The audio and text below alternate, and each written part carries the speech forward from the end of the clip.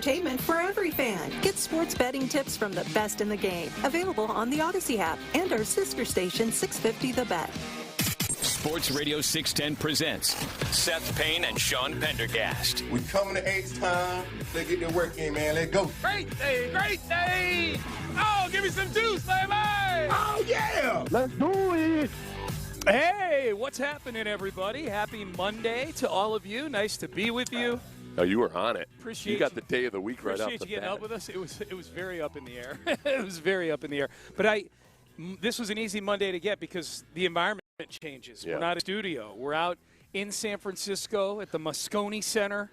A lot of you might remember it from the place that Sandra Bullock ended up driving a bus through or something. That's Speed. No, the Net is the movie. No, she was an IT nerd that had her identity stolen. Back in like 1996. That was the Net with the girl from the bus. Yeah. Yes, Frank Costanza. Yeah. Good job. Yeah. No, that was the one. That was in like 1996 at the very beginning of the Internet starting to be a thing. And it scared the hell out of everybody. Like, it's that easy to steal somebody's identity? They can just take control of our dot matrix printers. That's right, They can print anything they want. So we're at the Moscone Center at Radio Row, Media Center, whatever they're calling it these days. Trying to move away from the radio thing. And it's just Sean and I and a couple of women from Odyssey's video department and Aaron, of course, our engineer, and our guy from San Antonio over there. And that's it in this massive hall. It is just a bunch of empty tables. And a few hard-working construction workers, and that's about it. So we say all that to say that we are working harder than any other radio station in the country. We are here to bring you from minute number one all of the coverage from Radio Row. And before we dive into things here, a big thanks to our presenting sponsor, Liqueur 43, for getting us out here. Planet Fitness, also one of the sponsors helping us get here to Radio Row. And, of course, we thank Tide. Tide, yes. Thank God for Tide, the detergent. Yeah, because Tide helping us get out here as well. Tide is helping all the Odyssey stations get out here. We have several of our sister stations that are going to be here. If it's got to be clean, it's got to be Tide. Especially with that Oxy stuff. That guy, I used to be a stinky mess, like an unwashed Neanderthal. Then I found that OxyClean, man. Tide Oxy, yeah. And we thank Mokaram Injury Lawyers for the live stream as well. So we got a lot of people to thank to have us out here. How are you doing? I missed you. I haven't seen you since Wednesday. I flew in separately, and you were up at your daughter's Judy's Hall of Fame induction in Illinois. Yeah. And didn't she did? She made it. She made they it. didn't They didn't pull a twist or anything. I figured maybe they try now that her boyfriend is a Survivor star. Then maybe they figured we'll pull the rug out from her at the. He got stabbed in the back at the end. Let's stab her in the back. They were they had inducted 5 kids or 5 former students, and all of a sudden they're like, and coming up next, will Judy Pendergast get in? Yeah, no, smooth as silk, man. She got in. She did good with her speech. Her coach was the one who presented her. Did like the short speech before her speech. Yeah. It was great. Very, as a father, it was a very emotional thing. Yeah. So it's cool.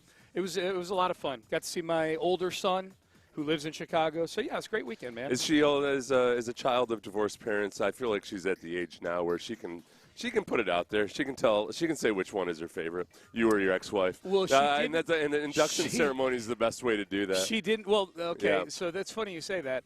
She went when she was going in order of everybody to thank. She kept it pretty tight. She was up there for maybe 5 minutes. She thanked her coaches, her teammates, and then she thanked her brothers, and she thanked my ex-wife first, and then me. So I don't know if she was like shenwing and getting to the best for last. She might have just flipped a coin or something. She actually goes. She thanked me for the for the support. Blah blah blah. She goes. I don't know if having an 8-year-old girl listen to sports talk radio is the right thing to do. Especially back in the days when that was all about guy talk back then. Yeah, that was where everybody. Nevertheless, everybody was like, every program director was like, you guys got to be like Howard Stern, just go without the FCC violations. Yeah, that's probably true at the station I was at too. I was the worst for me. Were there any referees inducted into that Hall of Fame? The only non-players inducted in there were 10 people inducted in. Yeah. There were 2 former NFL players. Yeah. That both played for the Patriots. So I was texting our friend Nick Finally, Casario something nice pictures of happened that. for the Patriots. Right, yeah. and then there was a current MLB player that got inducted named Nick Solak, who plays for the San Diego Padres now. Older brother of Ben Solak, the know. nerdy little writer. Yeah, I don't know. And then there were a handful of other athletes, including my daughter. The only non-athletes that went in, they inducted a longtime wrestling coach. Oh, good. And then they inducted this woman who had retired, but she was like an administrative person who was in charge of – she was one of those behind-the-scenes like mama bears that just took care of everybody. And so it was 10 people that went in. It was really cool. I only asked about that because when I got inducted into it was the Section 5 Hall of Fame. Okay. Like a hard high school section from my hometown. So you're a Hall of Famer. And there were 2 referees who were inducted, and they both gave like 20-minute speeches. Oh, you can't. It was brutal. It was brutal. It was like, I don't care who it was. It could have been somebody who ended up going and being in the Baseball Hall of Fame or something. 20 minutes is too long. When there's like 8 people being inducted, Dude. and they were the referees. Yeah, that's you are the one that care about the least. You know why? In fact, they hate you. That's they're like they're predisposed to hate you. Oh man, that's hilarious. But overall went really well. So this will be a fun week, and we've got some good guests lined up. And mostly we're here to soak in the experience. And Mondays are always fun because we are like the only people out here at Radio Row at 4 a.m. local. We're literally like the only. They don't have any coffee or muffins set up yet, but we're going to forge on through. And I'm looking forward to. This is the first time in a while that I've actually on Monday on Radio Row been thinking, okay, I want to actually talk about the Super Bowl a lot this week. That'll fade. But we're sitting right next to WEEI, which is Boston's station. Boy, Teddy J's going to be there, man. Ted's going to be there in the afternoon. Mm-hmm. They're doing like a super show. They're bringing Ted and the morning host out. Oh, and okay. so Ted usually does afternoons, and so this is a special edition show. Which includes Ted Johnson. Three-time Super Bowl champion. Three-time Super Bowl champ. And more importantly, Sports Radio 610 Hall of Fame member. Yeah. Legacy. Hey guys, Teddy J here. Yeah. He's a legacy. So your excitement level's pretty decent for this game, huh? It is. I'm just kind of, you know what part of it is it's 2 defensive-minded head coaches. Yeah. So every single team in the league that has a defensive-minded head coach right now is saying, you see, there you have it. It's possible. That's how you do it. And then lo and behold, the offensive coordinator for the Seahawks, Clint Kubiak, who had a great year this year, is now going to be – he's going to be the head coach of the Raiders. Yeah. So the Seahawks will be in that same position next year of like, oh, okay, well, we got to find another offensive coordinator to see if we can squeeze the juice out of Sam Darnold yet again. Darnold's had 7 different coordinators in 8 seasons. It's crazy. It's whatever the stat is. It's basically almost 1 coordinator per year. Well, half of them were dysfunction with the Jets, and the rest are because he changes teams every year. 8th different offense coordinator in 9 NFL seasons. Yeah. But at the same time, as the Eagles are hiring their offensive coordinator, it does make me. It makes me feel like the Eagles might be onto something, in that look. You're always going to have change. The Eagles have gone to 2 Super Bowls with 2 different offensive coordinators. Yeah. And that there might be a part of just like a philosophy of like, you know what? Yeah, have a quarterback who can adapt to multiple different coordinators. I think CJ's more adaptable in the passing game side of things than Jalen Hurts is. Jalen Hurts obviously always has that threat of his legs that's going to make things interesting or different. But if you have to swap out coordinators every couple of years, it doesn't have to be a bad thing because defenses don't know what you're doing either. Yeah, it's you true. don't develop tendencies, so you can do it with Doug Peterson.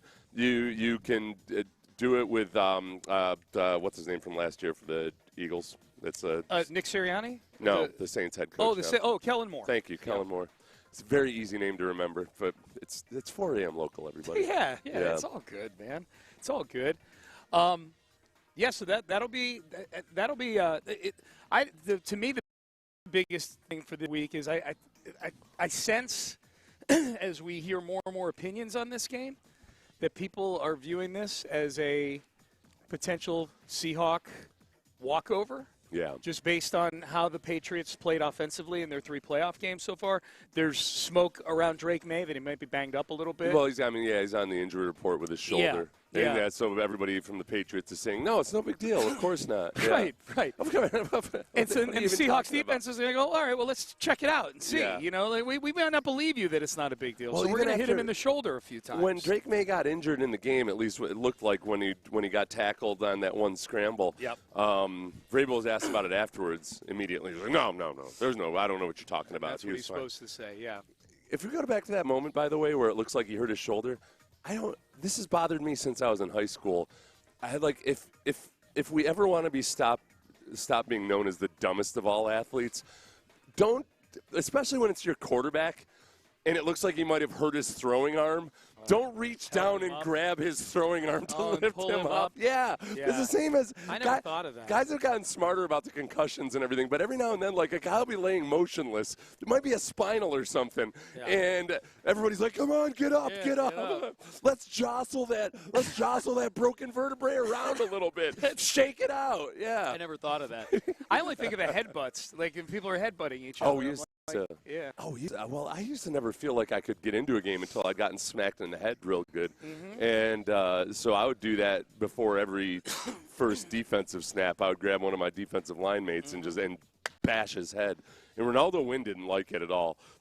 He was up for it because he felt like it was his duty as my teammate. But every now and then I text Ronaldo and be like, "You doing all right, buddy? How you doing?" I did probably give you a minor concussion. How is he doing? He's doing great. That's good. He works for Joe Gibbs on the racing side of things. Oh, really? Yeah. Okay. So he's probably connected with him from his Redskins days. Yes, right? yeah. So former Notre Dame defensive tackle. From the south side of Chicago. He's a teammate of my brother's. Who's now working in NASCAR. Yeah, that's awesome. Yeah. That's really cool.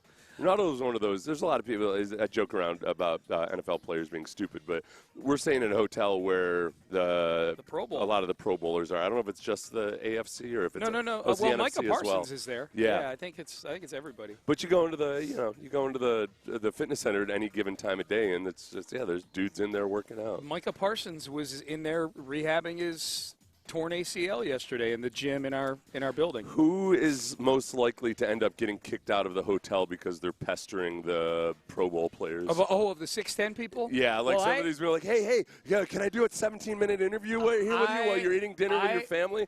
Well, maybe it's me so far because I'm the only one. I got a selfie with Will Anderson last night. Oh, yeah. But you guys know each other. We know each other a little bit because he's on the post-game show like 3 times a year. He's held the championship three times already. He knows you really well. He's the only multi-belt holder. Yeah. That's where I think your bald head is. It helps in recognizability. Yeah, maybe.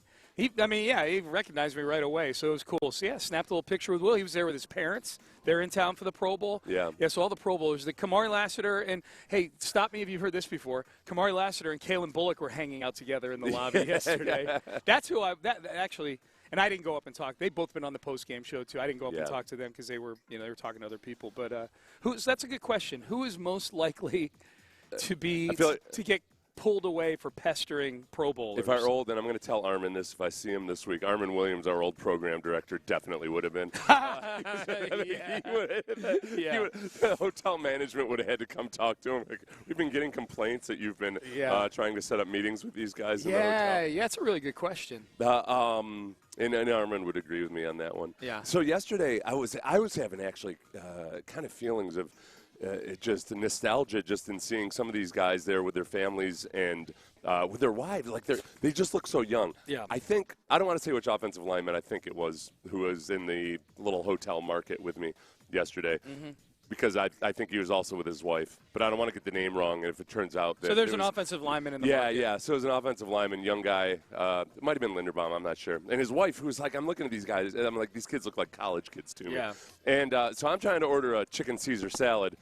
It's because they got it sitting in the display case, So he says, okay, yep, and you just actually grab it right out of the case. So. And meanwhile, this offensive lineman and his wife are standing behind me. I go over to the display case, and I'm like, it's sealed from the front. And I'm like tapping on it and trying to lift the glass and everything. And I was just about to ask the guy, and this offensive lineman's wife was like, oh, it's right over next to it in that, you see that big wide open display case where you can grab it and everything? was like, oh, thank you so much. She was very helpful. She's like, and she looked at her husband. She's like, he's an idiot, too. Yeah. CTE. Yeah. I was like, here's a flash into your future. Yeah, this is what it's going to look like. That'd be funny if it was Linderbaum, because that's somebody who I wouldn't mind for the Texans. Yes. I mean, this is a prime opportunity for us to tamper on behalf of the Texans in this Pro Bowl thing. We really could. I texted. That's a lie, too. Let's go full college. Let's just go tell them about how it's a Shangri-La. I texted Nick Caserio yesterday, and I said, hey, the Pro Bowlers are all at our hotel. I said, don't worry, I'll keep eyes on the Texans guys.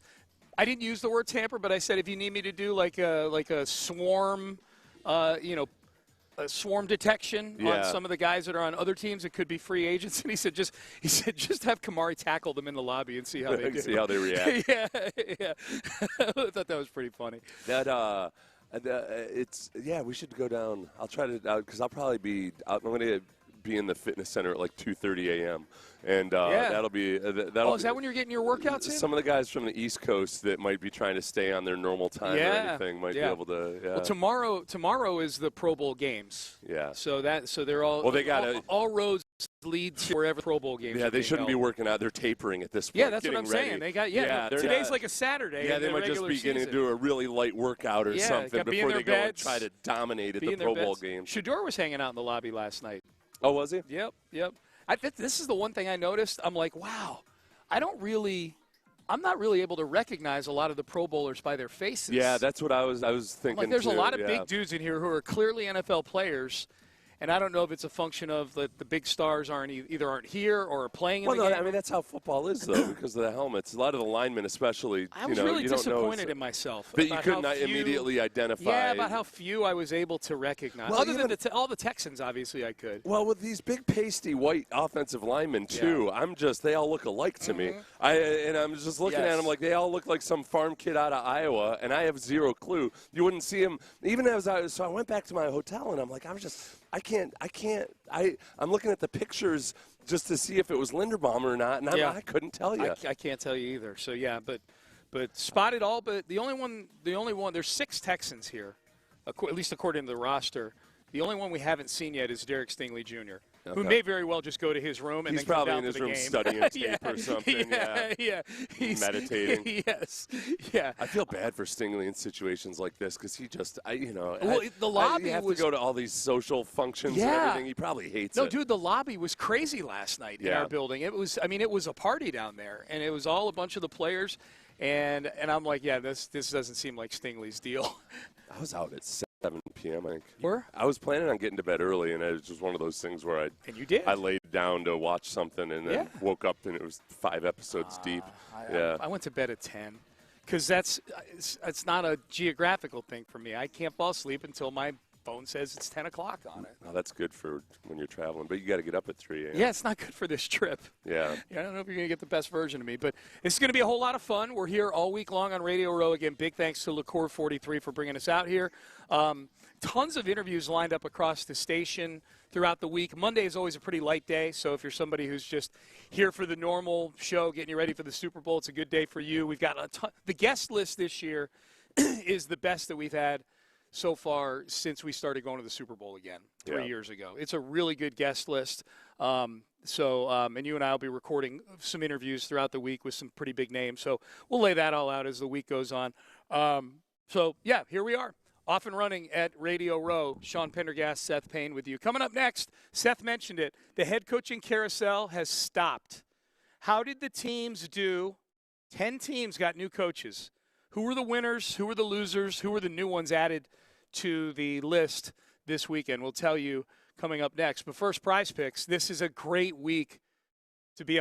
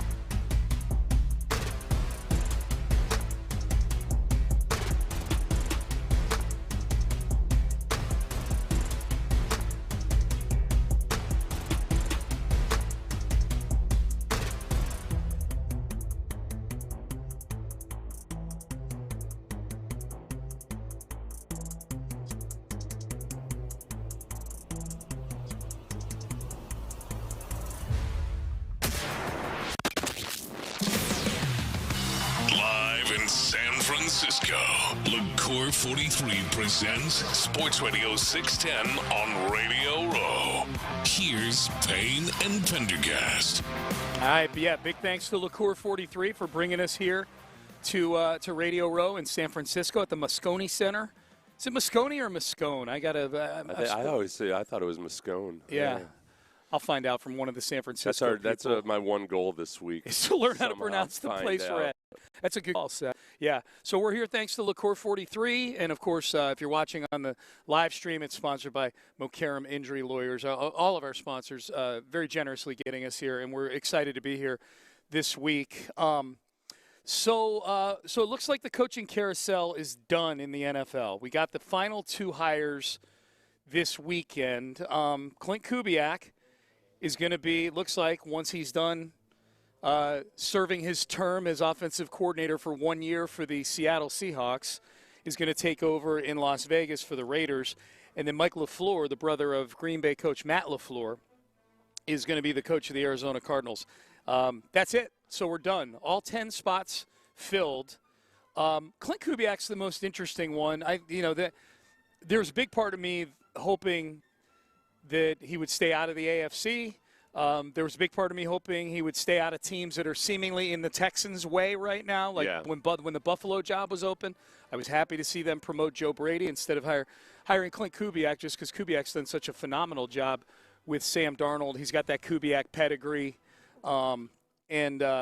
I think he's going to, I think he's got a chance to be a really good head coach. He's got a chance to be a really good head coach, but he's also going to an organization that's just been decrepit for a long, long time. Yeah. And you wonder, all right, exactly. Look, you got Brock Bowers. You got Ashton Genty. Yep. You probably got Fernando Mendoza. Yeah. But is that going to be enough and to overcome whatever either dysfunction or ownership issues they have? Are you surprised he took the job? I'm guessing that Tom Brady. That's got to be a big factor. I mean, that's where the story last year was that Ben Johnson had zero interest in the Raiders until Tom Brady got involved.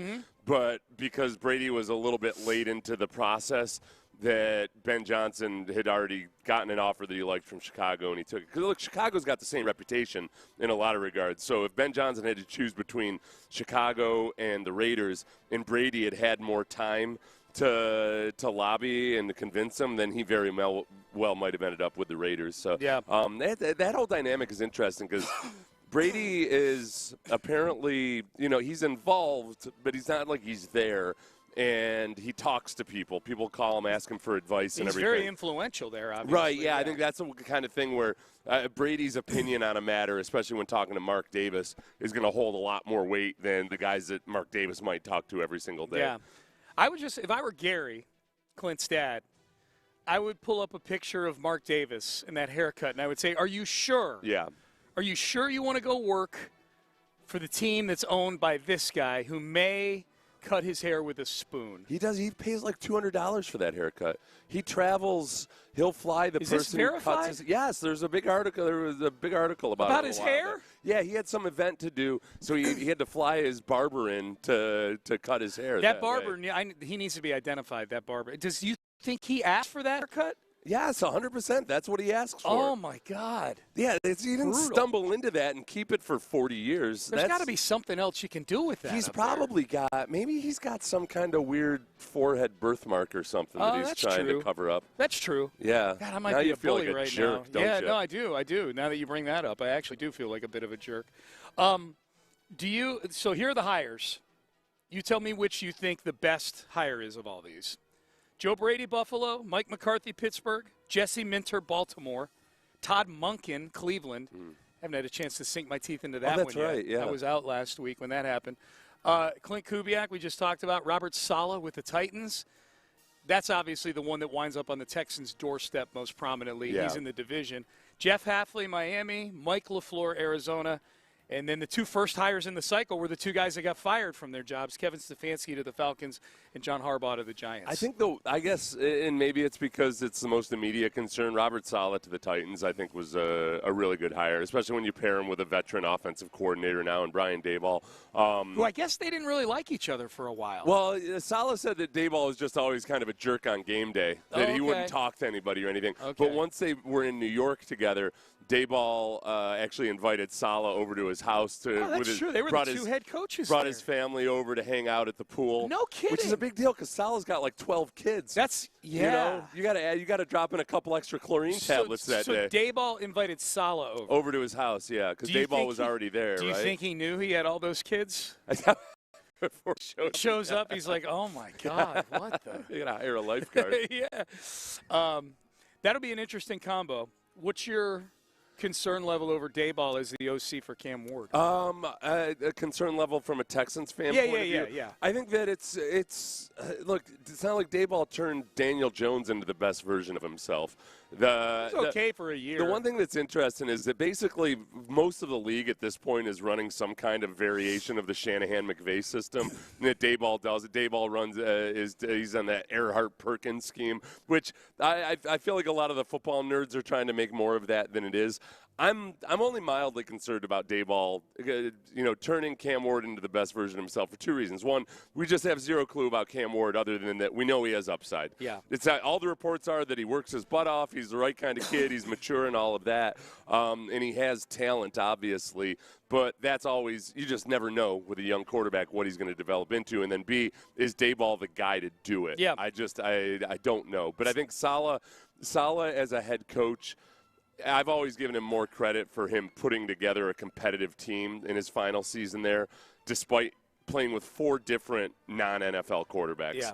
And he's going to make the defense better. So that Titans defense, man, both those games this year for the Texans. They were close games. The Texans weren't doing squat offensively in the first 3 quarters of either of those games. Nope. And those 2 interior defensive linemen, Tavondre Sweat and Jeffrey Simmons, when they're both healthy and playing together, give the Texans a whole lot of trouble. So that's my most immediate concern is, all right, you got to face defense twice a year with a defensive coordinator who really knows what he's doing. Yeah, people are going to say, well, that first game was 26-0. They shut him out. Yeah, it was 6-0 going into the fourth quarter. And it should have been 6-6. Yeah. Joey Sly, Texans legend, was kind enough to miss 2 short field goals in that game. Otherwise, it would have been tied going into the fourth quarter. I didn't realize until I looked at this list, damn near half the AFC fired their coach. 7 of these 10 jobs are AFC jobs. Yeah. I didn't realize it had been that lopsided in terms of which conference was swapping out all these, these head coaches. As kind of wide open as it was on the top half, you looked at the bottom half of the AFC this year, and it was just a bunch of laggards and hangers-on. No, it was. But, I think, to me, the biggest thing is the Bills, the Steelers, and the Ravens job all opening up in the same year is wild. The Todd Monken hire, it's been interesting to watch because immediately it just looks – it looked so immediately dysfunctional that it looked like they're going to hire the coordinator from the Rams and everything was all set up. Shieldhouse, yeah. Yeah, and that supposedly – Gruden, they were just going to keep on, not Gruden, they were going to keep on Jim Schwartz, the defensive coordinator, to work with this young offensive coordinator head coach. They end up hiring Todd Monken, and the first report is that Jim Schwartz is furious. He's furious. And is going to want to leave. Packed up all his stuff and hightailed it out of there. It's so Browns-like in that did they ever consult Jim Schwartz about this plan to have Jim Schwartz stay on and work on alongside Todd Monken? Well, and reportedly that was a big kind of fork in the road for a lot of their candidates is that Jimmy Haslam wanted to keep whoever they hire has to keep Jim Schwartz. Right.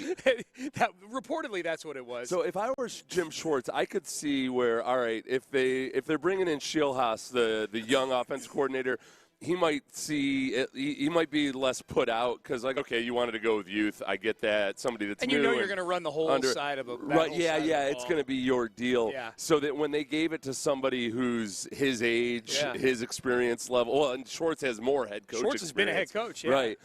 That maybe he was put out by that. Maybe he just doesn't like Todd Monken. I don't know. But now apparently Jim Schwartz just wants no part to do with it. That part of it felt very Browns-like. Yeah. The other part of it, though, was that people were they were throwing they were acting like Todd Monken's never done a damn thing and that he's some kind of a joke. And I'm glad that people got to watch some of Todd Monken's interviews because I've always enjoyed watching him previously. Like when he was in college or when he was with the Ravens, he's a really smart guy. And, you know, Lamar Jackson had probably his 2 MVP seasons, the more impressive one in terms of really operating like a fully developed quarterback was the one that he did with Todd Monken. Todd Monken kind of unlocked and really took advantage of Lamar Jackson's throwing ability in a way that Greg Roman never really did. And you thought, like, wow, look at this. Like, Lamar Jackson is really a fully developed quarterback. And now people are acting like, oh, this guy? This guy's going to deal with this guy's going to bring Shedeur Sanders along? And the sense is, I'm glad you brought up Shedeur, the sense is that he likes Shedeur. Yeah. They tried to draft him in Baltimore. In fact, Shedeur came to the building to meet Todd Monken, and they filmed it. And Todd, the first thing he says to me, kind of grabs him playfully on the elbow. He said, "We tried to draft your ass last year." And Monken was getting a lot of heat for his very mundane outfit that he was wearing in his first day in the building. Oh, really? Yeah, he had on like a button-down shirt, untucked with dad jeans and a plaid sport coat. This is what you get. You get the Bruce Arians dynamic of a longtime assistant and coordinator that people really respect, but for whatever reason, people don't look at him as a head coach. So it's either it's not going to be a big dramatic thing if he flames out. It's not going to be a huge surprise to me if he ends up doing something. Because this is the other weird thing about the Browns. People kind of gloss over the fact that their defense isn't very, very good. So it's not like nothing can flourish with the Browns. They do have a whole lot of issues and limitations because of the Deshaun Watson contract right now. That's the biggest question, is just what exactly are you going to do to take this team and now build the offensive side of the ball? Did you see, like, Deshaun is in Italy right now? Oh, good for him. He's in Italy, and he didn't make the Pro Bowl this year. His wife is doing, like, 3-minute influencer summary videos of each day. Yeah. You know, it's just like that omnipresent voice that narrates everything going on in the video. And it's like, the internet was all over that. They're like, Shedeur is meeting the new head coach, and meanwhile, Deshaun is some lackey with his wife over in Italy. He's going to be a fashion play this year. Bags around, I don't like it when NFL players show up at Fashion Week. I feel like that's the beginning of the end for that. You know, that was always a big Odell Beckham Jr. thing and everything. Yeah. Please no Texans offensive lineman at Fashion Week. Please no. Please no. You guys need to be at like the latest Cabela's rollout or something. Yes. Yeah. All right. They need to be somewhere like a bow hunting conference. All right, headlines coming up next. Super Bowl week. We got Rockets news that we will get to. A little bit of baseball news we'll get to as well. Headlines live from Radio Row, all thanks to Liqueur 43. Stay there. Hey, you want to be sure that you're set up in your retirement. If you want to go to Fashion Week, or if you want to just spend your retirement hunting out in the woods all year long, go to Trajan Wealth. You need to plan for this. You work hard, you make good money, but you want to be sure that you can extend your quality life on into the future. That's what you get with Trajan Wealth advisors with decades of experience to help you get a plan and start on it today. And the free consultation is really, really worth the $0 you will pay. Because right from the very beginning, you start kind of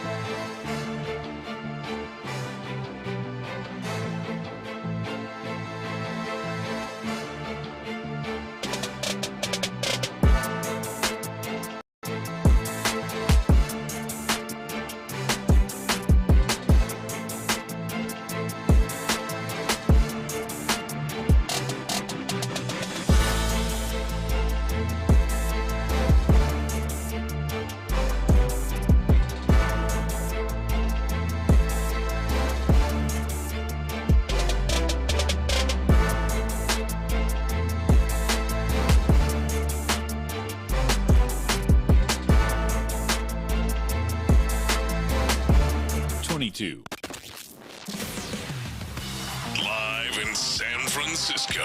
Liqueur 43 presents Sports Radio 610 on Radio Row.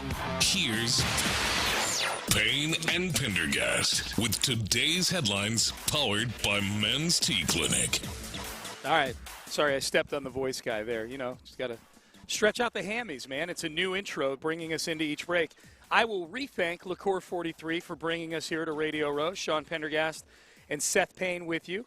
Great to be with you. Liqueur 43, the key ingredient in the Carajillo, which I'm most certainly going to have a few of those this week. You pronounce it liqueur. Like, I always thought it's spelled liqueur. Liqueur, it's one of those things. It's like Axis and Access earlier. Always, I like that it's called liqueur because liqueur always sounds a little too fancy to me. Yeah. Like, I'm probably liqueur guy. No. Yep. Well, Liqueur 43 bringing us here. Tide as well. We got all kinds of Tide here. The Tide people are really happy. They're with me really already cool, because yeah. I gave them a genuine testimonial. Like before I started using that Oxy Boost. Yeah. My neck gear stunk. Yeah. And now it doesn't stink. Because and all I started using was Yeah. You're gonna get your tech gear gets that weird smell almost. You're gonna wind up with an endorsement out of that. I would be a tough person to endorse Tide, only not because I don't like Tide. We use Tide in my household, but I am on record as saying I don't know how to work our washing machine. You don't understand a damn thing about anything. Yeah. I've never actually. The only time I ever grab the Tide is to buy it from the grocery store to then hand it to my wife, who's basically my servant when it comes to the laundry part of things, and then she uses the Tide because she's a saint. Yeah. So that's cool, though. I mean, it's a good division of responsibilities. I mean, she only also works 2 jobs, but that's cool. Yeah, it's cool that you guys just separate things up by 1955 standards. I kind of work. It's like we're living in 1955, except my wife also is the breadwinner in the house. 5 articles. Yeah. She's the breadwinner. I write 5 articles. Even Amy would take issue with that. I write 5 articles a week for the Houston Press. I got 2 jobs. All right. So Super Bowl week is here. And we're going to start to get little content generators for us. We got opening night tonight. The teams all meet with the media tonight. Yeah. It's media night. We got the media party tomorrow. We're going to get Roger Goodell's old State of the Union thing later this week. Yeah. What's the biggest thing you want to hear from Goodell about? Oh, that's a good. I know there's going to be questions about hiring. So that's going to end up being we didn't mention that in our head coaching segment. Yeah, that was. Yeah, no African Americans in this cycle. Yeah, so there will be that. The safety, they've kind of squashed it. The few years ago, the big talk was all about safety, et cetera, and everything's kind of been tamped down on that. Gambling? You think gambling is like? Oh yeah, that should be. Yeah, I mean, I want somebody to ask him who he's picking. Hey, you got any pick'ems for this week? What are you looking? Roger. What do you about Kenneth Walker the third? He's really been a big impact. Yeah. I expect him to score a lot of touchdowns, but total yardage, I'm not so sure. Simple question. Yeah. More or less than 59.5 yards for Kenneth Walker. So there'll be a lot of that going on this week. Meanwhile, the NFL, Adam Schefter just reporting about 5 minutes ago that the NFL will be going back to Madrid, Spain this What was the game? I didn't even know there was a game in Madrid this year. I guess there was. There's the Dolphins and somebody else. There's the Dolphins. We are continuing, as we try to spread the game internationally, we typically tend to send the worst possible games over there. Yeah, we don't export great football. Yeah. Now, that said, I'm guessing they want to start to send teams that haven't been overseas in a while. Yeah. Do you think the Texans get an international game anytime soon? I hope so. I do too. I hope it's in Australia or in Brazil. Because I want to go to it. Are they going to Australia? Yeah, there's a big, not this year, but eventually. There's either Australia or the city of Sydney or somebody has a display over there. Is here? Oh, no kidding. Okay. Those poor people are going to get so many, hey, you want to put a shrimp on the Barbie? Yeah. All kinds of gringos going over there. Australian gringos. So the NFL is going back. See if the Texans are one of the teams going overseas this year. It feels like just every year there's more and more international games. Well, that's the goal, is to have every team play an international game per year. Yep. That's where the NFL, they're so shady. I can't remember which owner it was, but They said, well, we'd like to have an 18th game because then we can have everybody play an international game. It was Robert Kraft like a week ago. Like, wait a second. You guys just added a 17th game, which makes it perfect. Yeah. That you could go and play a neutral site game. If you want every team, then 17 games is plenty. Yeah. Kraft's acting like we couldn't possibly do it unless we added an 18th game. Yeah. Shady. It's too much, man. Right. That's the NFL's starting to feel a little bit like they're just trying to they're not worried as much about the quality of the product, you know? No. It's like when Starbucks started selling everything and everything. You're like, oh, okay, well, you're not so special anymore. No. You're just like another coffee shop. That's right. Kevin Durant. There goes my Starbucks endorsement. That's okay. You got tied. Yeah, that's right. Yeah, you're fine. Kevin Durant made the All-Star game, made the All-Star team as a reserve. 16th time in 19 seasons, Kevin Durant is going to be going to the All-Star game. Breaks a tie that he had with Tim Duncan and Kevin Garnett. The only players he trails now are Kobe Bryant, Kareem Abdul-Jabbar, and LeBron James. So he is the most All-Star game selections of anybody who didn't wear a Lakers uniform at some point. He is the guy who has suffered the most from the LeBron James era. A guy that consistently just number 2. Yeah, like consistently in any other era. If LeBron James didn't exist, I feel like Kevin Durant would be so much more talked about and everything in that regard. Is just he was at the pinnacle of his sport for decades. LeBron made it as a reserve, and a lot of people are like, all right, well, this is definitely a lifetime achievement award that he's getting. LeBron has not been LeBron this year. The big thing with Durant right now is just whether Udoka can convince him to partake in a little bit of load management throughout the rest of the season. He's carrying the team right now. I know. They can't afford to load Well, manage. they'd like to. No, Udoka said they'd like to, give him a break here or there. Yeah. Because they got it's so. I mean, but as you said, he's also carrying the team. He's carrying the team. Alperen Şengün did not make the All-Star team this year. He made it last year. Yeah. So that's another big thing with the Rockets. All right. Eugenio Suarez signs with the Cincinnati Reds 1 year. Damn it, they got Suarez. $15 million, so he's out of the division. He was with the Mariners at the end of last season. Baseball does not trust him. He had like 40-something home runs last year. 1 year, $15 million. Here you go, kid. All right, coming up next, let's circle back to the Texans. Predictions on contract extensions this coming offseason for 2 Houston Texans. How would we feel about this for Will Anderson? How would people feel about this for C.J. Stroud? We'll have that coming up next. Daisy French onion dip. That's we were talking about that laundry.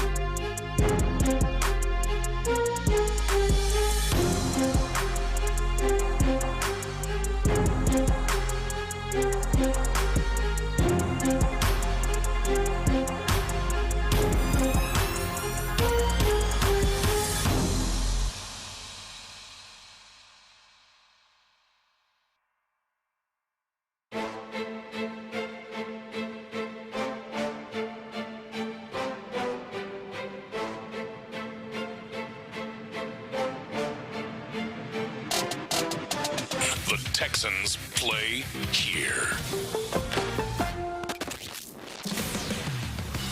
Live in San Francisco, LaCour 43 presents Sports Radio 610 on Radio Row. Here's Payne and Pendergast.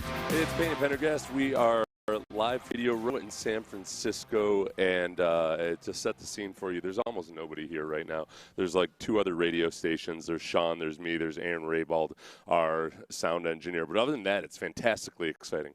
We are we're staying in a hotel where the Pro Bowl participants, the players who decided to show up, the alternates, are all there. So it's an exciting scene. That part is exciting. Radio Row is kind of dead right this moment. So we've now beta tested whether or not we can make it from our table up to where the drinks are. During a break. Yeah, we can't. We can't, and I walked the escalators. Yeah. I walked up, I walked down. Yeah. I mean, I went as fast as I could. Yeah.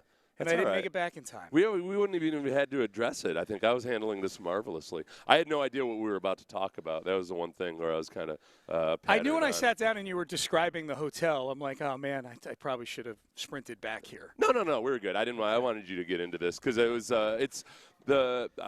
I'm still struggling with. I knew what we were going to talk about, which is Will Anderson and C.J. Stroud potentially getting extensions, and Dan Graziano has some predictions for what they're going to get. So I've been struggling with the whole trying to set aside how I feel about C.J. Stroud and whether he should get a contract or not, but then also looking at, all right, realistically, do you want to lock him down, and do you want to do it now so that you can control costs on into the future? And I'm looking at a Super Bowl that's about to be played between backs. I still don't really know if they're really all that great, but they've made it to the Super Bowl. And Sam Darnold had an incredible season. Drake May had an incredible season, but they're still they're not the top quarterbacks. They're not, but they're better than C.J. Stroud right now. Yeah. And so that's the big thing. I thought Graziano had some interesting things. The Will Anderson Jr. one is the less interesting of the two, because I think he's going to get a deal that looks like what Graziano proposed. And if you haven't seen the article yet, those of you listening out there, here's what it's an article about 4 or 5 teams that all had big decisions to make on certain guys. Puka Nacua is going to get a big contract extension. Jackson Smith and Jigba is probably going to get a big contract extension. Do they reset the market? We can talk about that. The two that if you're listening right now, you're here for are Will Anderson Jr. and C.J. Stroud. The Will Anderson Jr. one, to me, is pretty easy. The top of the market in terms of average annual value is Micah Parsons by a pretty wide margin. Yeah. He's making $47 million a year. The next closest one is like 43 or something like that. Dan Graziano has Will Anderson Jr. with a 4-year, $172 million contract, which by my count is $43 million a year, with $121 million of it guaranteed. Yeah. I think most people listening, look, it's all monopoly money now. The contract numbers are all just so huge that nobody really bats an eye at Will Anderson getting paid. I mean, you mentioned Micah Parsons. Look, Will Anderson has everything that you want him to be right now at this point in his career on the field. But unlike Micah Parsons, he's also everything you want in terms of work ethic, dedication, maturity, all of those things. There were still a lot of questions in Dallas about Micah Parsons right up to the moment he left as to whether, okay, is this really the guy we Dallas really want didn't give forever? him a deal. Right, he had to go to Green Bay to get it. So, it's if you're not going to pay Will Anderson the market money, you're almost kind of, as an organization, for the last 3 years, they've been pointing to Will Anderson as, yep, this is the guy that you want to be. All the rookies, look at Will Anderson. This is the way we want you to operate. This is the production we want on the field and everything. So I feel like that's a slam dunk. They'll argue about some of the details and everything, but I think he's going to get an extension, and whatever the price ends up being, nobody's going to have an issue with that. The 4 years, 172 is a win for the Texans. Yeah. Because he's not resetting the market. He's not – now, Nick's not afraid to reset the market. No, he did it with Derek Stingley Jr. Yeah. And knowing that it's going to be a discount as long as the guy stays healthy 2 or 3 years into the future. Right. And the way these contracts work, it'll get tacked on to his contract next year and his 5th-year option, so you spread it out. Really, if it's a 4-year deal, You're going to have him for 6 years. Yeah. Get spread out over, a couple cheaper years at the beginning, get thrown in there. I don't want to get too deep into the math, but at the very, very 30,000 foot, 4 years, 172, 121 million guaranteed for Will Anderson Jr. I think that's a win for the Texans and for Will Anderson Jr. C.J. Stroud is the interesting one because Dan Graziano makes a prediction on an extension, and the reason why this is interesting is because I think there's a lot of Texan fans who don't even want to do any type of extension with C.J. Stroud. Yeah. Let alone one that I actually think is not a bad deal for the Texans. Right, and this is going to be the big question when you lay out the parameters of this is C.J. Stroud going to be cool with an extension like this, or is he going to gamble on himself and say, no, I know I can play better, and I want to get that top-tier extension? So the base contract that Graziano proposes is 4 years, $224 million. That is $56 million a year. Yeah. So it's not Dak Prescott. It's not resetting them. It's a little like Will. It's not resetting the market, but it's in the neighborhood of the next few guys. Trevor Lawrence, $55 million. Brock Purdy, $53 million. Joe Burrow's a $55 million guy. It's in that neighborhood. Here's the big – and so on the surface, I would say no to that right now. You would say no to that as I would say no to – I would say – Who are you? Are you a Texans fan or I'm a Texans CJ fan. Stroud? I'm just Sean Pendergast. Yeah. If that's all I heard, I would say no to that. The thing that makes me say yes to it, it's only $110 million guaranteed. Yeah. That's the big thing. These other guys who are getting these $55 million deals, Trevor Lawrence has $200 million guaranteed coming to him. We've talked about it. Dak Prescott's guaranteed money is 4 years, $240 million. It's almost all guaranteed. That's the part. The big question is, do David Molletta, does C.J. Stroud, do they go for that? Like on the surface, your AAV, your average annual value, is right there in the neighborhood with all these other guys who've been getting paid. $110 million guaranteed is well below what the total guarantees have been for those guys. It's even if you go to the practical. So Trevor Lawrence is guaranteed at signing is $142 million. The practical guarantee is $200 million. That's the first few years of the contract where they're going to pay it because it's impossible to get out of it anyway. Right. That's the big question of when. That's why I asked, who are you, when you say I would say no or not. Because I'm thinking, okay, C.J. Stroud would probably say no to that also. I think C.J. Stroud, if that was the top offer, would probably say, I think I'm better than I was this past season. I certainly think I'm better than I was in the playoffs. And hopefully without even a whole lot of acrimony, say, no, I think I deserve more than – I'm capable of deserving more than that, but I also understand why I'm not deserving more of it right now based on my performance. Yeah, I mean, they're going to ride with him this year. They're probably going to ride with him next year. They're going to exercise the fifth-year option. If they did this deal – 4 years, 224. Okay, well that's window dressing. $110 million guaranteed. You can get out from underneath that. Yeah. This would be a really good deal for the Texans. It would. I say really good. Obviously, if C.J. Stroud ends up playing the way he did in the playoffs this year, then it's not a good deal. Yeah. But this is a good hedge. Yes. If you give him this middle-of-the-road deal, not top-tier guaranteed money, you've locked him down.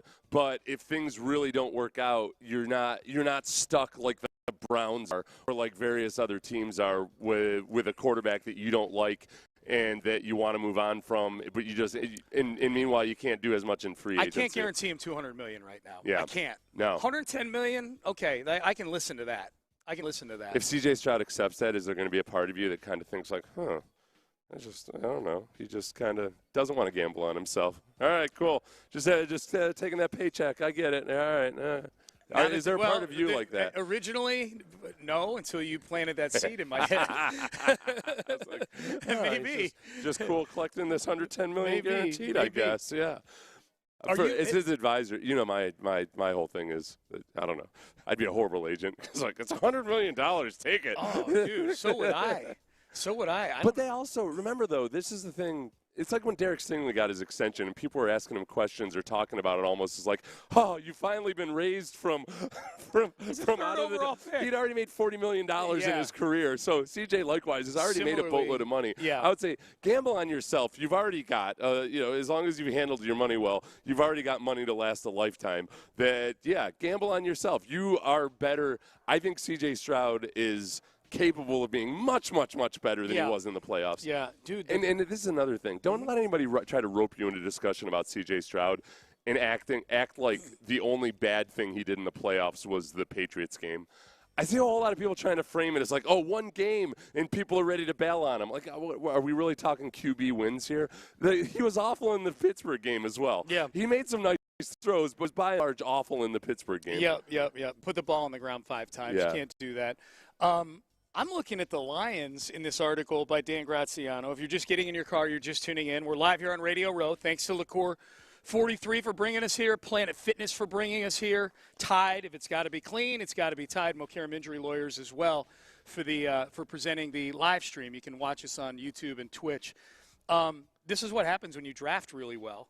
The Lions gave extensions last year to Aiden Hutchinson, Jamison Williams, and Kirby Joseph, all draft picks from the 2022 draft class that they had.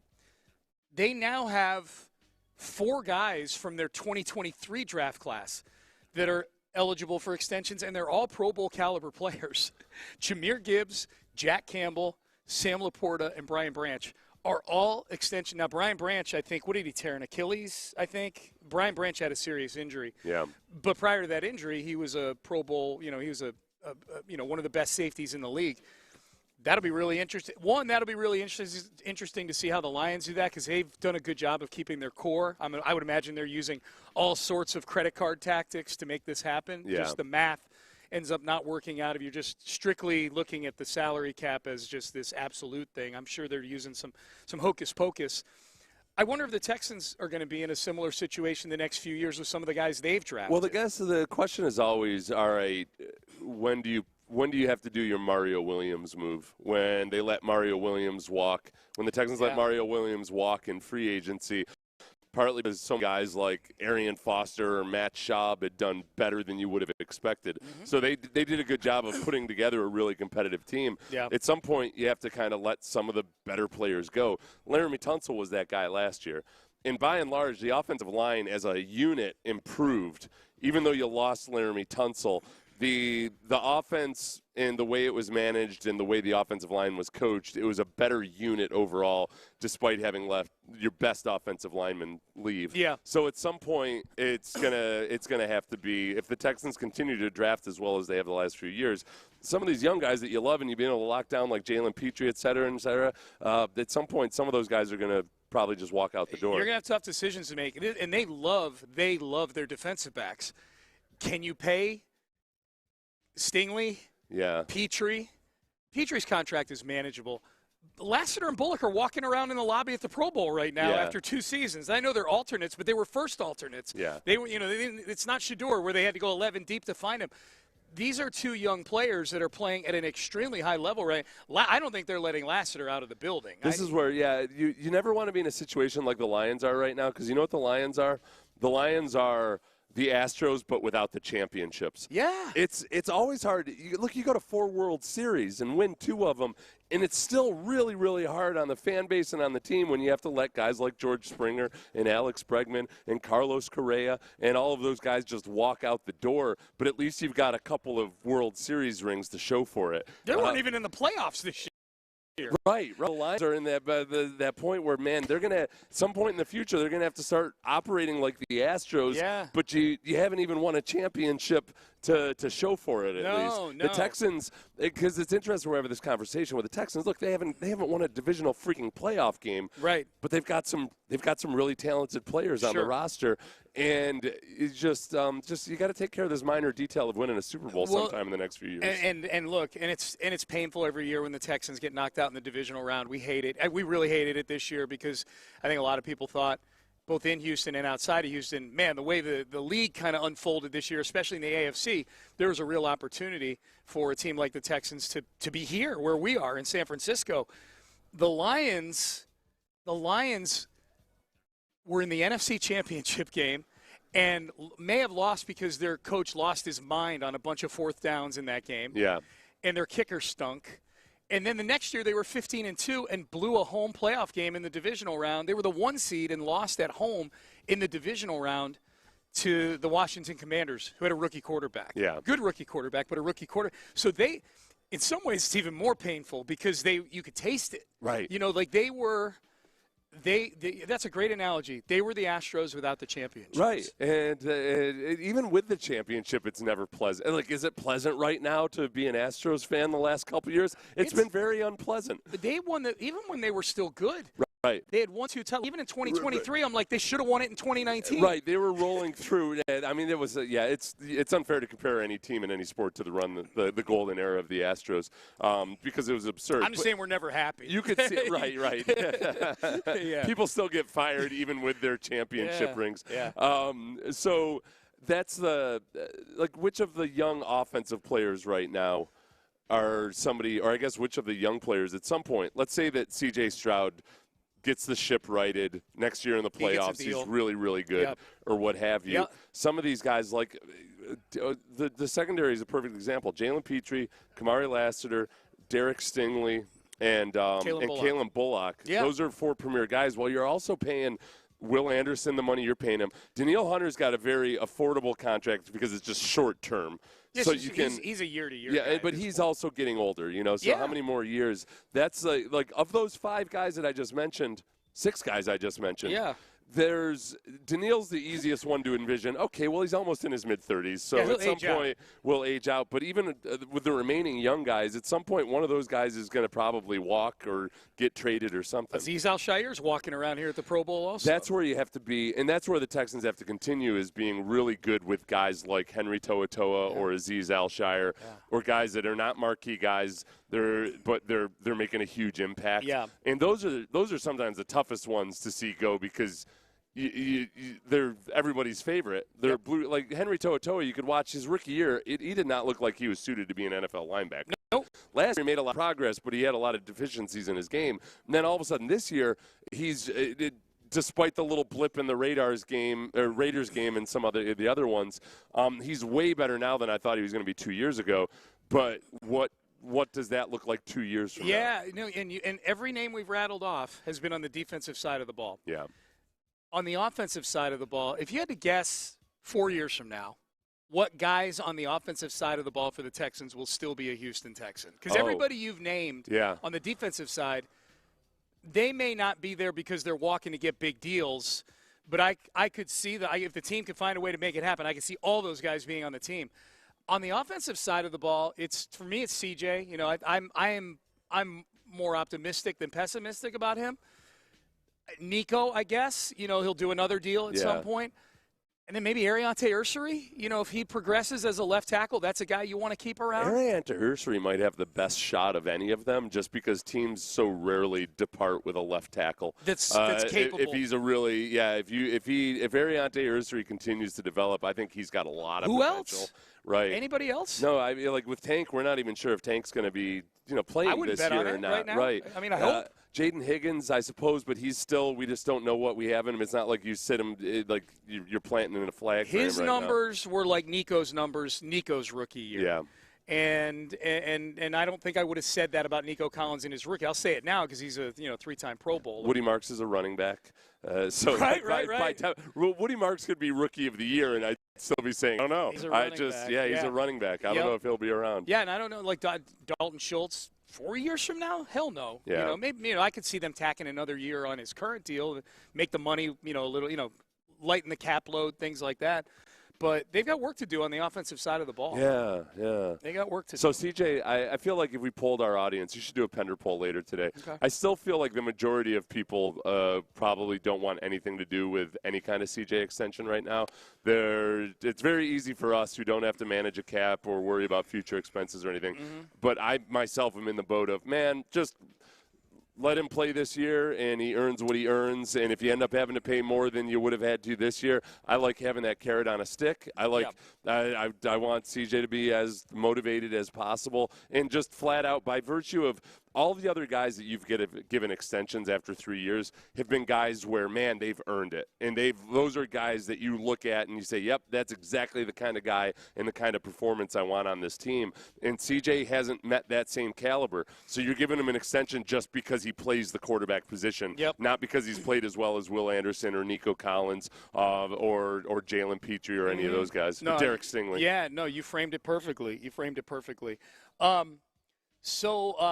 So how should I phrase the poll then? Because I will put it up. Just yes or no on a contract extension? Yes, even if it's let's see, even if it's for a very reasonable, not top of the market deal. Should I post Graziano's and say, would you do this deal? Yeah, go do that. Do that? Whatever. Okay, yeah. People when people see the numbers, they start, if they don't know that's like actually subprime, then they must don't know. Like, even if the Texans offered are you okay with the Texans offering CJ a middle of the market quarterback deal extension? I'll figure out how to phrase that. All right, we got to do some acknowledgments. It's a Monday, so we got to acknowledge some of the big performances from the weekend, Super Bowl stuff. Got some sound here that we'll get to as well. It's tricky doing acknowledgments with our first football-less weekend in a long, long time. That was a big void this weekend, man. No football. But let's do it. Let's acknowledge the big performances from over the weekend. I will say a name. Our producer, Ben Gary, will play Roman Reigns. Acknowledge me! And we will acknowledge. You know what? Off the top, I'm going to acknowledge Roman Reigns. Acknowledge He won the Royal Rumble this weekend. Oh, he did? He's going to WrestleMania to fight whichever champion he chooses to fight. What's the Royal Rumble then? Is it like the semis? It's the Royal Rumble is there's 30 superstars. Okay. And they come to the ring every 2 minutes.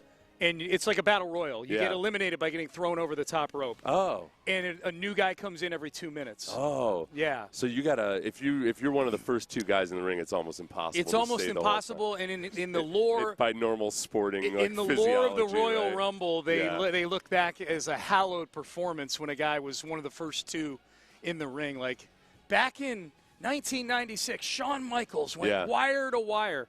But yeah, Roman Reigns. That is pretty impressive, though. Obviously, I know that the stamina just to do it, even though it's predetermined, to be out there like doing it that long, that's rough. It's a long time, yeah. Usually, but there's probably some like little they cheated, right? Like they rest, they snuck off. They rest or at something. times, yeah. They rest. Like sometimes because you have to get thrown over the top rope. Yeah. So sometimes the guys will get thrown through the ropes and out onto the floor, and they're not eliminated, but they'll lay out. Do you know what really kept me from being a wrestling fan when I was a kid? What's that? People, the brazen breaking of the rules and the poor officiating, on tag team stuff especially. Like just when people just abandon the tag role and they just jump in and they end up winning the bout, I could not let that stand. Or it was the injustice of it. The good guy tag team partner that's on the edge of the ring would step into the ring to try to help out because the other guys are cheating.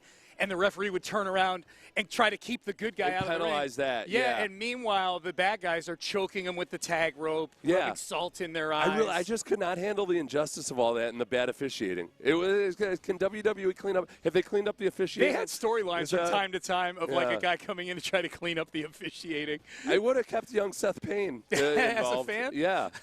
I love that you were that big a fan as a kid of fair play.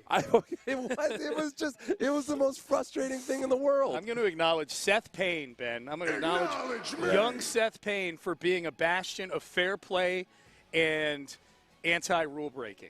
Good job, Seth. I got in so many arguments with kids like when I was 13 years old about wrestling, about whether it was like legitimate or not. Yeah, because like they.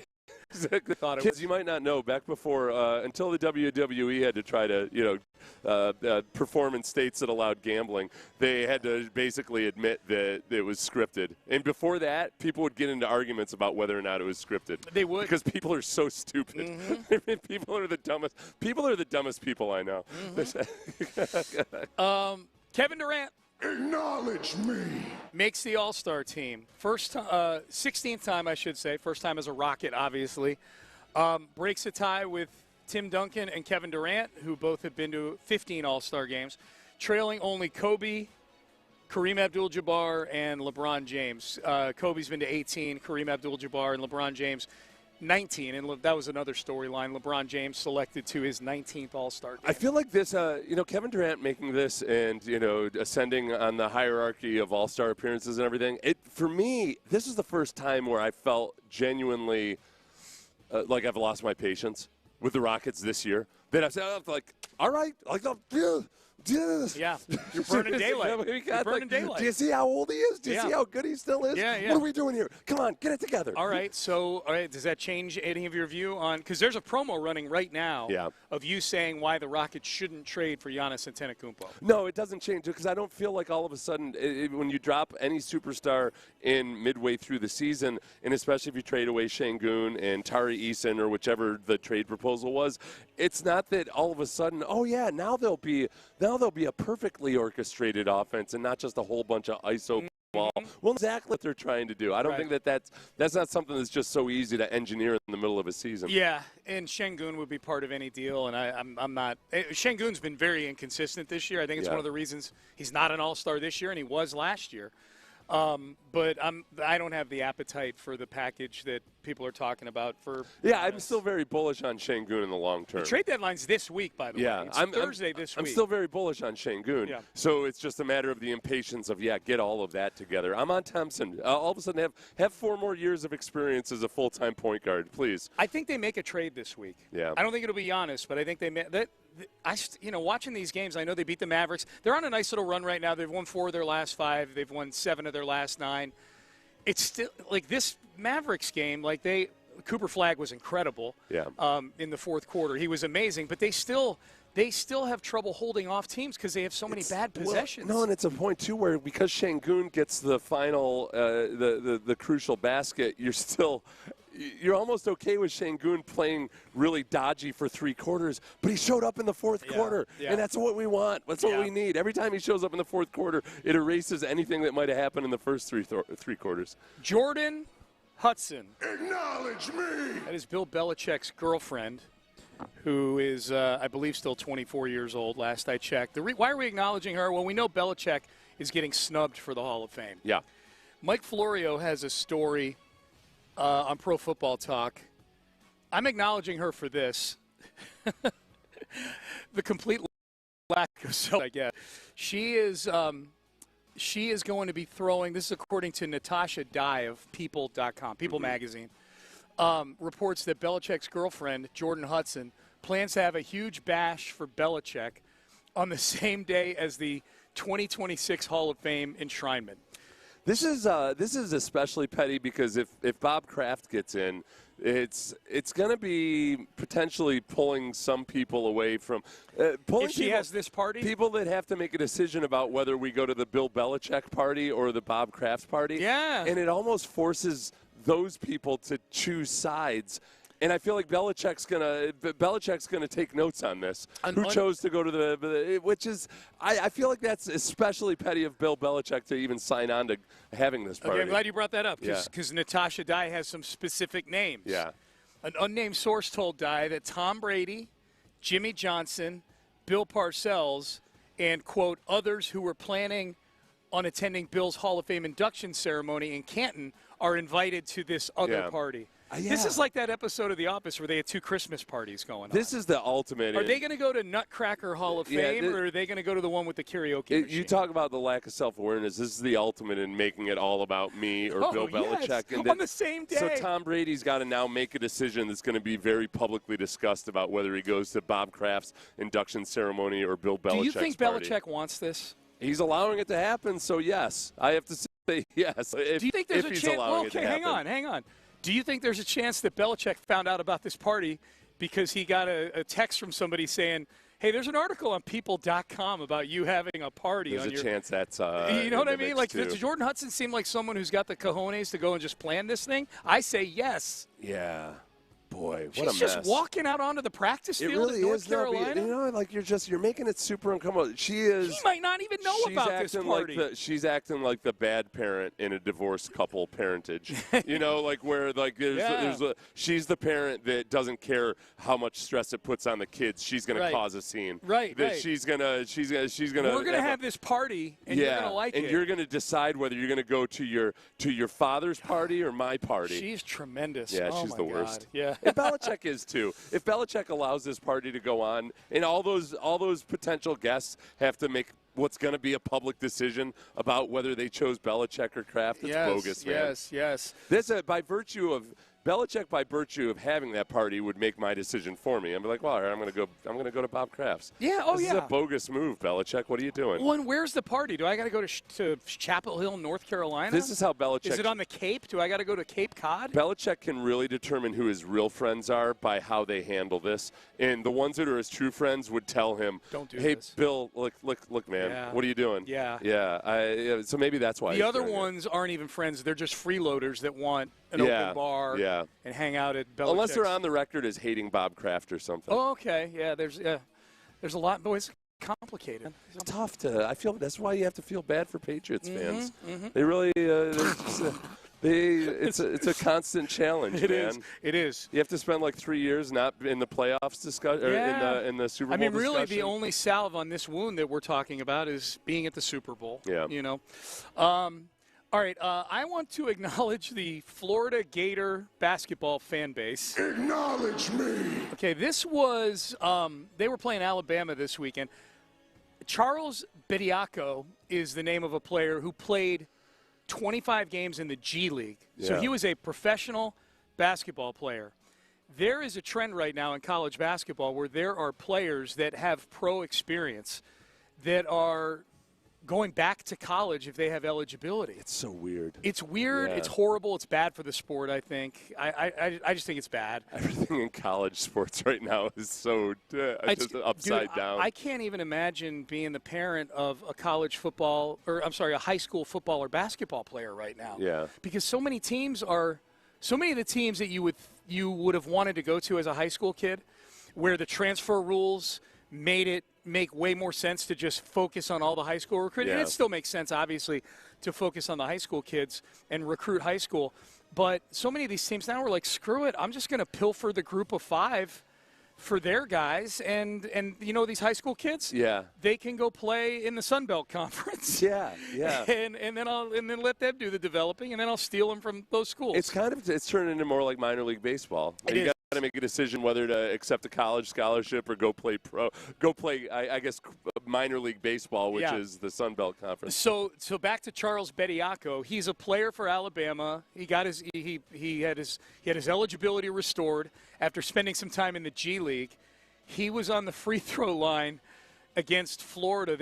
Alabama played Florida this weekend. He's on the free throw line. Take a listen. I think the audio is good enough to take a listen to what they're chanting at him here. If you can't hear it, I'll translate it for you afterwards. Foul on that guy, Alex Condon.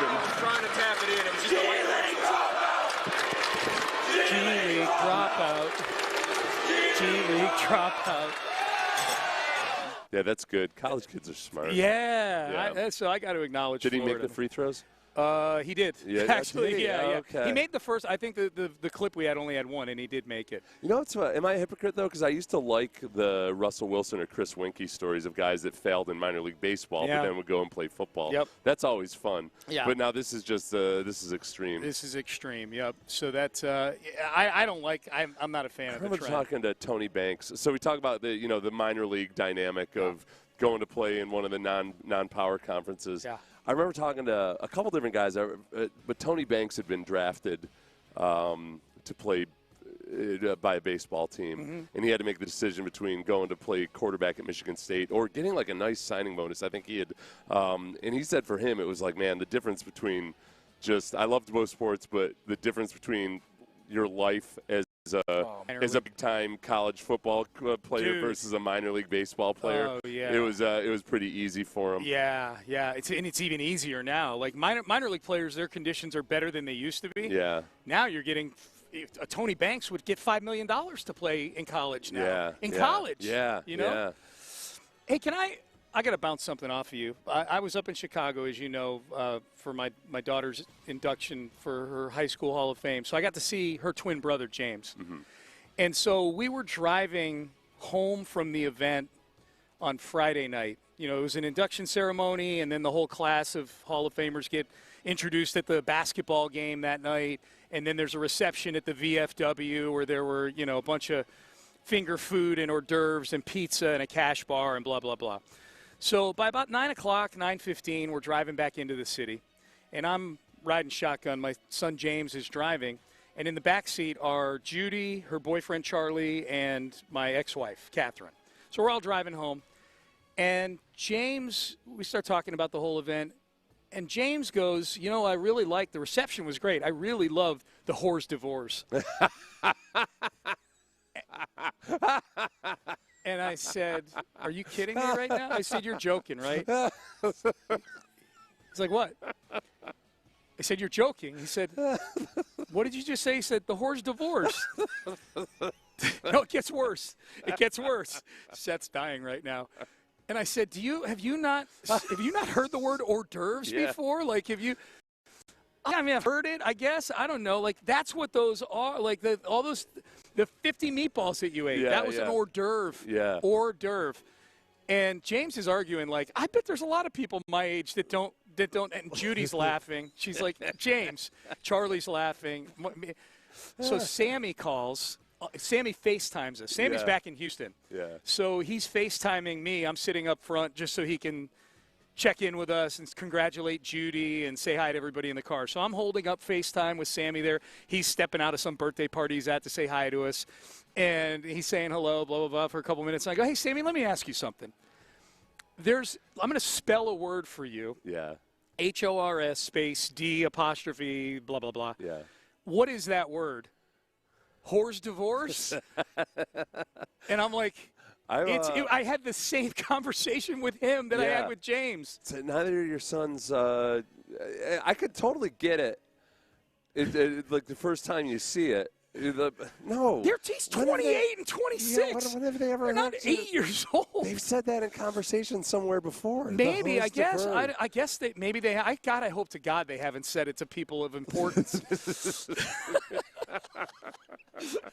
I really like they're at the White House state dinner or something.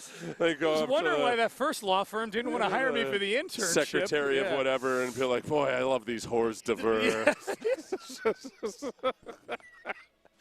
Right, there's another direction you can go. No, when you said it, my first thought was like, where's Ver? Ver, where's Ver? Yeah. Whore's divorce, and he was serious. They both were. I was so embarrassed. I give him a pass. I told you. You do? I used the word You're didn't soft. Because remember when I used to read TV Guide as a kid a lot. I did too. That's what everybody did. Yeah. That was my big reading. But I didn't. I thought there was a thing called a miniseries, which was like. Because it was they would write miniseries is one word. Yeah. And I always thought it was like it's a miniseries. My TV Guide word when I was a kid, like in second grade, reading it cover to cover. Yeah. When a new series would come out, I'd be like, Mom, we got to watch this. The D-Bud is tonight. What is it? Debut. Oh, the debut. I said the D-Bud is tonight. We got to watch this. Yeah, I don't think they should be ashamed of themselves. When do you use hors d'oeuvres? I was 7 when I said D-Bud. They're 28 years old. Oh my God. What was the one? The charcuterie board. We had that drop. I don't know if you still have it, Ben, or not. But it was the one player. It was two Jets players during Hard Knocks, and he was like, "I want the charcuterie board. I want the charcuterie." Oh my God. All right, Payne and Pendergast with you. There was a GM that got fired over the weekend. Shark-cutie, that's what it was. Shark-cutie? Yes. I got to go look that up and who said that. There's a GM that got fired over the weekend. Boy, did this touch off conversation around the league. Not about who he drafted or how he drafted, but in the time that he took off. Is the NFL reacting to this?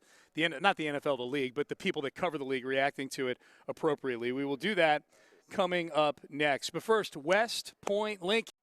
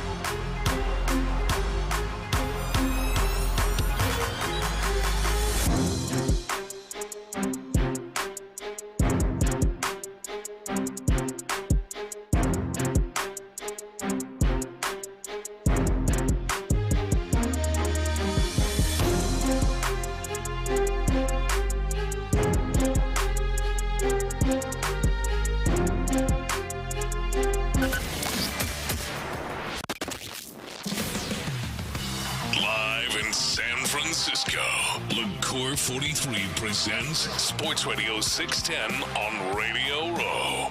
Here's Payne and Pendergast. Okay, that's a good call, Seth. Seth was asking me during the break, has anybody commented on my two sons, ages 28 and 26, thinking that HORS space D apostrophe OEUVRE is pronounced whores divorce. I'm intrigued by the whores divorce. Whores divorce. My favorite kind of whores, the whores divorce. So I'm logging into the text page now. It's an act of Congress to get in there. One of our friends texted us both and said that my oldest daughter at 18 said her and her friends at college were having daiquiris. Daiquiris. Daiquiris? Yeah. She called them, we were having daiquiris. Oh, my God. Okay. Yeah. So text in if words either that you mispronounce, or more importantly, your kids mispronounce. In general, just like a ridiculously thing, or something that you feel really stupid about. Like when I used to think there was a thing called a menageries on television. Someone said Fred Sanford used to call them horse divers. That's beautiful. Oh, did you see Lamont, the son of Fred Sanford? Did he just pass away? The actor who played him, Damon Wilson. Yeah. Age 79, passed away this weekend. So that now last week you were trying to claim that famous people don't die anymore. Yeah, and now they're dropping like flies. Yeah, good job, Sean. Yeah. You are cursed. I wonder if he had the presence of mind to do the heart attack like this. like his fictional old man. If I were him, I would spend all of my later years planning. Like, okay, if I do have a heart attack, I'm going to pay tribute. I'm going to pay tribute to him. I'm coming to you, Red Fox. Oh my God, that's hilarious. We can laugh. He was 79. Oh no, he would want us to laugh. He would want us to laugh. Yes. How about this Kwesi Adofo-Mensah story from this week? The GM of the Vikings, who it looked like everybody kind of thought, okay, he might be on dicey ground, but it looked like the time to fire him had passed. It looked like he weathered the storm. He was down there at the Senior Bowl talking to people and everything. Starting to work on extending some of his players' contracts, and then boom. The ground was dicey. He gets back from the Senior Bowl, and they're like, you're fired. Yeah. So they have a guy internally who's going to run things through the draft, and then I guess either promote him or hire somebody new. But the element to this story that got a lot of attention this weekend, Diana Rossini of The Athletic had a very long-form article on how the Vikings arrived at this. It was a lot of detail. It was really good.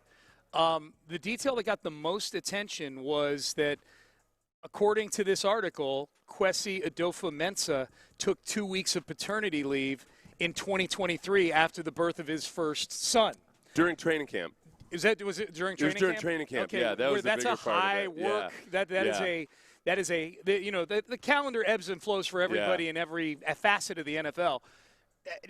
Training camp's a busy time. Well, he was kind of like Jeff Luhnow too, in that he didn't come. He wasn't an insider. He came from Wall Street and a trading background, and used a whole lot of. It sounds like you would use a whole lot of that verbiage and everything, and trying to explain how smart the Vikings were being. Meanwhile, they've had from the past 3 drafts, they've had 4 players who have worked out for them. Yeah. 0 Pro Bowlers, and they've got 4 guys that are. The rotational that actually guys. Contribute, yeah. Here's the quote from the article. In an NFL culture where many players, coaches, and executives proudly acknowledge missing the births of their children, taking time away to care for a newborn and support a partner remains uncommon. Among some rival executives and coaches, him going on paternity leave was met with disbelief, end quote. Yeah, which I don't know.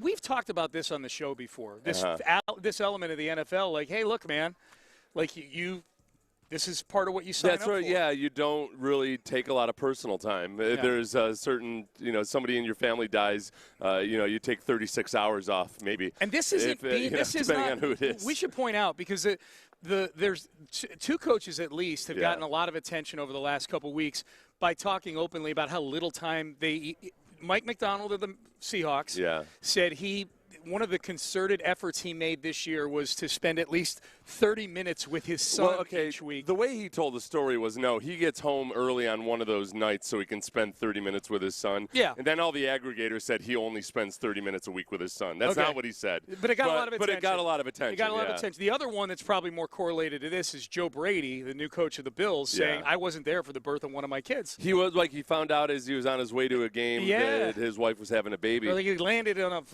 home from the game. Yeah, and I guess the big part about that is it's interesting that he told that story, I suppose, but it's not necessarily all that uncommon, I don't think. That's it's not uncommon. There's only 17 games a year, and they're all really a big deal. And for the most part, the guys' wives they're in on it. It's not like his wife was like, I can't believe he left me while I'm having a baby. You know what you sign up for. Yeah. This is.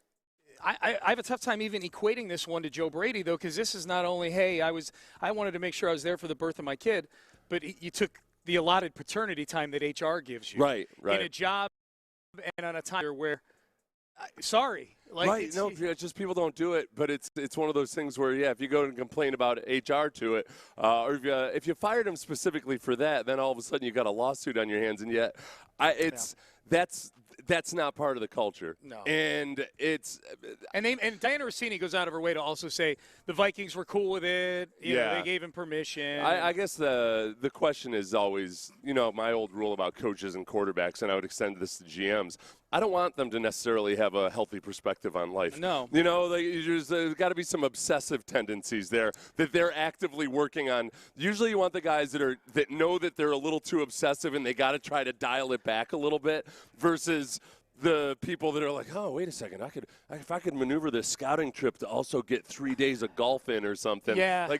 Those aren't the guys that generally make it. Well, I'll just bring it back to myself. Like my first two kids were premature twins. Yeah. And they were 6 weeks in the NICU. We went there every day, down there to go see them in the med center there in Houston. When they came home, I'm guessing the company I worked for at the time probably would have given me a few weeks off, especially given my thought was I got to go pay for these kids. I'm in sales. Yeah. I can't take 3 weeks off. It depends on the industry, obviously, and whatever your role is in the company. Yeah. It also depends with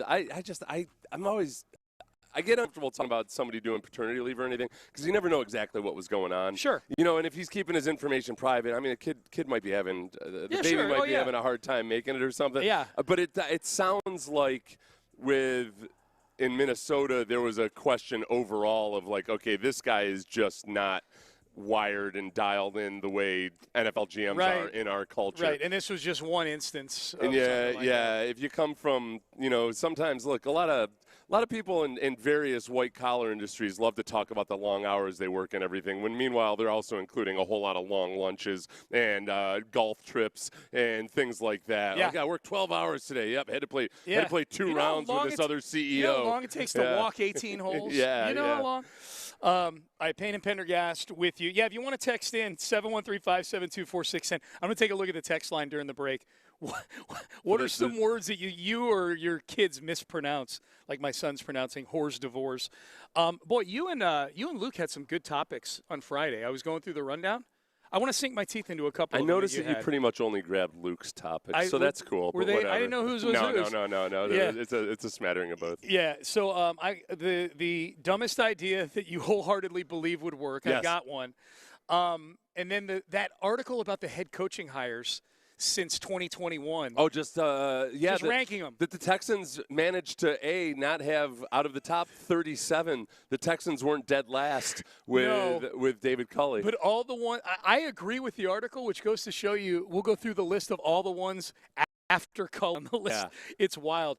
A couple others we'll do as well. So we'll do that heading into the 8 o'clock hour here, live from Radio Row. Big thanks to Liqueur 43 for getting us here. Planet Fitness as well, Tide. If it's got to be clean, it's got to be Tide. And Mokaram Injury Lawyers sponsoring that live stream for us. Prize Picks. I mentioned this earlier.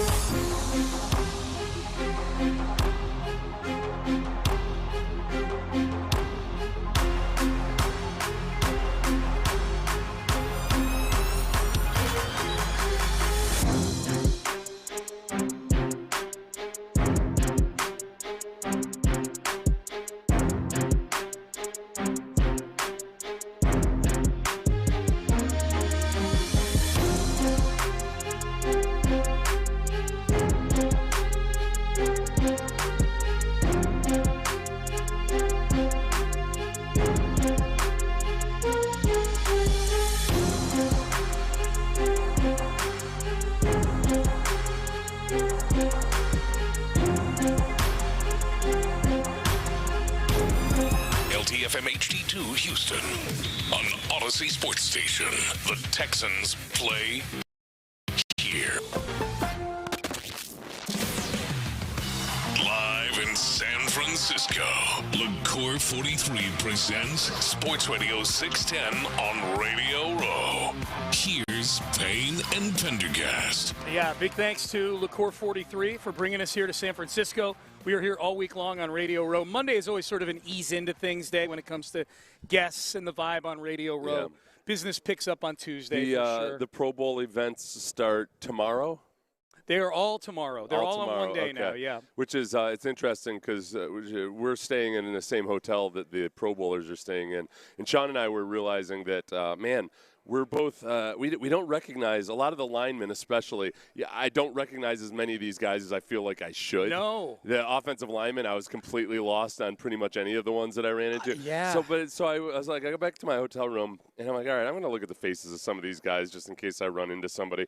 And, boy, right there, the AFC roster, if you had told me at the beginning of the year, Sean, that 6 months from now, 2 of these 5 Browns quarterbacks are going to be the quarterbacks at the Pro Bowl. Holy crap. This year, because Joe Flacco and Shedeur Flacco's Sanders. the other quarterback. Yeah, yes. Dude, they need to shut this thing down. Shedeur and Joe Flacco. They need to shut this thing down. That is crazy. It's, but they were both Browns quarterbacks. They were at the I don't start want to of hear the any more year. whining from the Browns about how miserable you have it. That's and everything. true.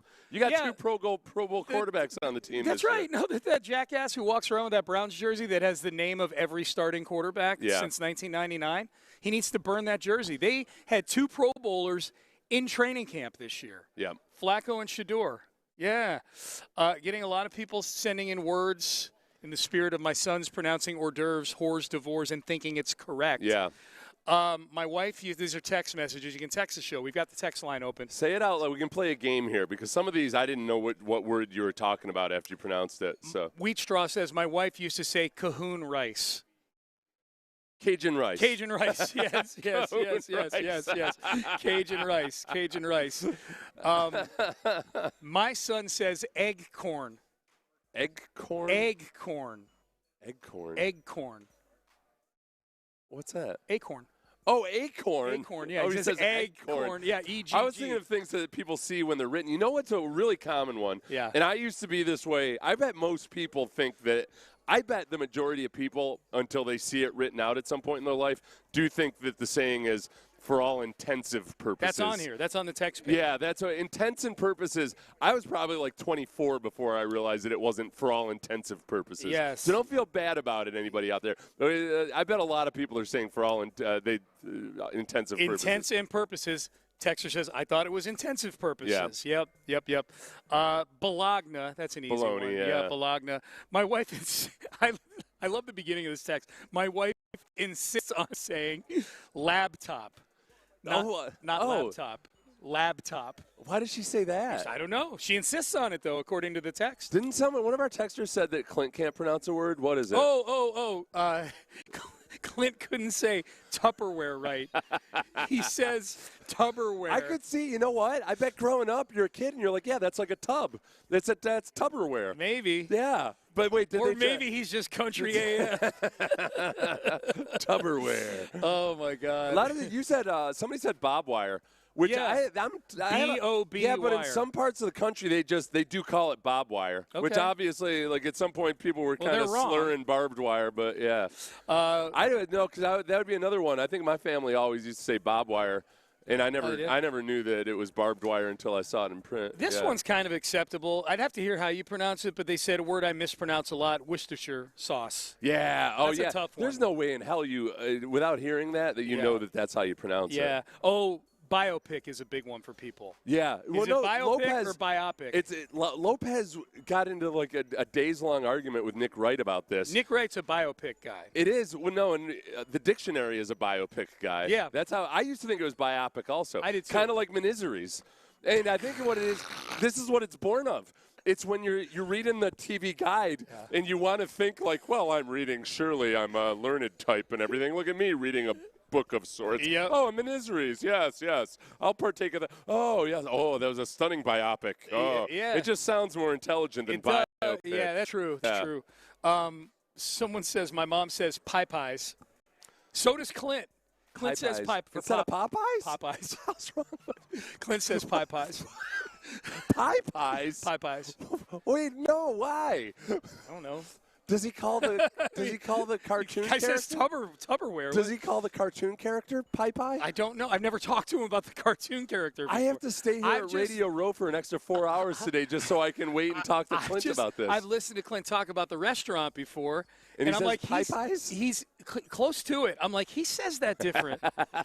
He says that different. That's he awesome. says pies, I think. My father-in-law says turlet for toilet.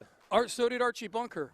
Yes, I think that's the character. I don't know if Carol O'Connor in real life. My father-in-law, they're almost like Western PA. They're right on the border, so they say there's a few words that are a little just that's their accent, but it's way wrong. Now we're getting the ones that probably make people mad, like because they're not actual real words. Yeah. Supposedly. Yeah. That's great. I think most kids probably say supposedly. Someone said duct tape, but like quack, not it's D-U-C-T. different. It can be both. Get out of here with duct tape. Hey, Sean, what do you use duct tape on? Well, you know me. I don't use it on much of anything. Anything except ducts. You don't use it on ducts. So there's a lot of argument about whether it's duct tape or duct tape. Because for one, you're not supposed to use it's the worst thing you could use on ducts. Yeah. Because the heat would melt it. I got you. But the original, they invented it for keeping cases of ammunition. Oh. Okay. Dry. Okay. So some people called it duct tape because it was kind of like a duck's feathers. It kept the ammo boxes dry. I love how you're asking me about doing something that involves tools or tape or whatever. No, I know because I knew you wouldn't know the answer. No, so duct tape or duct tape, they're both appropriate. Yep. You can say either. Okay. So you guys had some good topics on Friday. I don't know if we're going to get to all these in this segment. None of them were like the last 7 minutes. No. That was Marconi winning stuff. I didn't tell Luke, hey, Luke, when you come in tomorrow, we're going to waste a bunch of time talking about mispronounced words. Right, and then right. I can't wait until those kids from Bonaventure over there at that booth show up, St. Bonaventure. They're from these folks. No, are over from there. I know. But I'm pointing to I was just going to tell you, they're from Ithaca right here. This is Ithaca College? Yes. I'm a Cornellian, kind of. I dropped out. But still, that's where I attended college. Cornellian. Yeah. Like he's a soldier or something. Yeah. Welcome to Radio Row.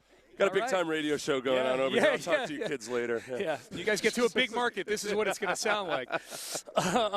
So the topic they're wearing suits. The topic, I know, they're shaming us. I got like a long-sleeve T-shirt. I look like Bobby Slowick. A long-sleeve T-shirt underneath the. You look younger than they do. I know. Well, from the neck down.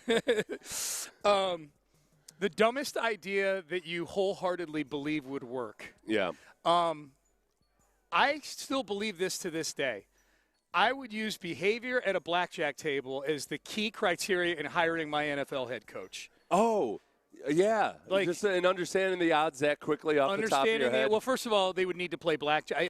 I don't want to hire anybody who doesn't like to gamble and play cards. Yeah. So there's that, the cultural thing. But, yes, if they are horrible sitting at third base at a blackjack table, if they're taking hits – when people at the table don't want them taking hits or they're doing stupid things that are messing up the shoe, I don't want them as my football coach. They're going to mess up challenges. They're going to mess up fourth down decision-making. This is the thing. I feel like the Browns would be all on board with something like that. Right. Because the Browns had their coaches taking personality profiles and all these other things. But that's where I think mine's more fun. But it's kind of like when you're trying to attract the best candidates, there's especially the veteran coaches – it almost feels like you're asking a professional pilot to come in and take some entry-level test or something like it's beneath them or something. Yeah. You're asking an Oscar-winning actor to audition for a commercial part or something like that. That's true. You're the Browns, man. Yeah. Is what they're saying as they were turning those opportunities down. They're hiring Todd Monken. The worst idea that I've heard that I didn't think would work, and we'll never know, came from the CEO I used to work for back in my pre-radio days. Yeah. I reported directly to him. He wanted to buy – his dream was to buy an NFL team someday. Mm-hmm. And he made a lot of money. He wasn't making that kind – certainly he's not in a spot. Well, back then you didn't have to be a billionaire necessarily to buy an NFL team. This is like the mid-'90s. That's exactly right. So – and he could have found some other rich people to partner with him or whatever. But he wanted to buy an NFL team, and he was dead – he said this to me, and I'm like, you're joking, right? He was dead serious about this. He said if the day he bought an NFL team, he would make the head coach on short yardage situations. They would have one player on the roster who knew how to do the Fosbury flop. You know, the high jump where you – yeah. And that his only job on the team would be short yardage situations, and he would Fosbury flop over the trenches, over the offensive and defensive line. When do we get to the stupid part of the idea? I just gave it to you. That was when I knew I might need a plan B. I'm like, I probably need to get out of this company. I wonder. That's I'm just trying to think if that would. Is it a stupid idea or is it not a stupid idea? I think it's a really stupid idea. But usually, it might work. A lot of times the most brilliant ideas are the ones you think are really, really stupid ideas. Yeah. No, I think it's a genuinely stupid idea because the player to do the Fosbury flop, you're running at a stationary bar that's very, very thin. And also doesn't have arms that can extend above the level of your floppiness. That bar is not going to contest you. What's the world record for the high jump? I have no idea. Yeah, it's right. That's a stupid idea. Yeah.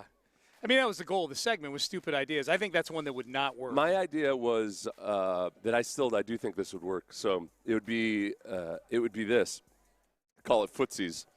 And it's a place where women can go in to get a foot rub from a really good-looking guy who's an excellent listener.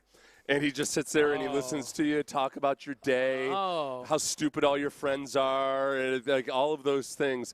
And he's just rubbing your feet with just perfect hair and everything, and he's just just being there for you. I think women would pay top dollar for that. I don't think that's a bad idea. I might pay top dollar for that. I was saying the same thing. I'm like, do you have a section for males? Yeah. Get a female. I don't care if it's a good-looking guy. I don't know. Yeah, let's I just got to listen to me talking about my co-host. Not totally comfortable. Sabotaging me all the time, coming back late from breaks because he had to go get a Danish. I had to go get a Gatorade. Yeah. The other article that you guys did when I was out, you and Luke, this one ranking all the head coaches hired since 2021. Yeah. I thought it was interesting on two fronts. One, D'Amico is 5 on this list. Yeah. I'm like, okay, that's pretty good. And then when you realize there were 37 hires over the last 5 years. It's really, and if you go, it's crazy. And more than half of them would be considered failures. Yeah. It's every time you hire a head coach, you're setting yourself up for like divorce, like getting married in the 1980s. Yes. There's like half of these things are going to end up in failure. Mm-hmm. It's wild. Like if you ask me, like you get down to. Like, Mike McDonald did some decent things in Miami. I'm like, okay, he was there 4 years. He made the playoffs a couple of times. He's probably like 12th or 13th. No, he's like 28th on here. The 28th best hire. The sheer volume, I forget what he is. He's in the 20s somewhere. The sheer volume of hires is what jumped out at me. And the other thing was Lovie Smith and David Culley right there back-to-back. 33, Lovie Smith, 34, David Culley. And David Culley deserves to be above the 3 guys that he's ahead of. Right, and 100% because at the very least, David Culley was in a bridge coach type of situation. Right. It could have been higher than this if the Texans had hired Lovie Smith first. I feel like that's the perfect in a bad situation where there's dysfunction and you're trying to clean things up. With Lovie Smith, at least there's a reasonable prospect that, okay, you know what? It could work out if we get all of this other stuff right. He's a bona fide NFL head coach. Yeah, Culley never he knows how to be an NFL head coach, where Culley was completely out of his league and his element. But it's kind of an illustration of how drastically awful the Texans situation was at the time that they hired David Culley. Yeah. It was just that he was just so out of his element and so unprepared for that role that it made a bad situation that couldn't possibly get any worse feel even worse than it already was. The 3 hires worse than David Culley since 2021. Yeah. Nathaniel Hackett. 100%. Definitely worse. Frank Reich with the Panthers. Definitely worse. I felt like Frank Reich got fired after 10 games. He got fired after 10 games, but I felt like part of that was that he seemed hamstrung from the beginning. On the surface of it all, it didn't. It seemed like Remember, he was have to go in and get dressed down by the owner every week and everything. Yeah. They've got but objectively, he got fired after how many games? 10 games. 10 games. Yeah, 10 games. And that's the thing too, is that Frank Reich. It seems like David Tepper has backed off a little bit. Yeah. The Panthers are experiencing some success. He probably got the worst version of David Tepper, and then Urban Meyer last. Yeah, it's hard to – would Urban Meyer still have been dead last if he hadn't skipped the team flight home to go get a lap dance from a colleague? That is a real good question. It became such a gigantic story and just so scandalous because of that element. Yeah, it was not his wife. That I don't know if it would have been ranked as low or if he would have gotten fired if it weren't that element. Boy, he had so many things, though, remember he brought in Tebow? Yeah. He literally kicked his kicker? I give him a pass on that one. Why? Because you don't like kickers? Are you kickist? I don't say I don't like kickers. I think there's a lot of kickers, though, that deserve a good kicking every now and then. I think that was a kid who went to A&M. That was a Lambeau kid. I think he went to A&M. Every now and then, I look at it. I could see Urban Meyer kind of just giving him a nudge. And that kid called the kicker it a kick. being like, you hit me. Like, that kind of. Yeah. All right, Payne and Pendergast with you on a Monday, live at Radio Row. Big thanks to Liqueur 43 for bringing us here. Planet Fitness as well. Part of the group of generous sponsors bringing us here. See the big, if you're watching on the Mokaram Injury Lawyers stream right now on the live stream, you see the big container of Tide Oxy. They got yours. Oxy Boost. That's what got all my dry fit stuff actually smelling like I could wear it in public. Yeah, it's good awesome stuff. Yeah, Tide. I thought my wife was going to divorce me, but Oxy Boost saved my marriage, guaranteed. Oh, you are so going to get a live read out of this, man. If it's got to be clean. OxyBoost is not guaranteed to save your marriage. Right. OxyClean, or I'm sorry, Tide. If it's got to be clean, it's got Tide. All right. Up next, as we roll on here live from San Francisco, I started doing this weekend. I started looking at mock drafts this weekend. I'll admit it. So this isn't an official mock draft injection, although that season is upon us. I will say this. If Nick Caserio did this, Texan fans would lose their minds. And we will tell you what it is coming up next. Hey, it is that time of year. You don't want to have a let.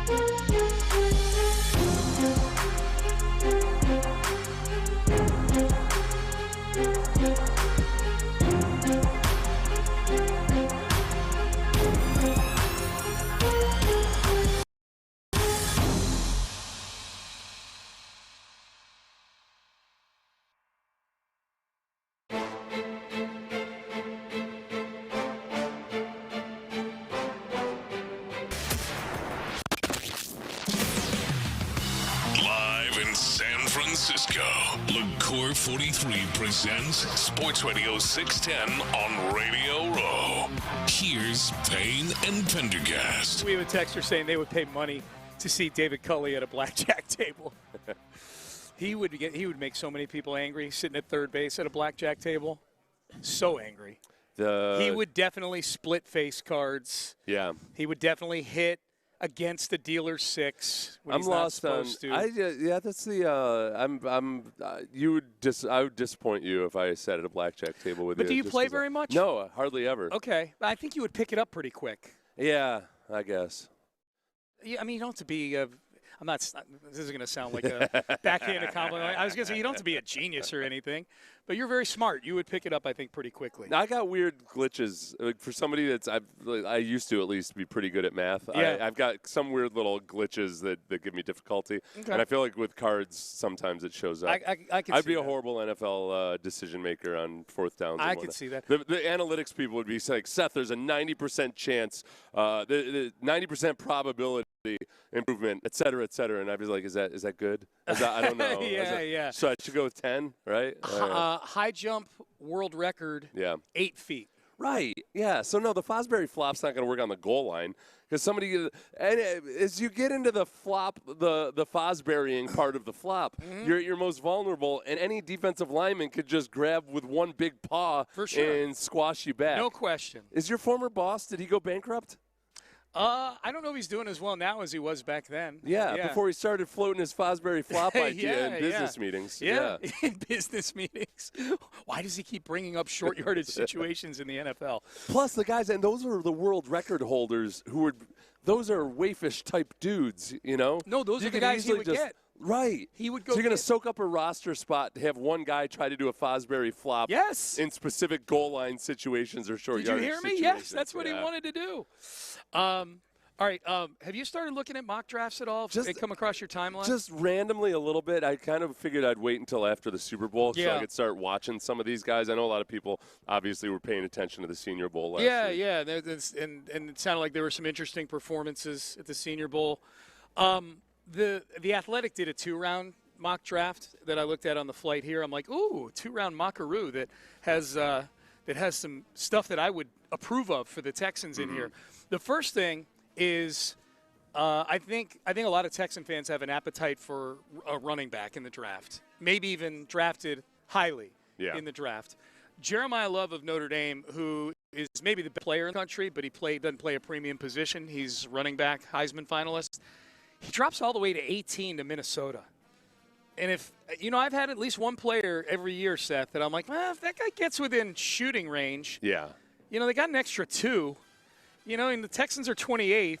Supposedly, there's an extra 2 get you up 10 spots to get a running back. Nick said that they were trying to trade up around about the teens last year. Yeah. Yep. And that's when there were, Gray Zabel, who would be playing in the Super Bowl. He was available, as well as there's still offensive linemen and wide receivers there. That's right. Kind of, who knows who they were trying to trade up for, but that looked about right. Yep. So my feeling now, if Jeremiah Love started to get in that range right there, boy, I would hope Nick's picking up the phone trying to move up. I know, I'm curious how people on the text line feel about that, because I know there's a lot of people that feel like I wouldn't touch a running back in the first 2 rounds. Yeah. Go get him day 3 and day, The Texans are at that point where they've entered that category of teams where I'm cool with them drafting a running back in the first round. That, your offensive line or running back. This year it was offensive line or wide receiver. More likely than not, the Texans aren't going to even be drafting in the first round because that's the way it goes for him. They'll trade out. He'll trade out, yeah. And that because he'll see that's more not even value a joke. in doing that. Like he's done it the last 2 years. That's his history, right? Yeah. Well, I'll tell you who they've got. They don't have him trading out. Hey, Ben, if you have the sounder, let's. Ben had it. He was ready to go. Ben's a pro. With the 28th pick, the Texans take Anthony Hill, linebacker from the University of Texas. Aaron Raybald, our engineer on site, he's acting like they just took him. He did the 2 fists, like folding your arms fist pump, and got a big smile on his face. This is what they say. Hill could be a bit of a wild card, but his blend of size, 6'3", 238, and athleticism is ideal for an NFL stack linebacker. Can he continue to grow in terms of processing the run game in the NFL?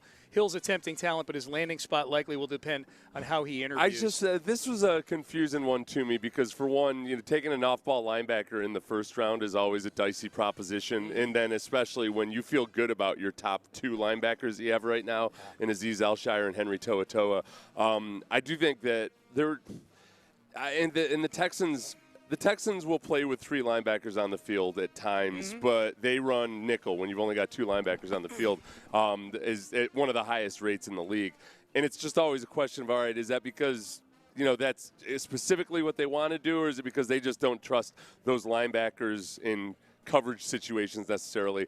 I think that's very possible. So, if you could get to a point where they could be more versatile in their scheme, that would be enticing, I think, but I don't have an appetite for taking an off-ball linebacker in the first round. Okay, this is where it starts to get – this is where I think Texan fans may start to roll their eyes a little bit if this were to happen. You and I just got done talking about running backs, so let's do pick number 30. There we go. Pick number 38. Here, give it to me, Ben. With the 38th pick, the Houston Texans select – Jadarian Price, running back, Notre Dame. Okay. Who, if he weren't on the same team as Jeremiah Love, would probably have had 1,700 yards of his own this year. Yeah. He was really good. He's a really good kick returner. He's a really good back. He might be the second best running back in the country. It just so happens he's on the same team as the first best running back in the country.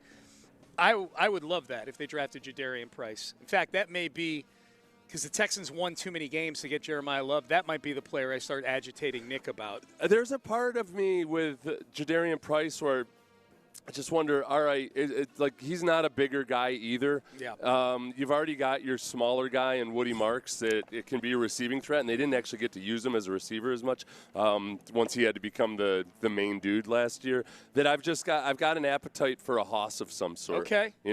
He's not a squatty like 210, is he? He's like a long and lean 210. Who, Jadarian Price? No, yeah. He's kind of a tightly wound package. He's 5'11". Yeah. That's like Wilt Chamberlain as a running back.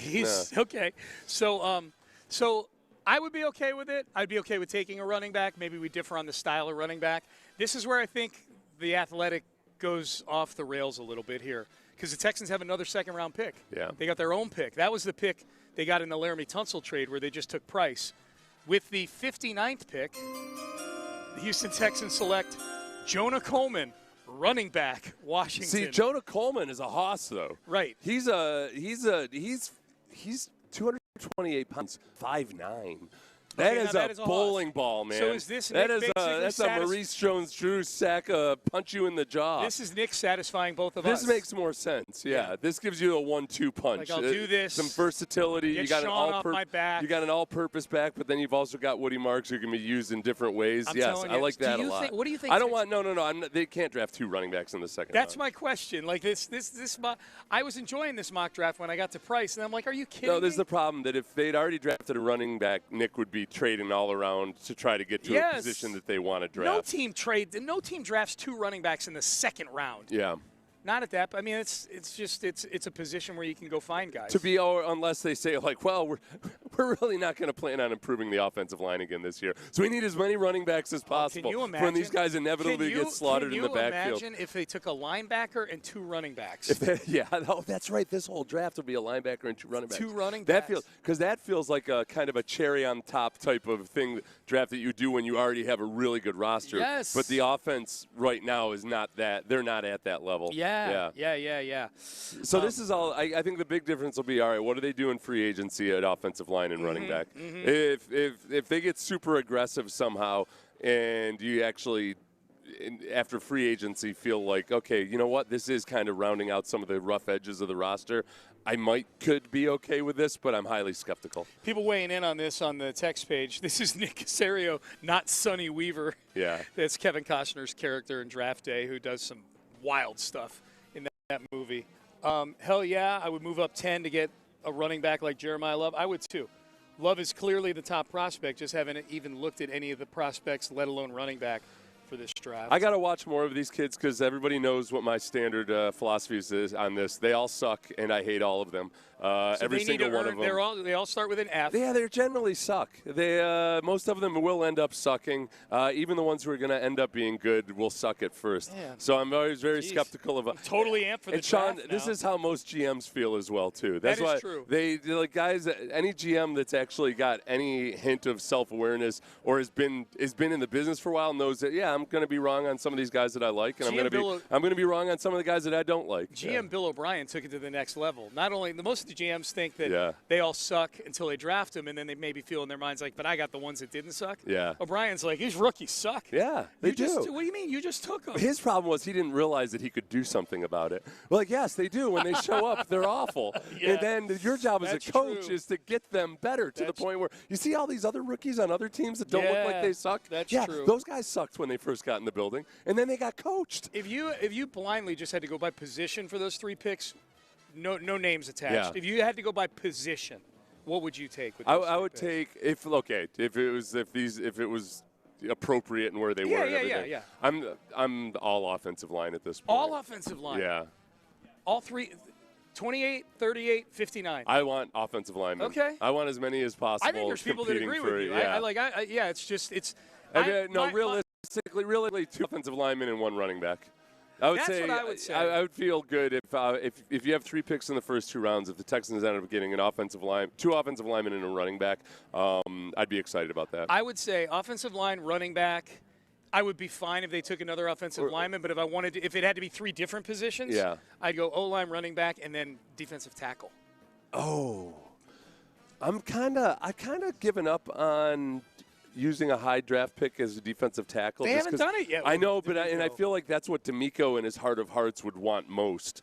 Is a defensive tackle, but they've done such a good job with these journeyman types who come in and end up playing way above what their expectations are. I'd just like to see what he would do with one that's a first or a second round pick. Yeah. Oh, no. And I think D'Amico definitely. Yeah. I think it's weird that they haven't actually swung big on either a free agent or in the draft. It just hasn't worked out that way. Yep. But by and large, though, you had one of the best defenses in the league. And look, defensive tackle was something that people were really concerned about going into last offseason. It ended up being the guys they had were just fine. They just all got injured. And it got to the point where you had to dig into your depth. 2 guys that weren't even on the roster at the midpoint of the season ended up playing serious snaps for you in the playoffs. And it still wasn't the issue necessarily with the defense. They would have been better with the guys who are the starters in there. For me, it's all offense. If they pick nothing but offensive players this draft, I'd be cool with it. All right, let's circle back to the Super Bowl in this next segment as we're coming to you live from Radio Row here on Sports Radio 610. Again, big thanks to 3 gifts to the big game, Planet Fitness, McCarran Injury Lawyers giving you that live stream for those of you watching on camera, and look at our big thing of Oxy Boost Tide Pods here. Tide, bringing all of Odyssey here. All the Odyssey, not all of Odyssey, but all the Odyssey stations that are here. Tide is a big part of that as well. When it's got to be clean, it's got to be Tide. Which of these 2 quarterbacks in this game on Sunday do you trust more? Simple question. I might even Pender poll that one. We'll discuss it coming up next. But first I got to tell you about, speaking of trust, Dr. Ben Salento, Texas Sinus and Snoring. When I have friends that come to me saying, hey, who do you speak for? I know you speak for a great sleep doctor.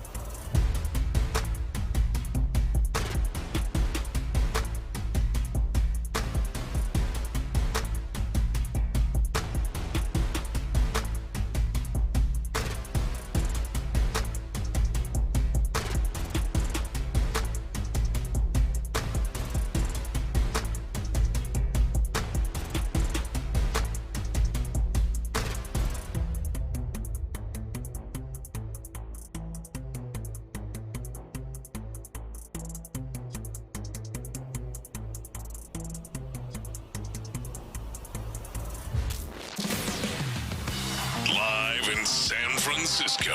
LaCour 43 presents Sports Radio 610 on Radio Row. Here's Payne and Pendergast. All right, Payne and Pendergast with you on live on Radio Row here. Thanks to Core 43 for bringing us here. We really, really appreciate that. Appreciate all of you tuned in on the Mokaram Injury Lawyers live stream. This is a prelude to when the Texans get the game in Melbourne. You and I will be there, I'm sure. Oh, yeah. No, that's good. I'm glad you floated that while our boss is sitting. He's sitting right over there. Get on it. Yeah. Get on it. I thought I saw him nodding his head out of the corner of my eye. I'm not sure. We're massive in Australia, but not as massive as we need to be. We need to put a toehold there. These are where the internet. Did Ben just hit us with an oi? Yeah. I love that. These are where the international games are going to be next year because the NFL, if you missed it, just announced. It was reported this morning that, and now it is announced. They put out an official statement. They're going to go back to Madrid. They're playing a game in Munich again. They are going to Rio de Janeiro, Brazil, and Melbourne, Australia. And 3 games in London. So it's, I guess, 7 international games total. The NFC are the NFC are the ones hosting the international games this year. Oh, okay. It's NFC teams because the NFC has the odd number of home games this year. They've got the 9 home games. So that's good. So if the Texans did have an international game, it's not like they'd be giving up a home game. Right. They would be. So it's, they play the NFC teams they play this coming season are Washington and Philly on the road, I think, and then Green Bay. Which is, so it would be one of those 3. Okay. Oh, that'd be a shame if they didn't get to go to Green Bay. Well, those are all, I feel like Washington, Philly, and Green Bay, if they're trying to really spread it internationally, those are big, big name franchises. Absolutely. That they'd be trying to float out there. I like that. Simple question that I floated as the T, Seth. You were going to get your coffee. Which QB do you trust more in this game on Sunday? Oh, that's because Sam Darnold, listen about Sam Darnold. Threw 14 interceptions on the year. Mm-hmm. You got to remember that 6 of them were to the Rams. He loved throwing the football to the Rams. He was very generous with the Rams. He loved them. It was almost like he was. Isn't he from Southern California? He was their most generous benefactor. Yeah. By and large, other than that, it's not like he was that sloppy with the football. Right. But I do wonder and worry a little bit about how, just like Shula, the defensive coordinator for the Rams, was really good at giving Sam Darnold some eye candy. And making him think he was seeing one thing, and then he would just. I mean, it really. When I'm joking when I'm saying he's gifting them to him, but some of those interceptions, like the one to the defensive tackle, it looked like he just gifted them the ball. Yep. So, do the Patriots, with 2 weeks to prepare, bring out the worst version of Sam Darnold?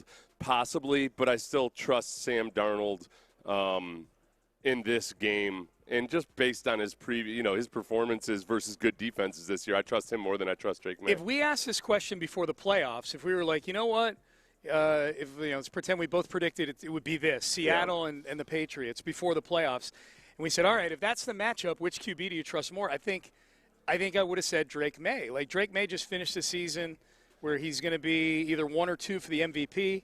Sam Darnold Sam Darnold had a good season, not a statistically a great season. He was more careless with the football than Drake May was. Like Drake May was a better player in the regular season than Sam Darnold was. Sam Darnold has been excellent in the postseason. Yeah. He was so good in that NFC title game. Yeah. And Drake May has yet to have even a mediocre game in the postseason. Mm-hmm. He's not been. He's turned the ball over. He's put the ball on the ground. He's, the one thing he's been able to do is he won that game against Denver because of his ability to run the football. Well, no, and he engineered a couple of really nice touchdown drives against the Texans too. He did. But then, by and large, it was such a weird game because every other series in that game was basically a 3-and-out, a 4-and-out, a fumble. Yeah. He got lucky on the one strip sack that it didn't end up being more than it was. Yep. But it hasn't been impressive by him. But it's also been in a couple of really bad weather games. So how do you factor that in? The fact that he was playing a couple of really good defenses under very adverse circumstances, and you saw the worst version of C.J. Stroud, obviously. Yeah, he had more weather, extreme than Drake Mays. Was there weather in the Charger game? It was not, it was cold. Not extreme. It was just cold. Yeah. I can't remember. I don't think it was sloppy. But there were conditions. I only watched on television. Sometimes on television you can't quite tell. But yeah, I mean the last 2 games were really bad weather. Yeah, that's true. That's very true. But you're right though. In that Chargers game, it took him.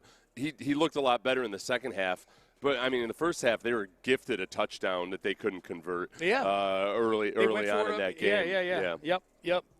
Yeah. Ultimately, when he's hurt the opponent, it's been with his legs. A game, a 9-3 game, and then he breaks out for a 44-yard run or something like that, and they score a touchdown, and then it's curtains. I guess the other question is just, okay, which defense is the genuinely better defense? And I keep trying to come up with ways to say that the Patriots are a better defense than the Seahawks, but really, a lot of what they've really leaned into in the back half of the season and in the playoffs is they've become real blitz heavy.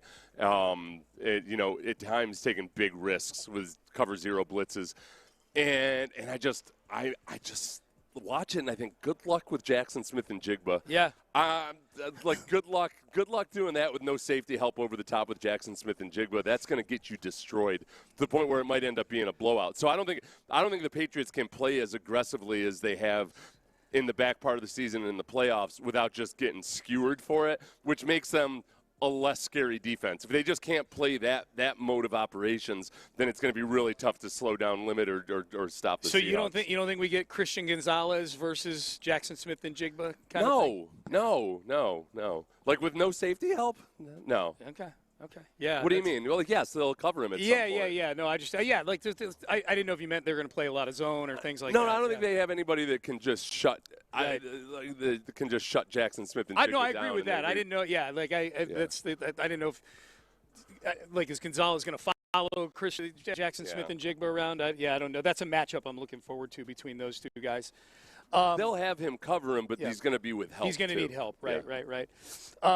Payne and Pendergast with you live from Radio Row here at the Super Bowl. The spread on the game, I think, is 5. I think it's kind of stuck there at 5 right now. Well, it started off at 4, and then just people bet the hell out of the Seahawks at that, and it raised up. I'm one of them. There's a part of me that emotionally, I just felt like, man, the Texans haven't played both those teams. I came out of the Seahawks game and thought, like, well, nope, that's a different class of football team right this moment. Do you still feel that way? Yes. Yeah. And with the Patriots, I did not feel that way, nor did I feel like it watching the entire season. I don't care about the strength of schedule, by and large, because now you're in a tournament and you're going to play this game. Yeah. But the weather situation is not going to be anything that levels the table or anything the way it was in these last 2 games. Yeah. And it's a genuinely potent and well-rounded Seahawks team versus a Patriots team that there's some nice things about it. And they had a chance to put up some really gaudy numbers offensively because they had just a ridiculously easy schedule. They're not going to, after 2 weeks of preparation especially, no. Yeah, the guy who might want this more than anybody is Robert Kraft, because this is a chance to finally win a non-Belichick Super Bowl. Yeah.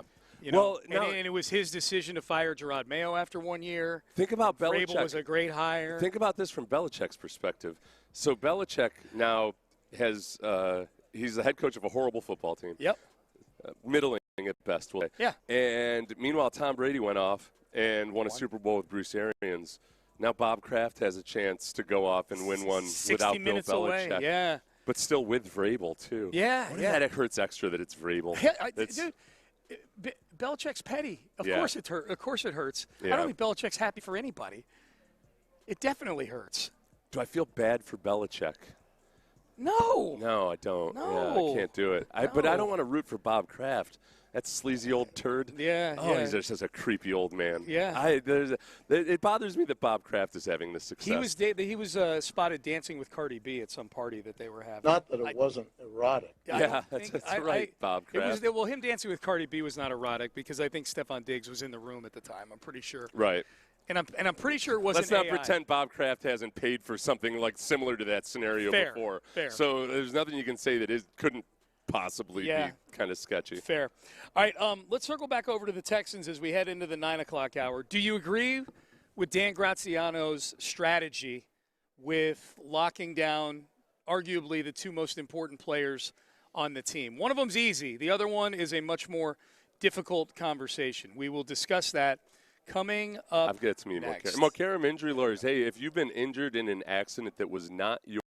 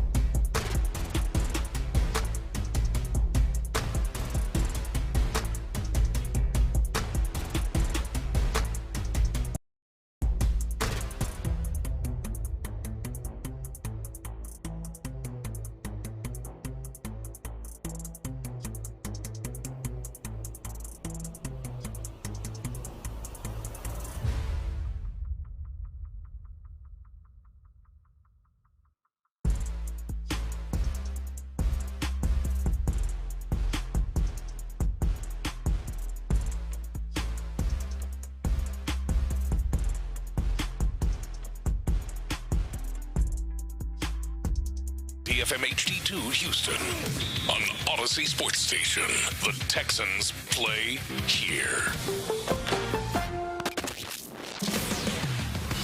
Live in San Francisco, LaCour 43 presents Sports Radio 610 on Radio Row. Here's Payne and Pendergast. To the 9 o'clock hour we go. 7 o'clock hour out here. We've done more before 7 o'clock than most people do all day, Seth. You and I find way too much novelty in the time zone difference. Hey, everybody in Houston, it'll wear off. It ain't even the same time here. It'll wear off by like Thursday. Yeah. It'll become second nature. But yeah, I know it feels like 9 o'clock to you, but hold on to your seats. Oh, my God. Yeah. Big thanks to LaCour 43 for bringing us here. Huge thanks to them. Our lead sponsor. Planet Fitness as well. McCarran Injury Lawyers are bringing you the live stream if you're watching on YouTube and Twitch.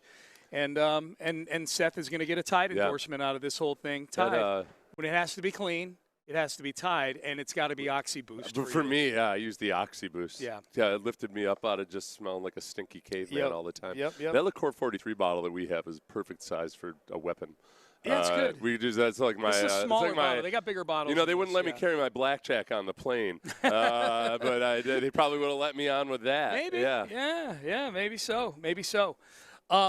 So I have not yet put up the poll about the question that we're about to ask the audience, which is, hey, would you give C.J. Stroud this contract that Dan Graziano said he would give to them? Not a record-breaking, just not a top-of-the-market deal, but one of these kind of mid-tier deals that guys like Jordan Love or others have gotten. Well, it's more than Jordan Love got, right? Yeah, well, it's near the top tier in average annual value. Yeah. It's very much mid-tier when it comes to the guaranteed money. Yeah. Because the average annual value ceiling right now is Dak Prescott at $60 million a year. And for those who haven't seen the article, Dan Graziano of ESPN.com has not just Will Anderson and C.J. Stroud, but several other players who are up for contracts potentially this offseason, and gives projections on what he thinks would be appropriate. So 4 years, $224 million. That's $56 million a year. That's in the neighborhood. That's in that Burrow, Lawrence, Prescott neighborhood. $110 million guaranteed is a little more than half of where that neighborhood is right now. Like that. So the guaranteed money makes me say yes to that. I would do this deal. Yeah. $110 million guaranteed is not because I'm confident in CJ.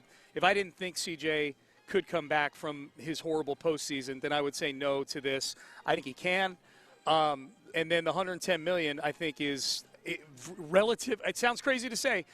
It's for quarterback money. It's relatively low risk. Well, it depends. If you're talking about guaranteed at signing, you know, like Justin Herbert had $133 million guaranteed at signing. Dak Prescott $129. Jared Goff $113 million. They would be 110 would be the ninth highest amongst all active quarterbacks. So it's definitely not anything that's leading the league or anything. Yeah. Then when you start talking about practical guarantees and all of that, it gets those are the ones that get reported. Right.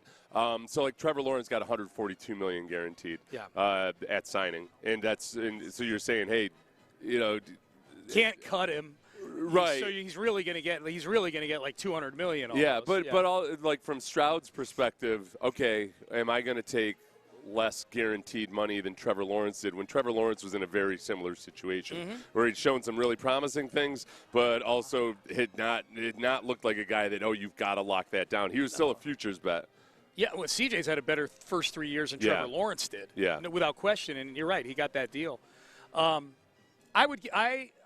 I look at that, and I'm after the playoff games, especially for interception game, I was a no. Yeah. I don't want to do a contract with CJ. This one, maybe it's just time has passed a little bit for me. This one, if they don't do one with him, I'm okay with it. Yeah. If Adam Schefter tweeted today or whenever they're allowed to do it in March, that's the deal, I'd be like, all right, let's go. I'm a grumpy old man about this. I feel like that CJ just needs another year to prove it. And he's done some good things in his first 3 years.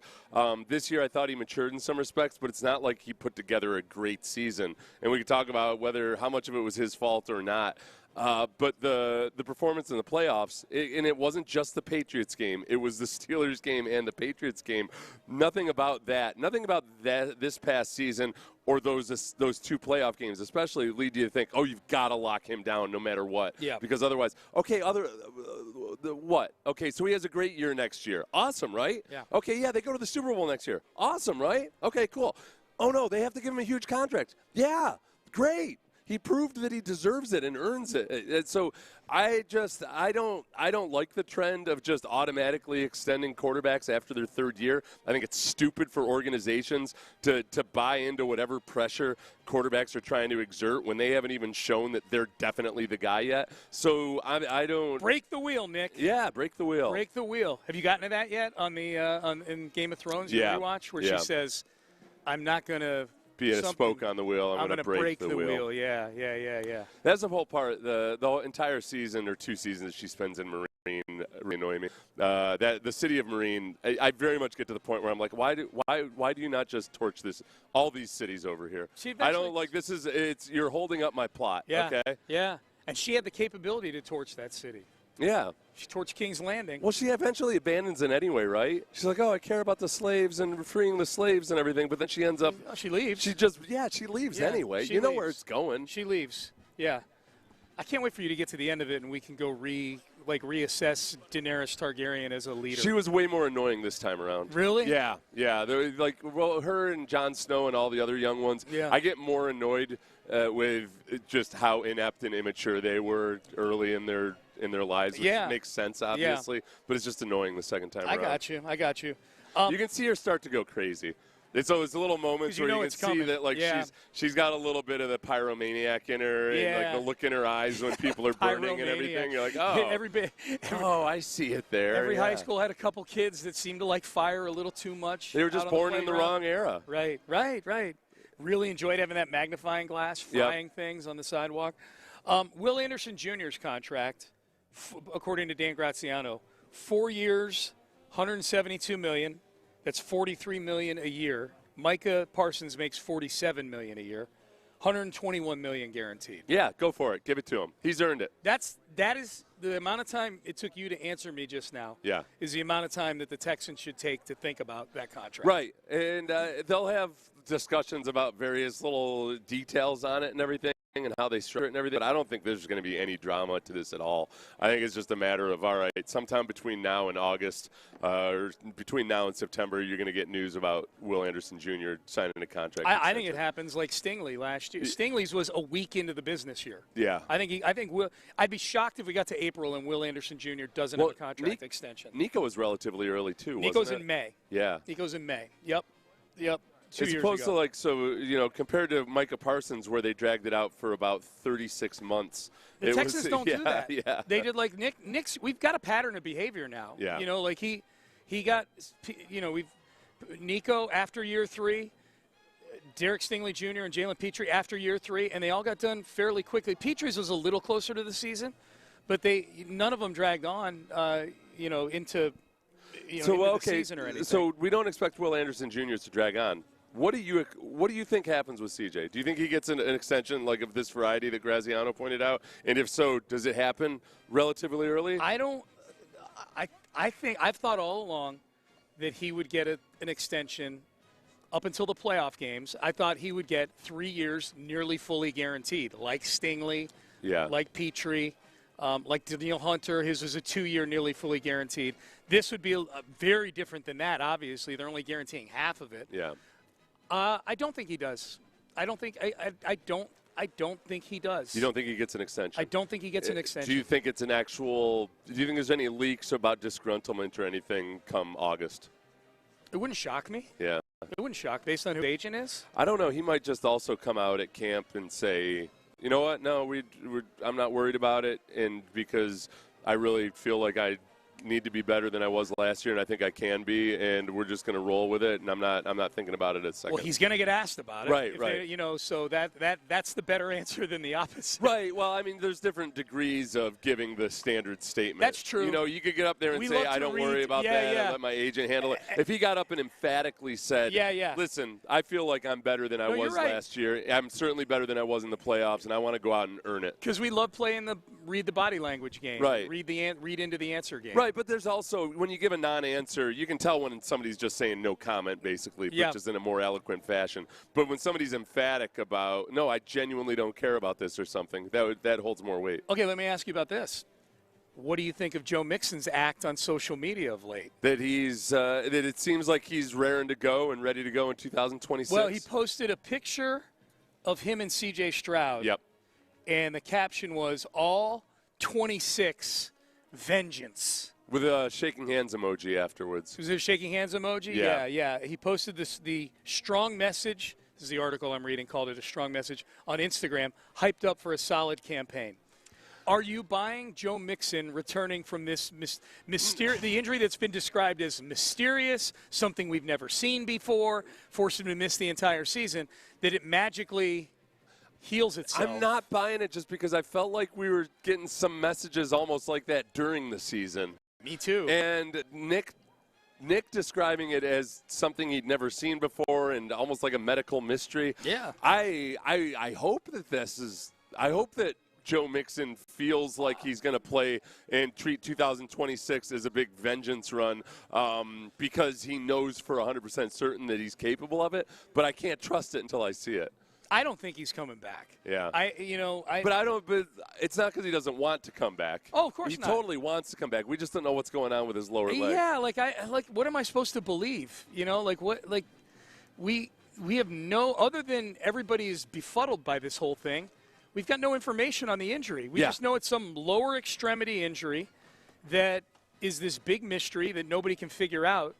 So now I'm to believe that this injury that's been sitting out there all year that nobody can figure out, that now it's magically healed. Right. And we're going to talk to Nick later this week. Do we ask him about Joe Mixon again? No, we will. Yeah. I mean, he's probably not going to give us any updates. Right. Or he'll give him the same. He'll give us the same thing that he said during the press conference. Right. But we'll ask him just in case there is an actual update. Yeah. Maybe they did figure something out. Like it turns out, all you had to do is turn it off and then turn it back on. Right. And then all of a sudden, boom, there you go. I hit Control-Alt-Delete on his foot, and now it's all better. We unplugged it for 3 minutes. Back in. A lot of times you think, why does it matter if I leave it unplugged for 2 minutes? I don't know. It just does. I always marvel at that. Yeah. Like when your iPhone or your iPad is doing something, and if I just turn it on or turn it off and turn it back on, it's all better. Yeah. That's amazing. Welcome to electronics. Yeah. You sound like David Culley at the end of a season. What'd you learn this year, David Culley? You mean the 34th best hire? I learned that sometimes my iPhone doesn't work, but if I turn it off fascinated and then turn it back on. I really am. I'm truly fascinated by that phenomenon. If Joe Mixon is back, do you still draft a running back? Yes. Yeah. I don't. You can't go. It'd be like going in and expecting Nick Chubb to be your feature back or your lead back the entire season long. Yeah. Oh, yeah. Kind of would be. Yeah. Yeah. Which they kind of, sort of, almost did. Yeah. They did. But when they signed Nick Chubb, I thought they don't. I'm guessing the Texans expected Joe Mixon to be back himself. Yeah. They would. I'd like to think they would have been more aggressive if they didn't. But the Nick Chubb worked out for what you paid him, certainly, and you got value out of it. But yeah, you can't go into next offseason expecting that, so Joe's good now. Yeah. All right. So whatever happened with the mysterious calf situation, right, or ankle situation, it just got better. Yeah. Yeah, I don't trust that. If it's something that Nick says he had never seen before, I'm guessing the doctors are also relatively unfamiliar with it. I would think so. Yeah, that you can't really give a prediction about whether or not he's going to be available and healthy, and how durable will he be. You can't predict that healthy running backs are going to be healthy. Oh, for sure. So certainly somebody that's got a mysterious ankle ailment. Got to draft a running back. So who do we have? We got Ithaca College. We got St. Bonaventure. Is Syracuse here? Is somewhere. Yeah. Syracuse is right over there. Okay. Do we have any Texas representation? No, it's all upstate New York. Where is St. Bonaventure? It's in Olean, New York. Okay. Well, it's actually in Allegheny, New York, a suburb of Olean, New York. Yeah. A suburb of Olean, New York? It's like an hour and a half south of Buffalo. Okay. Is Olean a big enough town to have suburbs? I'd say about like 15,000 people. Okay. And it's got little. My wife grew up in a suburb of Olean, a town of 2,000 people. And then Bonaventure's over on the rich side of town. Ithaca wins best dressed so far. Yeah, they're all wearing suits. They're all wearing suits. The Bonaventure, that's where Adrian Wojnarowski is the GM there, right? He's the GM of their basketball program. Yeah. So I don't remember seeing Bonaventure at Radio Row before. No, I don't either. I wonder if Wojnarowski is involved in that. Wonder if he pulled some strings. Yeah. That's a really small school. Oh, I'm told. I've been handed a note. I've always wanted to say that. Yeah. Hey, I've been handed a note that the University of Houston and Texas State will both be here. Oh, they will. That's a lot of colleges. The Radio Rows I remember, it was Syracuse and almost nobody else. I wonder if does NIL have something to do with that or something? Hey, are you all getting an NIL Can one of you guys jump on real quick? Yeah. Thanks. Yeah. This is. Don't be intimidated by our fancy equipment. Yeah. What's your name? My name is Devin. Thanks for having me on. Devin. This is Devin from the Syracuse School of Communications. Ithaca College. Oh, excuse me, Ithaca. No worries. What no the worries. I was staring at. We were just talking about Syracuse. I apologize, Yeah. Devin. Yeah. Syracuse. He's getting off. He's walking off. Devin, you guys have been here for a couple years now, Yes, right? this is our 4th year. So we send a different crew every year, but this is our 4th. Okay. It's been wonderful. But, yeah, I know it is a lot of upstate New York schools. I mean, Marist is right behind us, too. Poughkeepsie. It's like borderline upstate. I don't know how you're going to consider it I had a friend that there. went to Marist. Yeah. Okay. Poughkeepsie. Yeah. Yep. So what's the goal with you guys being here for a week? So we just do as much media coverage as we possibly can. Yeah. Interview a bunch of people, maybe you guys, who knows? Yeah. But no, we have a lot of time to do interviews at the desk here, bring people on, doing some social media content, walk and talks with the players coming around is also the I think some packages, too. So media night with the players should be wonderful as well. Devin, Devin is so he's smooth, very man. smooth. He's totally going to really take our pissed. job. Do you hope to go into this is what's play-by-play coming or down something? the Play-by-play is the goal right now, but also hosting, anchoring, reporting as well. Do they tell you guys, you kids, that basically you just got to know how to do everything these days? Exactly right. I mean, you have to be versatile. There's no clear path now. I mean, you're going to get a job that you don't really want to do probably when you leave college. So doing anything you can to get your feet wet, be comfortable in any situation is kind of the goal, and that's all this is. Getting the tech set up as well, finding ways to interact and make connections with everybody here while also just getting all the reps possible. Where are you from? I'm from Connecticut. Where? Westport. I grew up in Simsbury. Oh, very cool. Yeah, you're a coastal kid. I am. Westport, yeah. Well, the problem is I lived inland. Right. In Connecticut. These are tough, rough streets. WEEI was here yesterday. Yeah. We were talking with them, and I know they don't consider me from New England because all that corner part of Fairfield County. Oh, that's New York. It's New York. It's not really New England. It's a nice place. Devin, how old are you? I am 20 years old. Do me a favor. Sure. How would you pronounce this word? Hors d'oeuvres. Oh, God. He nailed it. Nailed it. Devin, I have 2 sons. Okay. Both college graduates. Wonderful. One of them's a lawyer. Congratulations. Thank you. Yeah. Went to TCU and Baylor. Good schools. They're ages 28 and 26. I was with them this week up in Chicago. I was with one of them. My 28-year-old said he really enjoyed the Hors d'oeuvres at the function. Come on. Yeah. Are they really good schools if they're just no, I'm TCU just joking. and Baylor, I know. They are good schools. How the hell did they get through? They're not I want my money communications back. majors And like then Devin, here's the worst part, Devin, is that when I was in the car with my older son, my younger son, the 26-year-old, FaceTimed us in the car, and I asked him, how do you pronounce HORS space D apostrophe blah, blah, blah?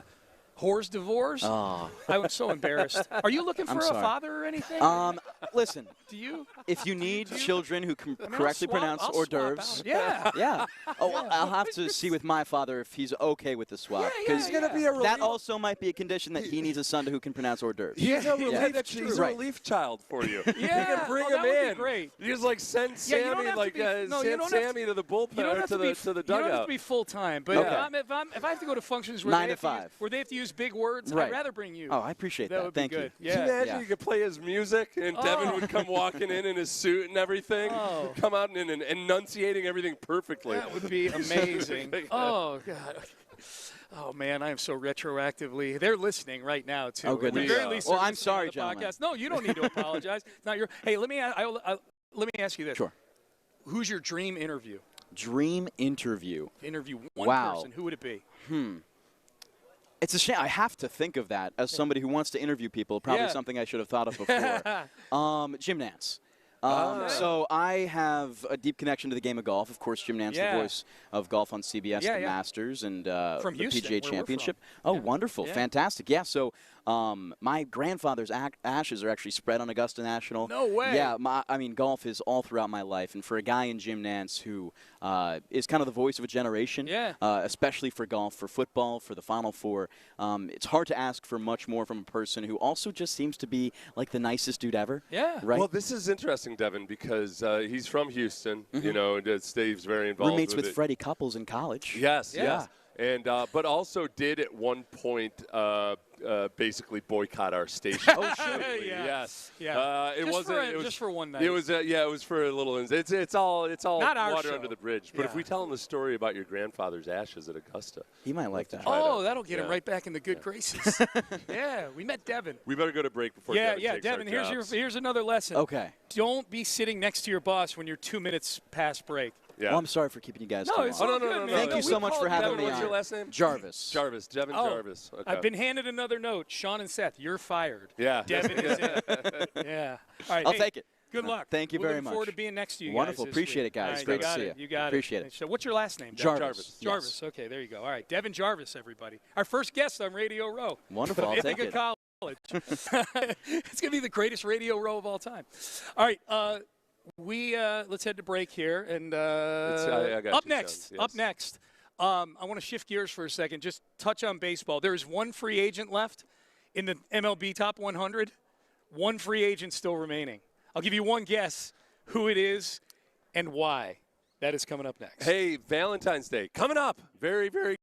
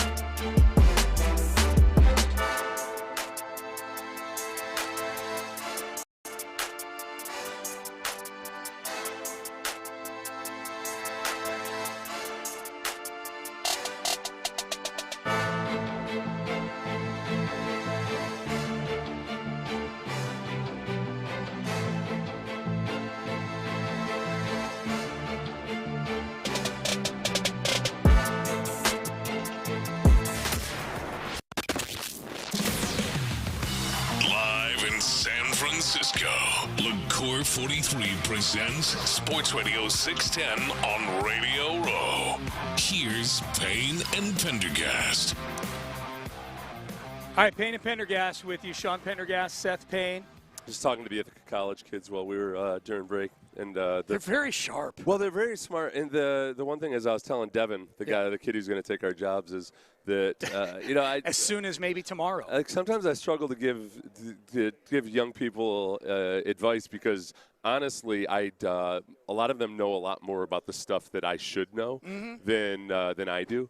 So like when we hired our boss, he was 27 years old, and you and I were both like, sweet. Yeah. Yes. Yeah. Good. I'm glad. Like in a lot of industries, I feel like they hire a 27-year-old to be your boss. You'd be like, crap, this kid. And I feel like you and I at least were like, oh yeah, yes, thank God. I'm welcome. Somebody teach me how to speak this language. Yeah, no, I'm welcome to anything that keeps me relevant. You know? So yeah, absolutely. Somebody to teach me how to turn my computer off and on. Oh man. So according to the tweet I'm looking at from Talking Baseball, there's only one player left. You know what?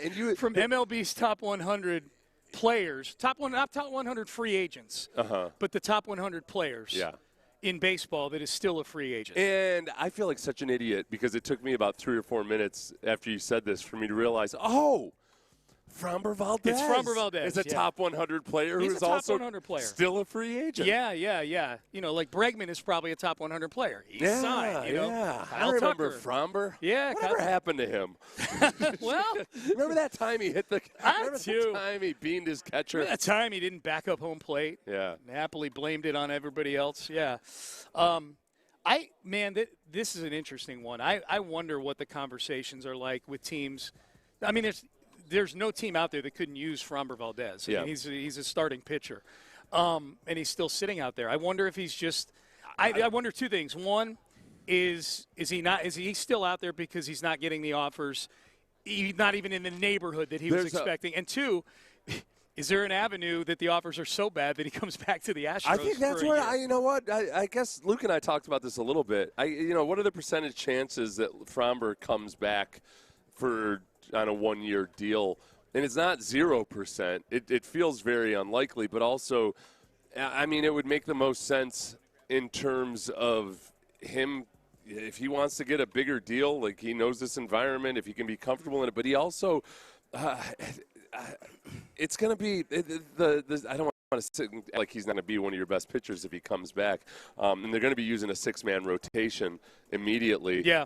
I'm kind of talking my way into being at 25% chance that Framber comes back on a 1-year deal. It feels a little high, but I don't think it's far off. Like the longer it goes, then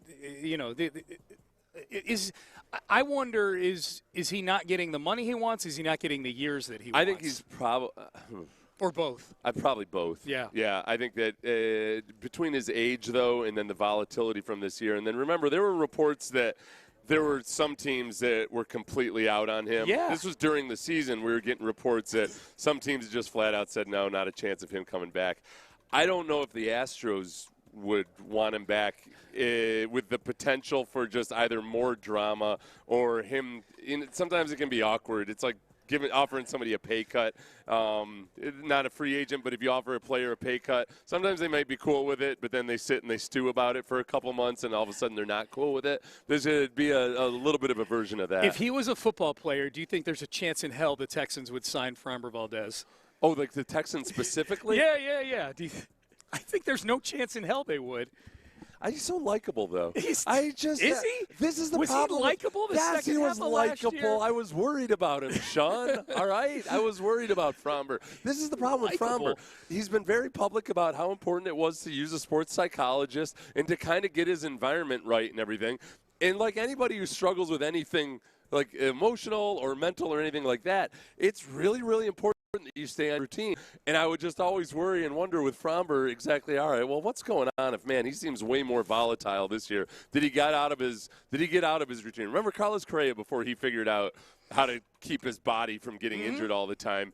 it was him realizing that, I've got this specific routine that I got to do for my back, and if I don't do this routine every day, I'm going to have back issues. Yeah. And it's worked out really well for him. Yes. I feel like Fromber might just stray off the path a little bit every now and then. Yeah. And that No maybe question. maybe it is a matter of just the organization figuring it out with him. But I worry about Fromber. Oh, I don't want to pay him a lot of money. There's lots of people I worry about that I also don't want to pay money. But I worry about Fromber. A lot of fond memories of him, a lot of fond Fromber memories. Did you see that the Puerto Rico is threatening to pull out of the World Baseball Classic because so many of their guys can't get insurance? Oh, really? To play. It wasn't just Correa. There's like 9 guys. So they don't want to go and just be non-competitive. Skeleton crew. Yeah. Like this, I didn't want to do it, but I feel like I might have nuked the World Baseball Classic. That's what I've been reading on the message boards, Sean. that Sean T. Pendergast basically sabotaged the World Baseball. Is nuking the World Baseball Classic. It's a great idea in theory, but it doesn't jibe. You know what the problem with the World Baseball Classic is?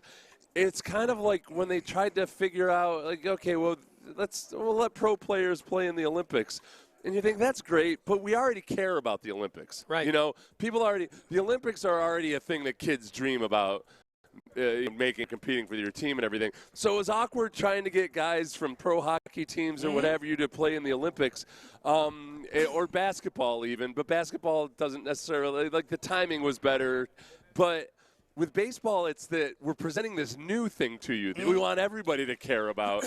But none of the owners of baseball or anything have any actual, emotional fondness or nostalgia for it. So it's just it feels like you're pressing a square peg into a round hole. I don't want to gloat about it either, like that, because when the last couple of years, since the World Baseball Classic that Altuve got hurt in, and it damaged like half the Astros pitching staff, I've been a very vocal, not anti-World Baseball Classic, but anti the Astros being in the World Baseball Classic, and it's morphed into, in the ears of our listeners, that I'm anti-World Baseball Classic.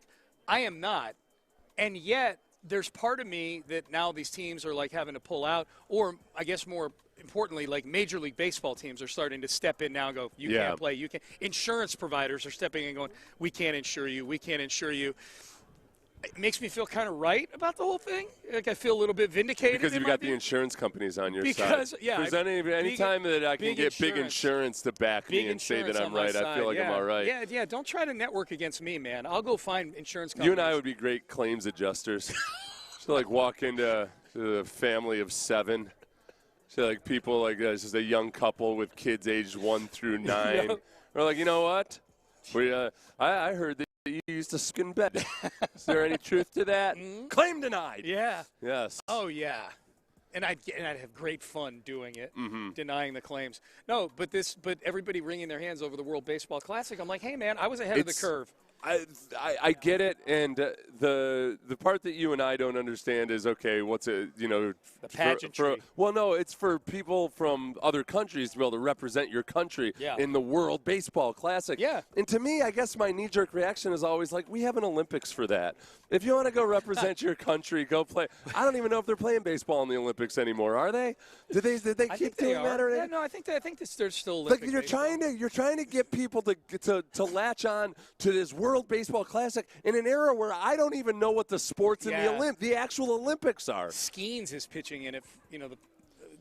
Paul Skeens, the best pitcher in baseball, is going to be pitching in it. I can't believe the Pirates are probably not in a position of strength with that. Like they probably need to keep him happy before he tries to get up and out of there and agitate and go to a team that has a payroll, more than $60 million. Baseball is not an official Olympics. It's not. It is official, but it's not a permanent fixture. This is AI again.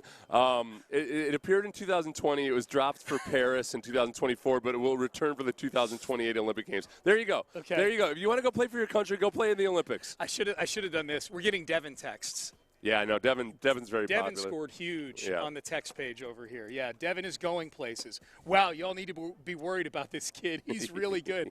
Hire this cap. God, I don't want to read these texts. They're going to list all They're going to be power ranking who he should replace at the station, doing stuff like that. Mm-hmm. I don't want to read these at all. I'm doing it myself. They love it. Kind of. Mm-hmm. I had a good time talking to Devin. You're a jerk. All right, Payne and Pendergast, or maybe Payne and Jarvis.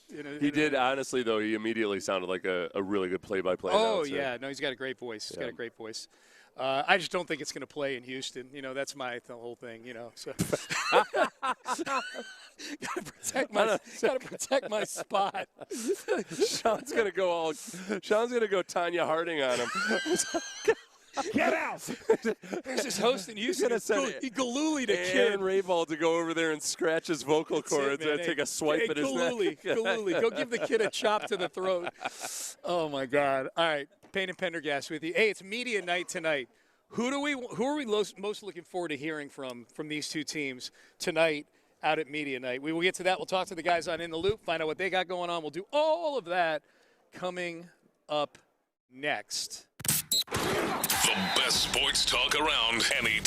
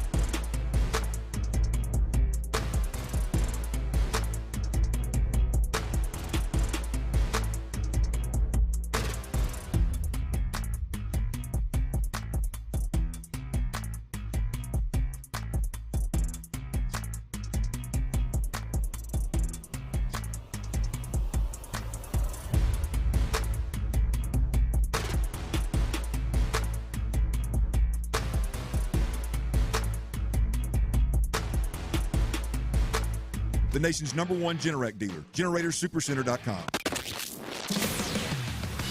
Live in San Francisco, LaCour 43 presents Sports Radio 610 on Radio Row. Here's Payne and Pendergast. Yeah, one more big round of thank yous on our show to LaCour 43 for bringing us here, Planet Fitness for bringing us here.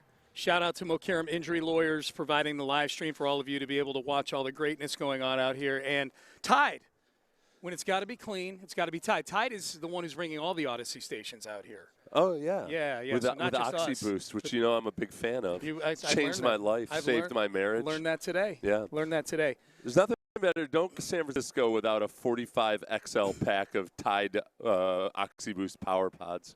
I'm going to see if these kids over here from this college want to eat these, because that's what the kids apparently do. They eat the kids know not to do that, right? Yeah. Okay. Don't eat the Tide Pods. All right, kids. Yeah. Do not eat the Tide Pods.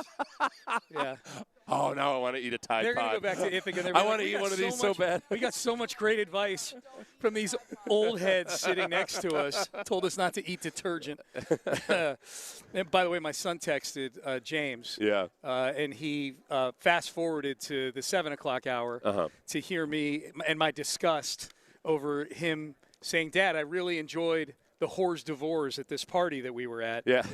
And he's like, told you Seth would side with me, so I hate you for I don't remember siding with him. I just said I could see somebody making that mistake. I think that counts as siding with him. Now, when Devin from Ithaca College got on and I showed him the word, he nailed it. Well, that was my reply. I said, fast forward to 9:13 a.m. And I suggested you using Devin as a relief son.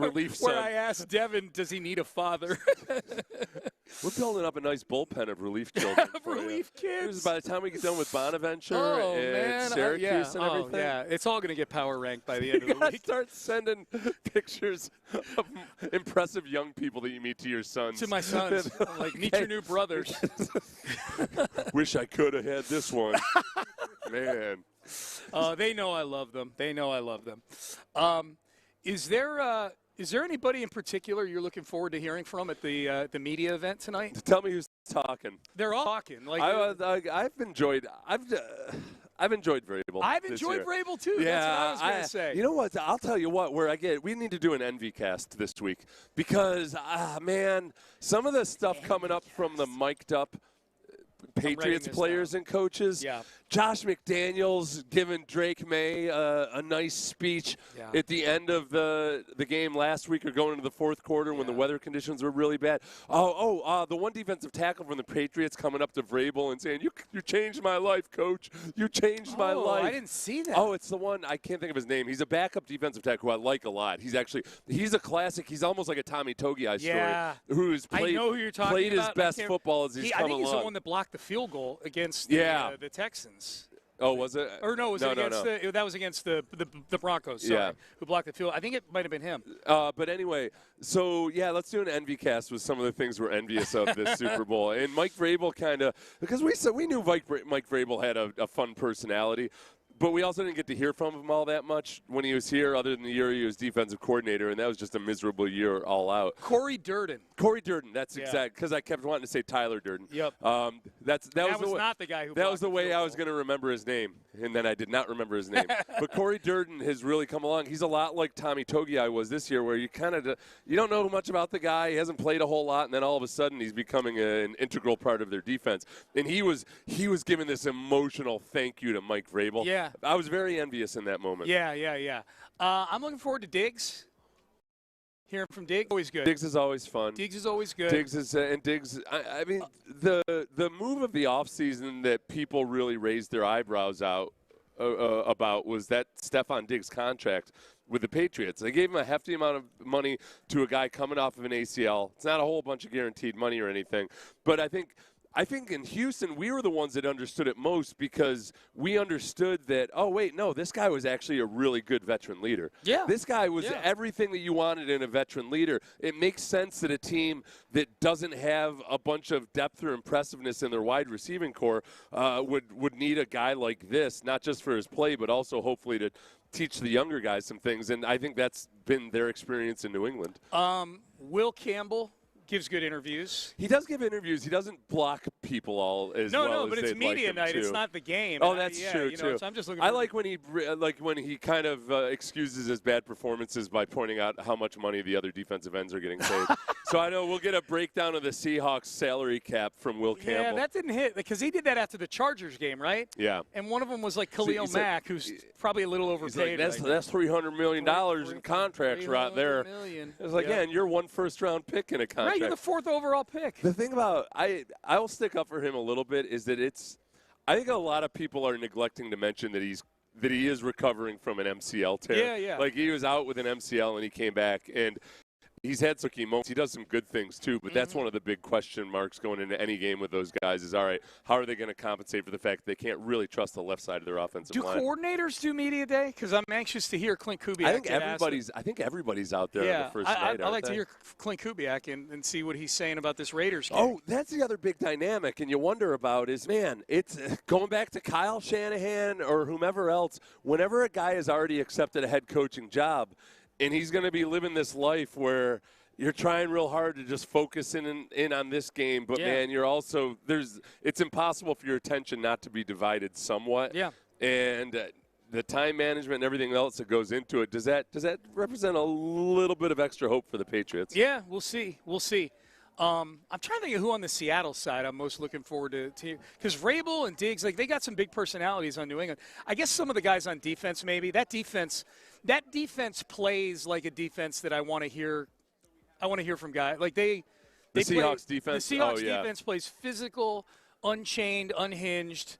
I just don't know. Rick Woolen. Rick Woolen's already handled all the questions about his unsportsmanlike conduct and everything in Seattle, but now he gets to get asked those same questions by Nickelodeon influencers and stuff. Yeah. People Magazine. Hey, a question from a 6-year-old. Rick, why did you say mean things? Why were you so mean to the other team? Why did you say mean things to the Rams? So that'll be fun tonight. Little media night action. Hi, John. Howdy. John Lopez in the house. I am here. What's going on? Exciting. I hear you guys had a delicious Italian dinner last night. Baby, man. It was really, really good. I'm sorry I didn't join you guys. I really wanted to, and then all of a sudden I was asleep. Oh, I really did. I was laying in bed, and I was like, you know what? I've got energy right now. And all of a sudden I woke up, and I was like 6 episodes further along on Game of Thrones. Oh, you were watching Game of Thrones? Yeah. I was like, so I'd been asleep for 6 hours. Aren't you watching it with Brandy? Does she allow you? We're watching it remotely together. That's so cute. It's the magic of electronics, Sean. We figured out a way. Hey, you know me. I was marveling at the turn it on, turn it off feature earlier with my iPad. So that's good stuff. It was great, and it was 3 Italian women behind the counter that really could barely. I mean, English was definitely their second language. Put it that way. Yeah. Is it a family-owned restaurant? Absolutely. So are these like Italian women that were are they the family members of the owners that? I've got to believe that. Yeah, I got to believe it. And they had a time with Clint now. Oh yeah. They enjoyed Clint's accent. Did you tell him that he can't pronounce Tupperware? Did you know that? No. Our text line was claiming that Clint can't pronounce the word Tupperware. So we told the story about my son's calling hors d'oeuvres hors d'oeuvres. Yeah. So we asked the text page, send in. So, hey, Reggie. What's up? I was looming over me like a gargoyle. Yeah, I was just trying to see if you had any additional applications for children. He's a sidler. So he did. He sidled up to me. Here's some Tic Tacs. But we told the hors d'oeuvres story, and we said send in some words that are commonly mispronounced. Mm-hmm. And someone said Clint pronounces Tupperware. Tupperware.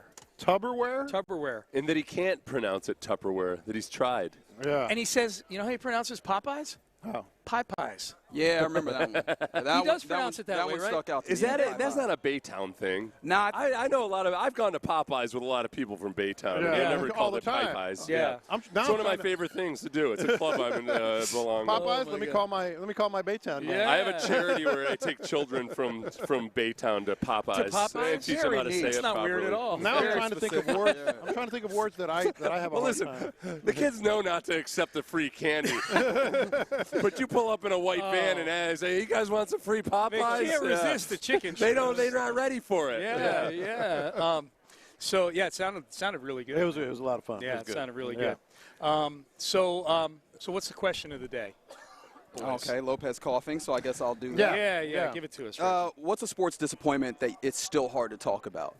I imagine that there's a lot of people under the sound of our voices that immediately go to New England very recently. Yeah. That's because the genesis of the recency. of this question. But actually, the it's not. genesis is Hannah McNair. Yeah. We'll play the audio at 10:40, but she was asked about the whole Super Bowl and everything, and she was literally almost inconsolable. I mean, she was sad. She was kind of shaking her head. I don't know if y'all saw the video or not. Aaron Wilson got it. Yeah. And she said, I think she even said, I really have a hard time even talking about it right still. So it got me thinking, what's something you still have a hard time talking about? I've got two, sporting events like that kind of thing. I've got two, and they're both Notre Dame football related. Mm-hmm. The loss to Boston College the week after, the field goal by David Gordon. Yep. Who my brother played soccer against in mini kids soccer back in the day. My brother was a kicker for Notre Dame. David Gordon was a kicker for BC. And my brother kicked the extra point to go ahead in the game, and down comes Boston College. David Gordon, field goal, Notre Dame knocked out of the national championship. Knocked out of the national. The other one, I think you were there. Mm-hmm. The Orange Bowl, Colorado. Yeah, the Rocket Ishmael punt return. They got called back on a questionable clip. Yeah. I still haven't gotten it. That was the last game. Mm-hmm. That was my last game as a student there. I'm going to act like I played on the team. Yeah. That was my last game at Notre Dame. I think for me, it was just losing the 1999 AFC Championship Gotta be, game. right? Yeah, that's an empty, awful feeling. Oh, my God. And when it's at home, too, it's just worse because I had a bunch of family there and everything. And they went, so I had there were a bunch of people at my house afterwards, and I just didn't want to talk to anybody or see anybody. Yeah. Did they? And then I had one of my cousins shows up with these two girls that they were young. Mm-hmm. So I had to kick my cousin out while also as I'm dealing with losing the AFC Championship game. Yeah. And this guy, he had issues. He had serious issues. Did you take the girls to Popeyes? They were yeah. I did, and I gave him did you see the story Kim Kardashian told? No. About how, so apparently, this is so funny. Kim Kardashian is telling a story to her sister. I just popped up on my social media this weekend. About how, she was young, and she'd gone out clubbing. She was just a teenager, and she was, leaving this building in New York City and didn't know how to get home. And Wesley Snipes was there, in the building. And, she says Wesley Snipes basically said, I'm going to give you a ride home. Let's go eat some breakfast. And he told her about, you can't be living your life like this, et cetera, et cetera.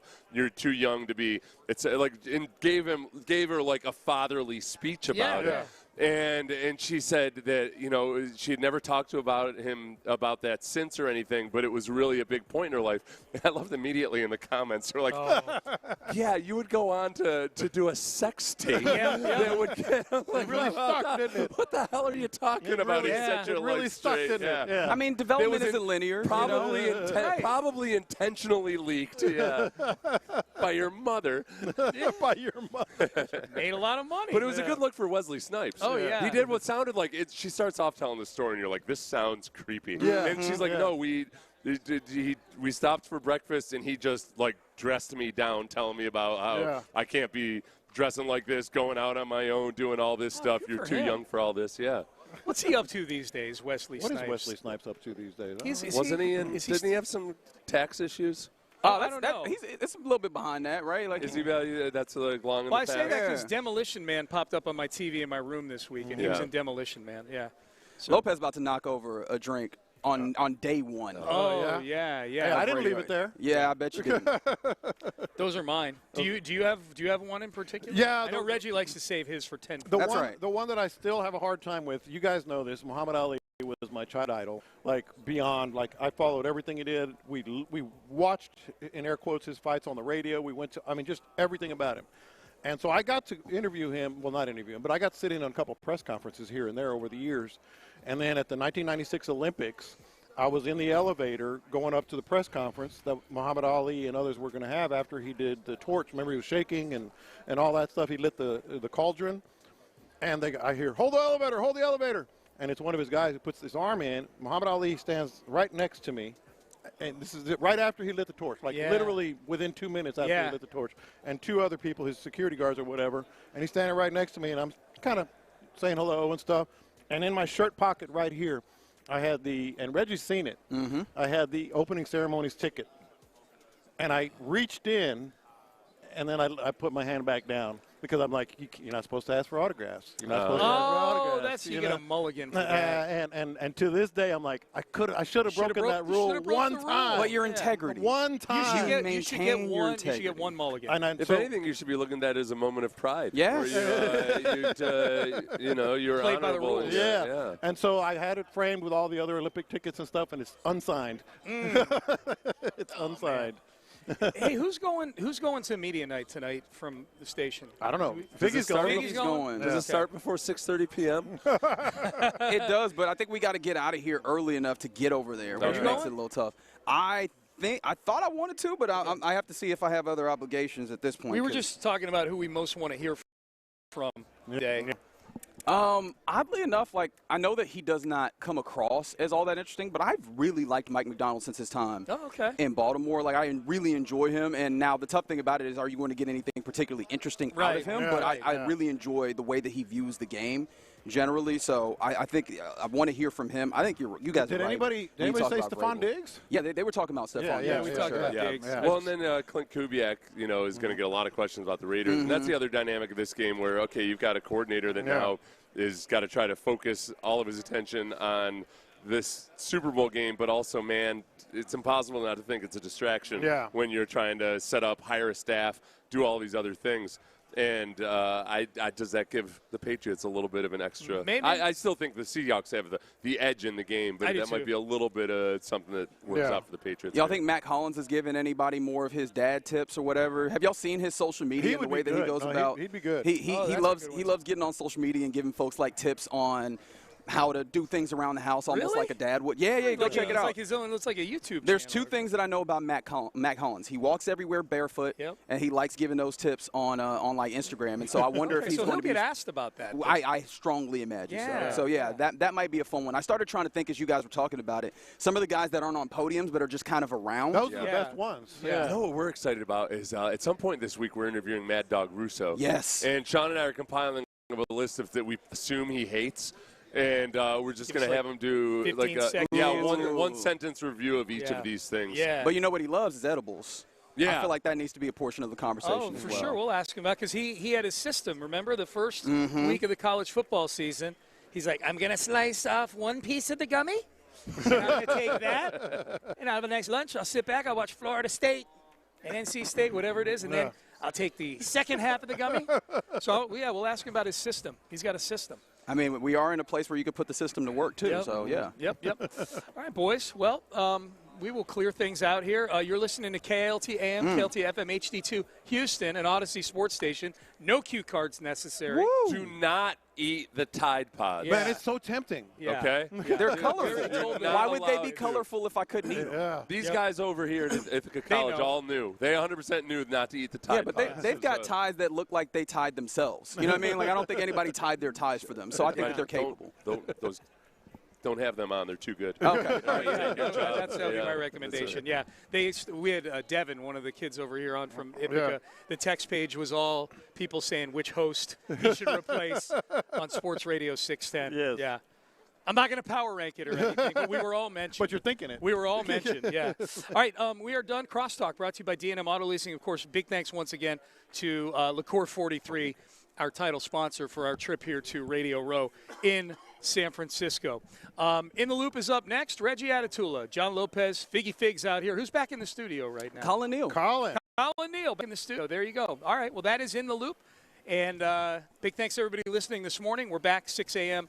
again tomorrow, and the interviews start to ramp up as well. So we're looking forward to that. Reggie Atatula, John Lopez, Figgy Fig, Colin Neal back in studio. They are in the Loop, and they start now. Good morning, and welcome to Radio Row, or Media Row as they call it here, as we gear up for the big game, the 60th iteration of the big game, John Lopez. How we feeling, man? Feeling good. Let's get right to it here. No. Yeah. No. Yeah. We got people we got to think. We got to figure out the setup here. Oh, okay. I don't like you there. You're too close. What you mean? Well, you need to move over there. I feel like we're pulling back the curtain immediately. We haven't even had time to thank the people who made sure that we could get here. This will never work. Being this close? Never. Why? Never. So you're telling me we couldn't have shared a room if we had to share a room?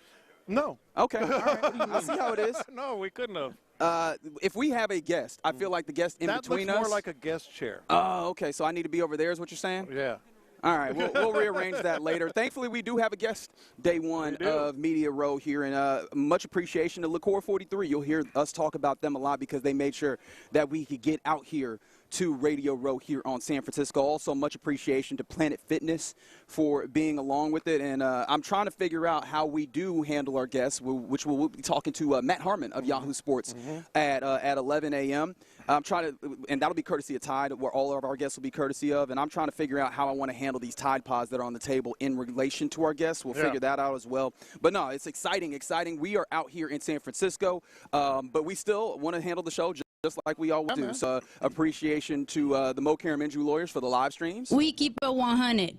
That is YouTube page, Sports Radio 610, Twitch chat 610 Houston. And, of course, the text line is always active, 713-572-4610. As Figgy is throwing – Figgy's out here as well. I shouldn't forget that. I know we had that beef going with the big voice man, but Figgy is indeed out here. Figgy, what's popping, man? Man, what's good, man? And it's great. Super Bowl Radio Row in effect, man. We have been here since yesterday. It feels like we already got a full day in just because time change. The time change and everything. Everybody gets some sleep. What was Super Bowl or what was San Francisco already looking like for you, gentlemen? It was great, man. We obviously we got here with plenty of time to get the lay of the land, as they say here, of where we are, and then we had all evening, all afternoon. I was in bed by 8:30 because my Houston clock was still working, but that'll change today. But, no, and what a great location. I've been to a Super Bowl before in San Francisco. Oh, I thought you were just talking in general. No, I feel like you have been to a Super Bowl before. I have been. This is the Joe Montana year, number 16. But the best part about this layout, it's different than the last one in San Francisco. It was a lot further away. Everything's compact. We're like, 5 blocks away from Chinatown. Went to a great Italian place. They're doing a good job. It's absolutely terrific. For sure. So we're here. We're all here. In fact, you'll get the guys of the drive a little bit later. Everybody's having a good time already. What's the most San Francisco thing that you've seen already, Lopez? Well, the most San Francisco thing I've seen, and these are in Houston, but I feel like they're not as well used as they are here. What are those little scooters called? I know they got the city bikes. I haven't seen the scooters. They're everywhere. Everybody gets on a scooter. That's number one. And Waymo, as far as the eye can see. Waymo. I saw a bunch of those. Yeah. That might be a thing we have to try out. Get in the Waymo? Just get in the Waymo, man. No driver. So we're not just going to try and break down the Waymo? Nope. We here. We got to get in the Waymo. Okay. Let's try. All right, maybe that's something. Let us know if there's something that you want to see us do. How about you out guys? Here in San Francisco? That is a good question. What's funny is I don't know. I'm trying to think of something specifically San Francisco. I think just seeing the hills, to be honest, man. Everywhere. Just when we got downtown. Here, just seeing houses on a whole bunch of mountains and hills and all that stuff. Yeah, there was driving in from the airport. You see the way that everything's stacked, and you go, man, it almost looks like a Brazilian favela the way that all these things are stacked up. Yeah. So it's been really fun. We're in downtown San Francisco. I think that the most San Francisco thing I've seen are the prices, buddy. That is the thing, man. Yeah. The getting food out here is a little pricey, but it feels like we're gonna have to hit Chinatown and see what that's hitting for as well. As far as outside of that, what's the most Radio Row thing that you've seen this far? Because we're just getting started. Yeah. I mean, people haven't even really filtered in. I see the McAfee show set over there. Yeah, they're still setting it up. Bounty put up a big old house inside of the Moscone Center here on Media Row. We haven't even gotten a lot of the talent out here just yet. We're still in setup mode. This is going to ramp up really big. I mean, we're going to have all sorts of people hustling and bustling around here in the next few days. Here's the most Radio Row thing I saw, and it took all of maybe a minute and a half for me to see it. What's that? We're going in to get our credentials. Yes. Okay? And, everything's advanced and, facial recognition and all that. And so they go, yeah, you're in line B, you're in line C. I'm in line C. And to my left, as we're walking in, it says line C with an arrow. And then there's a walkway. You saw it. Sure. And then they're straight ahead. And they told you to go straight ahead. But I saw that arrow. Let me ask you this. If you are driving down a highway in Houston and you see a sign that says exit with an arrow to the right, do you turn before that or do you turn to where it's pointing? I would listen to the instructions I was given. No, you turn where it says exit. So anyway, I walked that way, and then lady, NFL person. I should have gotten her name out and put it out there. No, don't. You're going to be that guy. Let me speak. I need your name. Who's your manager? She goes, that's not line C. And I went, the arrow's right there. No, it's not. It's pointing the other way. So a minute and a half in, she's already got that stress, that anxiousness, that Radio Row. That TSA vibe. Yeah, which usually happens by Thursday or Friday. Everybody gets a little snippy. This woman is going to be a basket case by Thursday or Friday. I just looked at her, and then I looked at you. I was like, all you had to do was say, the line C's over there. She got that TSA vibe going on. I almost went like. Laptops out. Yeah, why are you taking off your shoes? Oh. What? Why are you taking off your shoes? Like, no, it's not. Put your phone in back. You there. You know I'm not lying. I know, but I also did tell you before you got in that line. No, it's right here. I was going to go straight, too, because they said line C straight. Then as the abiding citizen that I am, I saw this thing had an arrow pointed line C to the left, so I went to the left on the exit ramp, and then she lost her bleep. But see, the thing is, everybody went the other way except for you. Because I would have questioned myself. I'm like, ain't nobody going this way. Let me just follow y'all. But she's gonna have a bad week. She's gonna have a bad. If she's already that, snippy. Day one, it wasn't even day one. It was Sunday. Yeah, it was. Yeah, the day zero, I guess, if you want to call it that. Speaking of day zero, the most big game thing of everything was us getting out of our Uber from the hotel or from the airport. We get out of our Uber and we had split up into teams. So our team gets out at the hotel downtown, and as we're walking towards the hotel, like we're about half block away from it, there is a fan in a Green Bay Packers hoodie that's walking down the street, and three of us walk by. I am on the end, and he stops me and he goes, hey, can I take a picture with you? And I was like, with me? Why would you want that? He was like, oh, no, I just want to. I was like, I guess. All right. So I take a picture with this random Packers fan, and I'm just like, that's the weirdest thing in the world. Seriously? We turn a corner, and there are barricades in front of our hotel. Oh, yeah. There are people standing outside of our hotel, and I'm like, what like a state senator is staying at our hotel? Nope. We walk into the lobby, and it ain't no state senators. It is all of the Pro Bowlers. Yeah. It is all of them. And one in particular, we ended in the building. Almost bumped into him, to be honest. Will Anderson Jr. Yeah. Micah? Yeah, Will Anderson Jr. right there. Shador Sanders hanging out. I didn't see him. I saw him twice. Yeah, Puka Nacua was hanging out. Jamar Chase. Jamar Chase was just holding court at the bar as we walk in. And then we see Will Anderson Jr. I put eyes on Nico Collins, was actually able to say what's up to the man. Yeah. That is going to be a very interesting experience. I don't know how much the fellas in the morning show talked about it.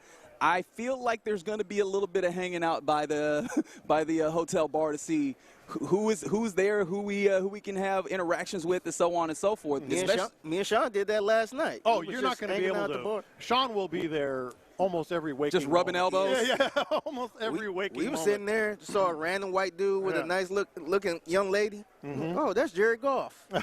I'm like, I would have never guessed. He looked like just a regular white dude just walking out. He had no entourage or anything. That did actually, because I came down after that had happened with you guys, and we were talking about it. And I was talking with you guys about the fact that it's weird. I was at the Rockets game Saturday, and when you're at a basketball game, especially when you have an opportunity to be relatively close, basketball players more than any other athlete, you get up close to them, you're like, oh, these are monsters. These are not real people. Oddly enough, getting up close to football players, especially not in their full element, not in their pads and everything, it's like, oh, these are regular-ass dudes. Even the big dudes look like. Well, no, the big dudes look big. No, not the, I'm not going there. The monstrous ones, but I saw somebody, and I can't tell you who it was. I didn't recognize him. But he was just wearing like a little hoodie, jeans, and like loafers. Yeah. And I'm looking at him, and then, he had his entourage was there. So he was somebody. He was just like some dude. And so that's the reason why I started the way. That's how you get tricked sometimes, man. Yeah. You might think that's a player, and it's like, no, just a regular it clearly dude. was, though. Yeah, I think that's also, we might use that to our advantage as the Radio Row week continues on. If things get a little tough and there ends up being more barricades, I think that the plan is, and tell me if I'm wrong, that I just pose as a safety. Because apparently, if I'm wearing the right stuff. At least one Green Bay Packers fan thinks exactly. you are. Yeah. I could probably be some level of safety. Social media. There's no way he posted that. There is somebody in San Francisco right now that has one photo or maybe a couple of photos on their camera roll that's completely useless because it is a radio host in Houston and not a football probably posted like, look at this jerk right here. Look at this fake-ass Jaylen Brown right here. And I would understand that. I was like, are you sure? And so, yeah, man, that might be our backup plan if we need to get in somewhere is I have to pretend to be somebody's backup safety in order to get into a building. But, yeah, I was just put the Celtics jersey on, man. You buying the Celtics jersey? If you buy it, I'll wear it. We'll do that. So, no, we've got a lot of things that we're looking forward to. I'm going to post a picture of that snippy NFL girl. No, you're not going to go take a picture of her. She's right downstairs. You know they're all volunteers, right? No, they're from league teams. Nah, I don't think so. Yeah, they come from teams. I think they are. I think they're all volunteers. I know this for a fact. They are voluntold. Okay. They are voluntold. All right, very good. So 135-724-610 is the number to text. Let us know if there's anything that you're looking for us to get out and do. We're definitely going to hit Chinatown. Somebody said take a ride down Lombard Street. We might need to do that. Yeah. I know that Figgy, you've got a lot planned. Sports Radio 610 on Instagram is where you'll be able to see all the stuff that Figgy Fig is capturing this week. Yep, me and Sean going to Alcatraz. Oh, yeah? Today? Yep. Tomorrow. Tomorrow. We're going tomorrow. He's going to power rank the top five, his top 5 inmates. Yeah, and he has a very unique and intimate relationship with the penal system, as he says.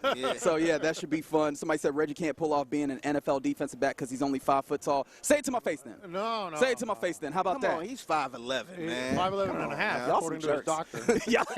He might be 5'10". Y'all is some jerks. Real. All right. Somebody said go ask her. I'm going to ask her. No, leave that woman alone. I'm going to go back Thursday. She's going to be fetal. They're not doing credentials Thursday. Yeah, they're going to be gone. Because you got all the day passes. All right, if you trust say me, so. I've been to a few of these. I'm just trying to do anything I can to stop you from going full Karen on that lady. Leave her alone. She's going to take a picture. She's going to be fetal in the corner. All right, so, yeah, we're excited to be out here. Hopefully you guys can keep it locked. A lot of really good guests. I know that, that's something that can be said. I truly believe it. There's going to be a lot of folks that we have an opportunity to talk to, and we'll start at 11 when we talk to Matt Harmon of Yahoo Sports. He has a fantasy lean. He does a lot on wide receivers. I'm super intrigued. Is he called Reception Perception? Yes. Like that? Yeah. I think that's I don't know if it's a full podcast or if it's just a series that he's been doing, but he's got a lot of insight into wide receivers. I'm looking into that. And are you about to run off with our Liqueur 43 over here? I want to take a sip, to be honest, man. I ain't running the board now. I can take a little sip. Yeah, appreciation to Colin Neal, who'll be on the board making it sound good. Super producer Colin. All right, there we go. Appreciate you. You can chase down the Tide Pod with a little Liqueur 43. Yeah, okay. I feel like do not consume that. All right, we're still in the loop here on Sports Radio 610. It's still very Houston, and the Rockets played this weekend. Ime Udoka actually before the game said something that I found was interesting. Do you agree with the way that he's going about it? Plus, we have all-stars. The full rosters have been announced for the NBA All-Star Game, and Alperen Sengun was not on it. Should he have been? 713-572-4610. Let's talk about that next. Liqueur 43 presents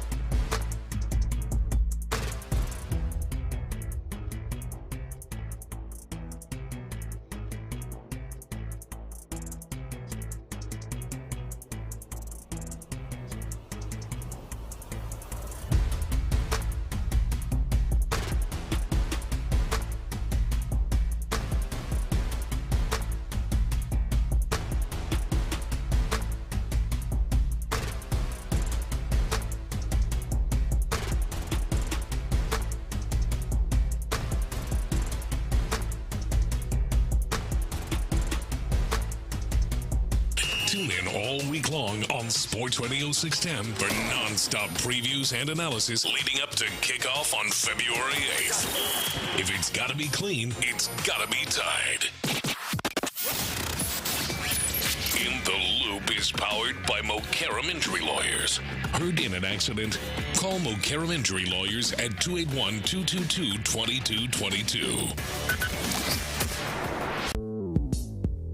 Houston, let's get in the loop. You better get ready because we're going to show up and show out. With John Lopez and Reggie Atatula. Always live, always local. Seemed like they got off the, off the slide. Oh, God, that made me Kiki. I was crazy. Hey, no, Lil Kiki is a legend in these cities. No. If Lil Kiki is off the slide, then it's off the slide. You're in the loop on Houston sports leader, Sports Radio 610.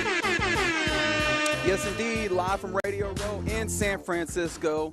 You're in the loop here on Sports Radio 610. You know who it is. The OG John Lopez to my right. I'm Reginald Atatula. Figgy Fig also hanging out. Thanks to Colin Neal on the ones and twos and you rolling with us as we kick off Radio Row. It's a fun thing out here. We're starting to see people roll in right now. It's starting to get active. And apparently we were just so caught up in the first day of it all yesterday. Somebody asked us, did you feel an earthquake? And I was like, wait. Are they just joking because it's San Francisco? Apparently, no. There was indeed an earthquake yesterday that I did not notice one bit. 4 point something, right? 4 point something. 4.3. Oh, it was this morning. Okay. It was this morning, 7 a.m. Here, I have a hot take on earthquakes. Okay. And I've been in a few. Once you really don't like feel the shaking and the lights moving and the furniture moving to like 5 plus and 6. But here's the thing about earthquakes and why I would never live here. You can see a hurricane coming. You can prepare for a hurricane. You can kind of prepare for tornadoes. Ain't no preparing for earthquakes. Like, you're just minding your business. You got to stay ready so you don't got to get ready. Going to breakfast, and all of a sudden a 6.0 hits you, and you're like, holy crap, and furniture's breaking and falling and all that stuff. That's one of the scariest things, man. And I know I can't just look at a movie or a TV show that imitate that type of stuff and be like, yeah, that's how it is. Yeah. But that's so scary, man. Yeah. So that's why I would never – because at least you can prepare – that's not a bad take. For everything else. That's not a bad take, but I think you just kind of got to have yourself situated. Like I said, stay ready so you don't have to get ready, but as ready as you can be for the earth to shake under you. One more thought before we get into Rockets and all the good stuff here on Radio Row regarding the Texans and the Super Bowl and all that. What time is the launch? What do you mean? You see his setup over here? It's like he's working at freaking NASA or something with the. Yeah, I had to bring home with us. I had to bring home with us. What do you call that thing? He's got 2 computers stacked on each other. He's got his phone. Yeah, it's like a laptop stand or whatever, so that I can see both of the screens. That's the same type of stand DJs use when they go to a club and they DJ. Well, I want to make sure I can see the text line 713-572-4610, and of course the Mokaram Injury Lawyer live stream, so that we could still stay attached with our listenership as we always want to.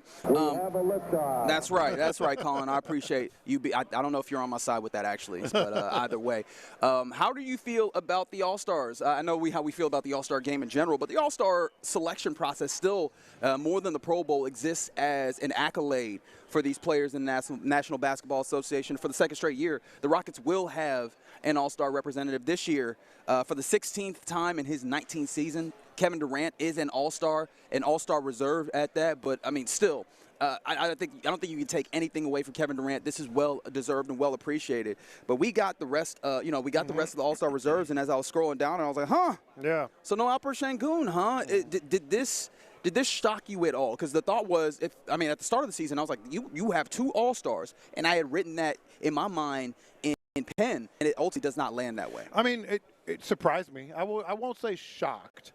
We've talked about Şengün and all the great things that he's done, the numbers that he's putting up, but the shooting and some of the other things that maybe a little bit of eyebrow raiser. I think still All-Star worthy until you start digging in deeper, like some of the other guys that were quote unquote snubs. And you mentioned this off air. A lot of people are pointing to LeBron James. Go ahead. Kevin Smith is who I personally saw from, but of course it's one of those things where everything releases, where you see all of the various different All-Star reserves. Devin Booker is one of the ones that people are looking at as maybe he shouldn't have made it, but LeBron James is the one that ultimately everybody goes, He doesn't. He's the one who feels like he's the least all-star worthy this year. Only played 30 games to this point. 22 points a game, which is still solid. 6 rebounds, almost 7 assists, or maybe 6.5 assists. But you compare that to Alperen Sengun, who is scoring 21 points, but also adds in 9 boards and 6.5 assists himself. You look at it and you go, damn, it feels like Alperen Sengun is putting up a better season in 40 games. Even as you look at it and you go, maybe he definitely has not looked, at least on the court, as good as he did last year. The dude who I go last man in, at least in my estimation, in LeBron, it feels like LeBron might be getting some career achievement award love over Alperen Sengun here. Yeah, look, I look at this like, okay, and we've all talked about LeBron James is going to want like a victory lap kind of last season and really, kind of milk it, so to speak. I look at this like he's retiring, man. You remember when Magic? Well, you probably don't remember. When Magic retired, the season that he retired. I've heard some things about it. Well, of course.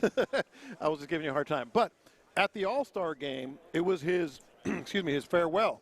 To the point that, everybody knew he was going to retire, and to the point where, like, with a minute and change left, and I could be a little bit wrong on the time sequence here, he knocked down a 3, and they just ended the game. Because everybody's like, we can't. It's ended like this. We can't top it. That was Magic's sort of farewell to the All-Star game. I honestly think, couple it with what he did in Cleveland, he legitimately, we talked about it last week, legitimately got choked up. I think this is LeBron, like, he's not going to do a victory tour. I think this is it. You think that this is – so is that fair? Is that right? Yes, it's fair. Okay. And it's right. And no matter what anybody might say one way or the other about LeBron James, I think, and the end, I wouldn't put it past the NBA, and I would do the same thing, nor would I blame them. Just, if he had some sort of conversation, with the league or Adam Silver or whatever and said, look, man, I really am, and I'm going to announce my retirement maybe before the All-Star game, maybe after, whatever. This is it for me. And they said, yeah, okay, we're going to make sure that you're playing. I and maybe this sounds crazy. I would have rather them have the All-Star reserves go the way that they should, and if he is not valued on his merits alone, then may create like a emeritus spot or whatever. I'd like that. I thought they had that at one point. Maybe like a special spot for legacy type players. Yeah, I don't remember that, and I could be dead wrong. I mean, because a lot of people think he's going to want to take the bows and everything, but maybe just toward the end of the second half of the season or something along those lines. And then as far as like deserving with Sengun. Yeah, because can we take away that? Because that portion of it, we know it's there. I think that's why we had to talk about it. But if we can strip that back, then just if we're talking about deserving, do you feel like Alperen Sengun is a legitimate snub here? Or do you feel like maybe someone else had a better case? I think he has an argument, but I think the better case would be probably Kawhi Leonard. Kawhi Leonard, who's played 34 games, which that means something when we know Kawhi Leonard, 28 points a game, 6 boards, now lesser assists, but you look at also and they're rolling. All his efficiency, 3-point shooting he's shooting 39.5% from 3 right now, in addition to being free. He's 50-40-90. No, he's just below 50-40-90 on every case. You'd have to round it up. Like 97% from the free throw line. Yes, 94%, which is a little different, but still really admirable. And then you get to like the advanced numbers, which I know you'll roll your eyes at, but they also all lean towards him at this point. How much do you think is hurting Kawhi Leonard that they had such a bad start to the season? Because they were really bad, and of late, if you look at their record, you go, oh, they're like in the 10th or 9th spot. They have been on a heater. But they've been on a heater. Yeah, they have absolutely been on a heater. I think he got snubbed. I really do. And not just that. Some people are arguing about James Harden too. I'm like, no, I don't know, but Kawhi's the one on that list for me. I think deserving-wise, it sucks that Alperen Sengun did not make it. Can I give you my silver lining view on this? I think that this is going to be a necessary rest for him, though. I think that the reset is going to be good for him in particular. I hope that he can utilize it because he's still in a place where in at the rim, his touch is still a little funky, right? He's still missing some bunnies in there that I feel like should go down to match his physicality and his capability. In fact, sometimes he's not he's oddly timid, and we saw that actually Saturday night against the Mavericks. He was just oddly timid, and I understand that the Mavericks have a little more size than some other teams. But I hope that he could take the time off, especially with the number of back-to-backs that are going to come in the second half of the season. get his legs within him, get his mind right, and get ready for the late stretch because he needs to be one of the pillars on this team. You need to be able to, if all else fails, go KD and Alperen Sengun, go get us 33 and win us a game on the night. And he can do that at some times. I need it to feel like he's going to do that every night because KD's going to. Yeah, and his numbers, pretty much across the board, except for a couple of things, are down, his production. But it's really eye test with Sengun, and that's what you're talking about, the timidity and things like that. But I don't. It doesn't bother me, that much that he didn't.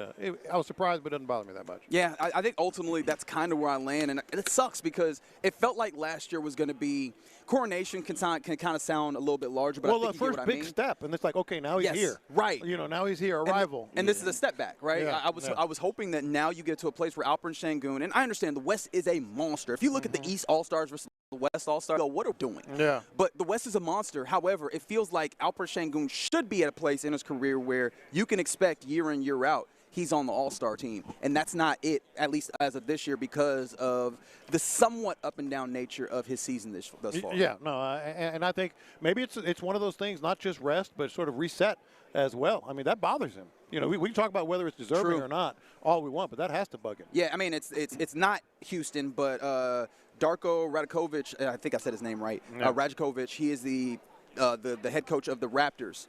And Scotty Barnes made the team, but Brandon Ingram didn't make the team. And I saw that he went over to BI and was like, look, man, use this as fuel. Yeah. And so I say that, obviously, we would all say that to a player, but coaches are actually doing that. I imagine Ime is doing the same with Alperen Sengun, like, hey, they're looking at you and saying that you're not good enough. What are you going to say in the remainder of the season to push back on that? And so I'm hoping that starting tonight when they're in Indianapolis, that you get a level of feel of that, especially because no Kevin Durant tonight. Yeah. We'll talk more about that when we get into what's popping. He has a little bit of an ankle sprain, so there's no Kevin Durant. Alperen Sengun has to be on his P's and Q's tonight. Yeah. And no Kevin Durant, but also, just going into the All-Star. Now, when do they break for the All-Star break? When is the last game? Oh, I need to double-check on that. It's coming up soon because All-Star break is indeed, isn't it next week? Right. So we're getting close to the All-Star break. I'll search that up for you, make sure.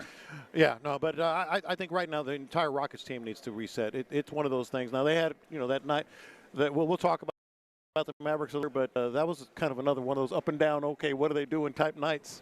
Yeah, without question. They did get the victory, but we'll talk about that more. All right, you're in the loop here on Sports Radio 610 as we continue from Radio Row here in San Francisco. Again, appreciation to Liqueur 43 for getting us out here and taking care of us. Let's get to the question of the day. Inspired by Hannah McNair, what's a sports disappointment or just a general disappointment that's still hard to talk about? 713-572-4610. We'll talk about that next on Sports Radio 610.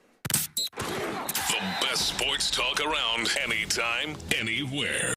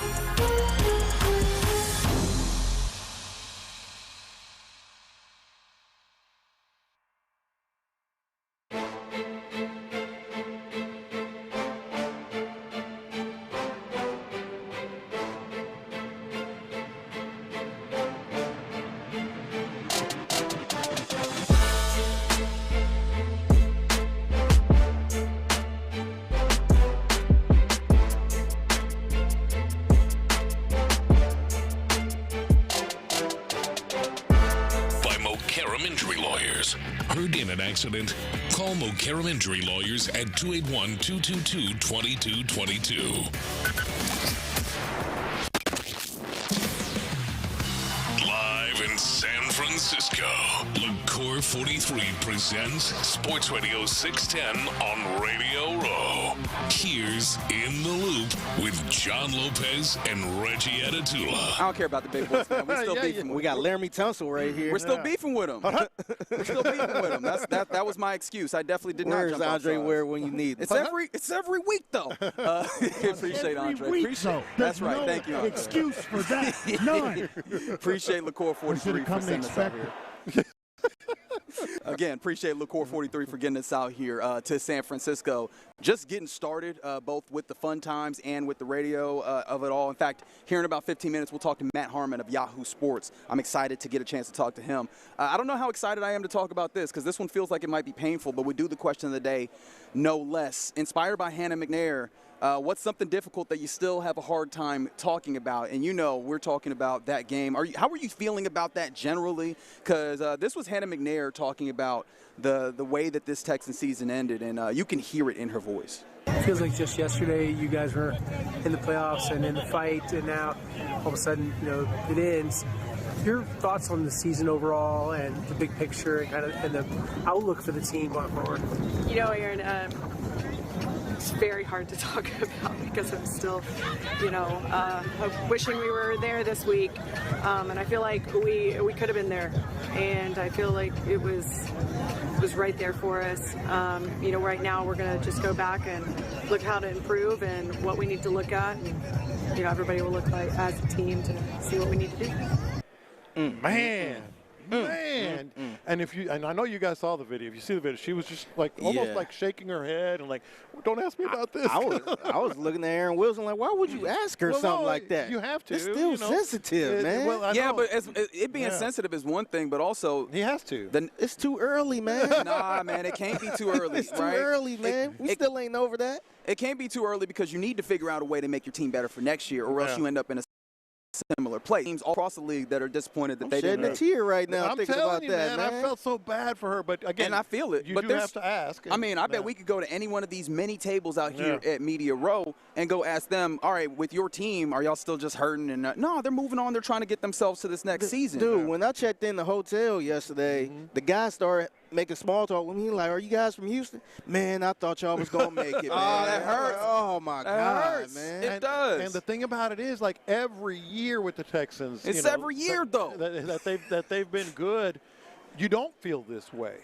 Like, this is probably one of the answers, not just for Hannah, but for a lot of us. Oh, yeah. Like I've been here, you know, and other places after the Texans are eliminated, and you're just like, well, you know. Yeah. That team was better or whatever, right? Yeah, they blew it or whatever. This one is like, damn. Yeah, man. This one, I think that up 24-0 against the Chiefs. But not even that one. I just kind of almost came to expect it. Yeah, see, that one got me. Yeah. That one got me because when they was up 24-0 against the Chiefs, I'm thinking like, man, this playing out. Yep, and I think it was looking like he was going to play the Oilers in the AFC Championship game. Yeah. So I'm thinking like, man, this is going to be perfect. This is going to be at NRG Stadium against the Tennessee Titans. Yeah. Man, I was counting my chickens way too early, man. So that is one of the answers, but what else is a sports disappointment or just disappointment that still difficult to talk about? Maybe you'll say I am, kind of getting into the weeds here because you could talk about that game in general, but obviously CJ himself ends up being a tough one, especially because it gets into a lot of the things that make me the most mad in sports conversation. There's a lot of QB wins involved, and I'm not going to say that CJ Stroud, his particular play did not cost him that football game. I understand that. But then we get into places where we're talking about Davis Mills being better than him, which we know to not be true, even though Davis Mills has been more than serviceable as a backup. We get to things where it feels like we ignore the breadth of his career to this point, even the breadth of this season to this point. And it makes me so hesitant to have the conversations. Obviously, we have to have them here on Sports Radio 610, but the way that it ended just makes it so uncomfortable to have that conversation in a way that feels like it's fruitful and not just destructive in some ways. Yeah, and we're getting some fantastic oh, man. There are some – you know what? Not only the Texans, the Miami game for the Aggies this year, especially after you see Miami go. I got to see you watch that in real time. Damn, I get it. Yeah, but you're like, I mean, there was a throw into the end zone to tie it, and then Miami goes on and damn near. I mean, they had a shot to win the whole thing, man, until the very end. Yeah. That is a good one. Rockets fans definitely getting on this one. Chris Paul tearing his hamstring. Western Conference Finals. That one's gonna hurt. That one. It's that one or 27 threes, right? Because those are hard to talk about just because then you'll get someone pop up out of nowhere and start clowning 27 threes is more embarrassing to talk about, man. But either way, we're still in the same place. We are still in the same place. It's just like, how the hell am I supposed to talk about this? What you want me to say? Ends up being the thing that I think comes around. You got any? Yeah, personal one for me was, I want to say this was 2022, 2023, Ohio State versus Georgia. Oh, yeah. CJ Stroud was cooking, man. That brother was cooking. He was running around like Michael Vick. Yeah. I'm like, dang, there you go. Yeah. Kicker missed the field goal, man. Could have won the game. Kicker ones are hard, too. Oh, that was tough. Kicker ones are hard. I was somewhere, too. I was in the place. I'm over here talking cash. You know what? I'm like, yeah, see, we got this. Missed that field goal. I'm like, oh, man, I ain't want CJ Stroud career to end like that. It's kind of hard to talk about it. And I talked about this last week. I went back and watched some of CJ Stroud, you know, at Ohio State and early in his rookie year. Watch that game, man. It hurts talking about that, how freaking good he was. Correct. Yeah. Like, it's just watching him. And see, that's why. Where's that guy? And see, that's why during the whole draft process, when people was just like, nah, I wouldn't. I'm like, nah, he's good, man. And I know everybody had that whole thing about Ohio State quarterbacks and all that stuff. But I'm like, nah, this dude is accurate, man. Yeah. Albert Pujols. Oh, I was going to go 2019. There's a couple of Astros ones you could get to. Yeah. Which one hurts more? Pujols. It's the Pujols? I mean, you were punching over A.J. Hinch and Garrett Cole? 2019 feels like it hurts more. Just the way it pulled your heart out of your chest. You were one strike away from going to the World Series. And you maintain that they would have won that. Then they would have won the World Series that year because we don't need to get into it, but they changed the whole rotation. Sure. And, Clemens had to start, and it was in Chicago, all that stuff. No, that one just pulled your heart out of your chest. And what were you saying? Yeah, 2019. No, about the V Foundation. Oh yeah, shout out to this text, which I think is the best text of the day to this point from the 281. They said 2, which is Houston blowing the lead in Buffalo. Understand that one, but they got to my favorite one. U of H versus NC State 83. Obviously, this is the one that makes Jimmy Valvano into a notorious name before ultimately he deals with cancer in a big way. And they went further to say that they still can't donate to the V Foundation because of that. Man, and I just hope that you found another foundation to donate to that still advances the cause, because I feel like it's still bleep cancer on all fronts. Yes, however, just not his organization. just not the one with his name on it. I'll donate. but I ain't going to donate to that one. Not to the Jimmy It can't be you. I don't care that Stuart Scott was on the back end of this, too. It's still not you. That's real petty. Yeah. That's real. Sean Pendergast, I hope he's taking notes. But are there any other ones that we're missing here? I got a text from a buddy in San Antonio. The Larry O'Brien trophy was on the floor. The Spurs against Miami. All the court had already been cordoned off. Oh, the Ray Allen. So O'Brien, they had the white gloves on the trophy. They were holding it on the side of the floor. Oh my God! And then Ray Allen, boink. That talk about being as close as you could be. Yeah. Right. That is absolutely one of those. And Kawhi Leonard missed 2 free throws, which now he's shooting 94%. That is rough. That is really rough indeed. Yeah. I to go backwards, I still think 2019 is worse. Because I also think about, yes, you probably win the World Series. I think I agree with you about that, going back to the Pujols. And that would have been your first. But I think that the way that you could establish this era, this Astros era, in a way that is undeniable, you win 2019. Straight up dynasty. Right. And I don't think that people are willing to give you dynasty in the way that Curry lays out, where you have 2 World Series and one of them is quote-unquote tainted. Yeah, there is reluctance now. And so, I think that gives you a different place where you take the Astros and you go, this is one of the greatest teams that we've seen in sports. It still exists as that. But you have to argue it. But exactly. You don't get the bona fide stamp No, really, in that hear way. me out. No. And, God, I would love to have a team where you just go, you can't say nothing about anything with it. That was a great team. Yes. You can argue that was the best team they had. Yeah. That was their best team. Without question. Just go through that starting rotation, man. Yeah. That was a strong start. I'm actually going to do that this break. Just look at this rotation again and make myself even more mad. But yeah, we appreciate you rocking with us here in the Loop. Out on Radio Row in San Francisco. Again, appreciation to the Core 43 for doing that. Coming up next, let's get our first guest of Radio Row. How's that sound, fellas? Sounds great. Let's talk to Matt Harmon of Yahoo Sports. I'm super excited to talk to him about wide receivers in the NFL at large. We'll do that next on Sports Radio 610.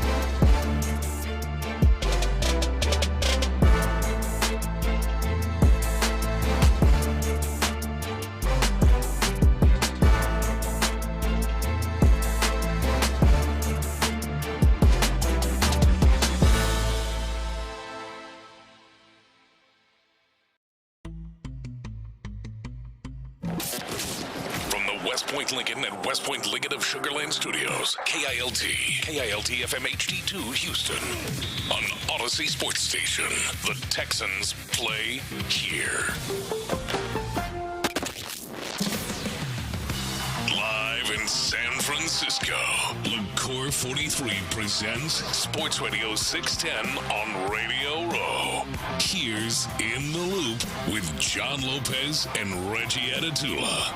Yes, indeed, here on Radio Row in San Francisco. Appreciation to LaCour 43 for getting us out here. And we get our first Radio Row guest of the week. And we appreciate Ty for all the Radio Row guests, them giving us an opportunity to talk to. We start with Yahoo Sports NFL and fantasy analyst and host of the Yahoo Fantasy Forecast, Matt Harmon. Matt, what's happening, man? What up, boys? Good to be here. Happy to do it. Man, it is such a good opportunity to sit down with you. We were just talking off air about, and especially with fantasy, being right and how valuable it is to those of us and Reggie's in our work. Yes, and my insecurities. It all loops together. I was very vulnerable in Tyler Shuck in the way that he has been. He was fantastic this year for the Saints in a way that I very much did not call. Did you have any of those this year in a fantasy aspect or just generally in the NFL where you were like, oh, wow, either in the good or the bad? Oh, yeah. I mean, listen, if you're not having big misses, I mean, you're not doing this right. Like that to me is the big thing. One of the things I got wrong this year was just the way the Colts receiver room would play out, which is funny because I've joked with this with my co-host on Reception Perception, James Coe. Like, I've kind of had a wandering eye in that Colts receiver room. Like, I was a big Michael Pittman fan for a while. I really liked his game, and then when Alec Pierce came into the league, I was kind of high on his ability to eventually be that kind of X receiver who you just line up in isolation, and he might not run a full route tree, but the routes that he runs, he's really good on. Yeah. And then I kind of wandered to Josh Downs. I thought Josh Downs was going to have a huge year this year, and just with the way that team played, they got on a lot more 2 tight end sets, heavier personnel packages. He just was not on the field a lot. So I have a lot of takes from July talking about Josh Downs as his potential breakdown receiver that breakout receiver that I'd like to scrub. But to be fair, you're not alone on that. Several people were kind of like, oh, maybe. I still think he's a good player. And I think he was useful for the Colts this year, but especially when you're talking about fantasy, you know, that's about what are you putting in the box score? And there's a lot of details that go into that beyond just the player's talent and ability. I do want to ask you about our guys. Obviously being from Houston, I know a lot of our listeners right now are saying, ask about Christian Kirk or ask about the system. Those are the 2 points. I just want to focus on the system first. Sure. Because it's a big discussion that we have. Does it fit CJ? How does it fit the receivers? And how big of a factor has that been for what you saw out of the Texans guys this year? Yeah, I was really interested to see what that offense would look like this year. I think Bobby Slowick, who's now the offensive coordinator down in Miami, getting another shot there. I think he had a really nice first year, and then the second year just kind of didn't have – I think this team wanted to move to more spread formations and get 3 receivers on the field, which is what we saw in Houston in 2024. But then from a personnel standpoint, messing with that scheme, it just didn't really work. The pass protection issues, they didn't really have – solves for the issues that they had there. So I understood moving on, and Nick Caley was an interesting name because he had a varied background, right? He spent some time with New England, then he spent a few years in Los Angeles. So what I was kind of hoping to see was a system that really maximized the receiver talent and moved these guys, especially Nico Collins. In my opinion, Nico Collins is a top 5 NFL receiver. I think he's awesome. I think he is a guy that can run out at the X receiver position and run the full route tree and win in isolation. But with the 2 teams we saw on the NFC Championship game, great example, you can have that guy. You don't have to do that. You don't have to just line him up at X and ask him to win. You can move him around and maximize that ability. I just don't think we saw a lot of that last year, which was disappointing to me. Yeah, I'm glad that you mentioned that because that brought me to something that it feels like was a trend, at least when we saw production wide receiver-wise, as we talked to Matt Harmon here. What I'm calling the power slot. It feels like that was the trend wide receiver wise in the league. Does that feel like that's something that's self-contained to this year, or that's going to be where the NFL is going to some degree from your perspective? Yeah, I think it is not just a trend for this year. I think it is moving forward. The thing is, we kind of have to decide, because I've been using the term power slot, which is a Nate Tice term, and obviously we host a show together. I knew I got that from somewhere. Or big slot, power slot. But the thing is now, the actual slot receiver archetype is sort of disappearing in the NFL. Like what we knew it to be, what we imagined to be. Like a guy like Josh Downs, who we were just talking about, is a great example of, probably in 2015, 16, that era, that's a guy that would have just moonwalked to 90 catches because he'd be on the field all the time with teams playing a lot of 11 personnel. Now where teams are going heavier, you're getting 2 tight ends on the field. You have to take a guy like a Puka Nacua who might have been a power slot type player, or even JSN. He's not quite that big, but he was a pure slot guy. We have to find ways to maximize him so that the power element of the game is still there, but the slot alignment is getting lower. So I think a guy like Puka is a good example. Amon-Ra St. Brown is still mostly a slot, but he plays a lot more outside. And how from a formation standpoint, from a pre-snap alignment standpoint, can you get that guy moving around and free so that, you still get those power elements, but it's not always just a pure slot player. But it matters a lot from not just a receiving perspective, from a blocking perspective too. And how much of that is incumbent upon the coordinators and the play callers of making that guy into the power slot instead of just kind of him being a X or just being a slot guy or what have you? It's, I think, a full organizational vision. And I mentioned a guy like St. Brown is a good example of this. I've done a lot of research when charting college prospects, these guys who in college are not strong separators, right? But they're playing outside. St. Brown's a good example. His last year at USC, he was primarily an outside receiver, and he wasn't really a strong separator against man press coverage down the field, but he had really good hands. He had a really good sense of zone coverage and where to settle down and be a reliable option. So he was the ideal convert to becoming that power slot archetype. And I think that, again, that takes for the personnel department being hey, we see the skills, translating that to a new role, and then it is on the coaching to not just leave the guy outside. I think Jaden Higgins for the Texans is a player that could be that guy. And I think they did some nice things with him this year where he's not the X, and this is where we sort of get into a bind here because I would like to see less Nico Collins X receiver snaps and him move around a little bit, but I think Jaden Higgins could use some of that role catering as well. So, I do think he's a potential candidate for that type of role, too. Well, that leads to the other point I was going to ask you about, and that's Christian Kirk. I was wrong about him. I was really excited when he came to Houston. What happened there with Christian Kirk? Because he, outside of the one game, Pittsburgh, I guess. And every slot receiver tears up the Steelers. That's just but he didn't do a whole lot other than that. Exactly. I think that game said more about the Steelers' defense and secondary than it did Christian Kirk necessarily. I think Kirk's a nice player, but at this point in his career, I do think he's kind of more of a role player, and I think that's sort of what we saw this year. And I just think they got themselves into a little bit of a bind of kind of trying to still keep these veterans involved and sort of getting the rookies, both of them, Noel and Higgins. And I really like Jalen Noel, and I think he's somebody that could just step into that Christian Kirk role this next year and take off. It's just how often is he going to be on the field? Because, like we're saying, that and Tank Dell's coming back. And Tank, how do you use Tank if Matt Harmon is offense coordinator for the Texans? And I actually talked to Nico Collins about this last year at the Super Bowl, and kind of ran my theory by him on this. I think that rookie year for C.J. Stroud, the first year of Slowick, and the rookie year for Tank Dell too, those two guys were just used perfectly in Nico Collins at X receiver and running these kind of big in-breaking routes. And then, and this is where I was like, ooh, Slowick is kind of cooking with this, because they also then would have Tank Dell on these big out-breaking routes. So the concepts really came alive and made a lot of sense.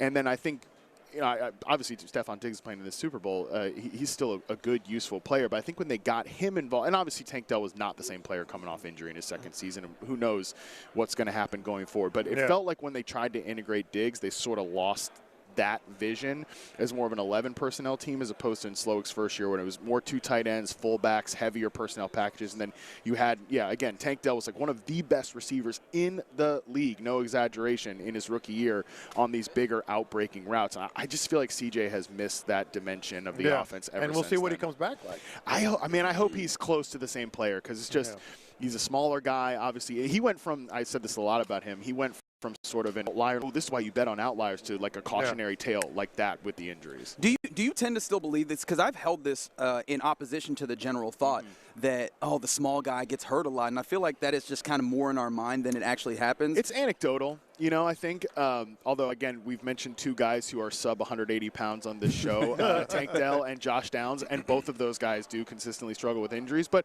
at the same time, Nico's a guy he's huge. He's 6'4", 215, something like that, and he gets banged up a lot. So I do think it's sort of anecdotal. It's kind of case by case. You mentioned Stephon Diggs, and maybe he was something of a fly in the ointment for what the Texans were doing here.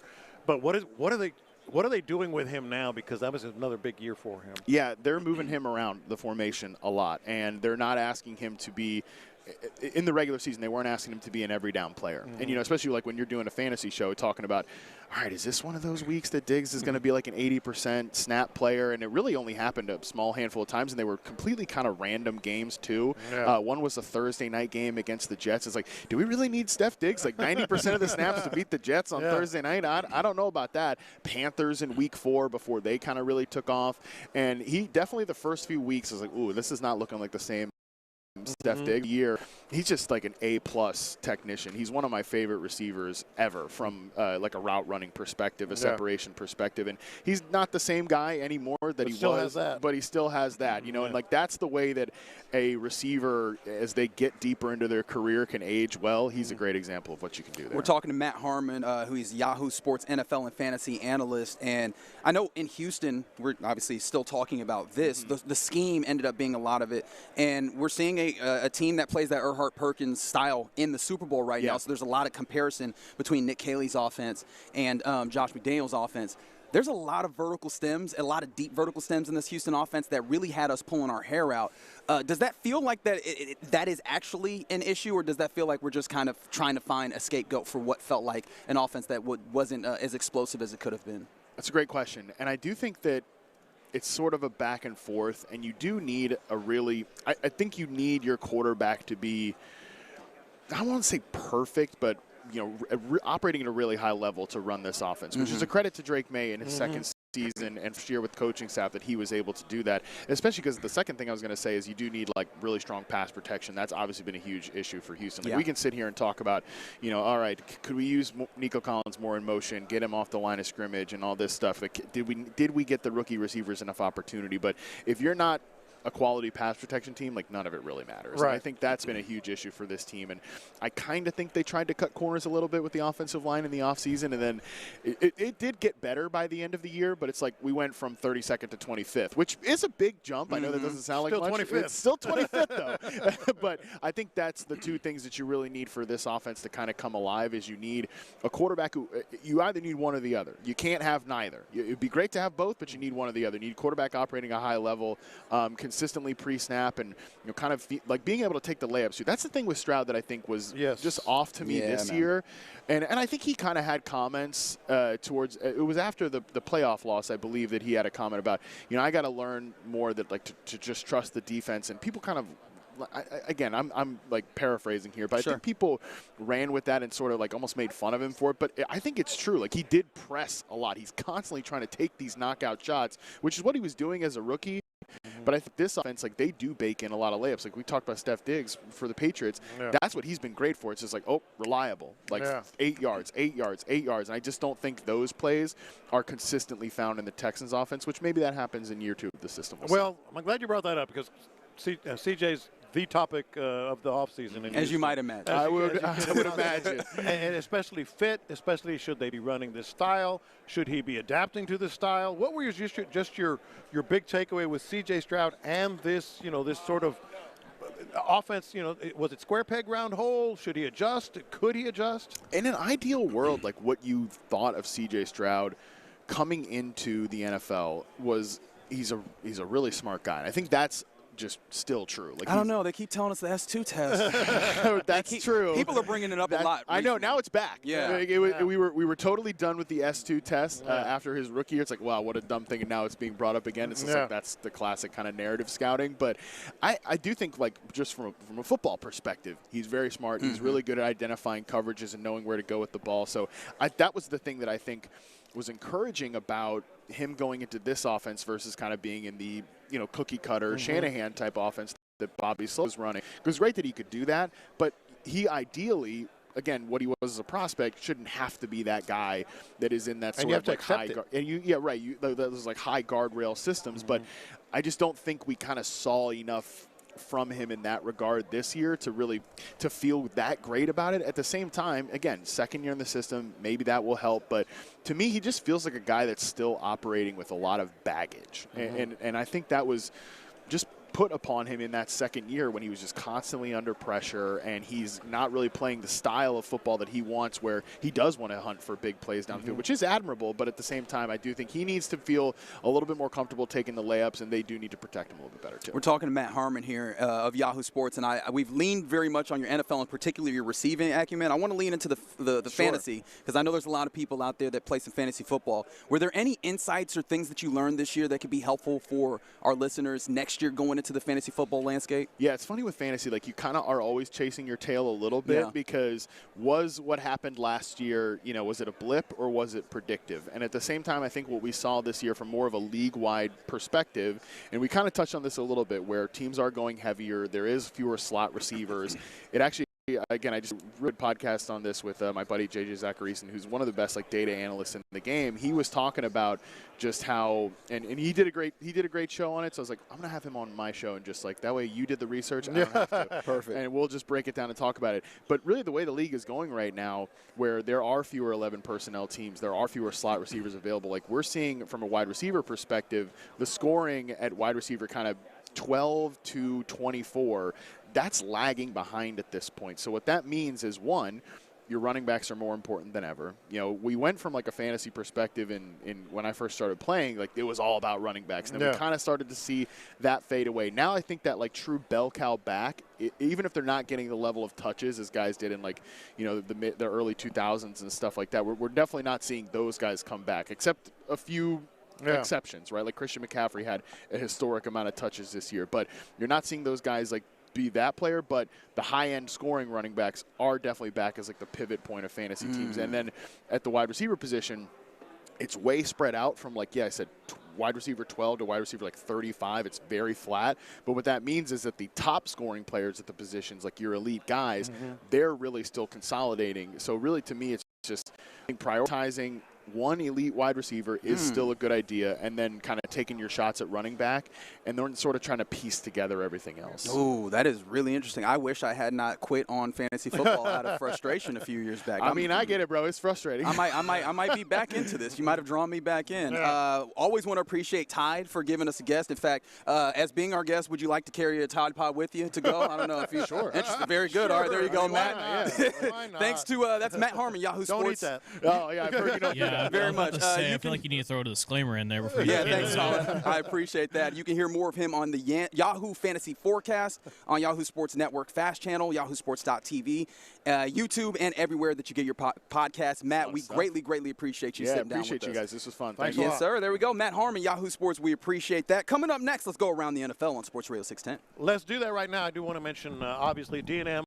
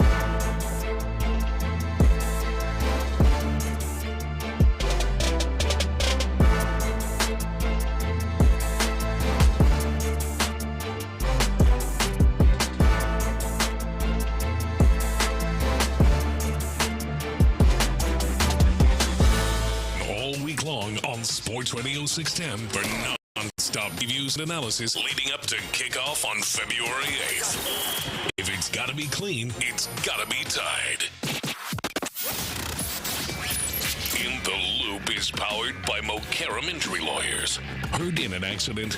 Call Mokaram Injury Lawyers at 281-222-2222. Let's go around the NFL in the Loop style. Why are you smiling? Because I love football. Here's John Lopez and Reggie Atatula. I'm going to tell you all about how much fun you're going to have this season. On Houston sports leader, Sports Radio 610. Appreciation again to Matt Harmon for sitting down with us of Yahoo Sports. But let's go around the NFL now here from Radio Row in San Francisco, and we begin with some. Is it leaks or are these official, John Lopez? It seems relatively official. At least, well, it's official if you consider some of the reliable NFL sources. Yeah, I was about to say let's do the thing where we pass on responsibility in case it's wrong. Was it awful announcing that reported No, this? they just retweeted something. I believe it was. I'll tell you here in just a second. How strongly do you believe a retweet? Like how much responsibility does the retweeting party? Oh, Pro Football? Oh, so put it on Florio. If it's wrong, it's Florio's fault. Beautiful. I love that. Yeah. But Pro Football Talk reporting on some of the international games that it seems like we are getting for the 2026 NFL season. Yeah. How about Browns and Saints in Paris, October 25th. They already have the date as well. The NFL's first game in France will be Browns and Saints, which I told you guys during the break. Is that the home game for the Saints? Does it matter? Home game, yes. Oh, with the French side of it? Yeah. It's a home game for the Saints. Wait, hold on. I get in my brain, and this might just be about my brain. That's fair. I see British football fans. I get it. Yeah. I see German football fans. I get it. Spanish football fans, okay, maybe. French football fans? They be rocking with football like that? Why not, man? I don't know. We'll find out. I guess it's the American stereotype of French people. It just does not like baguette football. And you're sending Brown just Saints? You're sending Brown Saints. I told you guys during the break, this is revenge for World War II. This is what you get. I feel like you get. One side of the football there is really fun, where you get like Tyler Shutt, Chris Olave against the Browns defense. I do think that is fun. Well, it'll be fun. And then the other side of the football, you can go get yourself a snack or go use the restroom when you need to. I feel like that works out actually quite well. Yeah. But yeah, that seems like what the hell Todd Monk going to wear? That's right. That brother, he got to be the worst dressed NFL head coach right now. You saw him when he went. He looked like a divorced dad when he went in for his to be introduced. He looked like a head coach of the Browns. Did you see him? Yeah, I did. He looked like an extra on Landman. Like, I'm pretty sure he bought that suit in 1985. That brother was dressed like Tim Duncan in the 90s. That's it right there. Tim Duncan before clearly his lady got him together. The big old jeans with a big old oversized sports coat. Yeah. You remember when Tim Duncan was accepting his? You remember when he was accepting his NBA award, his MVP award, and he had his toes out? Yes. That is the style that Todd Monken gives. How did we get here? I do not know. And also, all the 8 international games. Weren't they talking? They were talking about trying to get to 16, weren't they? 3 in London, but this is for the coming season. Yes, this year. Yes. 3 in London. Saints Browns in Paris. Sorry, but you asked for it. Well, go to France or rather go to Spain if you really want to see another game. Rams are going to be hosting in Melbourne, Australia, which I kind of want to circle around back to that one. Rio de Janeiro in Brazil, Madrid, Spain, and Munich, Germany. Melbourne, that is going to be a tough trip. For the Rams, of course, they're a little closer on that West Coast, but whomever they play as well, that's a hike. That's a big old hike. NFL ain't playing around no more. No, in some ways they're just like, hey, whatever it takes to get yourself ready for a football game. Remember how it started off like 1 game overseas, 2 games overseas.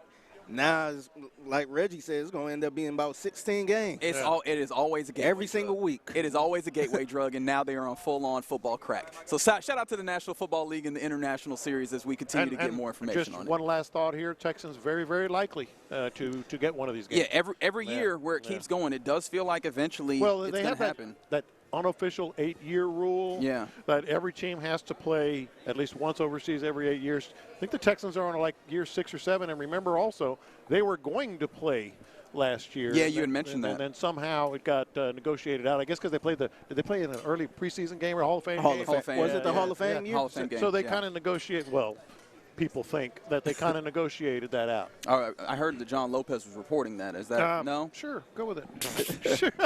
Sure, very good. That's the way that you should handle that. Without question, yeah, that's what we know of the international series as of right now. But yeah, the Texans are actually tied for 3rd longest streak without being international. The only teams that hold longer streaks without having played in the international series is the Detroit Lions and the Dallas Cowboys, which interestingly enough, like the Cowboys, it feels like I understand why they're like, we're not sending that internationally. That game means something in the States, and being able to have the revenue of wherever they're playing stateside and then also the TV in traditional football hours matters. The Lions, I don't know how you justify that one per se, but maybe there was a point in time where they were just not good enough, and now maybe they're too good or whatever. I don't know how you do that. So this is year 7, if it's 19. This is depending on if they played, whatever. But they're getting up there, so very likely. Very likely they're going to play. Absolutely. So we will watch that space. Some other things: the NFL head coaching carousel is now complete. The Raiders hiring Clint Kubiak. That was one that we kind of saw from a mile away, but that one seems like that one's going through. And then the Cardinals hiring, so we will now have a LaFleur brothers situation as Mike LaFleur, who was previously the Rams offensive coordinator, will be the head coach in Arizona. And now that we've got this all situated, 10 coaches, one, minority hire, for a better word, in Robert Saleh there in Tennessee. And you jokingly said this yesterday, and I know that you meant no malice with it, saying that it's a bad year for the Rooney Rule, but I actually disagree. I think that is a good year for the Rooney Rule in further exposing that this is not about rules itself. It's about the decision makers at play here. Yeah, no, that's more than fair. The Rooney Rule is in place to get an interview, to give a minority candidate an interview. It doesn't mean anything about having to hire them. Yeah, and so I get your point on that. Now, with that being the case, how would you look at the ways that the hires have gone? Because this is the thing that ultimately we get to when we start talking about diversity and hiring in the National Football League and the Rooney Rule is I think that a lot of people will go to the place of, okay, but it's just about merit.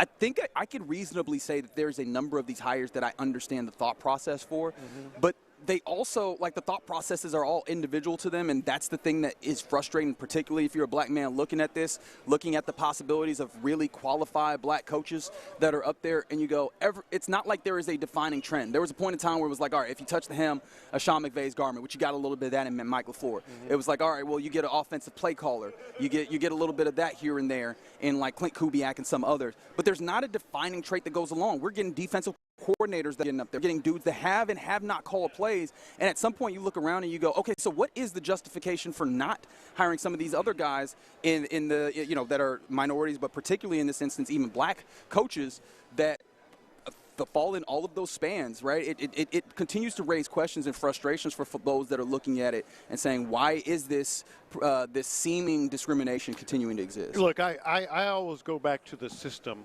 when it comes to things like this. And I might even throw the industry that I'm sitting in under the bus here. So I'm not trying to say, you need to hire this or that. You can't. I mean, that's their team. The culture and surroundings and the circle in which they run has a lot to do with the head coaches they hire.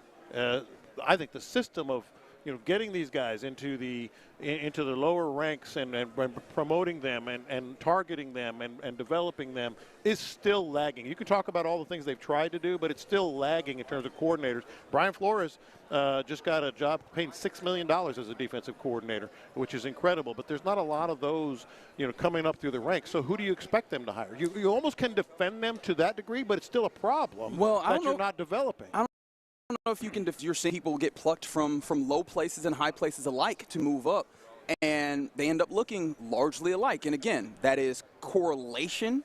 But at some point, I think you the have enough numbers are correlation. still stronger at those lower levels, from the minorities. And I said I might throw my own industry. Every time I come to Radio Row, I try to find all the Hispanic.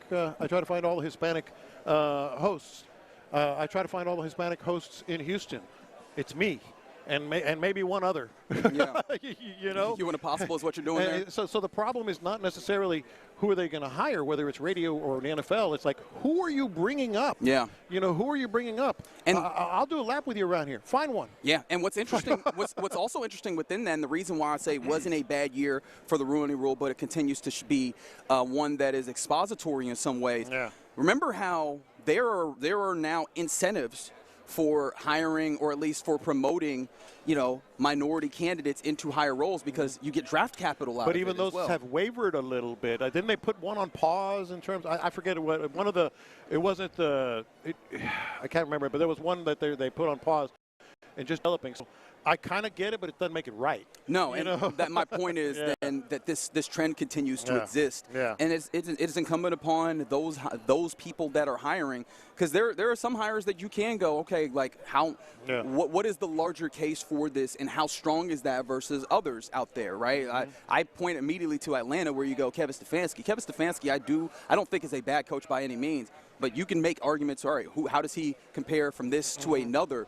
Ultimately, there's only so many of these. They're going to hire who they want, but that also does not mean that we have to be naive in the way that we look at it. One more thing here before we go around the NFL. Did you see that the Eagles, they're in all sorts of hell in various different ways, as Vic Fangio, defense coordinator, he's kind of the father of what's happening in the NFL defensively at this moment over the last, handful of years. Vic Fangio is reportedly considering retirement. And so I look at that. Obviously, they had to fire their offensive coordinator. They hire another one there. But defensive-wise, they just allowed probably one of their lead assistants, or at least one of the people underneath Vic Fangio that seems to be a young developing star, to go and be the defensive coordinator with their hated rivals, the Dallas Cowboys. And they could lose the big man himself, Vic Fangio, here to retirement. It does indeed decide to step away. That's information they could have used a couple of weeks ago. I bet. Can you imagine how down bad the Philadelphia Eagles would be if they go entirely, again, for another time, they got to go new coordinators, and they went and gave one of the young, talented dudes over to their hated rivals? I bet they'd be sick in Philly, man. I don't know what they're going to do. Do you think this is not that he's obviously been well paid over the years. Do you think he's just like, man, the only way I'm saying is if I got to get that Brian Flores money. With the Vikings are paying $6 million as defensive coordinator. If this was college, I would say he's absolutely making a play for money. For some reason in the NFL, that did not come into mind. And I don't feel like he would be that guy. No, I don't think so, but it could operate like that. It very well could be. And he has an agent. They all do, don't they? They all do, don't they? So, yeah, that's actually an interesting point that I hadn't thought of. But, I trend towards schadenfreude, so my brain was like, that would really suck for the Eagles. And, boy, just your first point, it really sucks for the Eagles right now. Like, it really sucks. And I just keep looking at Nick Sirianni like, hey, man, what are you going to do? Yeah, I know if he don't get to a Super Bowl, this might be his last season. Yeah. Anyway. Because it ain't going to be no quiet, good season. And that would be 2 years after winning a Super Bowl. Not winning a Super Bowl. And that's pretty normal in Philly. Yeah. We saw it before Philly. Yeah. So, that's around the NFL here in the Loop on Sports Radio 610, live from Radio Row in San Francisco. Again, appreciation to our friends at Liqueur 43 for getting us out here also. But, coming up next, let's get into what's popping. I mentioned something with the Rockets. Obviously, we got all-star reserves, so we'll shout out the all-stars that are there. Rockets also playing in Indy tonight. No KD. Who are we looking to stand out? Plus, let's get ourselves a little bit ready for Olympics. How about a little bit of that? We'll do all of that next. The best sports talk around anytime.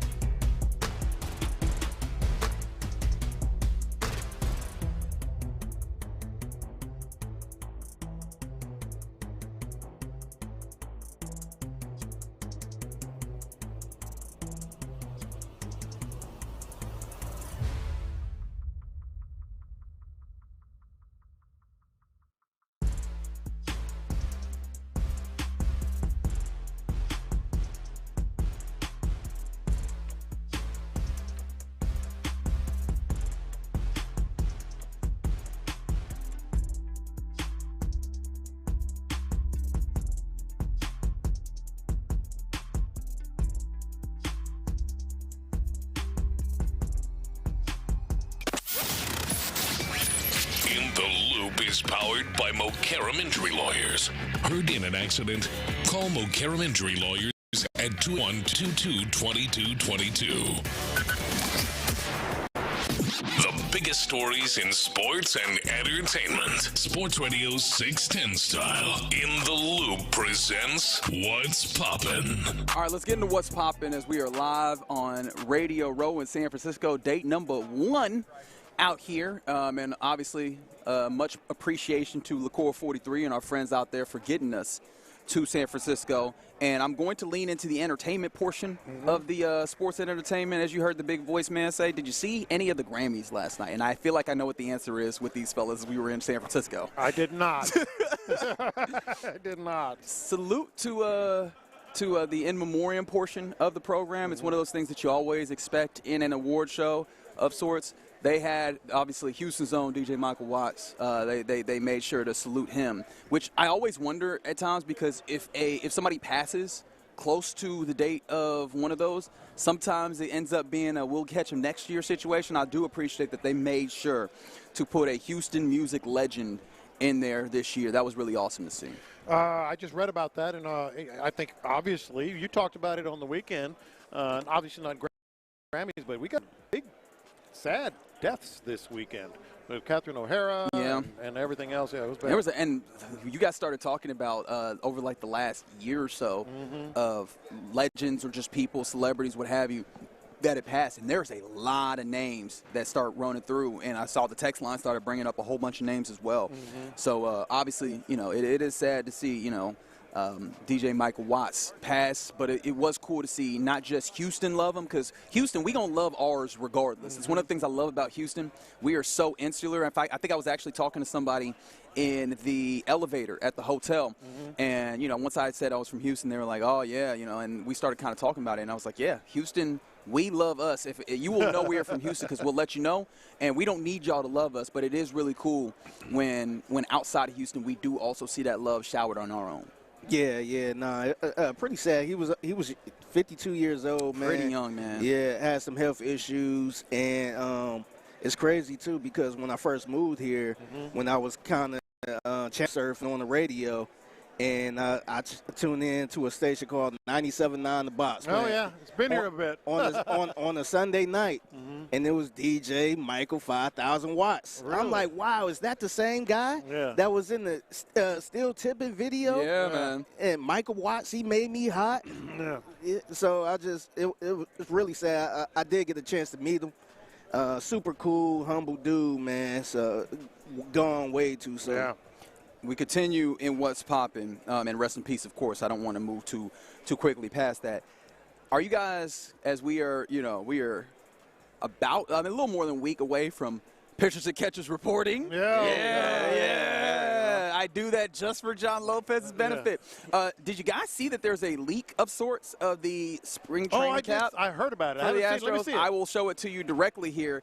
And I would like you to describe it, gentlemen, what you are seeing in this supposed spring training cap for the Houston Astros. I actually don't mind it. Is that orbit on the side? No, that's an orange. It's like is that like an orange? I think it might be a grapefruit with a flower on it. I imagine alluding to the Grapefruit League. Okay.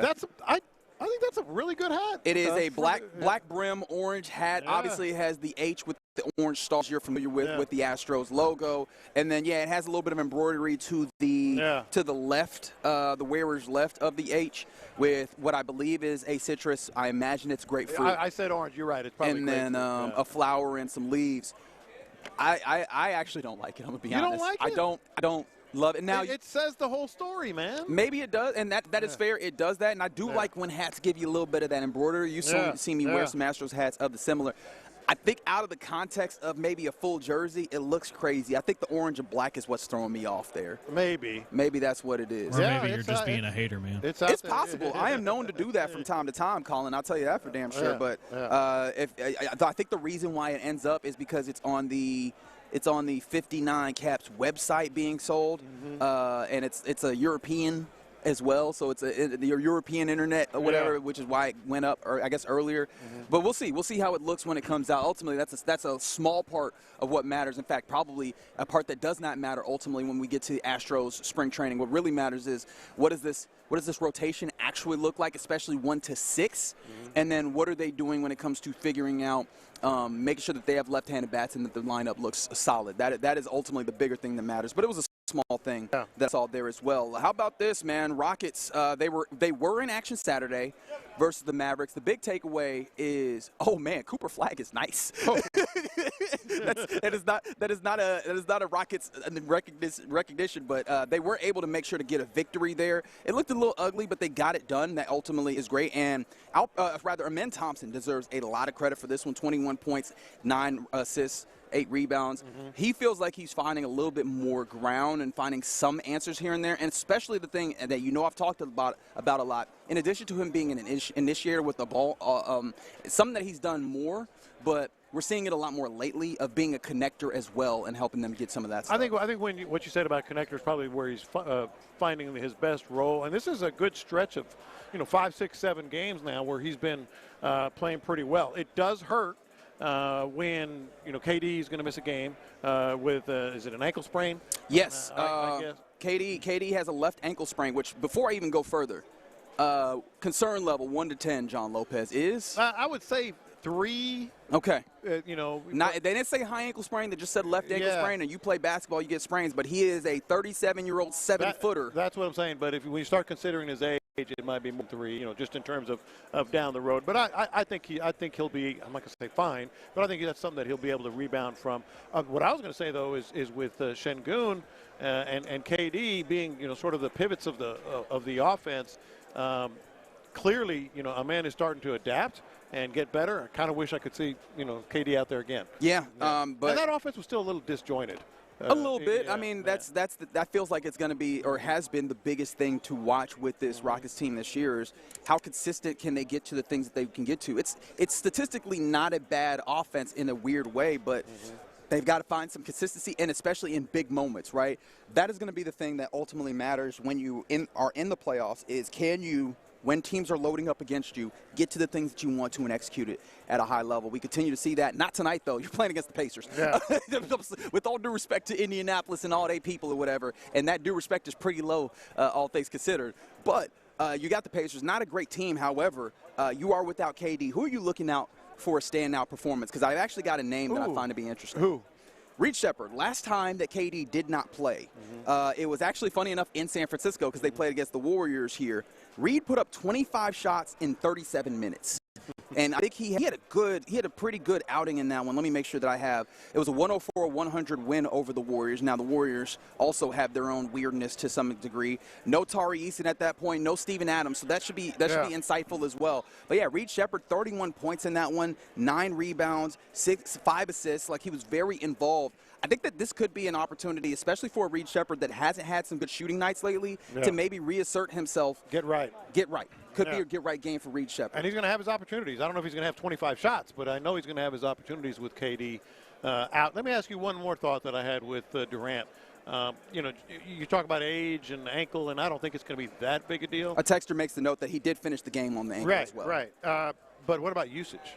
Moving forward, especially here in the next couple of weeks. They've done a little bit better about paring some of that back for KD. Actually, oddly enough, or not oddly, I have his game log in front of me, and it's not by a ton, but he hasn't eclipsed 40 minutes in probably about a week or so.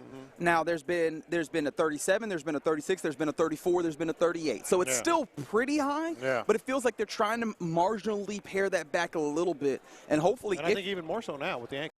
Yeah, well, and then he's a night off entirely. Now, of course, there's an injury situation, but I do imagine that some of that was also a consideration when you go. Right. He's got a little dinged up, had a lot of minutes. Maybe we could pair this back on the road against a team that you hope that you would not need a KD to get over. But that'll be an interesting test. So Alperen Şengün, first and foremost, you got to show out, big dog. And then I think Reed Shepherd, this is an opportunity for him to also show up in an interesting way. And hopefully if he's knocking down shots, then keeping him on the floor will be a lot easier for Ime Udoka. Can I make an observation here real quick? Go ahead. I've been saying bleep the Patriots all last week. We right next to WEEI, our sister station for Boston, too. Yeah, So go ahead and say it loud if you want to do that. Ted Johnson is over there. We love him. And he might strangle you. But I'm looking. No, he loves me. But I'm looking around. There's Dan Shaughnessy over there. There's some other Patriots people. Dude, it's just enough already, man. Stop it. Wait, with them just being here? Just enough being already here. with them Just being here? Stop it. Just don't get to the Super Bowl anymore. It just sucks. Hey, I don't think they helped them get to the Super Bowl, John. Yeah, but they've got their chests out. That's a cocky media. As well they should be. That's a cocky The media. guys over here, that's the audio I played that one time. Remember I told y'all I switched to see what they was doing right after they beat us? Yeah. Yeah, the guy over there, he's one like, yeah, I ran into somebody. I was in New Orleans.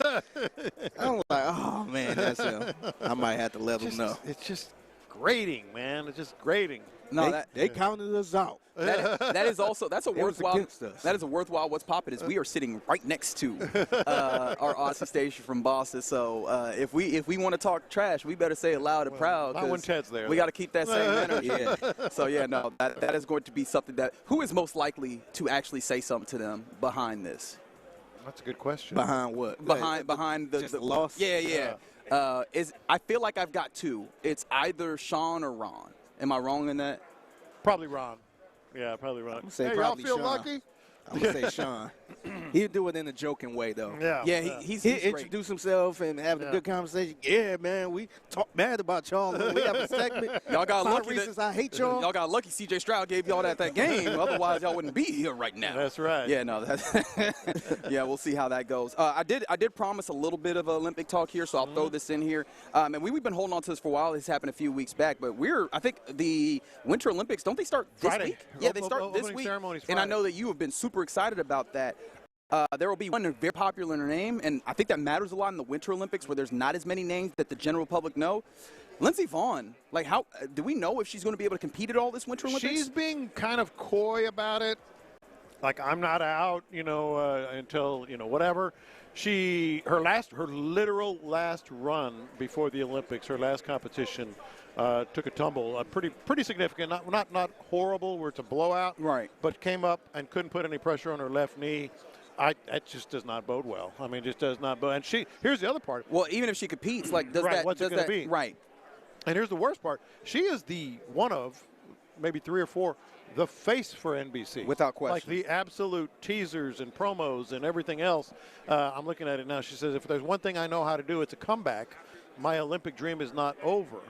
Well, we'll see. I mean, that was a knee injury, and she's had multiple surgeries on both knees. Yeah, so we'll see what that looks like once the Olympics come. And she was retired for 5 years. That is true. I'd forgotten about that. She didn't do the last one. You know what's sad is my stupid brain, the way it works is when I think of Lindsey Vonn, I think about, oh, man, wasn't her and Tiger dating? Like, that's where my stupid brain went. But you're right. Like, she did step away for a significant amount of time. So that'll be an interesting storyline to watch. Can I most interested in once we do get to the Winter Olympics?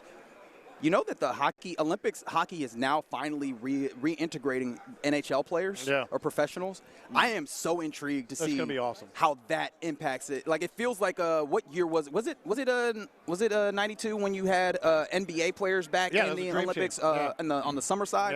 Yeah. I feel like this is going to be some of that. And I know that a number of people on the Sports Radio 610 crew have been watching the 1980 Olympics documentary that I think is on Netflix when it comes to the hockey. Oh, buddy. If you're not a hockey person, this is the way to get yourself into it, which is Olympic hockey. Absolutely do. Woo, it boy! Will absolutely do. With actually having your best players, not just going with the college player. With the college players are really good hockey-wise stateside, but this should be a whole different level. I can't wait. The best thing about Olympic hockey, and a lot of people don't know this or haven't noticed, the rink is bigger. And it really is a fast game. I mean, it is extra fast. It's a lot of fun. Yeah, so we'll tap in with that. We'll try and keep you abreast of what's happening there when we get to the Winter Olympics. But right now, we got to be where our feet is at, and our feet are in San Francisco, Radio Row, which we always appreciate Liqueur 43 for getting us out here. It has been a fun time thus far. Shenanigans are continue coming for all the fellas. I already know that we're going to make some things shake today, so we appreciate you rocking with us. Make sure you follow Sports Radio 610 on Instagram to see all the things that are happening. But coming up next here in the loop, Let's talk about the big game. Does this matchup send a message to Nick Caserio about just how aggressive he should be this offseason? 713-572-4610. We talk about that next on Sports Radio 610. LaCour 43.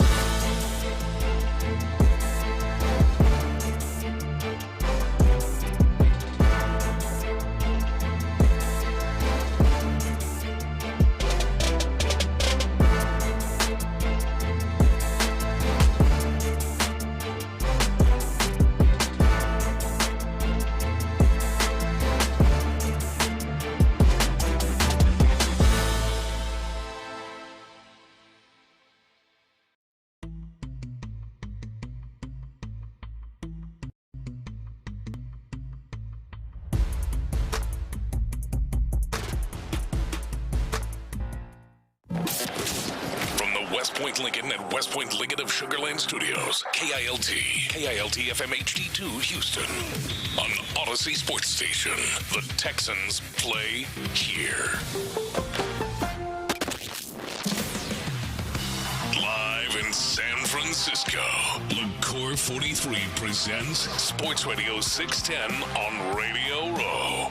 Here's In the Loop with John Lopez and Reggie Atatula. Yeah, you damn skippy, big voice man. That's where we are, San Francisco, for Radio Row ahead of the 60th iteration of the big game. You know who it is. It's the OG John Lopez. I'm Reginald Atatula, Figgy Fig, hanging out with you. And again, we are so happy and we're so appreciative of our friends at LaCour 43 for presenting Sports Radio 610 on Radio Row. Also an appreciation for Planet Fitness for helping us get out here as well. And a big appreciation for Tide for the Tide guest seat where we've already gotten started. We already broke that in as well as Matt Harmon of Yahoo Sports sat down with us. What was that, 11 o'clock? 11 a.m. on the dot. So if you're on the Odyssey app, it was fantastic. Real interesting stuff on wide receivers. I was about to say, I wanted to ask him about Jaden Higgins, and I was like, damn, did we get that in? But we got him to talk a little bit about that. He brought it up himself. Talk about the offense, talked about the way that they move around. He even got into CJ a little bit, so that was really, really fun if you want to go back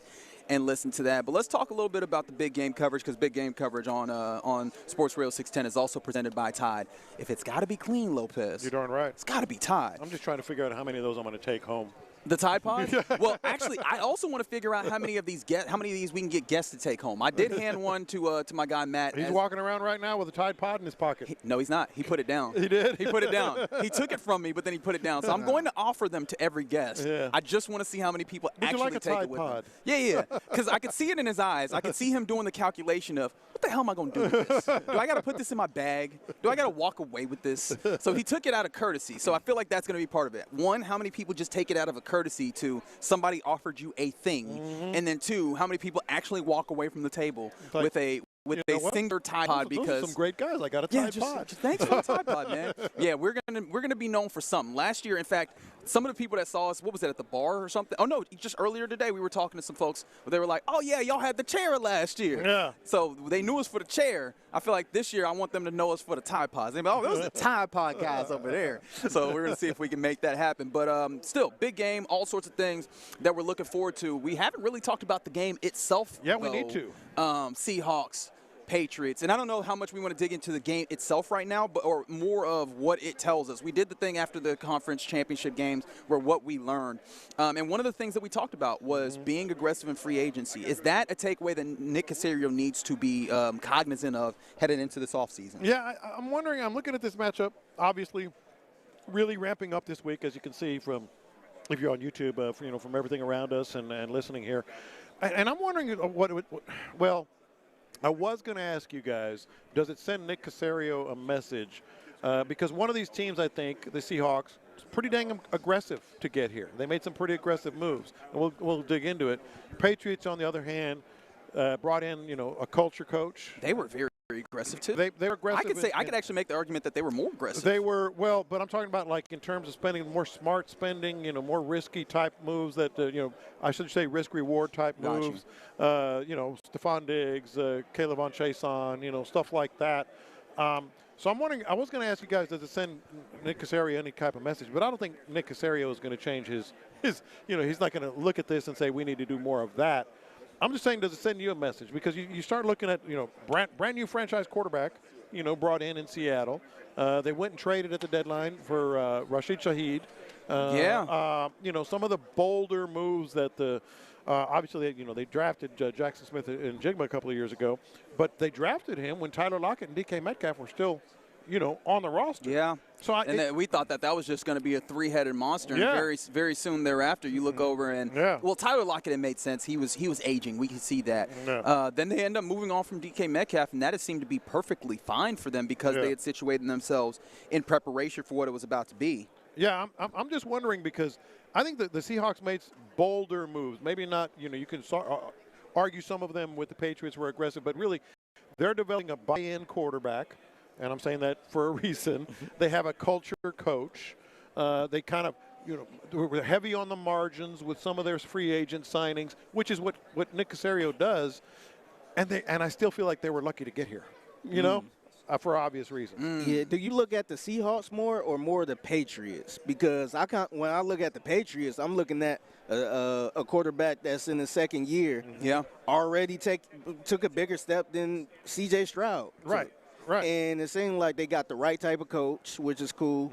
And they just, I don't know, it seemed like he just got better. I guess what I'm asking, Reggie, the Patriots to me, if I'm looking at how Nick Caserio operates, is like a validation that they're doing that. They were probably better than the Patriots.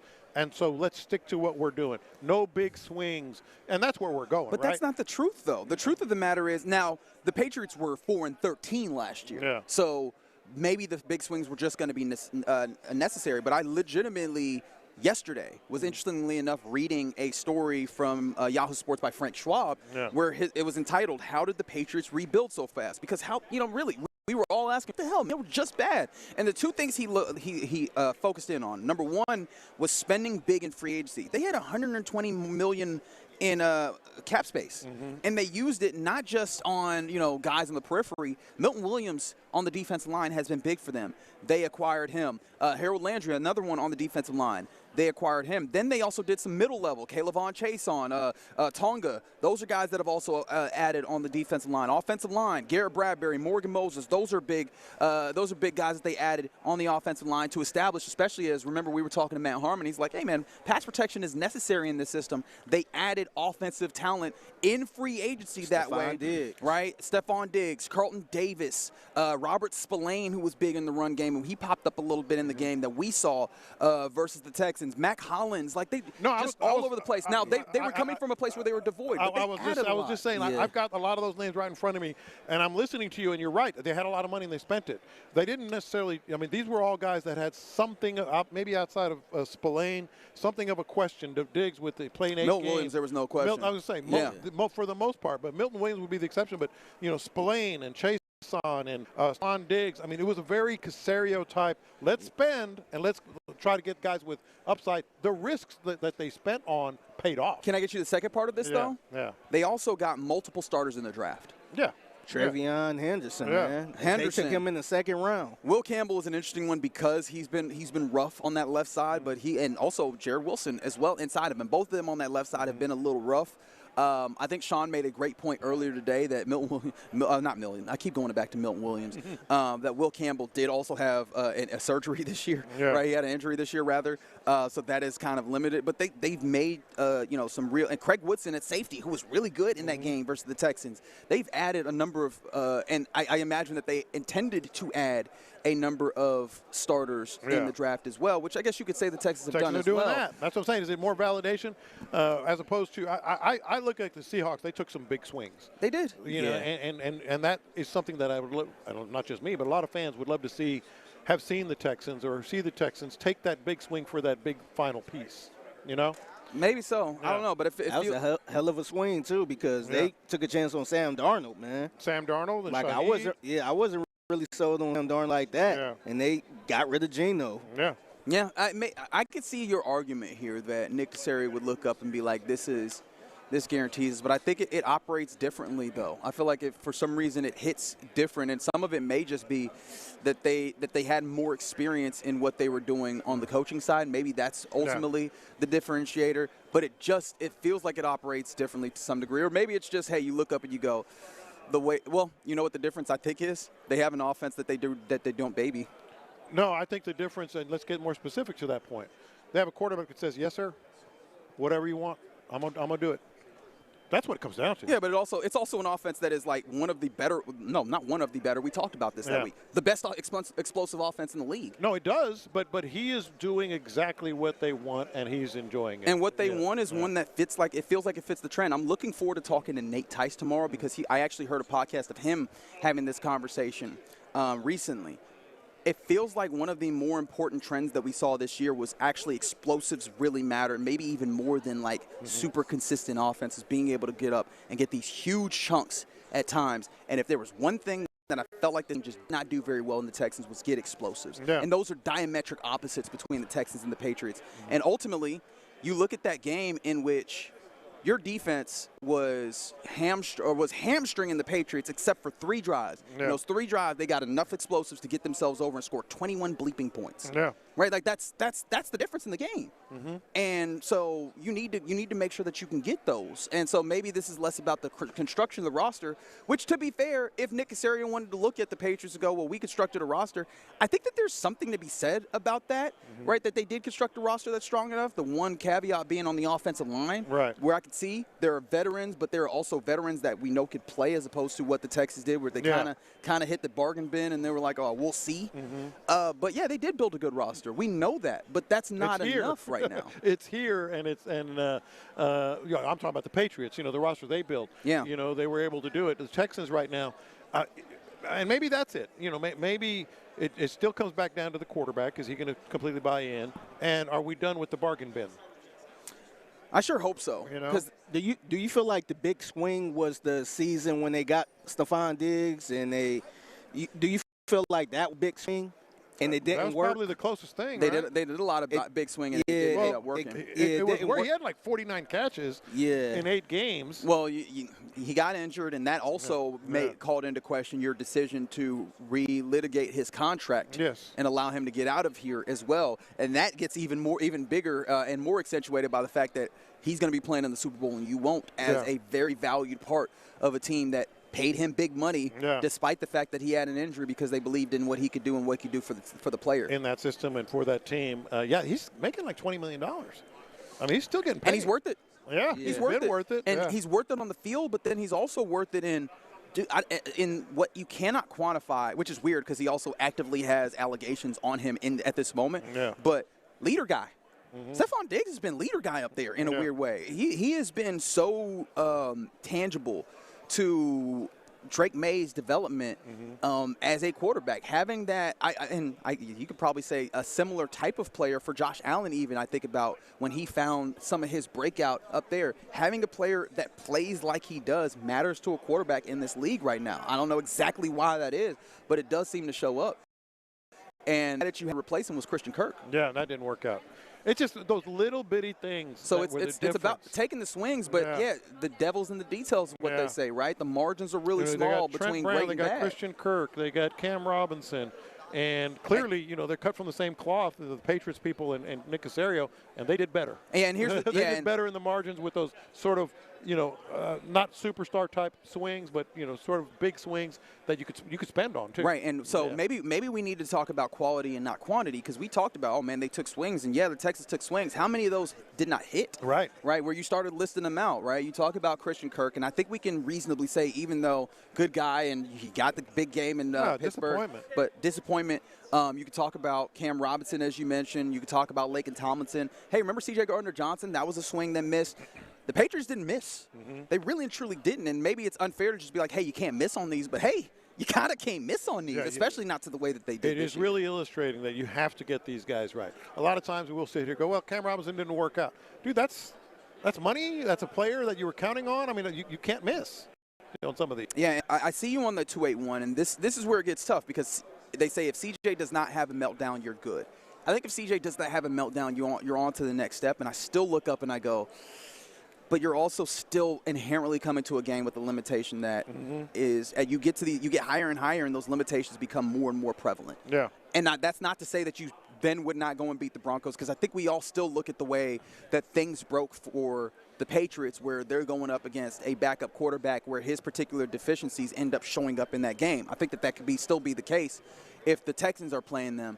But the margins, man, I still am not sold on the margins to some degree, and I think that you're right in that C.J. Stroud's meltdown really ends up showing up big. I'd still look at the way that they went about the construction. I go, are you here because of or in spite of some of that? Yeah, and the big question would have been the offense and Nick Haley if C.J. didn't have a meltdown in those 2 games. Right. No, that's a good point. So, that's an interesting question. And I don't even know that you would need this game, right, to validate. I think for we'd Nick still be Caserio, talking about it. Right? Yeah, no, that's fair. But I don't think that you need the way that this game has gone, and seeing that the Patriots and the Seahawks get to this game the way that they did as validation for Caserio. they believe that they know the answer. Yeah. Maybe to a point where you could call it, I don't know, hubris or whatever, but they believe strongly that they have the answer and they know how to do this. How many times did D'Amico Ryans get in front of a microphone this year and be like, we know what we are doing, and that was the end of the statement. Yeah. And so they believe it, but if they are looking at this team, looking at around the league, especially at the teams that have been most successful getting to this Super Bowl, and they go, this is how to do it, I think it's fair. It's a fair argument to go, this might solidify them and steal them in the way that they go about it. That's interesting. All right, you're in the loop here on Sports Radio 610. Appreciate you rocking with us here as we are in San Francisco for Radio Row. Again, appreciation to our friends at Liqueur 43 for getting us here. Coming up next, oh, wait, it's about that time where we do our lunchtime confessions. It is. And we'll still do that here on Sports Radio 610. Yeah, and we'll still talk about Synergy next.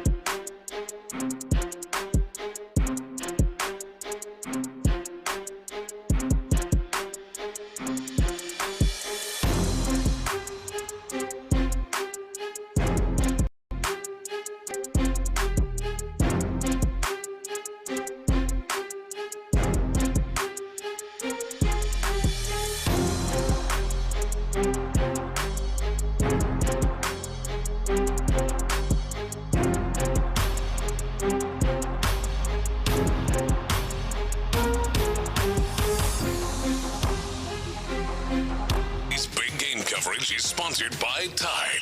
Tune in all week long on Sports Radio 610 for non-stop previews and analysis leading up to kickoff on February 8th. If it's got to be clean, it's got to be Tide. In the Loop is powered by Mokaram Injury Lawyers. Heard in an accident? Call Mokaram Injury Lawyers at 281-222-2222. Sometimes it's sports, sometimes it's not. Whatever it is, Reggie and John are keeping it real. It's In the Loop's Lunchtime Confessions, presented by the Men's Clinic on Sports Radio 610. Watch this. These are my confessions. Lopez just ran an 8-second 40 through Radio Y'all Row. are lying. You know I can move. Buddy, them feet were not being picked up. He almost went face first on the edge of this table when he got here. Y'all are lying your asses off. That's my first confession. They usually say that hey, he's picking them up and putting them down, and there was no picking up. I'm going to post a video on Instagram at SportsRadio 610. Y'all know I'd sack your ass. Oh, no, you wouldn't. Ain't no way. I'd hit your heads together like peanuts. Ain't way. Look, I appreciate you reliving Me with my the bad days. knee outrun you. Which one has the ball? We've got to make this happen then. Doesn't matter. I'll tackle them both. Out there on fourth. I just said out there me on with fourth. my bad knee. Yeah, out there on fourth, we're going to prove it. I never tore anything, and I'm trying to keep it that way. I need to see y'all do some Oklahoma drills out there. Come on now. Now that I will win. Absolutely not. I'd rather do a race than an Oklahoma drill. Are you crazy? You know what? Let's go. Let's do what Colin said. I'll do an Oklahoma drill with both of you guys. I feel so bad hurting y'all. I feel really bad hurting y'all. I will break you. All right, so let's get to the confessions here. I'm not even out of breath. I'm proud of you. I still got that first step. Have you guys noticed anything? Okay.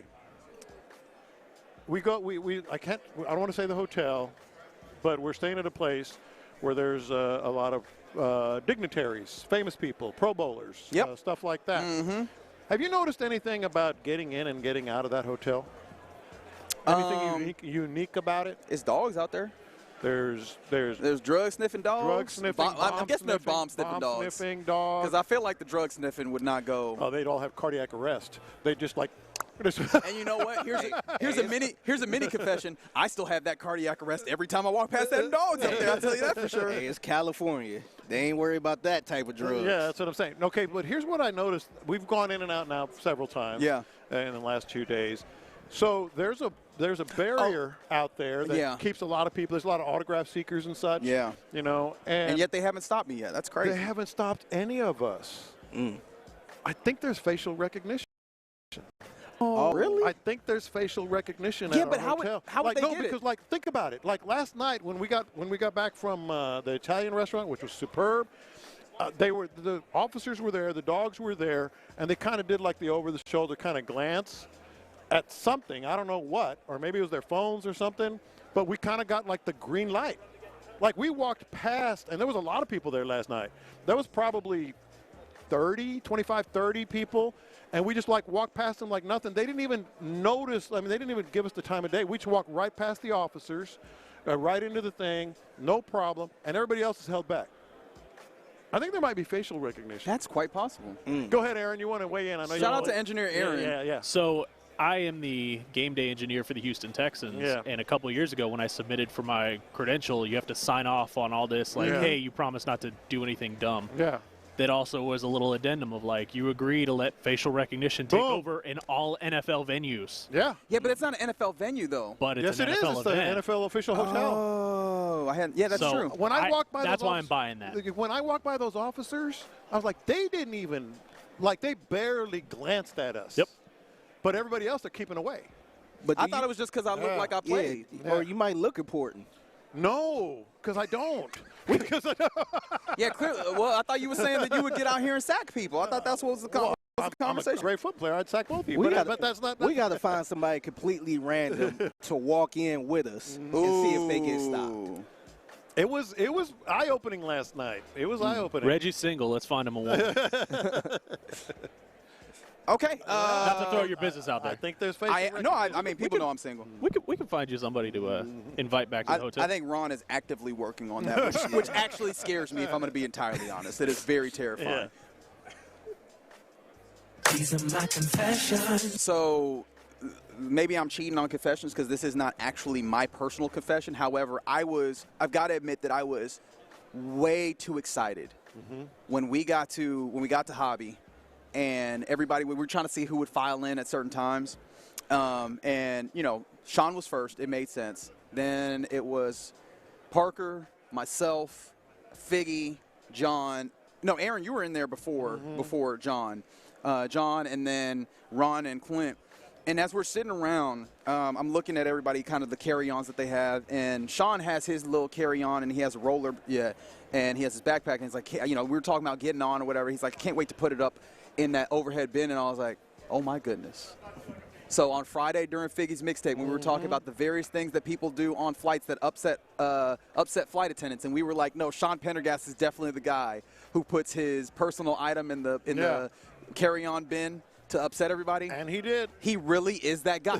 And it's so dumb because I was so excited. And the other time that happened was I was sitting next to Ron on our connection flight, and somebody was trying to get the flight attendants get their attention, and Ron gets, I'm talking about an eighth of an inch away from poking him, and I'm like, didn't we say that he would be the person to poke him? I was like, yo, we are good at calling this. He had his index finger out. And Figgy, you saw me. My eyes lit up. I was like, oh, he was going to do it. That was actually going to be my confession. I wonder if I'm that guy, the poker, because Ron was I guess the flight attendant was too far away for him to tuck.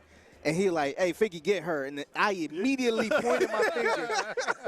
And I did the hold up. I put my hands out like, So I did everything but poke that lady, man. I'm like, I'm cool. So we almost did two. Well, we definitely did one of the things. But we almost did 2 or 3 of the things on the list that flight attendants hate. Yeah. I almost asked her because she was so cool. She was talking to us. She was very friendly. She was very friendly. I almost brought that article up.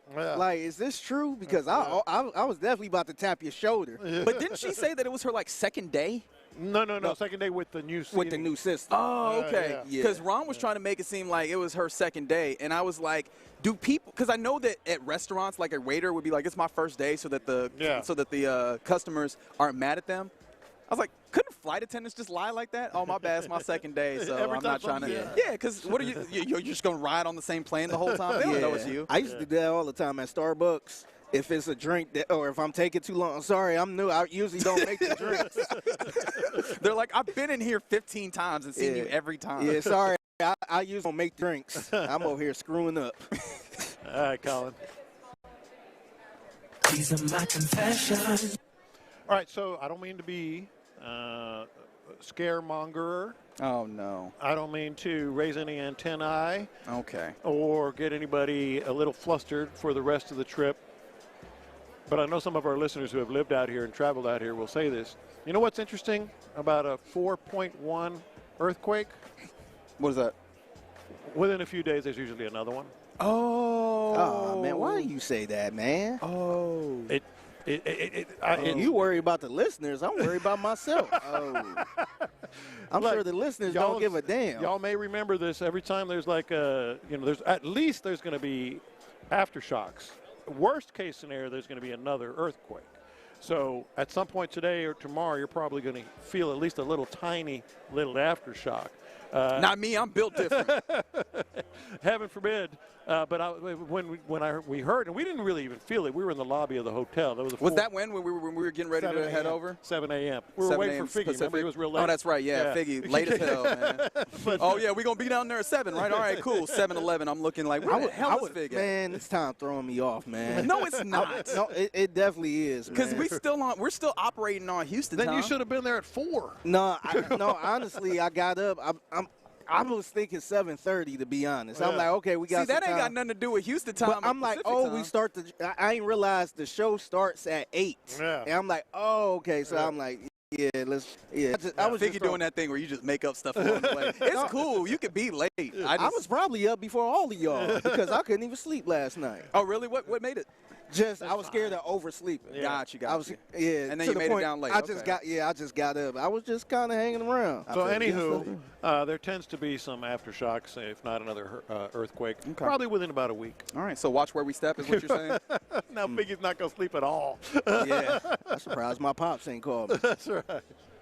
These are my confessions. So shout out to John McClain and a number of other people who were associated with a really cool documentary on the Prairie View Interscholastic League that was screened on Friday, at least amongst some folks. It was really cool because there was a lot of Houston sports dignitaries. I was over there talking to Jonathan Alexander of the Chronicle, and all of a sudden I look up and I'm like, oh, here's Gary Kubiak and Wade Phillips just talking right next to me. There was all sorts of folks. Lauren Moon, I caught up with Andre Ware out there. It was really cool. A lot of great folks here in the Houston area watching a really cool documentary. And the documentary is awesome, mind you. Yippee-ki-yay to you. Appreciate you, John McClain. And I think we might have him on to talk about this documentary because it really does speak to an important time in Texas and obviously Houston sports when it came to, black high schools and during segregation and what have you. But at this place, like I'm saying, Warren Moon, all these people, and I have to admit, it had me acting scared. I talk about it a lot, especially for us, and we're no real level of celebrity where I'm like, hey, we're out here, just make sure to say hi, we love it. And so I know it from that perspective, and yet I was like, oh, that's Warren Moon. Yeah, I'm not going to say nothing to him. I don't want to bother him. Yeah, I got scared. I was real scared out there, bro. I was real life scared talking to these people. I was looking at Gary, and I was like, do I want to say something to Gary? Nah. Both those guys would have been like. I know. And that's what I'm saying. Logically, I know that. And I was still like, all right, let's go. And why are my feet not moving? Yeah. Here I am, not going and talking to nobody. I'm going over there, except I'm not. Big scared out there. But it was really cool to see all those folks, and I'm looking forward to that being made public, the PVIL story, because it was really, really cool. That's excellent. These are my confessions. I think we're good. Okay, very good. Have y'all been in that situation where you've just been like, why am I scared right now? No, I have. Everybody has. But those guys shouldn't have been a problem at all. I know. Yeah. I know. Someone said, FYI, when the earthquake hit, I was watching on YouTube and the camera was very wobbly. Oh, okay. So I should have asked the guys because they were sitting here. If you didn't feel anything at all, okay. So are we sure that was the earthquake, or did somebody just bump the table? It was just Aaron. All right, those are your lunchtime confessions here in the Loop on Sports Radio 610. We are live at Radio Row in San Francisco, and always appreciation to Liqueur 43 for bringing us out here. I'm not going to lie. I don't know if we're going to make it the whole week with just a bottle of Liqueur 43 on the table that is untouched. Yeah, it'll be touched. Show shots are going to happen at some point. Can we make the guests take a shot of it? I don't think we can make anybody do nothing like that. I think we can ask if anybody wants a shot. We can see if that possibly. Dude, that's a great idea. Okay. Yeah, we'll ask. You got to pick your spots. So we just need to keep adding bits. I got my Tide Pod bit. Yeah. We're gonna make or not make again, but we're gonna ask our guests if they want a shot. We can make it like drink champs. At this point. So yeah, 713-572-4610. If there's any other bits that you're saying that we're not maximizing on the day. All right, coming up next, let's do what we typically do on a Monday. Who are some winners and losers of the weekend? I imagine that there might be some winners and losers from the hotel, things of that nature. 713-572-4610 if you see anybody who also had their toupee fall off. We'll talk about it next.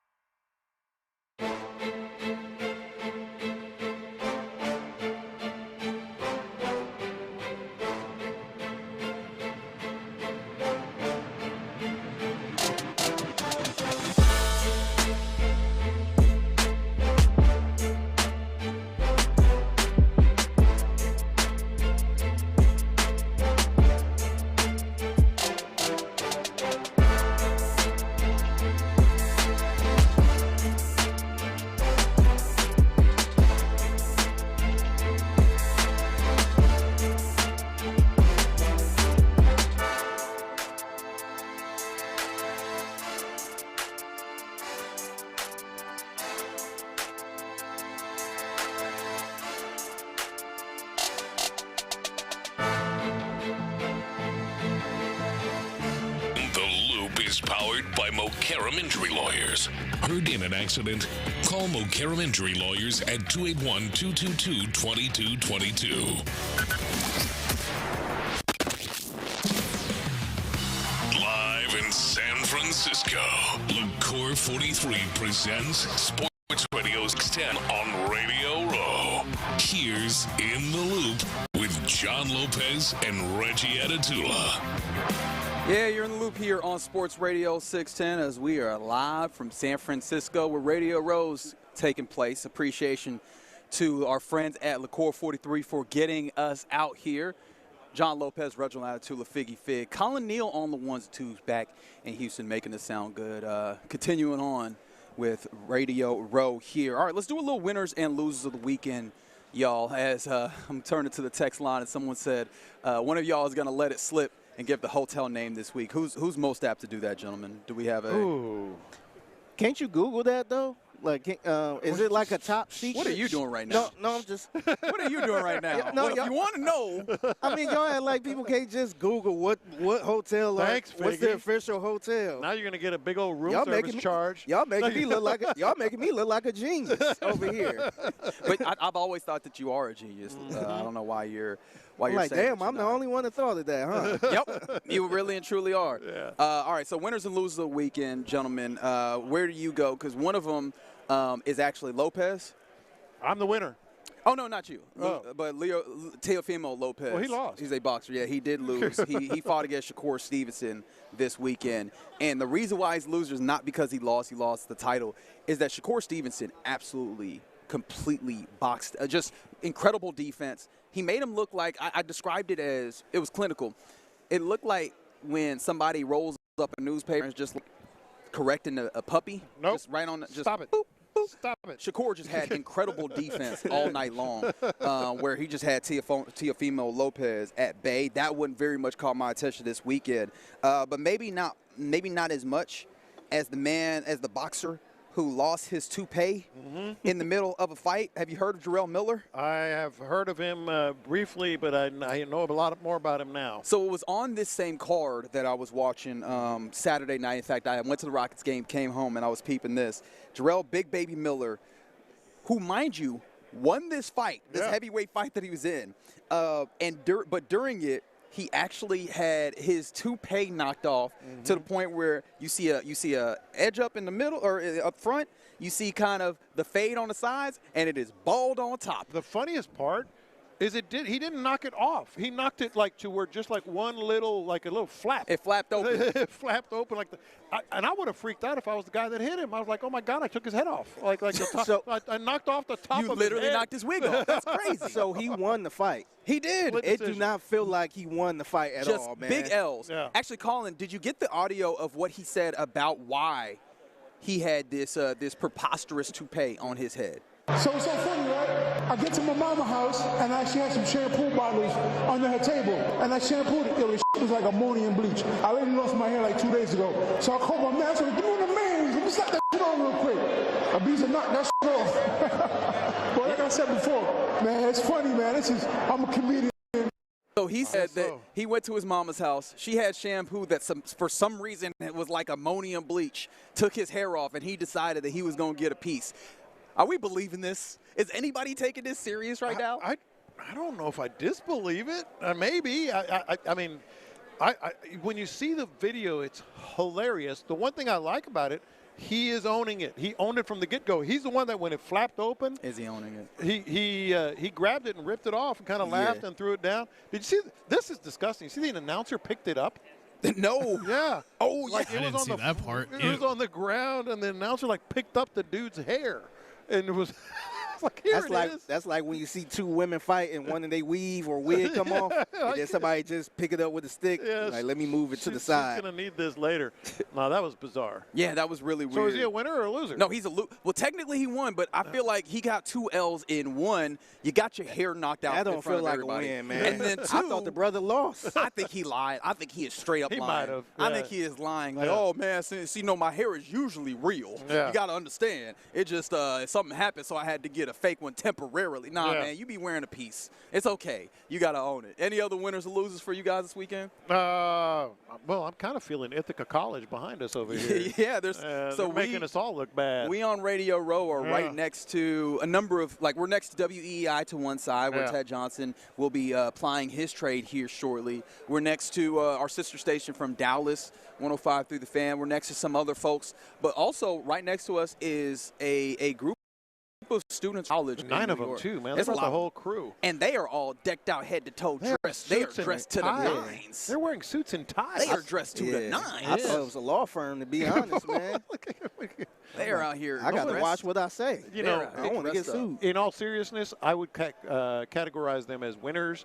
What a great idea. I saw Syracuse over there. I think I saw Marist College is here. There's some, like, if you're a college broadcasting team, this is amazing. I mean, just amazing. And one of them was on with Payne and Pendergast this morning. And that's why they're here. Yeah, that was a little bit more exposure. That was a big time moment on the show this morning. If you want to go back and catch that, do you consider our engineer Aaron a winner and loser for this? He's talked about a couple of things that have happened to him in the very short time that we've been in San Francisco. I think Clint went to as soon as we checked into the hotel, everybody kind of got themselves settled before we walked around a little bit. Yeah. He decided that he needed to go see what the hotel gym was looking like. And I imagine it's because Clint Stoerner cannot go a full week without working out. You know who was in there? Who? Micah Parsons. Of course. Micah Parsons. Isn't he like on one leg right now? Yeah, he's still doing his rehab. Yeah. But Aaron, our producer, says that he wants to work out all week. And now he has to, like, in theory, with all of the Pro Bowl players that are going to be in there, he has to work out next to dudes that are just going to look way. I mean, Will Anderson's out here. We were naming some of the guys. You know who the Pro Bowlers are. He might be working out next to or around some of these types of dudes. Is that a winner or a loser situation here? It's a win if you do this. Ask him to spot you. What's on there? 145. Let's go. Can you spot me? Mike will be with one finger. Here, I got you. Yeah, that's owning it. See, you got to own it. Or what he got to do, he got to be like, hey, man, what's up, man? What's your name? Yeah. Oh, yeah. All right, nice to meet you. Yeah. What do you do? Yo, Will, can you spot me on this? Hey, man, you kind of big. How long you been working at this? That's right. You doing some good work. Are you like a professional bodybuilder? Yeah. Are you a trainer? Okay. Just let me know if you need any tips. I got you. Just let me know. I'll get you right. No, so yeah. Oh, start correcting them. Oh no, dude, your elbows that's out. a good bit. Man. That's a good bit. Your you got to do it. Like, hey, listen, Will. your elbow's out a little bit too far. Bring it in a little bit, and then try to press that. Oh no, that's all wrong. You're gonna agitate your sciatica doing that. Come on now. You got to be set up wider. Yeah. Listen, wider. got to be shoulder width. Shoulder width. Come on now. Absolutely. You got to do Put too your much. fingers right there. Bring them in. Remember, lift with your back, not your legs. Wait, that might be backwards. That's all right. Who won of the 6'10" guys that have been out here? I mean, it's really early, but who's our winners right now? I would say, well, Sean is a loser. Why is that? He didn't get. He did the airplane thing with his bag. Yeah. His computer bag, and then I'm sitting at baggage claim. I got there early, and I already had my bag. And Clint tells Sean, "Hey, can you grab that bag?" Right in front of him. We gonna talk about that in the mixtape. Oh, okay. Okay, all right. I'll leave it at that. But it was right in front of Sean. And Sean goes, "Nah." so I ran. I literally ran that 4.4 speed you saw earlier, and I went and grabbed it. You said 44 speed? You said 44-second 40? Is that what I heard? So Sean's a loser. Winners would be obviously Aaron and Parker. We're kind of piecemealing this together. If you want to pull the curtain back until FedEx arrives, those dogs. Yeah, we got borrowed equipment right now. It's working great. Right I think it sounds good. But it'll be better as soon as FedEx, does what FedEx advertises that they do. But that's okay. Y'all promise that y'all won't get tight with what I'm about to say. What's that? I need you to promise on the front end. Mm-hmm. No, can't do it. Figgy, can you at least promise that you're not going to get tight on me? You're not going to lay out on me here? Yeah. Am I going to laugh at you? No, it will not be laughing, buddy. Okay. I'll tell you that. All right. So over the last few days, people have been acknowledging something that the government dropped, a set of documents that people refer to as the Epstein files. Yes. Are we in? We still here? I'm interested. Yeah. Now, with this big drop, all sorts of people are going through and looking for stuff. Mm-hmm. Have you seen the number of names that are be like, oh, this person was referenced in the Epstein files? Yeah. Yep. Steve Tisch, the owner of the Giants, pops up in these, and it ain't nothing good. I tell you that for damn sure, to the point where he had to put out a statement in which he said that he had only had conversations about women. I was like, hey, when you gotta make that clarification, buddy, we are in a bad place. We are in a very, very bad place. But in a weird way, someone else whose name does show up here, I believe is a winner. And his name is Russell Wilson. What? Russell Wilson apparently was looking to buy a plane before he signed his extension with the Seattle Seahawks. And it happened to be Jeffrey Epstein's plane. However, don't put a black light on it. He was okay, very good. However, he was able to get out of this by making mention of the fact that he never actually bought the plane, and that his name doesn't show up anywhere else. It's just about him trying to purchase a plane. Yeah. So in a way, I think he got away from this. I think you're right. I was like, keeping that record clean, man. Yeah. There are the weirdest people's names that are popping up as people are scanning through the documentation here, and it is very, very uncomfortable. Jay-Z and Pusha T name kind of popped up in it. Who? Yeah. Oh, Pusha T? There's a lot of people for whom I feel bad, though, because their names are in because this is just like peripheral, a dump of emails, and your name just happens to be in there. And there's people out here that are like, oh, yeah, his name popped up, and I feel like you got to be like, wait, hold on, let me explain. Trying to buy a plane. I just wanted a private plane. All right? What are we doing here? Yeah. How did you feel about this? I feel like Sam Darnold is a winner in this way. Did you see Justin Jefferson and what he was talking about? Oh, yes. So he was on an interview, and he basically said that the Vikings would have been better if Sam Darnold had stayed. Which I think we all knew, but it's kind of hits you when Justin Jefferson said. Yeah, he said everyone knows the difficulty that the quarterback position of this year, how we were dealt it. And this was with USA Today Sports, just to be clear. He said, but having a quarterback that already had a season under his belt with us, knew the plays, knew the playbook, knew the players, throwing to me, Jordan Allison, TJ Hawks, and all these guys, I definitely feel like we would have done better. Hey, J.J. McCarthy, how you feeling right now, buddy? Yeah, not good. That is rough. Not good at all. That is really tough for your star wide receiver being like, yeah, this kind of stunk, but if we had that other guy, though, it would have looked much different. To that end, did you see what happened with Kwesi Adolfo-Menso, the general manager who was fired there for the Vikings? I still don't know. I thought it was going to come up in around the NFL, but we ran out of time. Yeah. I kind of go back and forth on this. Is a tough one for me. So there's been a lot of reporting. Diana Rossini of The Athletic did this recently, went into some of the reporting as to why Kwesi Adolfo-Mensah was fired because there's reasons that you could give. I don't know if anyone are like incredible reasons individually, but one of the things that people brought up, and I don't know if this was a specific reason why he was fired, but definitely something that garnered some interest in that building in 2023. So mind you, this is before the decision on quarterback or anything. 2023, he took what was it? 2 weeks. 2 weeks of paternity leave, and this was around draft time. Yeah.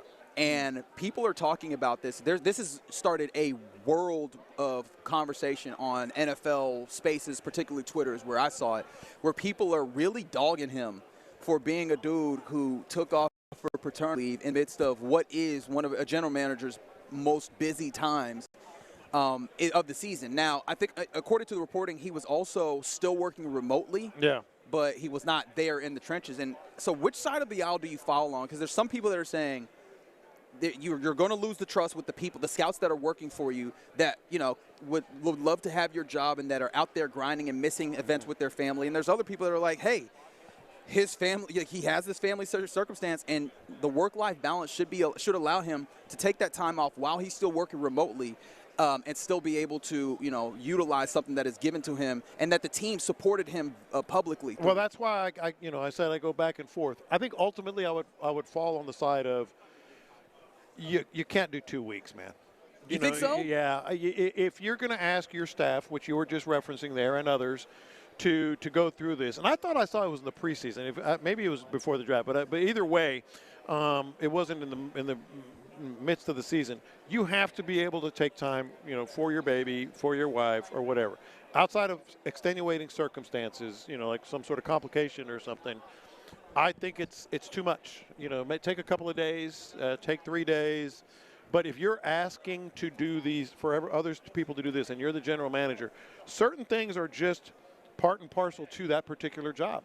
Like certain jobs, you can take 2 weeks. Hell, certain jobs you can take, I think, was it 12 weeks or something like that? That a lot of companies give the dad or whatever. But in certain jobs, that's just part of the job. It can't be 2 weeks. It can't be. That's where I ultimately fall. And then I do that whole back and forth thing because it's like, well, they did approve it, and all that. It's just a hard call. I think it's a little tricky, too, because he was still working remotely, right? Yeah, and he was still – that's another part. And my thing is you working remotely, and you kind of had a bad draft. You've been having some bad draft, made some bad decisions. Yeah. So, I mean, to me, I know people was upset about him being off for 2 weeks, but – you was working remotely and you did a bad job at what you was doing. Yeah, the rough thing about it is, if he did a good job, I don't think anybody would say anything about that. Right. Exactly. I think that this is one of those things where this ain't the reason you got fired, but this might be the reason why some people don't like you. Sure. And being likable is something that is not like it's hard to tangibly quantify, but it matters in a lot of jobs because we give people that we like a lot more leeway and a lot more opportunity. 100%. And it seems like some of the people in that building, suffice to say, seeing as we're getting some of this reporting, got to a place where they had some animosity, no matter how small, and that adds up if you have different things, or if it feels like some people look at you and they go, I could be doing a better job. So where do you fall?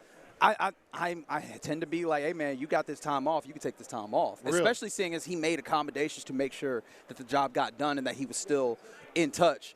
But I think, as you say, ultimately, maybe it doesn't matter as much what is approved as what you can get away with tangibly with your staff and with who you're working with.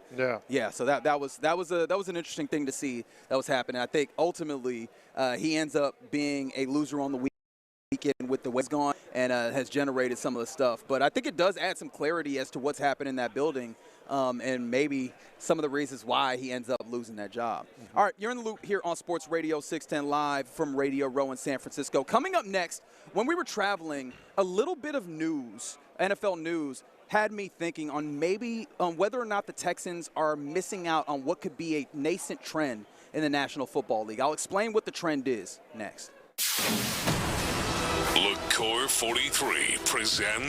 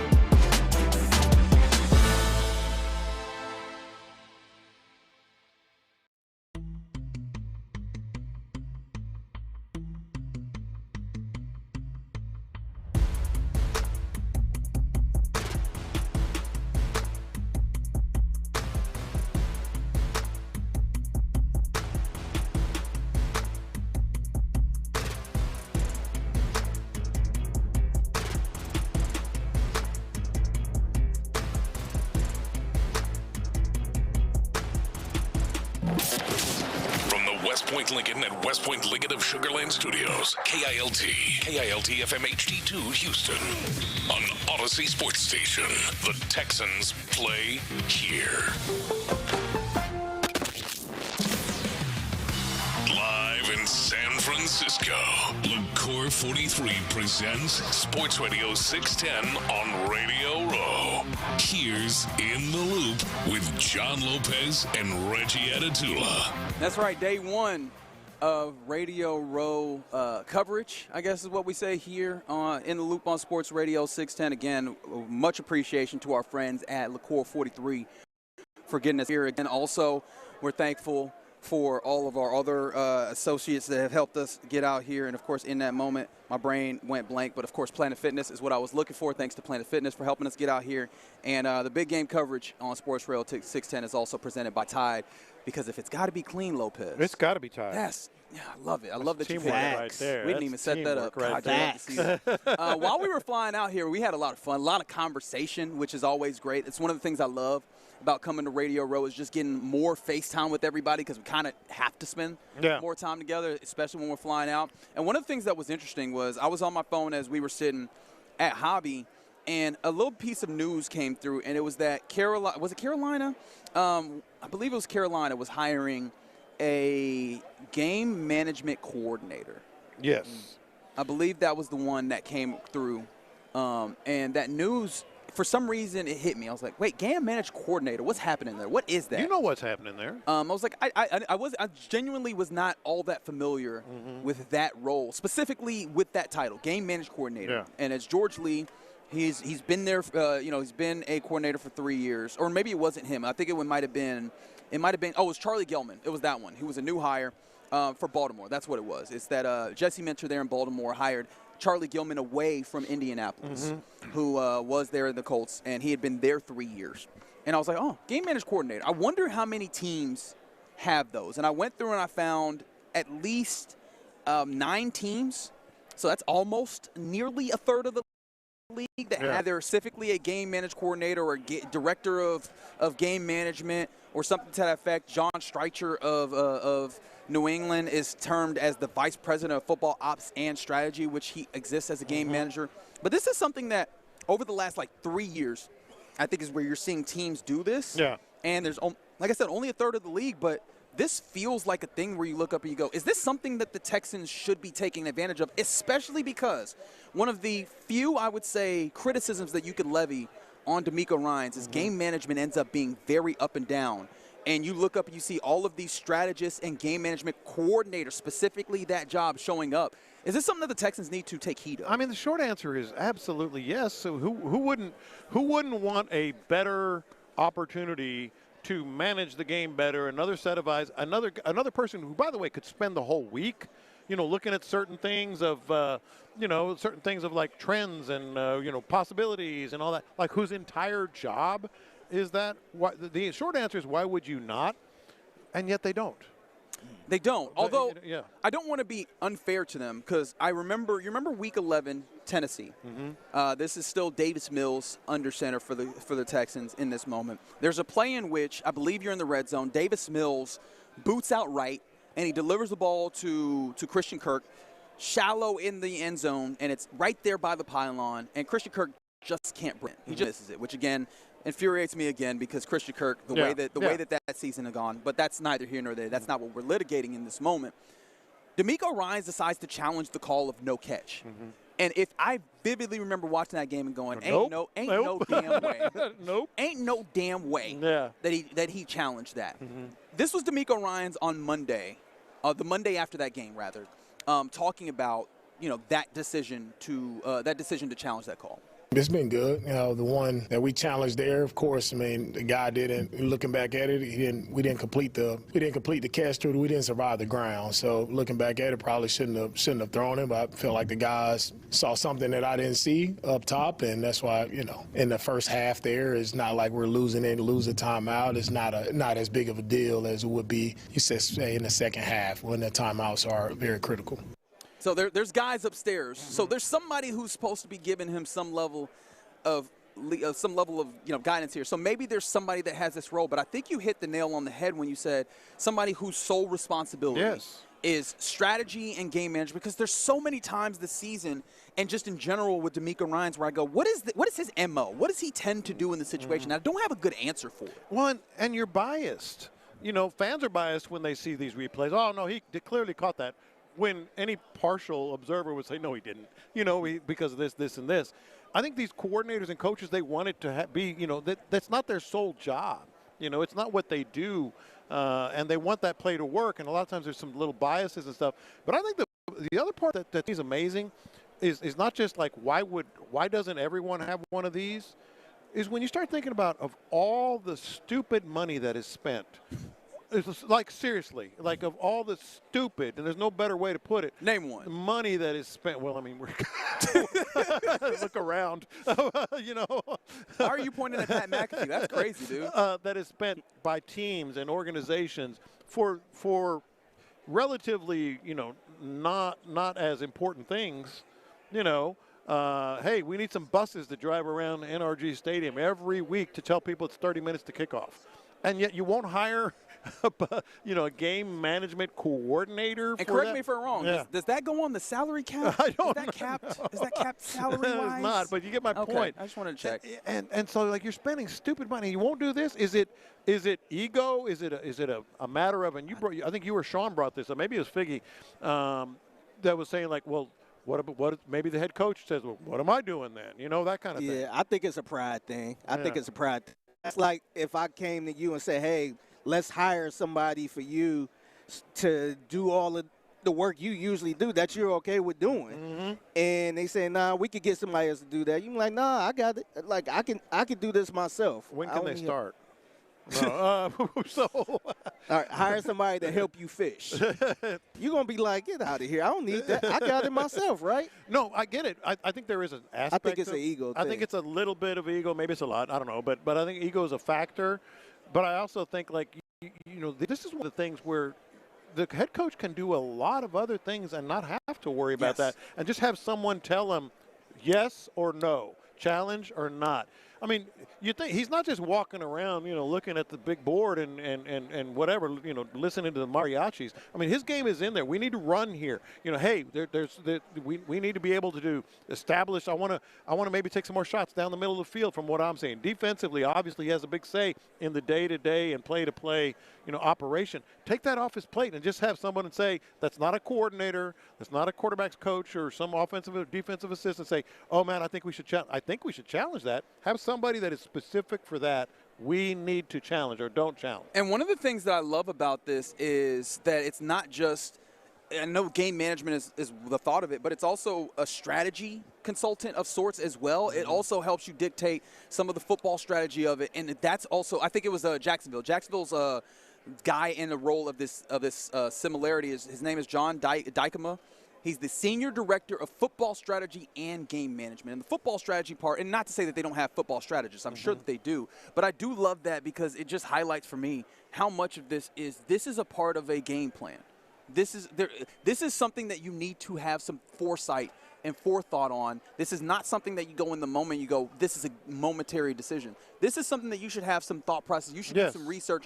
This is what we like to do in this circumstance. And like I said, there's so many times where I look up and I go, this doesn't feel like this was thought of ahead of time. And sometimes the responses that D'Amico will give is like, oh, in the moment, blah, blah. It's like, no, but I feel like you should have some thought process of we like this in this moment. We, because of this thought, feel like this is the way that we tend to do things. And then the momentary thought ends up being an override or what have you. But it just feels like there needs to be more insight, and this could be one way to do it. Now, there's an interesting nut in this that I think is interesting to get to, which is the actual teams that have them, because I don't want to just flatly be like, well, having this is absolutely good. I would like to give you the teams that have them, and you tell me how you generally perceive them to be when it comes to game management and so on and so forth. Like I said, the Carolina Panthers have George Lee. Do we perceive them to – is there anything – It's hard to get a perception, you know, because they've just kind of been bad and, you know, who knows, you know, the impact of a manager. So Indianapolis doesn't have one in this moment, but they clearly had one because Baltimore just hired him away. Yeah. How do you feel about the Indianapolis Colts? I don't feel like they're bad. I feel like they're pretty solid. Yeah. The Tennessee Titans just hired one. I don't think that's one that we could use here. The Los Angeles Rams, Jan Shamash. Who he was there last year. I think they're good. I actually remember some maybe it's recency bias. I think they've had some good moments here down the stretch where they've done like late half is what I'm remembering. One specific moment. New England Patriots, that one is an easy one. John Schreier, they were Stryker rather. They're pretty damn good there. How about the New York Jets? With John Berger. Again, when you're just bad, it's like, hey, we got 3 timeouts. Who cares? Yeah, we're down by 3 touchdowns. The funny thing was John Berger. John Berger has 34 years of experience and obviously not specifically doing this. He's also served as the vice president of relay for the NFL and has been promoted to the position, he was promoted to that position after he was a replay official trainer. So that's a dude who has insight. Pretty good. He's got a lot of insight. So this also does not have to. You don't perceive this as just get some young buck. You could get people that have real experience, understanding replay and these things to do it. The Jags, who I talked about. How have you felt? It felt like that was actually a pretty decent job there for Liam Cohen. And it stands to reason with Gladstone and the new wave, new era, whatever. Vikings have one, and the Broncos have one. Can't really say one way or the other. I'm trying to think. To me, it seemed like the common theme I see with this is somebody like a head coach or somebody that's calling the plays, that's focusing on calling the plays. But it shouldn't matter. Because if to me, I just never understood a head coach that's trying to call plays and try to see the timeouts and try to see if that was a catch or not catch. DeMeco is not calling plays. He's not now, but he's impacting. Yeah, he was. He's still heavily involved. At one point, he was calling plays, and we was talking about like, man, it seemed like he got a lot going on. And I've seen a lot of this sort of making the rounds as this came up this weekend, and I don't mind it. Get a really high-level professional gamer. That has done this. Oh, like a Madden? Because I know there's people that were like, well, we know what to do in Madden, so that plays. No, but I think like train them also. I think some of those guys have proved to be pretty damn good. Yeah. When it comes to they get that's their whole game. Yeah. Yeah. That's interesting. I had not thought about it from that end. And I like what you made mention of, Figgy, the idea of the play calling coach. Because one of the things that was interesting in DeMeco Ryans' last sit down with Mark Vandermeer and John Harris was he talked about how this season was, I think he was proud of the way that he started learning and getting a feel for how to delegate. Yeah. My words, not his per se, but just trying to get a general perception of what he was saying. And this would be another delegation. I do think it is fair to ask, well, how much delegation do you want DeMeco to do? He still needs to have these responsibilities and part of it. But ultimately, he's still the decision maker. I think that coordinator would still answer to him. And I think my final portion on this is I think there's still value in naming it plainly. Yes, there's probably someone on that staff. There's definitely someone on that staff that informs him on that. But I think there's value in having this is this dude's responsibility. That's your job. The job is on it. Closely. It's the name, and it is. And I'll make the final decision. Right, and maybe the public portion of it is something that they don't care about, but I think there is value in publicly. This is your job. There's a responsibility that is imbued within that. And so when we look up, we go, hey, game management stuff, yes, the head coach is going to get his lumps because that is his job ultimately. We still could go like, okay, well, this is somewhere here specifically that we can look at responsibility-wise. And I go back to one of my first points. You spend stupid money.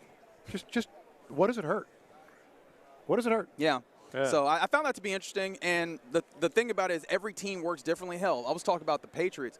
You go back to the Bill Belichick days, and there was dudes who it didn't matter what the name of their title was. They all did different stuff because it's delegated. It's quite possible that they have someone that essentially does that. But as of right now, it doesn't feel like it, and I think that's noteworthy in and of itself, right? It does not feel like they have the impact of that. So, yeah, just peruse.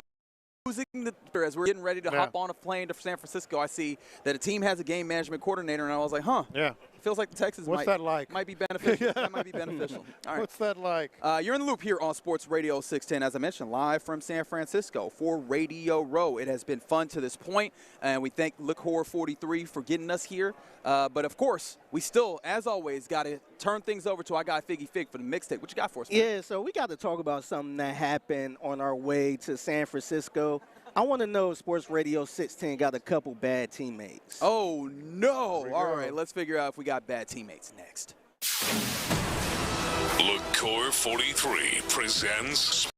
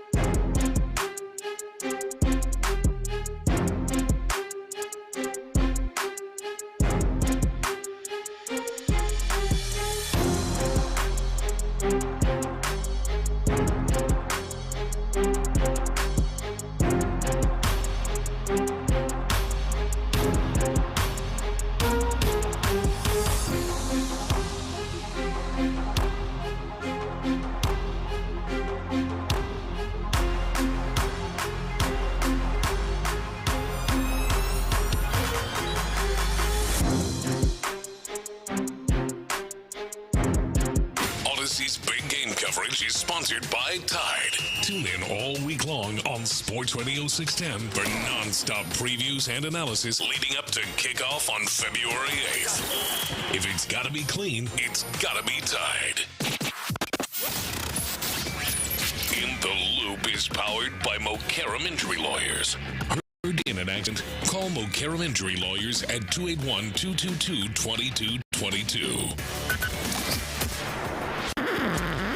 Pass the aux cord and crank up the volume. Figgy Figs in the driver's seat. Sit back, relax, and enjoy the ride. It's time for Figgy's Mixtape on Sports Radio 610. Yes, it is the Mixtape in the Loop, Sports Radio 610. It's your man Figgy Fig holding it down on a Monday live in San Francisco for Radio Row. Shout out to our good friends. Liqueur 43. Yep. Always getting us down here. You can shout out to Planet Fitness as well. Yep. Salute the Tide as well. Before we get to our bad, if we have any bad teammates on Sports Radio 610, I just want to throw it out there. I just want to see if am I tripping tonight? If I'm in my brain, I do got to give a shout out and rest in peace to DJ Michael Watts again, man. Yeah. You heard the intro. It's still tipping. Yep. And that was my introduction to DJ Michael Watts. And so just prayers up to the whole city of Houston. Prayers up to his family. And you will be missed. He passed away at the age of 52. And he was the founder of Swisher House. Yeah, man. So I kind of want a Swisher House chain at this point, man. I'm going to see if I could try to find one. Yeah, man. Give me a you can Swisher find House one. Yeah. Somebody, I actually tweeted that out. And somebody said, hey, you could go to the, what did he say, a little rinky-dink sale chains. Yeah. So I'm going to see. I don't care if it's real or not. I just want to get me. Okay, I was about to say, that was the thing that was on my mind. Was how much money are we dedicating to the Swisher House Hey, I'm Chad Ocho Cinco when it comes to this. Yeah. Man. I remember that. Hey, I wear some fake jewelry. But let's get to it, man. So on our way to radio, it's Mixtape in the Loop, Sports Radio 610. Appreciate you, Colin. So on the way to San Francisco, we all had the same flight. We were kind of sitting a little bit all over the place. But on the planes? Yeah. Some people were not happy about that. Yeah. So our first flight before we got to our layover, we sat towards I guess that's kind of first class a little bit. Yeah, fourth row, extra leg room. It didn't have first class on the flight that we had, but it did have certain spots that had extra leg room. That's first class for Southwest. Yes. Yeah. And they ain't had no sheet between them. It's not first class. Hey, Southwest first class. Yeah. That's Southwest first class. Real talk. But I was wondering if I'm wrong for this. So when we first got on that plane, I had a seat at the window. Yeah. And I know I'm a short guy, so I try to get the people that's a little taller than me the best seat, because look, I can sit in the middle. I don't have a problem sitting in the middle. And our program director Parker was in my seat. Yeah, and mind you, Southwest got these assigned seats now. Yeah. And so I let him sit by the window because just kind of So you think I was cool with just letting them have that seat and not just? I don't think you needed to, because I think the seat thing is less about tall and more about big. You know what I mean? I feel like there's instances where, like when you're playing pickup and you go, let me get big man. It's like, no, that's tall man. Those are different things. If you expect him to get down there and bang, it's not going to work the way that you want, right? Kevin Durant, tall man, not big man. I feel like, Parker is tall man. Parker's not big man. And we were already in the extra legroom seat. He could have sat in the middle. Really? Right? He didn't have the heft that would make it so that, like, those two, the two armrests would be a problem for him, so he needed the aisle or the window to be able to lean on. He could have sat in the middle. I disagree. I think you gave it up, and that's nice, but you didn't have to do it. Nah, I think you did. First of all, you did the right thing, and I think it was a good move. I've been on Look planes. at this butt kisser over there. No. Yeah, I've been on planes where tall, it matters. Now, we just had extra leg room. The other thing about tall is when you're on the aisle or on the window, you can always kind of lean to one side or the other a little easier. And see, that's what I was thinking about with the window I always seat. on the window, I always kind of lean toward the window, and you have a little more room. You saw me. I would always kind of move because I'd always be kind of out there, and then when the flight attendant came by, I would kind of move back in. So that's why I think you did the right thing. Okay. Yeah. And now, still regarding this same situation, sitting in my seat, well, technically Parker's seat because I was in the middle. But we saw Clint, we saw Aaron Raybo, we saw Sean Pendergast walk right past us. They was going right to the back where it was a little bit tighter. Yeah. And Colin, you got this queued up. Here's Clint with the message for me, Reggie, and all Lopez, everybody that was sitting in first class. Hey, why Figgy and Boss Man and Ron, all that length they got up there in that extra leg room up there in the front. While that's happening, they got these two thickums sitting right next to each other.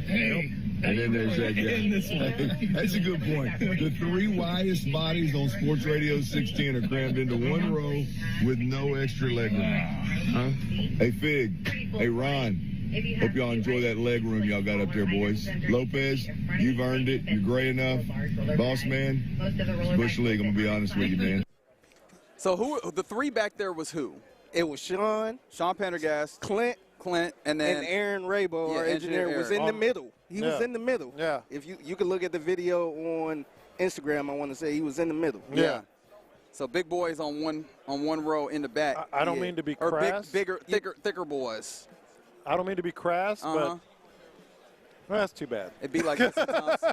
Well, that's too bad. Yeah, and see, that's the part that suck about the new policy with Southwest, because at first, first come, first serve. And we could kind of switch around you want to and all that stuff. Now it's like, nah, this is my seat. That's I ain't moving. I don't think my assigned seat. I don't think this is actually how it happened, but when you looked up, you were like, huh.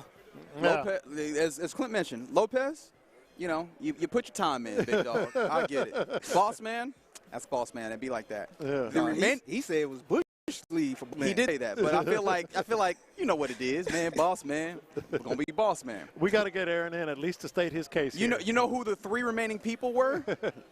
Figgy, Ron, and myself. I would just like you to note that it was February 1st. I just want that to be noted. It was Black History Month, and I feel like somewhere deep down in Southwest's algorithm, they recognize, I don't know what they saw in those names, but they was like, these gentlemen need to be appreciated. I feel like they should be in this month, if nothing else. And so I appreciate Southwest Airlines for being allies in this moment. And salute to them for looking at my name, Edward Gilliard, and thinking, oh, that's a brother right there for sure. I will say shout out to our flight attendant that was at the back with us, because she went, hey, there's an entire row across you guys and one back that's going to be completely empty. And at first Clint was like, can I get over there? And then when he found out he had the window, she came to me the second we leveled off and they turned off the seatbelt sign. She came to me. She goes, hey, you want to move over that aisle? And I said, you are damn right.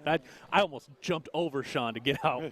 So I jumped over to the window. The woman behind me was squeezed between two big dudes. She came and took the aisle seat. We were stretched out. Oh, so y'all ended up being all right. Eventually, Y'all ended up being all right. See, I wish that we had that flight attendant on our second flight, in which it was me. I was going to bring that up, too. Oh, you got it. I don't want to take your I was going from Houston to San Diego. I like them better than San Diego to San Francisco. Yeah, because the San Diego to San Francisco, I actually had a whole row to myself in the exit row. I was in the exit row. Felt like I was in a private jet, man. Everybody else was all crunched up. You can probably see that video on Instagram as well, Sports Radio 610. But that one right there felt bad for it. I'm like, man, Parker could have took that seat right there. Had the extra leg room. He was really crunched up. Yeah, and then what was weird was there was how many of us? 5 of us that were in the general exit row that we had to do are you fit to help if something happens. It was Figgy who had one of the exit rows all to himself, myself, Ron, and then Parker and Sean. So those were the 5 people. Except they wouldn't let myself and Ron, one of us, move to the aisle that Figgy was on because they were saying that technically that would be an upgrade. And I'm like, how is it an upgrade if we are also in an exit row? Like, the idea of being in the exit row, you got more space. Yeah. That's weird. We already got that space. That is really weird. Supposedly. Yeah. So why can't nobody move over there? Yeah. It was very frustrating, I will have to say. But it's a mild inconvenience for us to get to San Francisco. Yeah. So I shouldn't feel bad, right? No. I'm not a bad teammate. No, you handled your business. All right. You did what you could. Let's get to the next situation. In the Loot Sports Radio 610. So we get the luggage claim. And Lopez, you brought this up a little earlier. Oh, boy. And Sean was over there. He was getting his luggage. And Clint was far away. He was walking towards that area. And Clint do what Clint always do. Hey, Chief. Hey, Chief. That's my bag. That's my bag right there, Sean. Sean, grab my bag right there.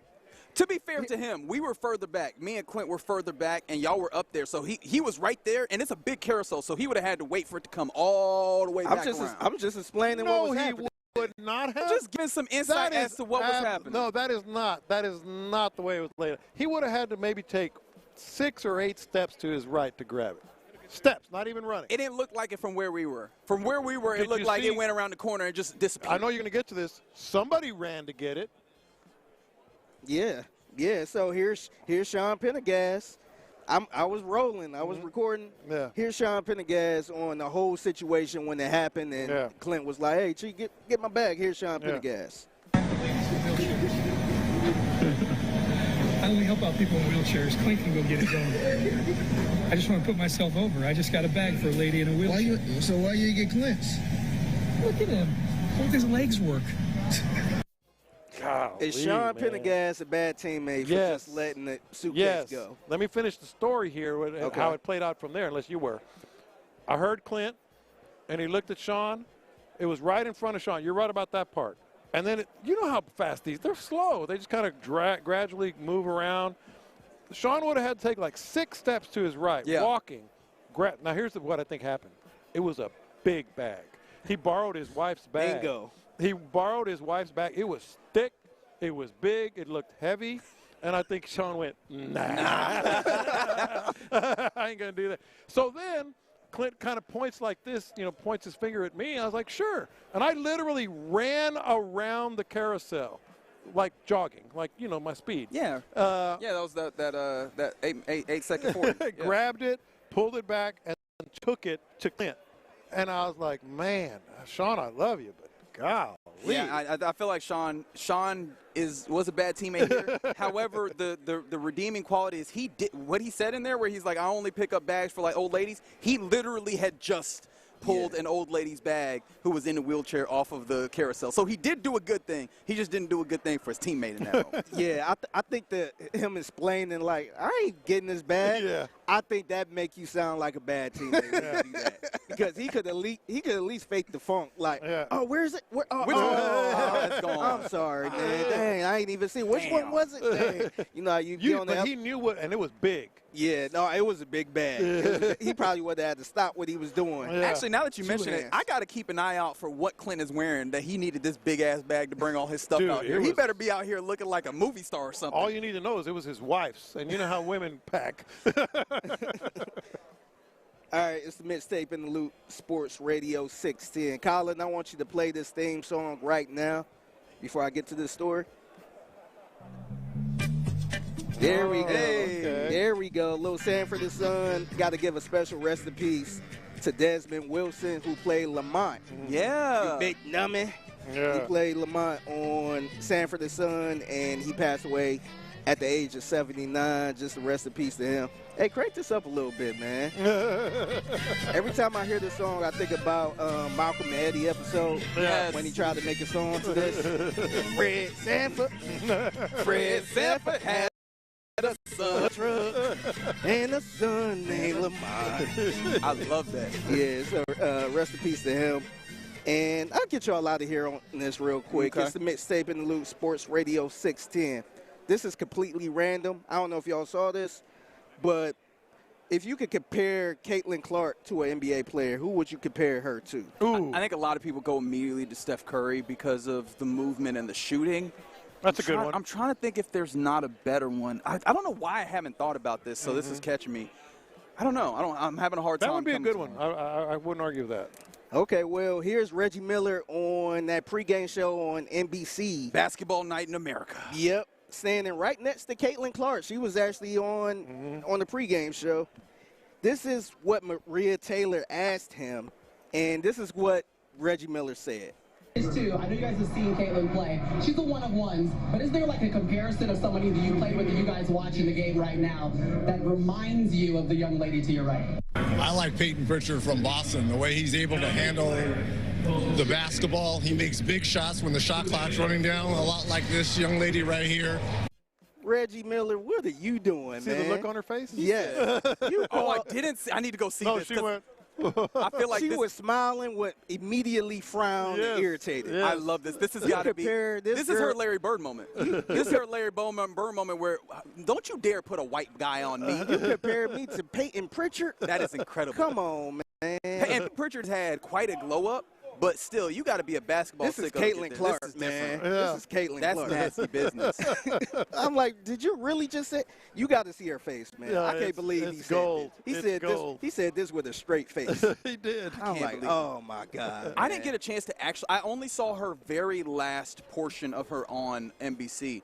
Sounded like she was pretty good, at least from what I heard people talking about. This might be something where they might need to try and get her on more often. She's already done more work for NBC than Michael Jordan has. But, yeah, it sounds like she's pretty good on there. Yeah, she can make a little more money than she make in her WNBA salary. She's doing all right, though. Yeah, she's got the endorsement. I'm talking about the WNBA salary. You are right. What's she making, what, $70,000? Man, I don't even know what it is making right less now, than but a it's teacher not, right it's now, not man. much. Yeah. Yeah. So that was really cool, except for not when Reggie Miller fell victim to the oldest trick in the book, which is comps along racial lines. Like, she don't got to be the white guy. She really doesn't. Yeah. You can compare her to other guys. All right, so there you go. That is the mixtape, 1:20 p.m. every weekday right here on Sports Radio 610, even out here on Radio Row. At the Figgy Fig on social media, if you want to send him something that you believe to be mixtape worthy. At Sports Radio 610, if you want to see what Figgy is capturing out here on Radio Row. Already seeing some of the stuff from travel and us getting some You can see dinner. John Lopez stumbling over here trying to get to the y'all are segment. making such a big deal about that. Yeah. All right. You want me to be fair? Yeah. It was more of seven second 40 speed. That's what it was. 4-7, yeah. You definitely hit a little stumble right here. You almost went down. I am light on my feet. Got that first step. Is that supposed to be the first step? You look like you were convulsing. I was concerned. I thought I was going to have to get – do they have a paramedic over here? All right, so there you go. That's the next It's happening. Like Fred said, oh, Elizabeth. Yep. Elizabeth. You was about to see Elizabeth. That's hilarious. All right, coming up next, we'll get ready to hand things off to the fellas of the drive. But before we get there, I mentioned that Ime Udoka said something before the Mavericks game on Saturday that I found to be interesting. Do you agree with this play, the way that he goes about offense in this particular way? 713-572-4610. We'll talk about it next. The best sports talk around, anytime, anywhere. Hear your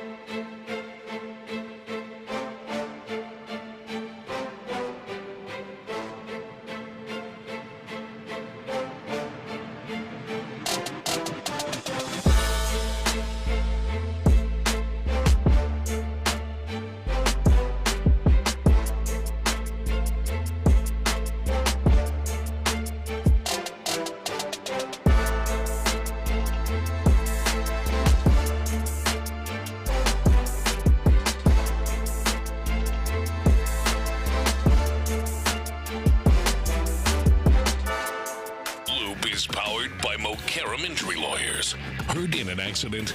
Call Mocaram Injury Lawyers at 281-222-2222. Live in San Francisco, LaCour 43 presents Sports Radio 610 on Radio Row. Here's In the Loop with John Lopez and Reggie Atatula.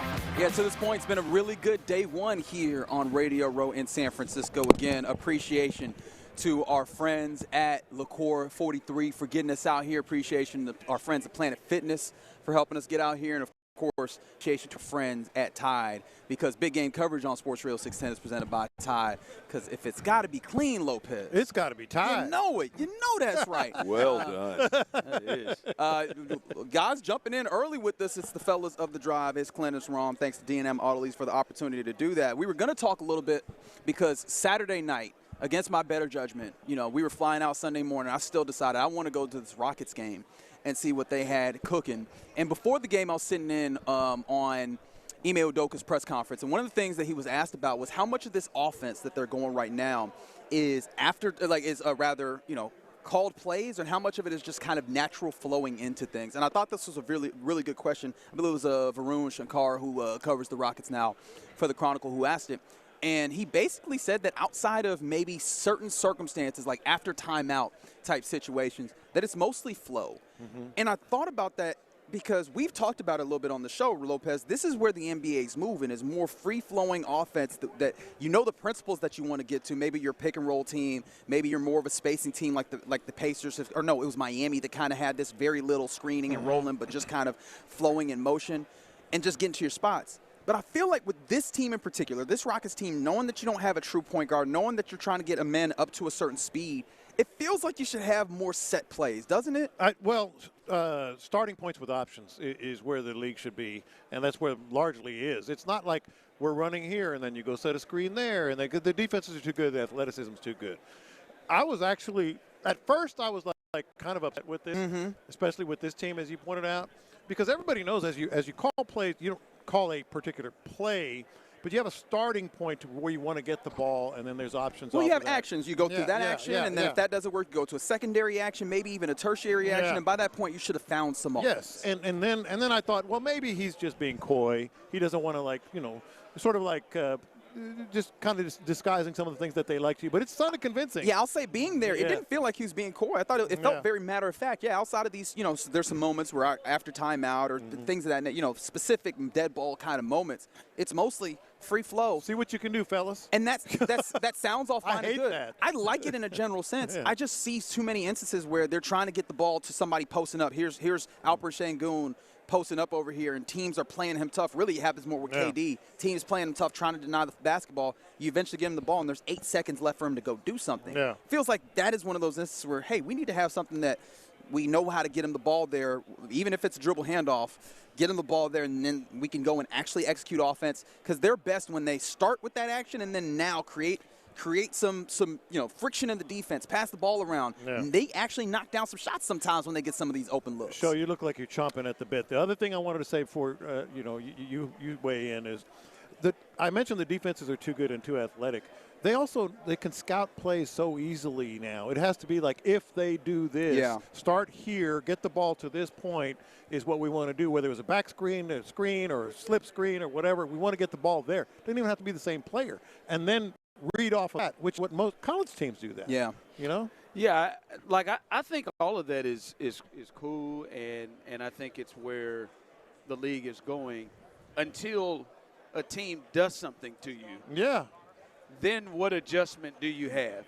So if you're playing the Spurs and all of a sudden in the second half the Spurs switch up what they're doing and they say, we're going to now change our defense and put Wemby on Amin Thompson and try to make him a help defender to funnel everything to a shot.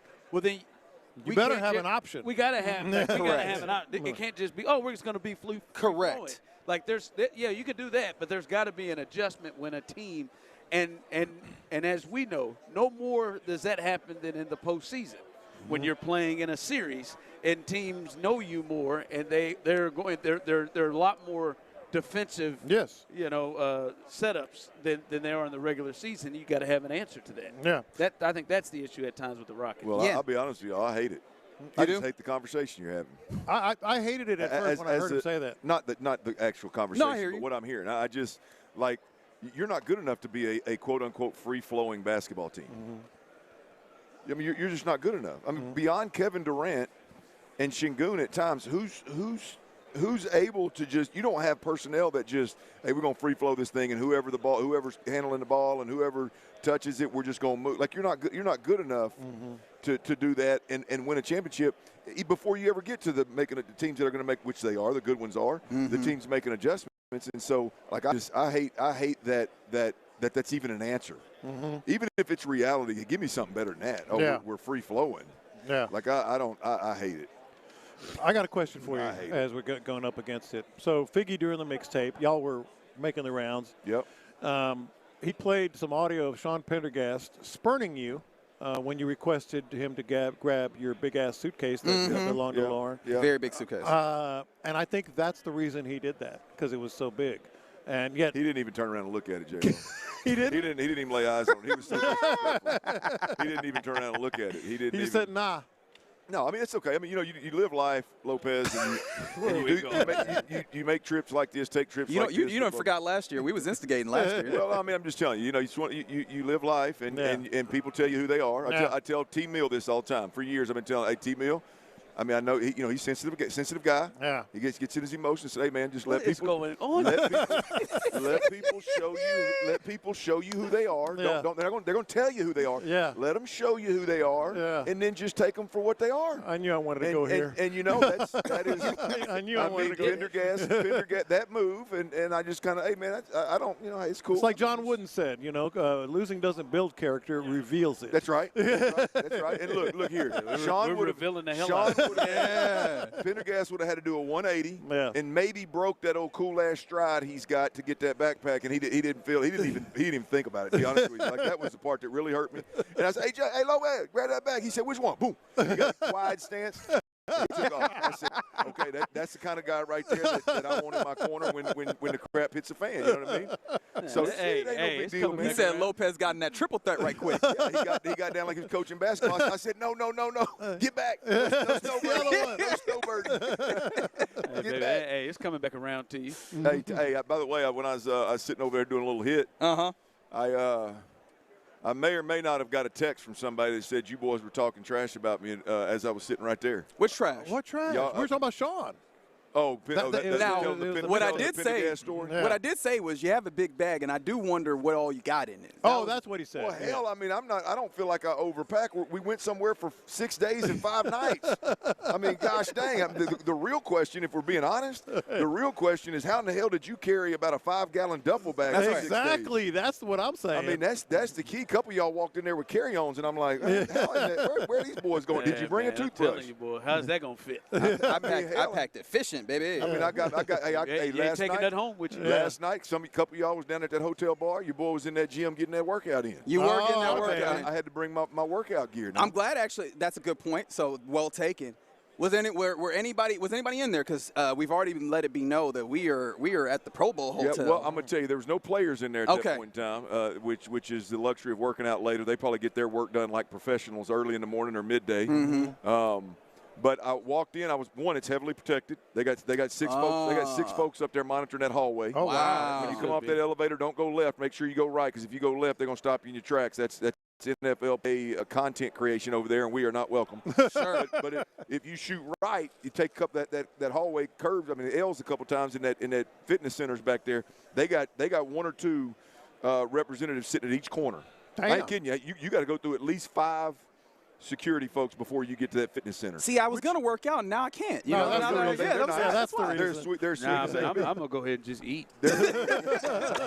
No, they're as sweet as they can be. But to answer your question, I went in there, I was by myself. And then a lady, probably, I don't know, mid-30s, she came in. She got on the treadmill down the way from me. And then a gentleman, looked late 20s, early 30s, he came in, and he was heavy-footed on that treadmill, boy, right next to work, didn't he?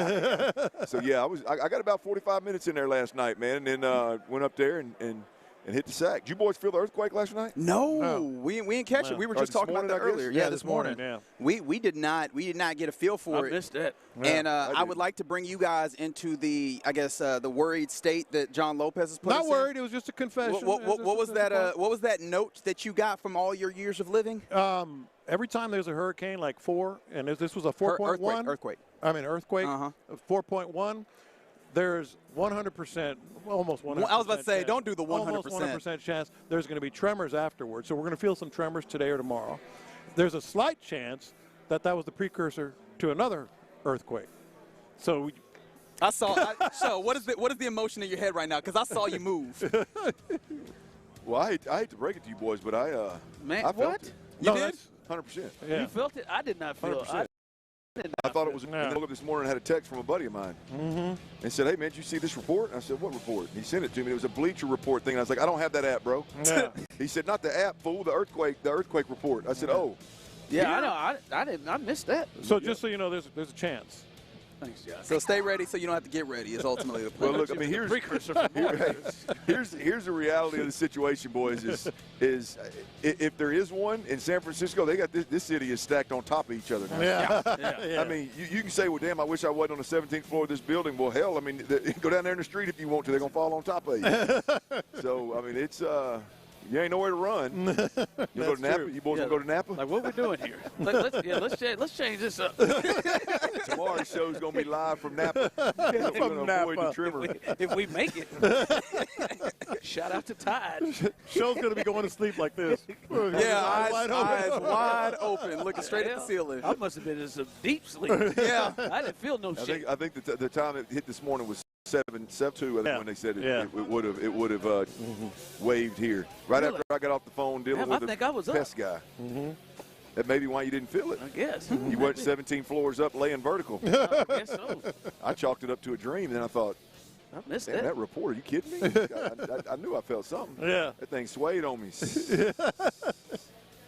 That'll do it. Well, there you go. There you go. All right.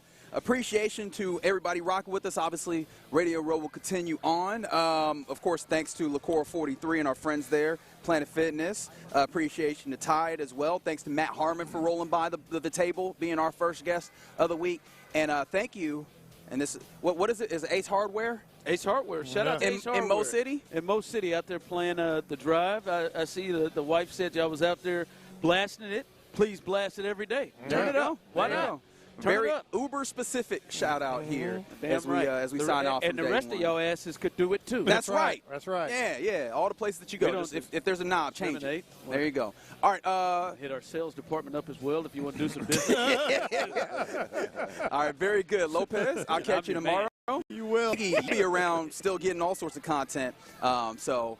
We'll catch you. We'll leave you in the capable hands of the best damn afternoon sports show in all of Houston. You're listening to KLT AM, KLT FM, HD2 Houston, and Odyssey Sports Station. And right now, the drive is live. That's right. The drive is live, and we are live. And day one here on Radio Row. And shout out to, as he said, Liqueur 43, as they are helping us put this together, as well as Planet Fitness. We appreciate you. Ooh, look at that bottle. They got a bottle right here. So, can we sip this? I think you can. I don't think people do, but you can. I mean, you like to push limits. Then, you can damn sure do it. And then see if we can get to the end of this piece by Friday. And it's down here at the end by Friday. With this crew, that little bottle right there, we're going to get to the bottom of that one by Friday. That stuff's pretty good, I believe. Yeah. Come on now.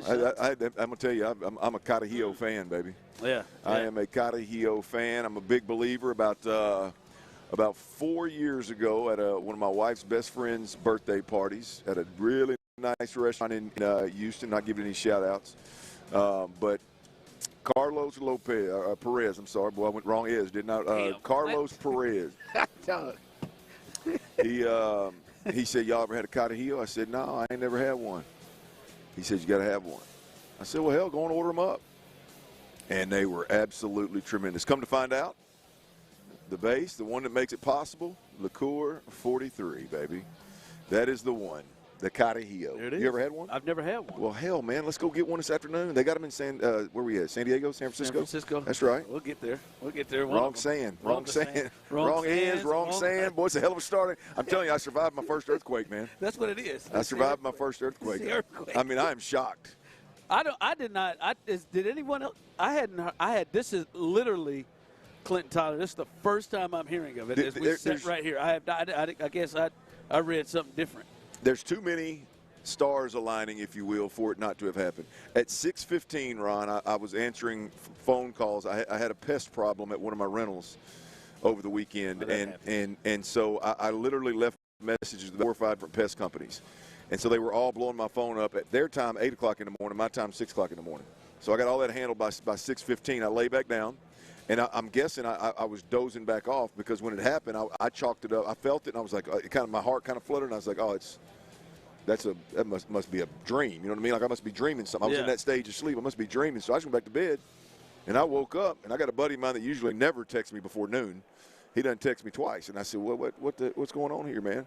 And sure enough, I look it up, and right across the bay, man, there was an earthquake, 4.2, I believe is the last report I saw. That's what Lopez just said. It was crazy because I was up talking to Courtney and the kids as they was getting ready. Yeah, she's taking them to school, and that was around 6 something. So I must have just missed it. I must have been out cold. I thought I was up. Well, I mean, I would think that'd be the talk of the damn row here, but maybe I'm the only one with that 6 cents. I don't know, man. Yeah, man. But no, it's gonna be a fun week. Gonna be a fun week here. A lot going on. A lot getting started here throughout the week, and the whole crew is here. As someone texted in on YouTube and Twitch, Tyler's got the whole house to himself, I guess so. And we'll bring you the sights and sounds. They won yesterday. Day one of San Fran. Not too bad. Shout out to the boss man. It's a hell of a hotel that was selected. As soon as you walk through the doors, and Will Anderson is about to run you over. Well, I'll be honest with you. I think that saved boss man. Be honest with you. That plane. Boy, I tell you what, I like Raybo, I like Pendergast, but I don't want them on top of me on that damn plane. You had a middle seat, didn't you? And then I had a middle seat to start, didn't you? And then I got Raybo was in the middle of I had a middle seat on the next one, which I got moved. You got moved on. And I moved, and then I'm gonna tell you, man, I don't, it's got to be, I guess, somewhat descriptive here. I had an Asian gentleman sit in the middle on the San Diego to San Fran trip. Okay. And he's about my size. You know, typically when you say an Asian gentleman, usually you're talking about a little smaller in frame and kind of, hey, I don't think Yao Ming immediately, right? I mean, I think, hey. You don't think Yao? Yeah, I think smaller build, smaller frame. Well, no, I'm just paint the picture for you. This guy was about built like me. I mean, he's touching 240. Tall Asian guy. No, short, thick Asian guy is what it was, and so that was tight. Good thing. And then we ease on out there, and that old. And see, that second play was an older one, which the seats don't give you as much space as that. Oh no, well I would know. I mean, we were in the back both times, so y'all are the only ones that experienced that. Well, then we get in that damn Uber, and I ain't gonna lie to you. He told me to put my seatbelt on. I said, there ain't no need, bub. I mean, I'm stuffed in that damn Uber. My knees on the dash. I mean, my head's on the ceiling. Hey, can we stop there? What happened? At the Uber, Tyler. Well, let me get to saving boss man though. When the ship lands, and we walk up and we're literally, I walk in the front door and there's Will Anderson and folks ran to Nico Collins. I go try to just check I'm the lay of the land. I go try to check the weight room up there, and I mean Michael Parsons up there doing all of his damn rehab up there with somebody. And I come down to deal with Quentin Williams and his lovely lady and chat with him a little bit about Dallas. And I mean, it's just one of those. I said, well, hell, I guess squeezing in tight to get here wasn't so bad after all. So the landing spot, the destination is tremendous. Yeah, I almost stepped over Dak's foot yesterday, trying to get myself outside. They were all down there. Me and Reggie went to dinner. And I damn near stepped right on Dak Prescott's foot. Many of you would have appreciated that. Well, be careful. Yeah, he ain't had the best of luck with them lower extremities. Yeah, you're right. I saw Jerry Rice just wandering, just lost, and I wanted to help him this morning. He's in a bad spot? Yeah, he's rocking in and out of the place. Yeah. Had no clue. Restaurant was tremendous. Weather's tremendous. The little gym I hit last night was really, really solid. Maybe I don't know how many times I'm going to see it the rest of the way. I got to say this, Tyler. This guy Clint was made to be the front seat rider in the Uber. I mean, and I knew it. I knew it. I said, "Go ahead, Clint, take that front seat." I am shocked. I mean, he ran this guy. I mean, he talked this guy. I mean, the conversation that these two guys had. If you could imagine Clint getting into the car, and here we go. And I mean, this guy's clearly. I don't think English was his second. No, he was El Salvadorian. Yeah. I mean, this is a 20-minute ride, and Clint's giving him network. I mean, sometimes it backfires on you, boys. Yes, it does. I mean, here's what I learned. I'm sitting there next to Figgy. I said, "Watch this, Clint. He's built to. All right, hey man, how long you been here? He's 19 years. 19 years. El Salvadorian's been in California for 25 years. He's got 3 kids. His name is Wetmy. Yeah, WETMI. I never Wetmy. The way he was saying it so fast, I said, you got to slow down a little bit. Is that WETMI? He said, yeah, that's it. I've been around Latin communities quite a bit in my time. I've never crossed, which is El Salvador. I'm assuming that's Latin. I've never come across a Wetmy as a name. And he was laughing. He was ready. Yeah, it wasn't as productive as the Uber trip from dinner was very, very productive, boys. I've got dinner spots galore. I've got coffee spots. I've got the best lunch sandwich in the building. We got breakfast spots as well, and. I don't know. I learned something from the young fella. He was from Nepal, by the way. But he said, as a man, he was telling us how much he loved food. He said, beautiful, beautiful women and beautiful food. As a man, that's the only 2 things you got to get right. There you go. Now he said it in an accent, but I figured it out. Made it sexy. Yeah, he really he was proud of that. He was proud of that. When you asked that man, what's the background behind Candlestick Park? And I thought to myself, now, Clint, I don't. To be clear, that man does not know the background of Candlestick Park. Even if he did, he couldn't communicate. Now, to be clear, I saw a sign that said Candlestick Park, and there clearly was no park in sight. And I had seen the park.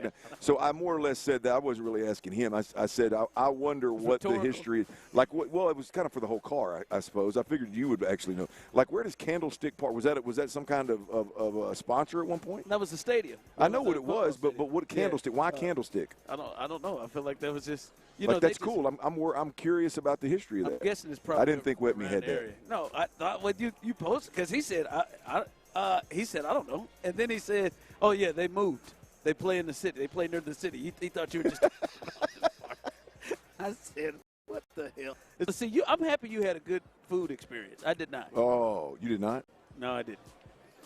I ain't going to put the place out there. I was going to ask you if I'm going to assume Dak and them didn't go. They didn't, after you stepped on his foot, they didn't go to the same pub y'all went to. No, they didn't. No. We looked in, man, me and Reggie looked at this diner, and this looks like, oh, we got a nice little diner. All right. Yeah. This looks like I saw your video. Good spot. Like, here we go. Well, I mean, it was just, I don't know, man. Looked like some 16-year-olds was back there cooking. Just some short order cooks back there.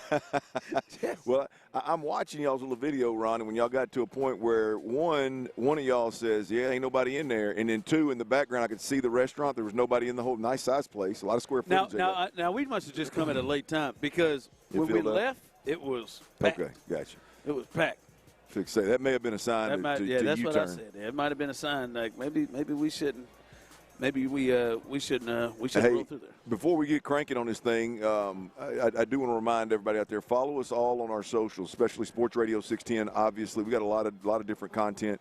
Figgy Fig is down here doing his thing and putting a lot of stuff to cool follow along. Kind of a peek behind the curtains of Radio Row. As well as obviously all of our personal Twitters, not Twiddles, Twitter. Twiddles, all right, yeah, it's a rough morning, man. That earthquake's really got me shook. But Twitter, if you will, I'm at Clint Stoerner.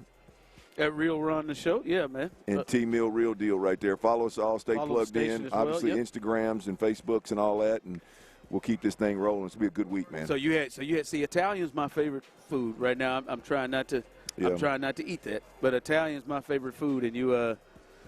Sound like you found you a nice little spot, huh? Yeah, I'll be honest with you. I don't know, and this may piss some folks off. My college roommate was Italian, by the way, last name Morielli. But good for him. He actually should be here. He's actually associated with Super Bowl a lot. But I don't know that I've appreciated the Italian culture enough in my life, in my time. Oh, man, I love it. Good God. When we step foot. They have bread served?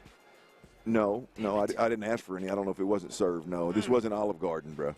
It ain't just Olive Garden at an Italian restaurant. This was good bread, maybe some oils. This was hole in the wall type. I mean, you walk in and the gals behind the desk that are behind the register that are taking orders.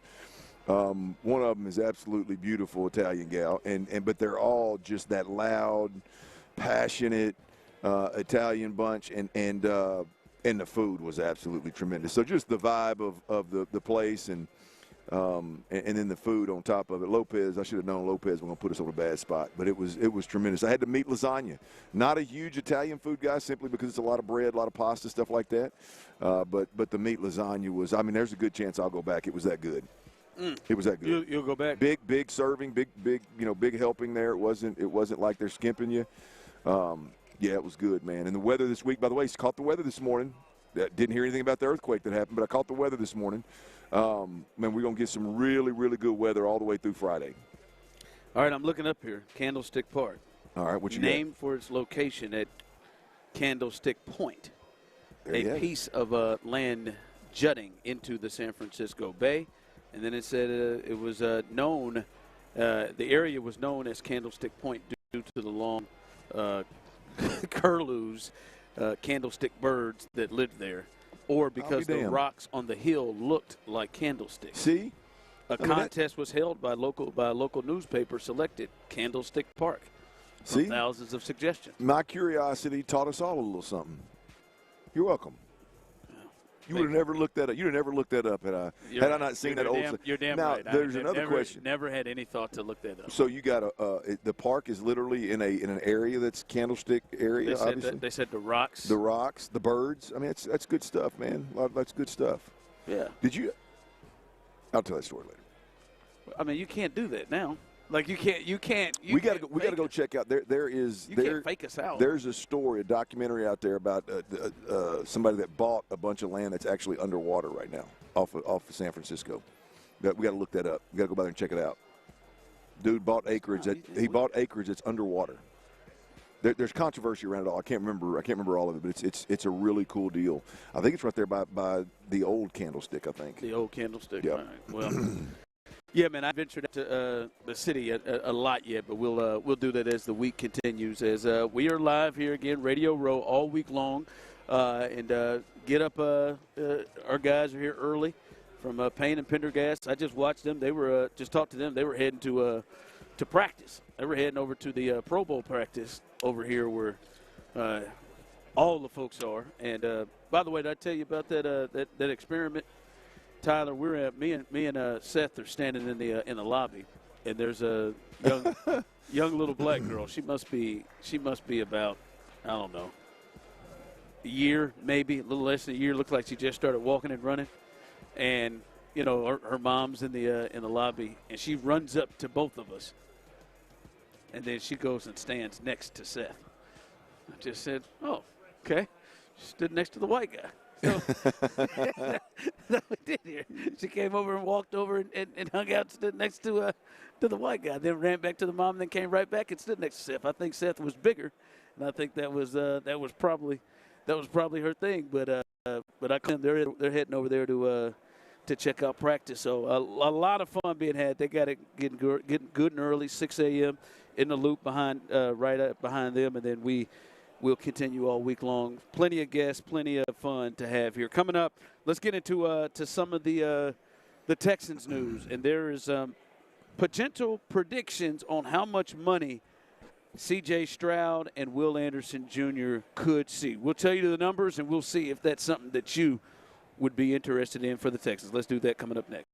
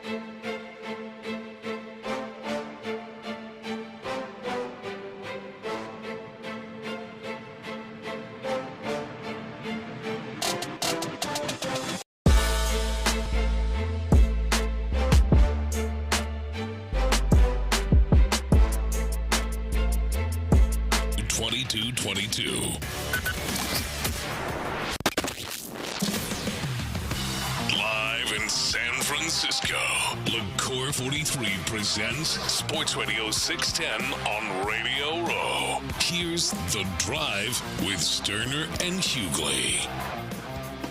That's right. Welcome back as we are here live on Radio Row. Shout out to our sponsors, LaCour 43, as well as Tide. Our coverage of the big game, as we're here all week, is brought to you by Tide. If it's got to be clean, it's got to be Tide. We'll give you these numbers here in just a second of what people are potentially predicting that C.J. Stroud and Will Anderson Jr. may get if they get extensions. But our guy, Sean Pendergast, who you can hear every morning on Payne and Pendergast, he'll be here on Radio Row all week. You just got back from Pro Bowl practice. I just saw Will and that Anderson. was very intense. Just saw Will Anderson. I just talked to Will Anderson. You just talked to Will Anderson? Yeah. You got some content we need to be looking out for? Yeah. I gave it to Figgy. Figgy's got the content. Will, he didn't tell me how much he thought he was going to make on his next contract. No. But he was very happy to be at the Pro Bowl. They would all, and I talked to Aziz Al-Shaair as well for a few minutes. I know Seth talked to Kalen Bullock, Kamari Lassiter, who are always together, and then Stingley, who never says anything. So it was really an interview with Kamari and Kalen Bullock. So, so we were Pro Bowl practice. So intense, man. Intense, wasn't it? I keep seeing intense. Kamari Lassiter was practicing in shades. Yeah, boy, he plays it up, don't he? Oh, man. Well, you know what? I'm actually happy he did that because he's somebody that, he puts cleats on or something. He maybe he may not know the difference. He may just keep going intense and hard like he normally does. So it's good he maybe calmed himself. Seth and I were talking about that last week. We said if they still had the Pro Bowl the normal way where they play an actual football game in Hawaii the week after the season is over, and we know what it turned into. It was just, basically guys in pads playing two-hand touch.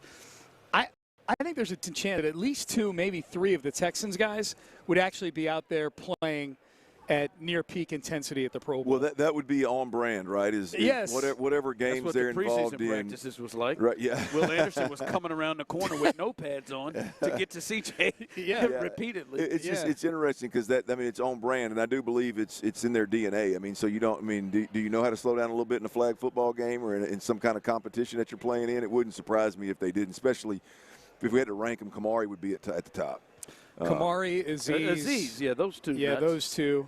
And Will, I don't think Will's got a ton of different notches on the knob as far as speed goes. I think it's either he's on or off. Yeah, I was going to say the other two I don't think give a damn. Like, I think they get in there and they want to light somebody up. I think Will just cannot not do it. Right. Yeah, like when he'd be apologetic and stuff. Damn, I'm sorry, I didn't mean to fall into your legs. And I think Kalen Bullock kind of goes along with whatever Kamari does, like it's and then there's Stingley who on Sundays does play physically.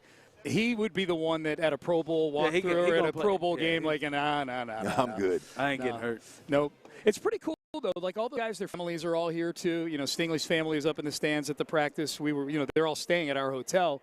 So we saw Will's parents in the lobby last night. I think that's a kind of a cool thing about this Texans team. At least the most prominent, because we know more about the more prominent guys, and it seems like their families are really present and at all the games and like each other, you know, and I think that's a really cool thing. The team's got kind of a collegiate feel that way. So that was the feel you got? Like these guys are actually, like not just the Texans, but everybody, they're excited to be here for the Pro Bowl because, I mean, it's just like, I just want them to end this. Well, I think I get it. As far as a consumable product, you're 100% I don't even know when the game is. When is it? It's tomorrow night. It's tomorrow night. It's tomorrow. They're playing it in that Moscone Center over there. They put a gigantic field in there. Yeah, that's where they're. I believe so.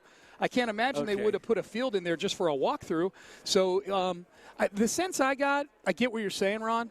The sense I got was that these guys really, it's like a reunion in some ways. They really like getting together. They like seeing guys outside. That's one thing Willie Anderson said. He's like, it's really cool to get to see these guys like outside of a game, spend time with them. You know, they spend time at the hotel. So, you know, that's stuff that I don't know if fans care about, but Will was even talking about like, hey, I get a chance to talk to some of these guys. He's still a young guy, and he's getting a chance to talk to some vets there. And there's stuff that he gets just from talking to them. You know, they talk about football. And he talked about working out with Myles Garrett in the offseason. I asked him, what's that going to feel like? I said, I get the sense you guys are going to be right next to each other in the voting in the Defensive Player of the Year when that gets announced on Thursday, and you work out together in the offseason. Like, you know, that's pretty cool. Yeah. And he talked about how much he learned from Myles and whatnot. So I think there's an element to this that, forget about the product that gets televised that we're all making fun of and things like that. The guys like the social part of it, but I think they like the learning part of it too. Yeah, that's cool, man. I can't wait to check out what all you guys put together. I know you and Seth got some good content, and Figgy Fig does a hell of a job putting it together. So For sure. Just want to make sure everybody knows what we got coming down the pike here at Sports Radio 610, man, all weekend. Stay plugged in. Seth and I are going to Alcatraz tomorrow with Figgy. Really? Yeah. Yeah, we're going to Alcatraz. Really? That's good. Let me know. 105 ferry over to that Alcatraz. pissed you off a little bit, Clint, the way that the look. Do you want us to call in Alcatraz? Well, no, I just. No, he don't want you to call in, damn it. He wants to go. Yeah, I mean, I would like to go, but. Well, they've got morning ferries that go over there, you know. You could go in the morning. Man, I'm not. I can't. I mean, heck, in order to get back safe in time. Oh, that's true. You're noon now. Yeah, you're noon here, so you're right in the middle of the day. Yeah, no, I'm good. I'm on. We'll figure something out. I'll see through y'all's eyes, like I'm telling everybody out there to do, man. The socials will have the videos. Well, you know, if you want to play a little swapperoo, you can get up at 2:30 in the morning and do I'm the going to let you have that. When I saw you on the elevator last night. Ron and I can do the show tomorrow. Hey, I saw him on the elevator last night. He said, "Oh yeah, I'll see y'all down at the bar in a minute." I said, in a minute. Dang, I think he got a 2:30 wake-up call. What the hell is he doing? I just had a couple beers. I was in bed by 9. No, hey, man, you're a veteran, baby. You're a veteran. I feel you. I saw you down there. Yeah. All right, I'll let you guys get back to your show here. Yeah. All right. Yeah. Good Appreciate seeing you. All right, go ahead and check out content coming as they got a chance to talk with all of the Texans in the Pro Bowl between Seth Payne and Sean Pendergast. They were able to talk to that. Be looking out for that content as we will have that for you all week long. Just try to let you see the sights and sounds through our eyes and ears, and you can hang out. Again, I had no idea the damn game was tomorrow. I really didn't. I didn't know that it was. I thought it was maybe Thursday. I thought it was Sunday. I did not know the game was tomorrow. So looks like the hotel will be clear. I wonder will we still have as much security at that hotel after tomorrow? I'd imagine that's going to clear out a bit. Enjoy your safety right now. That safety, is that from? Yeah, them barricades and security guards, them bomb sniffing dogs. They're gonna be gone. They're gonna be gone. I wonder how low it gets when that happens. All right, coming up, let's have this discussion. I'll give you a little hint. C.J. Stroud, $224 million is what ESPN is predicting an extension for him in the offseason. You down with that? We'll discuss that coming up next. All right, y'all. Look.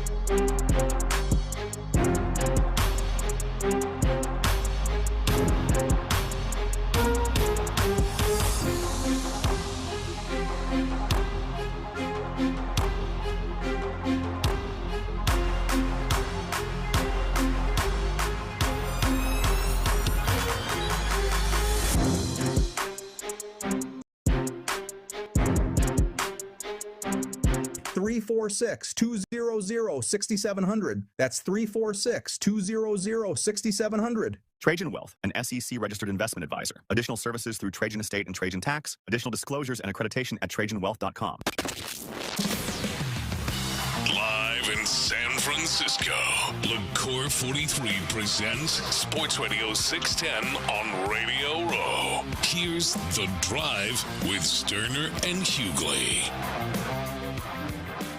That's right. The Drive is live, and we're live here on Radio Row. And I walked around, Tyler. I was looking for Paige for you. I couldn't find her. Hadn't seen her. Keep looking, because I told Figgy last thing before we left Friday, I said, if you see Paige, I need a video, man.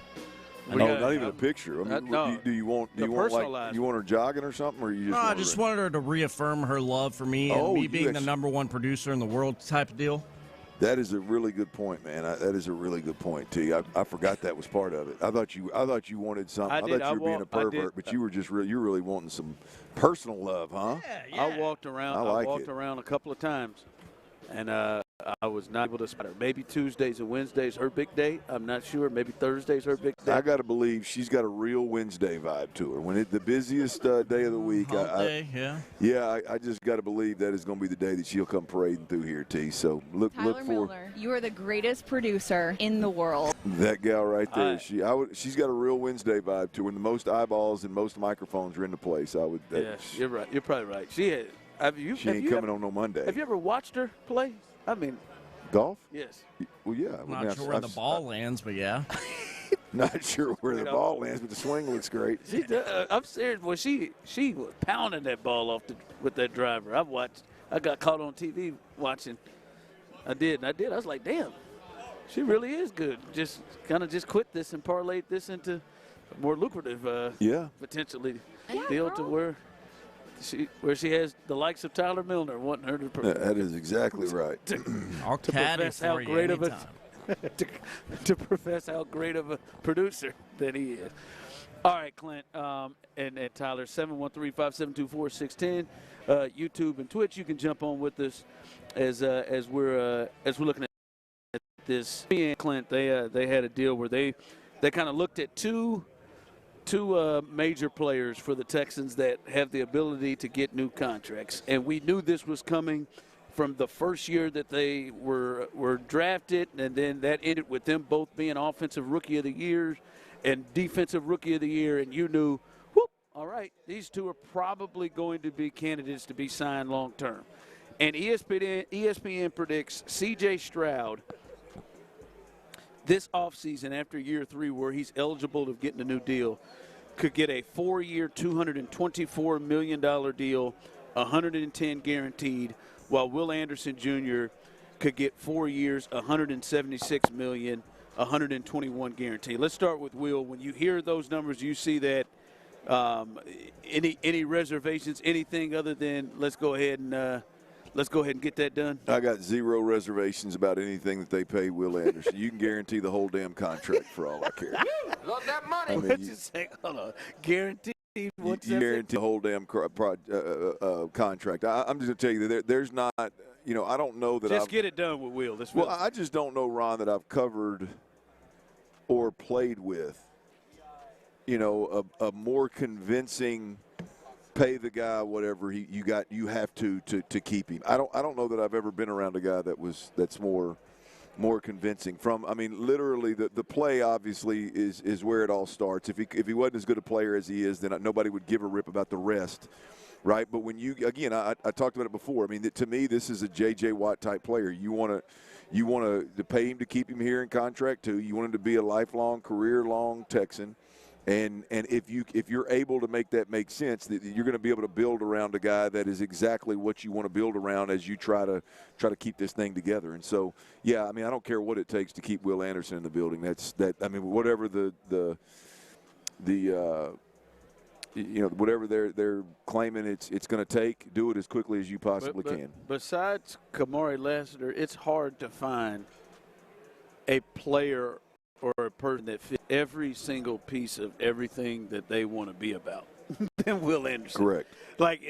And when you combine that with he is all likelihood going to finish second in the Defensive Player of the Year award race to Myles Garrett, who's had a great season. Then you combine all of that, everything that they want him to be, and he's, in his early 20s, like that. That one it just seems too easy. Well, the thing is he has convinced everybody in the building that matters, right? I mean, if you're ownership, you're like, how quickly can I write this check? And because not only do you have a great player, not only do you have a guy you can build around, but you have a guy that is unbelievably coachable, right? I mean, he literally and like genuinely and sincerely is what you, as a coach, you would want every player to be like, is put blinders on, let me coach you, you go out and bust your ass every day, and then watch the results happen. And so, I mean, at every level of the organization, he's a guy that you are 100% convinced that he needs to be here long term. Yep. What the other one? The Will one is the easy one. What about C.J. Stroud, 4 years, 224, 110 guaranteed? I can't do it. I can't do it right now. Now, look, there's several scenarios that could happen here, right? I mean, some likely, some very unlikely. They could move on from C.J. Stroud. They could see another year of C.J. Stroud, or they could pay C.J. Stroud right now. And I've got to at the very least see another year from C.J. Stroud. I mean, you're talking about. If you're DeMeco Ryans and you're trying to win a Super Bowl title and you're trying to do it in your fashion, to some degree outside of the system, to some degree on the offensive side of the football, you're going to have to defer to play in a certain risk-free type of offense, and that starts with your quarterback. And CJ's going to have to buy into that kind of deal, and regardless of what the scheme is, he's going to have to buy into that. Here in Houston. And so I've got to be a little more convinced that he's ready to do that, and it's probably going to take another year to see that. Yeah, the numbers aren't bad for, quarterback at this, where that would slot. These are, crazy numbers. But when you sign somebody and you commit like that, you want to feel like, all right, I want to commit to this person, and I want to see us get the best that we can out of this person. Like, I'm going to commit these years, this money, and I want to see you get the best out of this person. And I just don't know how that's possible here. Like right now with what is constructed around him, that they can get the best out of it. And I think it comes from many different ways. Anything from him, from the system he's in, from the way they want to go about things, their strategy of how they want to win games, how they want to use him. Like, I think right now, if they go with him in a long-term point, they're getting like the all right, not the best that he can be. They're not going to be paying for that, and that would make me pause. I think that's part of the conversation too. Is given the system and what they want to do and what they're committed to do, and at least at this point, is it part of the formula to drop 56 a year on a quarterback?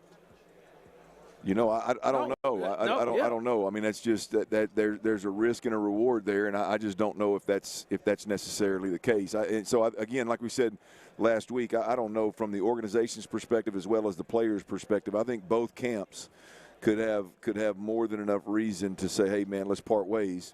I see where both camps could say, hey, let's stay together, and I want to see another year. But I just can't see paying him 56 right now. I've got to at least see another year. Yeah, text line coming in. Mo Legetta must have paid someone at ESPN to write that trash. Maybe. I don't mind us using more cap space on a quarterback that can carry the team, but outside of 1 year, he hasn't shown it. But again, for me if this is the plan moving forward, and the plan moving forward is this is the route we're going to go about it, and just the hope that he can perfect this thing and not really play to his not really try to use his ceiling, but just to perfect this. And I think there is a real argument that you tried to make of, well, if this is the way they're going to play offense, then is there a Sam Darnold out there? Yeah. I mean, is there somebody else out there that is that's cheaper, or to their ceiling is what you're looking for. Well, the beauty of it, and to me, this is when you get into the conversation. I hate, as we've talked about it before. I hate and I know it's a reality, but I hate it. The next man up, boy, he's a good player. We got to set the market, or we got to pay him 56. Like I hate that approach. I have a really hard time wrapping my head around it. Like in the world the Texans are living in, if you're D'Amico Ryans, like the best case scenario would be to have a quarterback that would 100% buy into what you're doing and execute this offense flawlessly. But that guy also has an extremely high ceiling that when you need to get outside your comfort zone and you need to go into attack mode, you've got a guy that does that at an elite level. That is where you decide, okay, I'd pay that guy $56 million and it's a no-brainer, and let's go, right? You don't have all that right now is not play in Houston. The question is how convinced is D'Amico Ryans that's part of the future with C.J. Stroud? Can that happen? Can they get there given what they've already seen? I think that's the piece here that's left to be decided. Yeah. Someone said we do have Davis Mills. Can he be the Sam Darnold in the situation? Well, I mean, the reality of it is you can have that one. The reality of it is if you want a guy that's going to be super even keeled to a point where your team's going to respond well to it, and if you want a guy that's going to be super coachable and play within the system and never even have urges to get outside the system, but doesn't quite have that high ceiling that if the game is on his shoulders, all of a sudden he can go out there and make these crazy throws. And I'm talking about relative to other NFL quarterbacks. I know Davis is obviously talented. We saw him do it this year against one team. But we all understand that CJ's just ability to pass the football, his ceiling is higher. Is the formula to win in Houston, is it more of a quarterback that is overly committed to the system but doesn't quite have the ceiling, or is it a guy that you struggle with committing to the system and the mindset that they want him to have, but every now and then his high ceiling is going to show up in a major way, and you hope it's on the big stage. What fits better? I do think that's a more real conversation than I think most would entertain. Whether it's Davis Mills or it's somebody else, like you said, Sam Darnold or somebody else that is considered to be a lower tier quarterback than CJ. I want the talent and the ability, especially when it's the talent and the ability that has shown an extended period of greatness. That would be hard for me to move over and then say I'm going to go somewhere like a Davis Mills. But I know there are people who believe like he is the one that's there that could be what they're. But the key is what are you going to do with that talent? You can have a guy that's uberly talented, but if you're going to handcuff it or you're not going to play to that, as Nick Caserio said, this is about a team. We're not going to build around one guy basically. If that's the approach, then that a Davis Mills type of dude makes more sense, or a journeyman quarterback makes more sense, right? That's what I said. That's based off why I don't know that I would do it, because you're like. If I pay somebody like that, like my whole thing is let me see if I get the best out of that player. Right. Yeah. Well, I don't know that. And I don't know that that's the way that they view it. All right, coming up, I want to run some of these thoughts that people are having in terms of potential draft picks for the Texans, and wonder if this is the route you think is best for them. I know they've got some issues, but is this the route? We'll discuss that coming up next. Hey, we're in San Francisco at Radio Row Super Bowl, and I'm going to tell you, a lot of fellas down here. And look, you got you guys that just throw a hat on because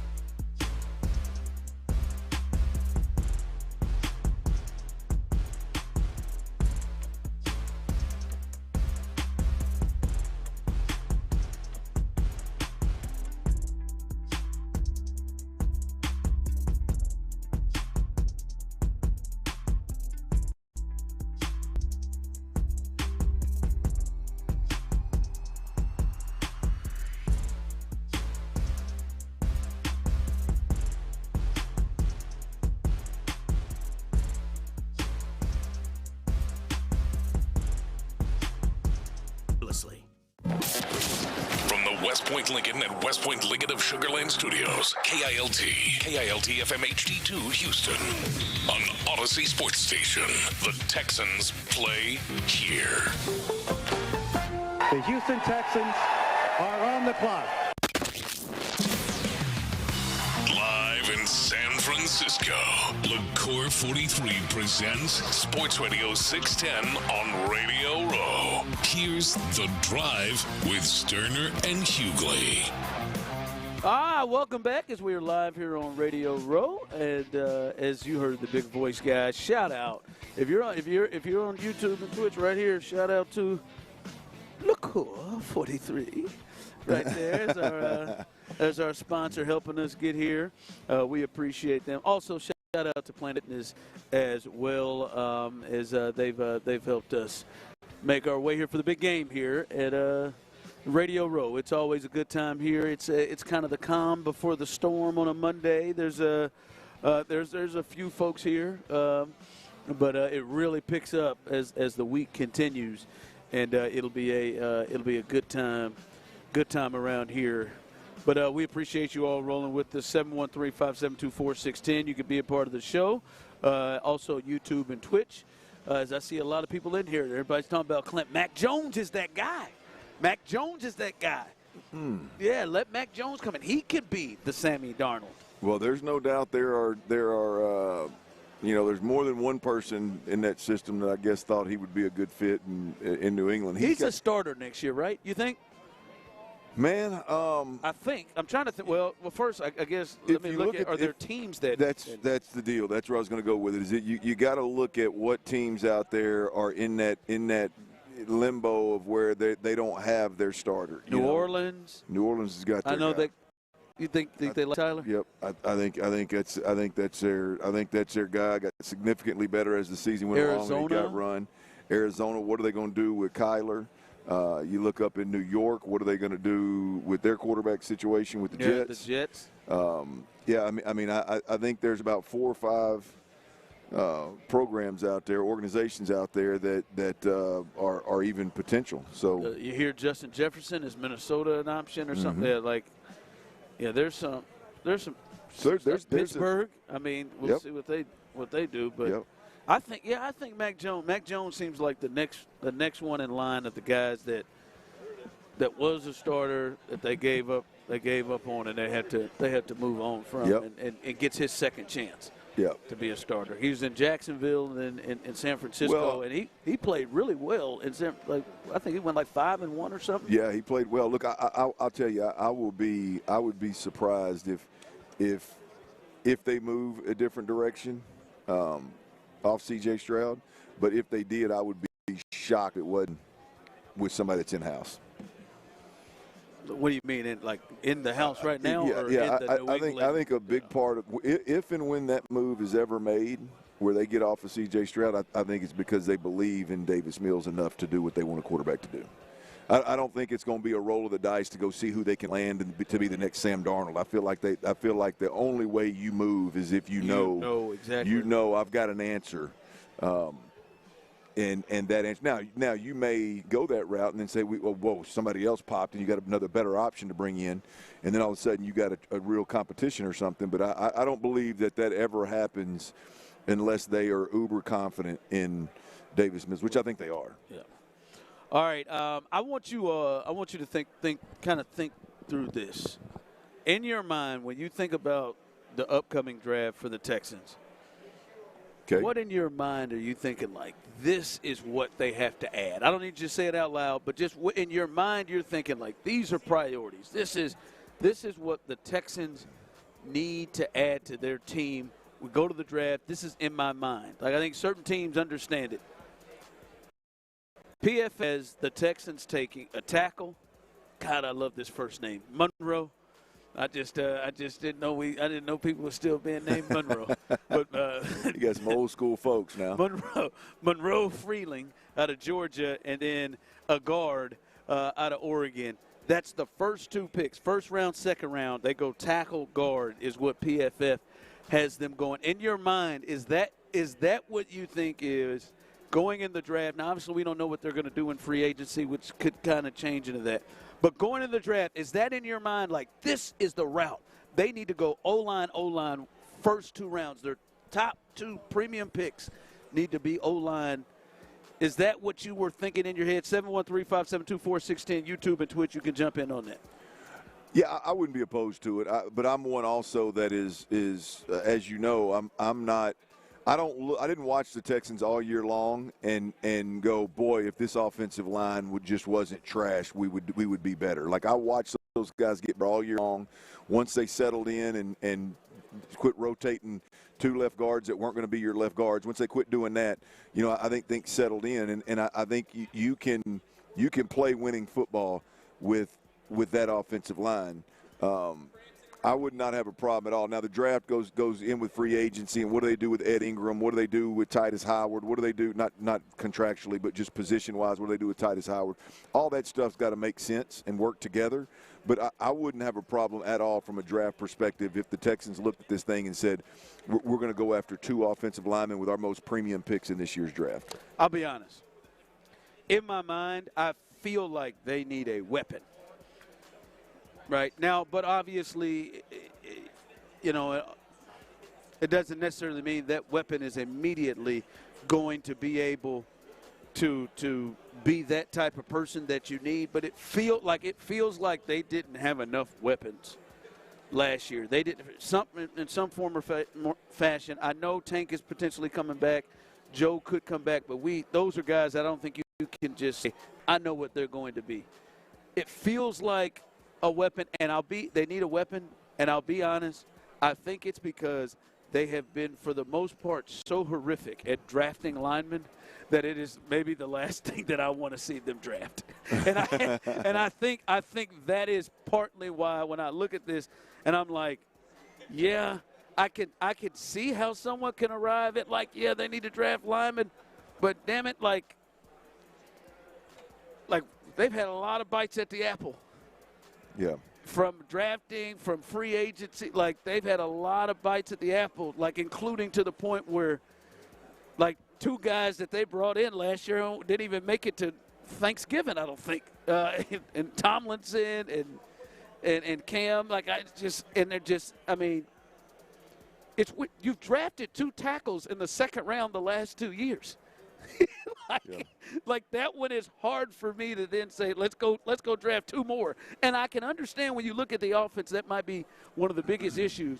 But they are, I think, they seem to just not have enough on the outside or just weapon-wise in general, where it just feels like that's just overkill. That's 4 linemen that you would have drafted in the last 3 years with premium picks. But here's the thing: you're going to have to, if you're paying somebody $55 to $60 million a year at quarterback, you're going to have to prepare to not. You're not going to be able to keep Titus Howard around as a guard / tackle. You're not going to be able to, to re-up guys like Ed Ingram. Ed Ingram's fixing to make some money. If you're going to pay a quarterback $56 million, you've got to get significant play out of those young dudes. They've got to get better. They got to, but not necessarily better, but you got to get something out of Jalen Noel. You got to get more out of Higgins. You got to get, something out of. You'd love to get something out of Cade Stover. You got to get something out of obviously your left tackle, your young left tackle. And you're going to have to do more with less with guys like Jake Andrews and guys like they had this year. So they've got to get younger.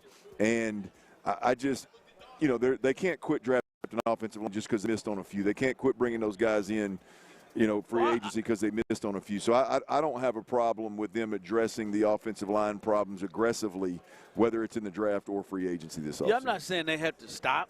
But again,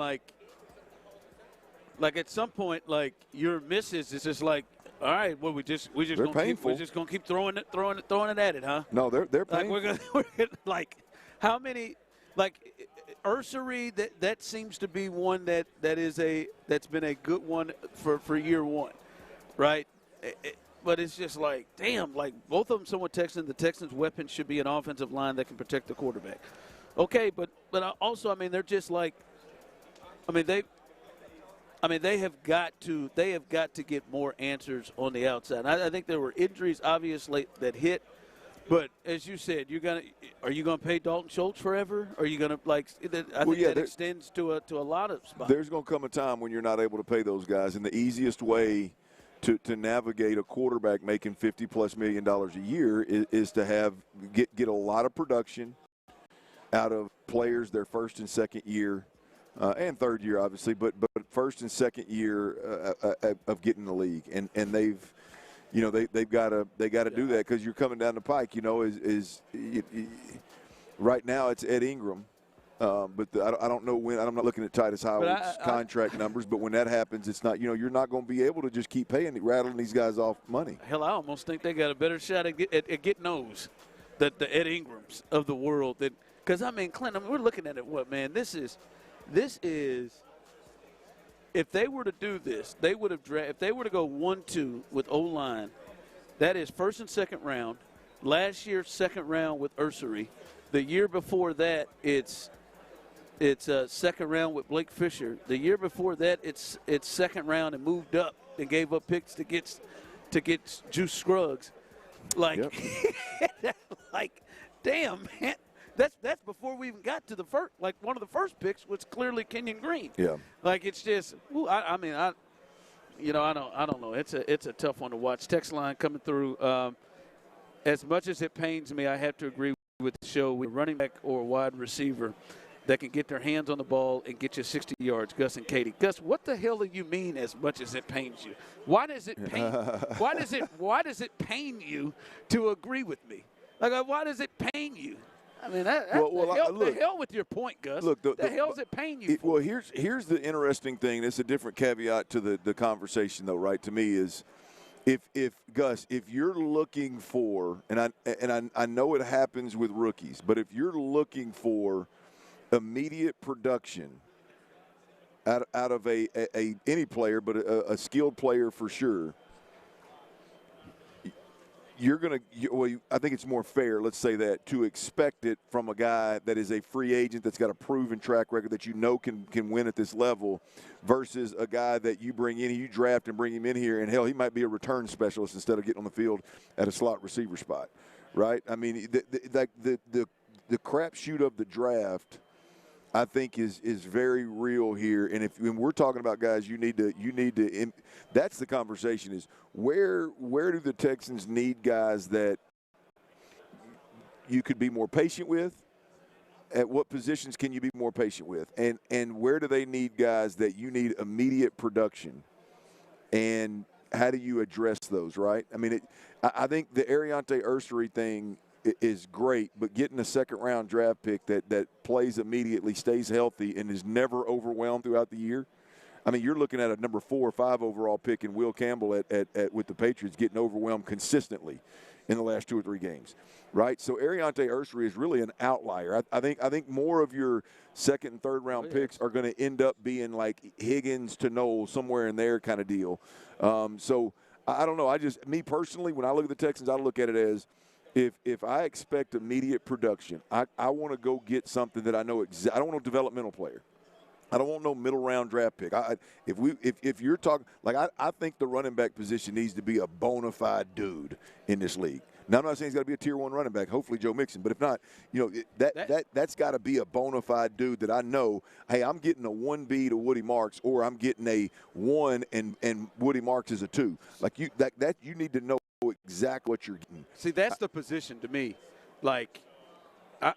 I'm not saying maybe round 1, but round 2. That's the position to me where we see running backs. We watched it with Woody. That is a position that tends to enter the league that shows production. And if everything around them is right, yeah, shows production, and they could use something.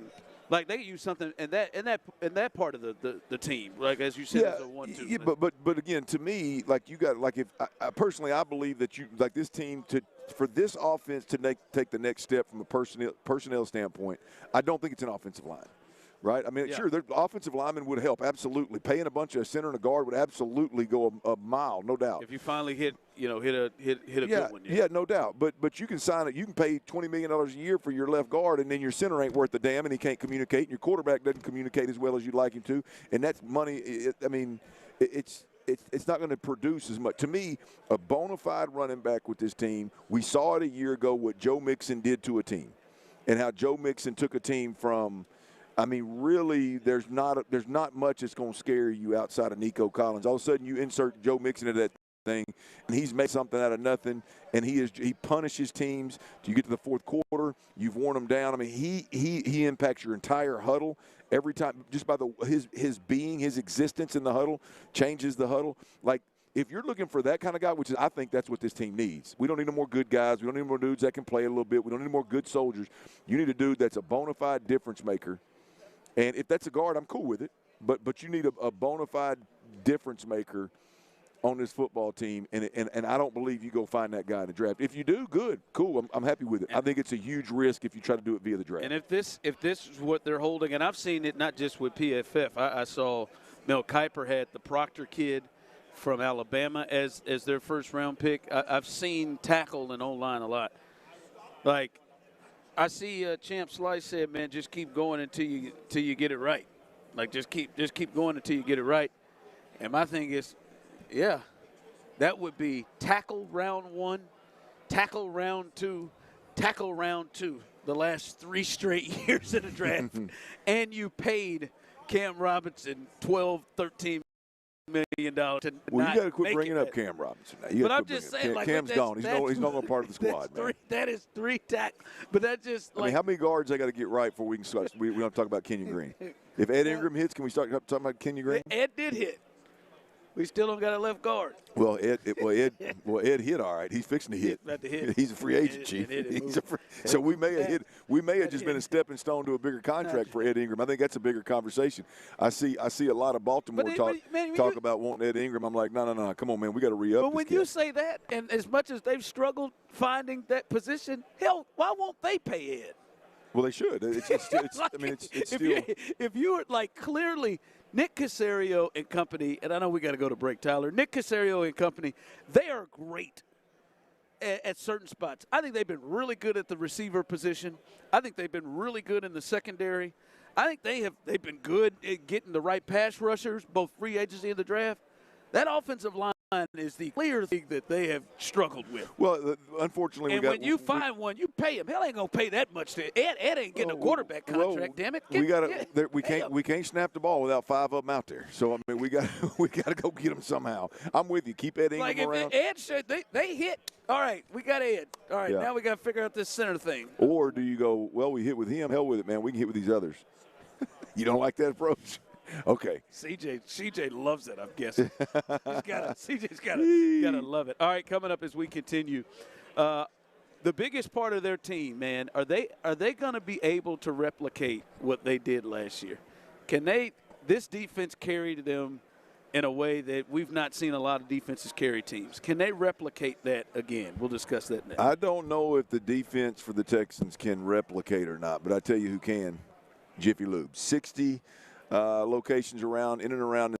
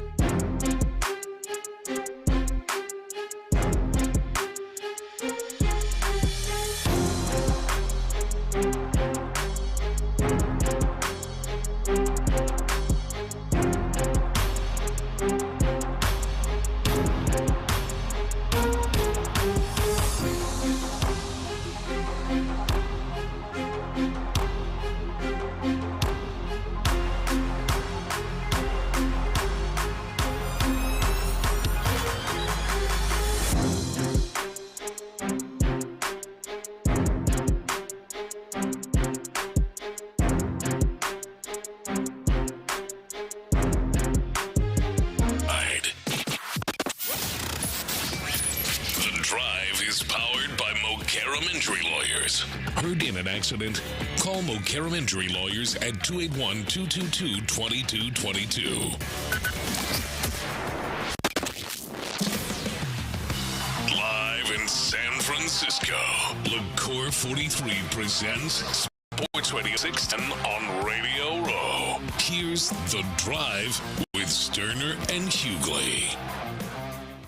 That's right. We are back here live here on Radio Row, enjoying ourselves here, bringing you the sights and sounds of the big game that we will have here for you all week long. Stay tuned with us, and also check all of our social media platforms, all of our platforms for all kinds of content that you will see on and out of the show, as we want to bring you in with us. We want to carry you guys with us in this time of us covering this game between the Patriots and the Seattle Seahawks. We'll talk a little bit about that as the week and days continue. I got to be honest, Clinton, Tyler, real quick before we get to this defense coming in next year. These hotels are starting to become like this. I'm not comfortable with the shower that doesn't have the door that extends all the way out. You're not comfortable with it? What's wrong with it? I feel like in your own room. Yeah, I feel like it's going outside on the ground. Like it gets out. If you let it run, it gets out. I had a little towel that was pretty sloppy this morning. I had it, and I'm trying to keep it in, and I don't want the whole floor to be all wet, and I don't want the foot drying towel to be all soaking wet, and it feels like, I don't know, the deflections off my body seem to make the water go really, really far, and I'm all the way under that thing, and I'm just not comfortable in there while I'm showering. I'm just trying to get in and out. Look, hey, unroll one of them towels, put it right there at the base. They're gonna turn your towels over and clean your bathroom every night. Why won't they just make it full? Well, I would imagine. Was that a real question? Yes. I mean, I'd imagine when you got about 1,000 hotel rooms, that's 1,000 glass doors you don't have to buy, which are really expensive. And you don't have to repair the hinges and service the hinges and keep fools like me and you from breaking them and all that kind of jive. So it's just, I mean, the upfront cost as well as the maintenance on them jokes. A little further down, man. Slide that thing, man. I tell you, stand in that hotel, man.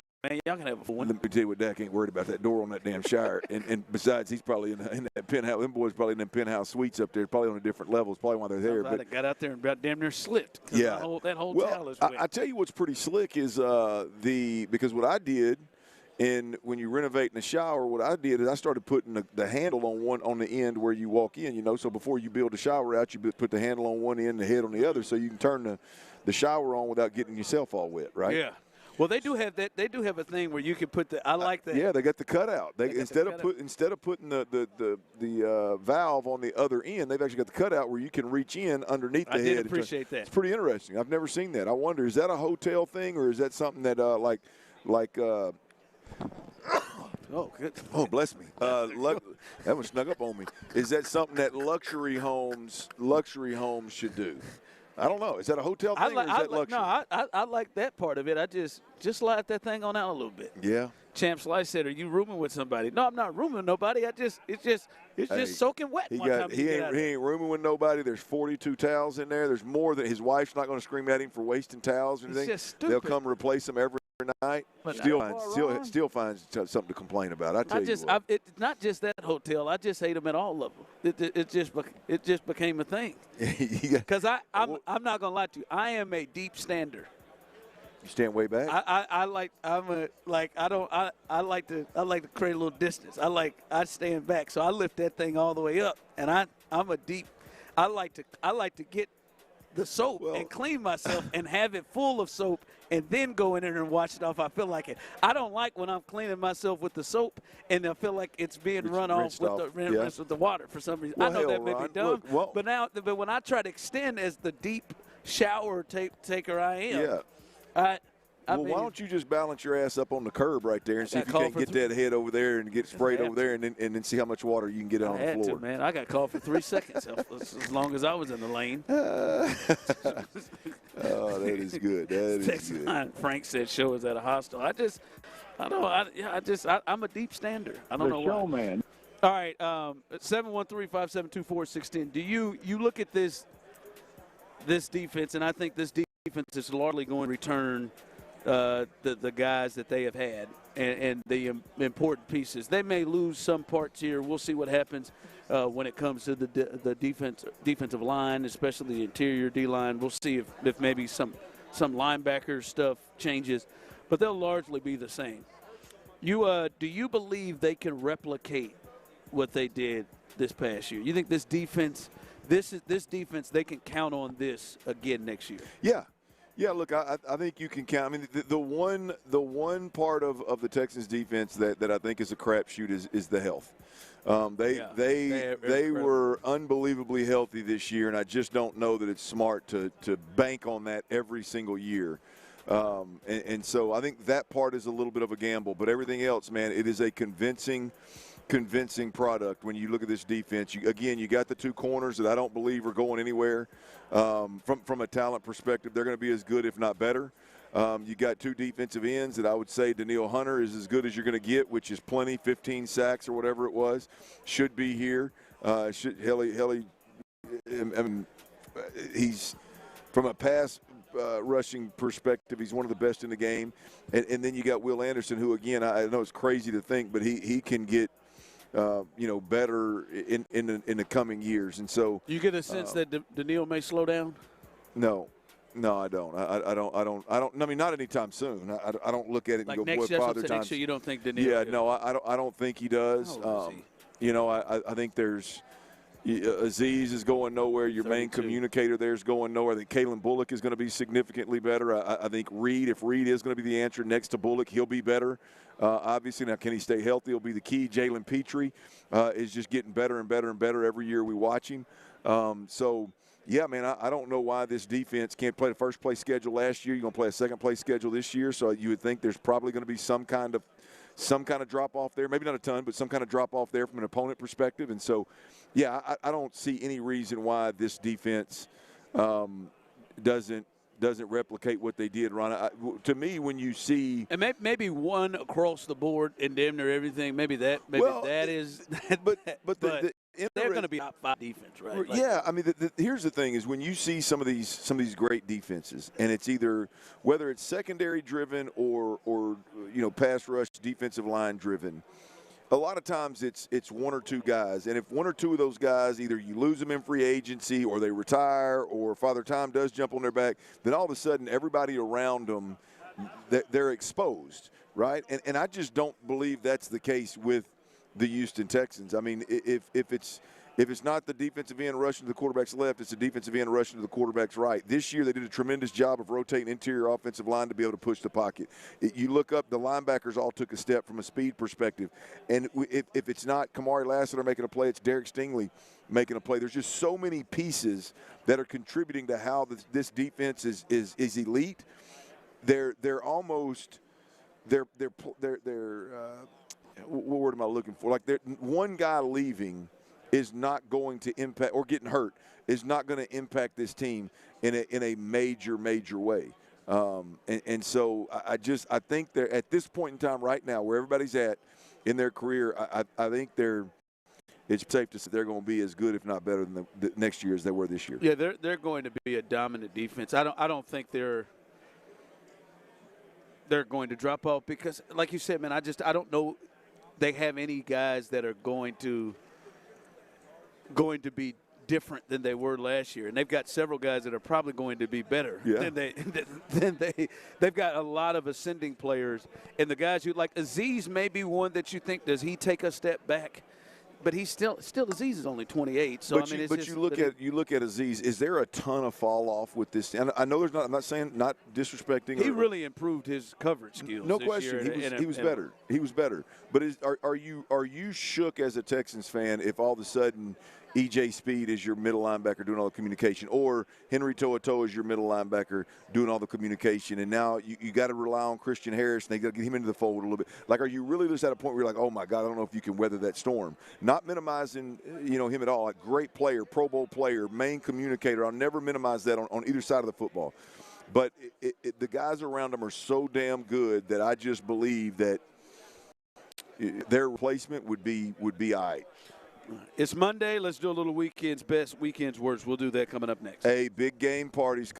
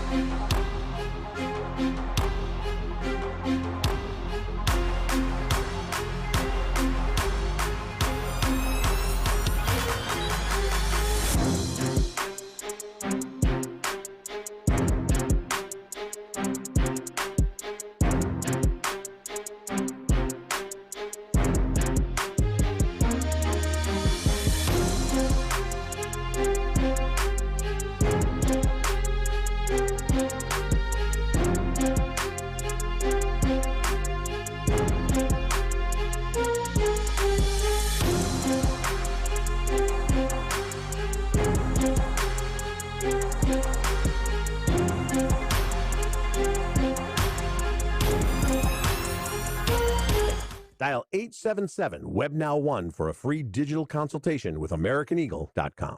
Injured? Call Mokaram Injury Lawyers, 281-222-2222. Live in San Francisco, LaCour 43 presents Sports Radio 610 on Radio Row. Here's The Drive with Stoerner and Hughley. I would like to say that in the nicest way possible, Champ Slice, you can kiss all of my ass. Oh, whoa, what happened? I'm here for the hostility. What happened? Disrespect, Tyler. Show is the type of dude that would let his dog poop in someone's yard and not pick it up because he thinks it's gross. Who do you think I am? I don't think he would do it because it's gross. I think he'd do it because he didn't want to pick it up. I pick up my dog's crap.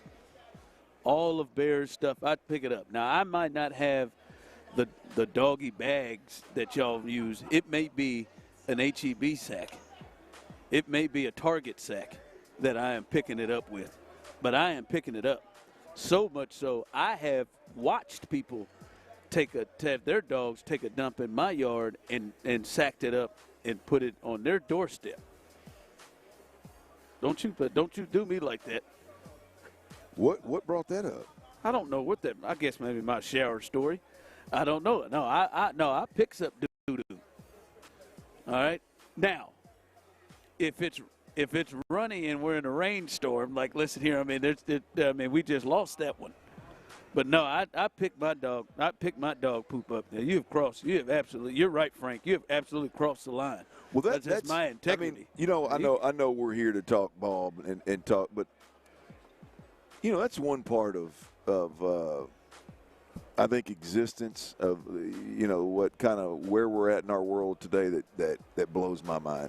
We are literally at a place where human beings walk their dogs around, and when the dog takes a dump, they pick it up.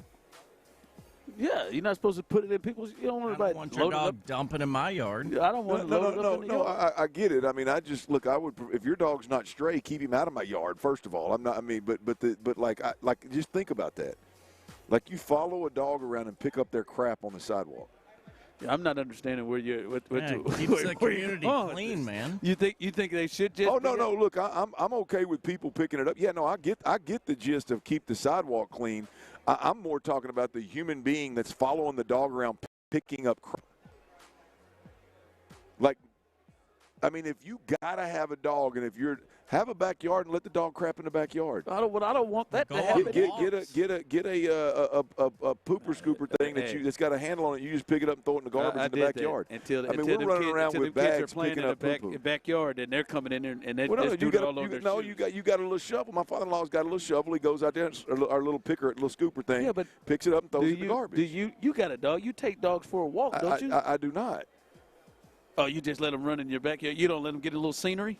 You don't let them take dogs for a walk? My dog gets outside and disappears for 30 minutes and barks your at the dog chickens. can doodle in somebody's yard. Probably, but I'm not. That's not. I'm damn. I'll tell you what I'm not doing is following it around with a baggie in my hand, picking up dog crap. I'm not. That's fine. Know you're the weird one here, don't you? I don't believe I am. I think there's a lot of folks that are not dog owners that would be like, yeah, Clint, I feel you, man. I ain't following no dog around picking up crap. Okay. Like that's just that is.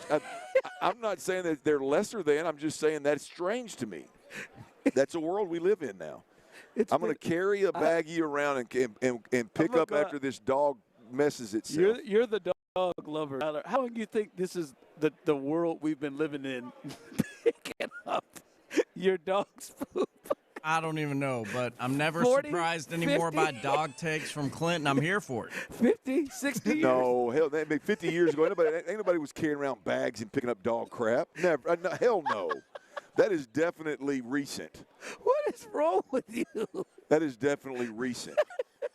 And it's such a big deal. We got little garbage cans on a pole that you can stick your poo-poo in. So would you if you were? I just think it's weird. If Lauren was like, hey, just take the dog for a walk. Yeah, I would. Would you make him stop? Would you make him or her? What do you? Is it a girl or boy? It's a girl. Would you make her stop herself? No. No, stop it. Yes. Suck it in before we get in this backyard. You suck it in. Yeah, but I'm not. I mean, suck it in, Shira. Yeah, I'm not Shira.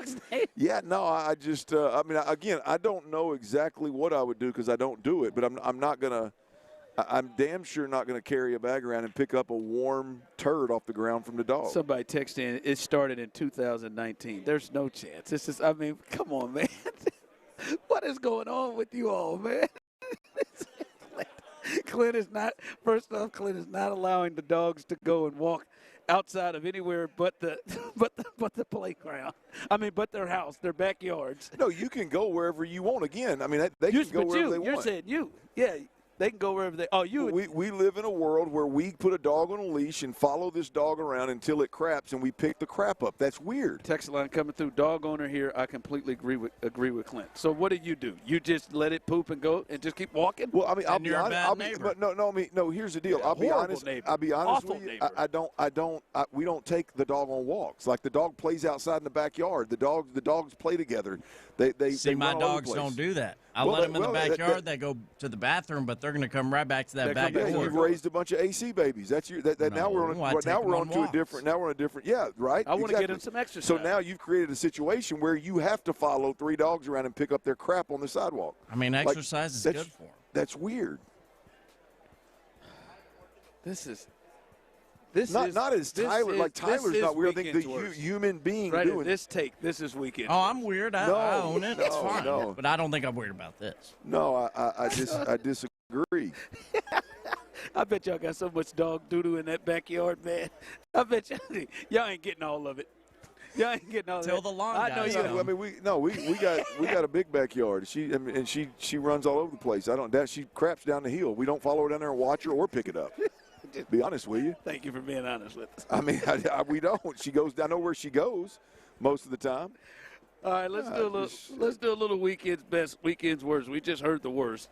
All right, I'm gonna go my weekend's best. And Tyler, if you could please, I want you to hear this, and we'll explain what in the hell happened to Jarrell Miller this weekend. But this is my not worst. This is my weekend's best. This is the best damn thing I saw all weekend. Hit it, Tyler. So it's so funny, right?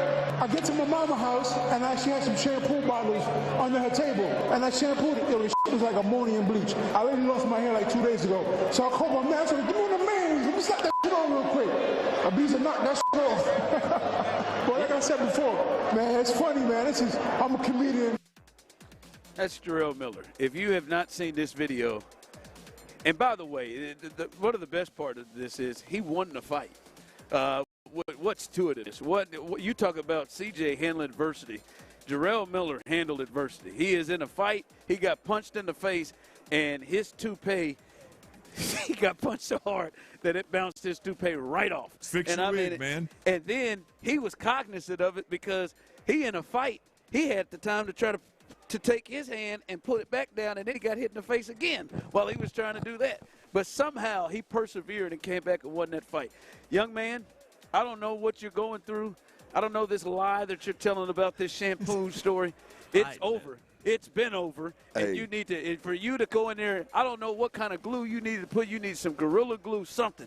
But there can't be a right hook that sends your hair off your head. Just cannot be. It was still the best thing I've seen. Hey, I saw something this morning on that, Ron, and it was before the fight. And the barber that did it was videoing it and just, I mean, he was high on his work. Boy, look at this work. And I'll be honest with you, man, it was good. It looked real now. And but he took it like a champ, man. I won the fight and took it like a champ. I mean, he was making jokes about it in the post game, media. The other guy, I can't lose to nobody who's fighting me with a toupee that I knocked off.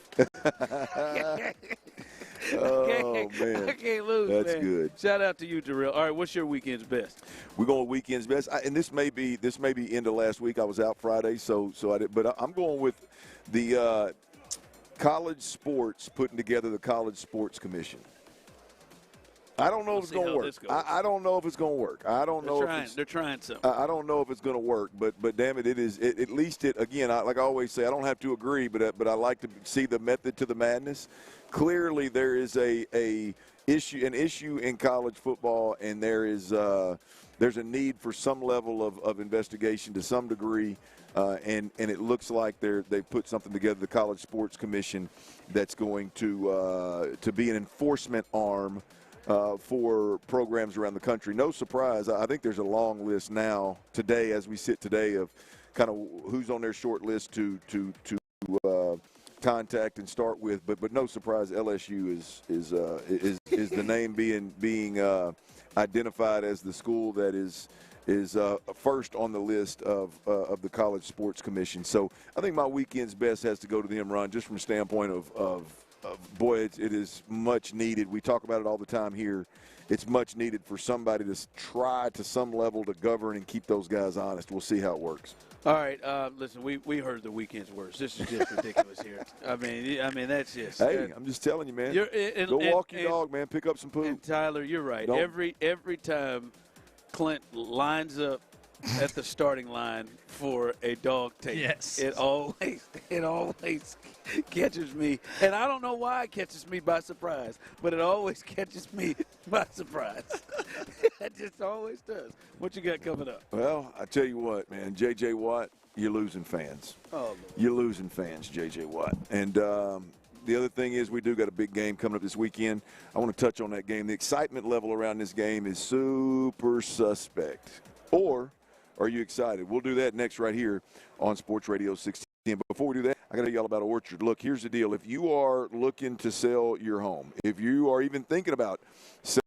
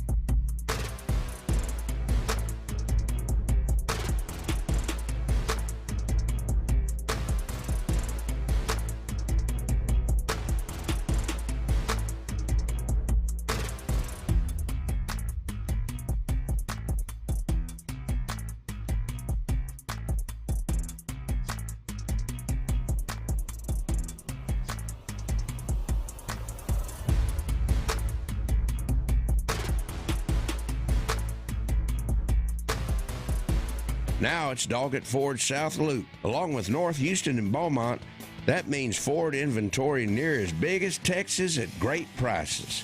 So get on over to Doggett Ford.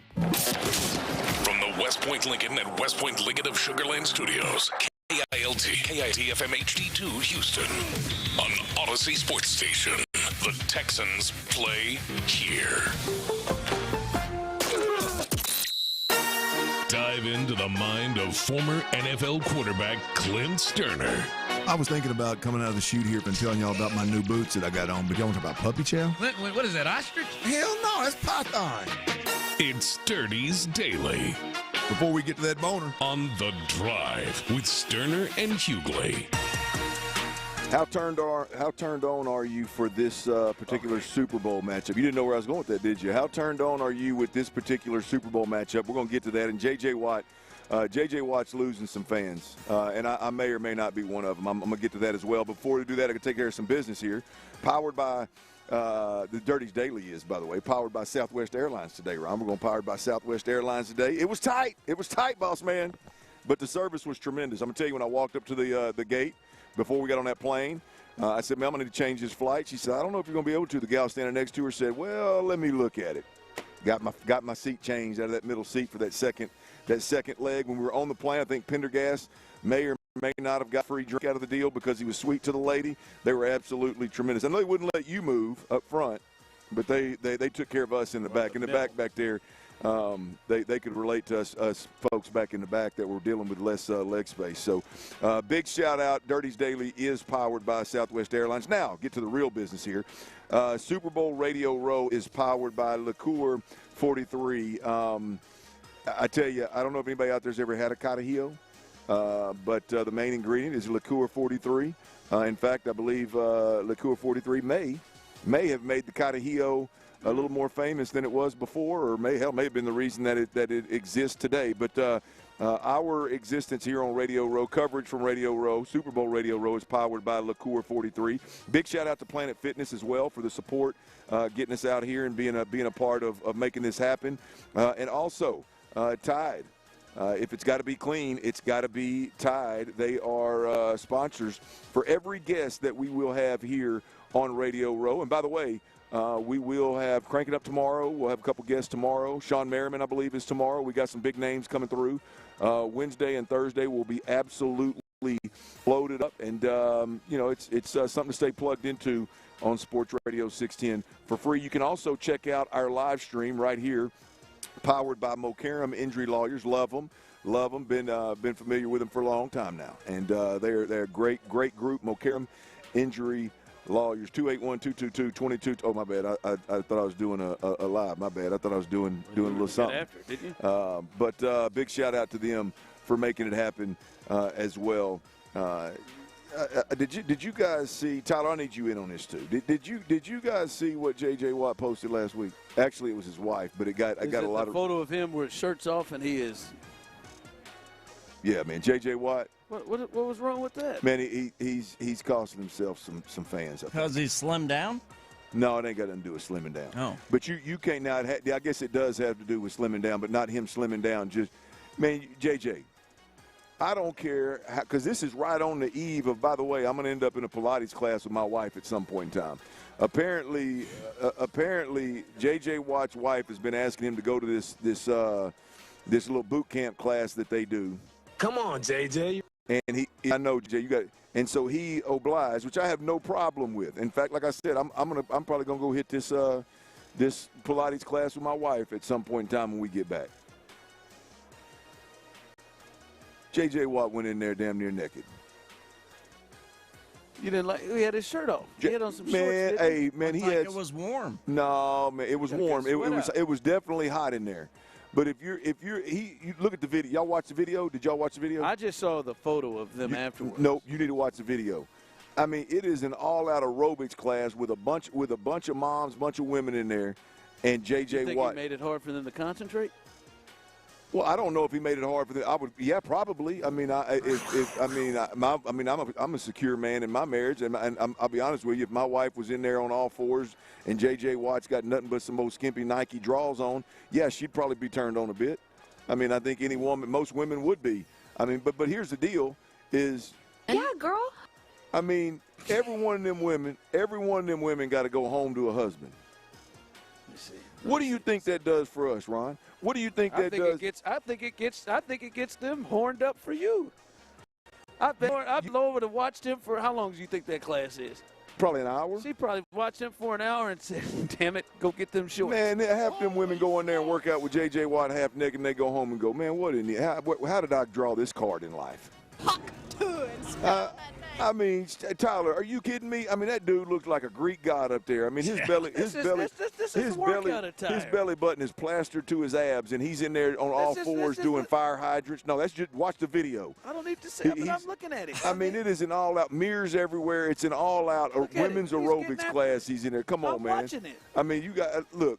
I mean, when my wife comes home, I need her to be happy with where she's at. She needs to. Those women in there need to concentrate on what women they're there didn't for. sign up for That's that, what man. No, they signed up to work, and he got in there and worked. No, hell right? no. Let me I bet you they got some slutty outfits on. Put some clothes probably on. tough for him to deal with. Put some clothes on, JJ. You can't be doing that, man.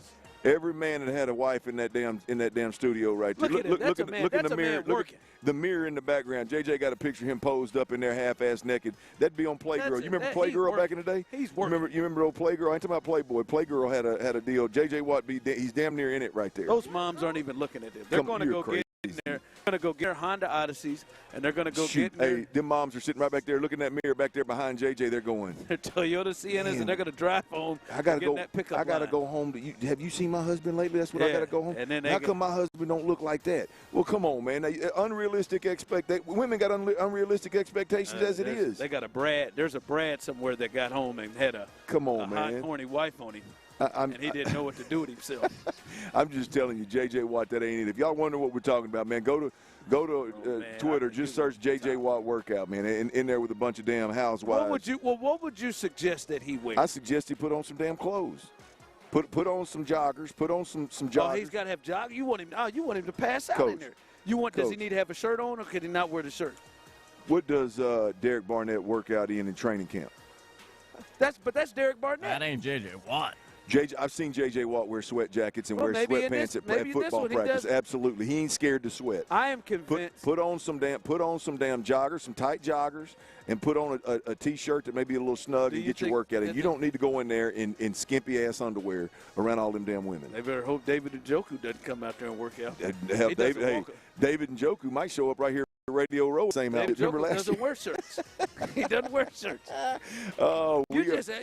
You have some fans that just gonna roll with you no matter what. No, I just think it makes a lot of sense. I totally agree with Clint. I get out of here. There's a lot of women that went home that night after that class and thought, boy, I got cheated. Yes, Clint. I just saw it uncalled for. Thank you. He's just wearing shorts. Thank you. I'm not saying he could just put a top on with it. He'd be all right. But I'd go if I were him going in that environment. I'd put on sweatpants. He's got. I mean, all the. It would have been worse if he put on them gray sweatpants. Come on, and he got them shorts pulled down where you can see that V. I mean, if he didn't shave everything, he'd have hairs hanging out the top of that waistline of them shorts right there. Come on, man. I don't think any of those. I think it's overboard. I think it's overboard. But we are here in San Francisco at Radio Row. We're going to shift off of J.J. Watt. He does look great, though. He looks tremendous. It's unacceptable. Wow. There is a game, Ron. We need to talk about. There is a game. I tell you, Astro Granny's bringing me to the airport. She's bringing me to the airport early. That early morning flight we got. That early morning, I had to wake up and get there. Granny's bringing me to the airport. Pick me up. I think she picked me up at 5:30, 6 o'clock. And she's taking me to the airport, and she said, Clint, is it me or is the excitement around this Super Bowl just not there? She said, I don't know if it's because I don't really like these teams and I don't watch them, or is it real? I said, no, I think it's real. I think the level of excitement around this Super Bowl right now is down significantly than what we've experienced. I have some thoughts. I'm curious yours. I think you're missing one of the superstar players, quarterbacks in particular. I think I think both offenses and teams are kind of they're not The defenses are really good. The offenses are good. It's more of a complementary team where it's not just like, boy, this group's going to go out and score 40 points in this Super Bowl.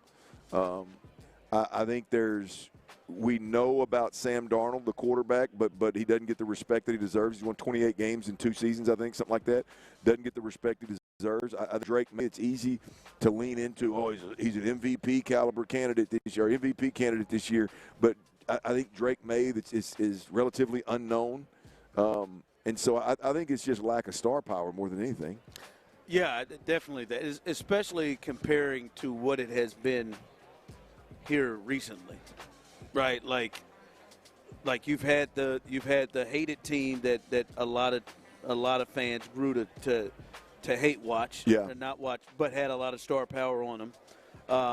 And I think the last 2 years, especially, even beyond that, all the games were teams that you thought were really good before the season started, right? Yeah. That you thought the Chiefs and Eagles were both good teams right from the jump. You thought the Chiefs and 49ers were both really good teams right from the start. The Eagles too, right? And there's just, you had what's the, and we talked about this a little bit, what's the biggest storyline in this game? Clint Kubiak leaving, and does he go to Vegas?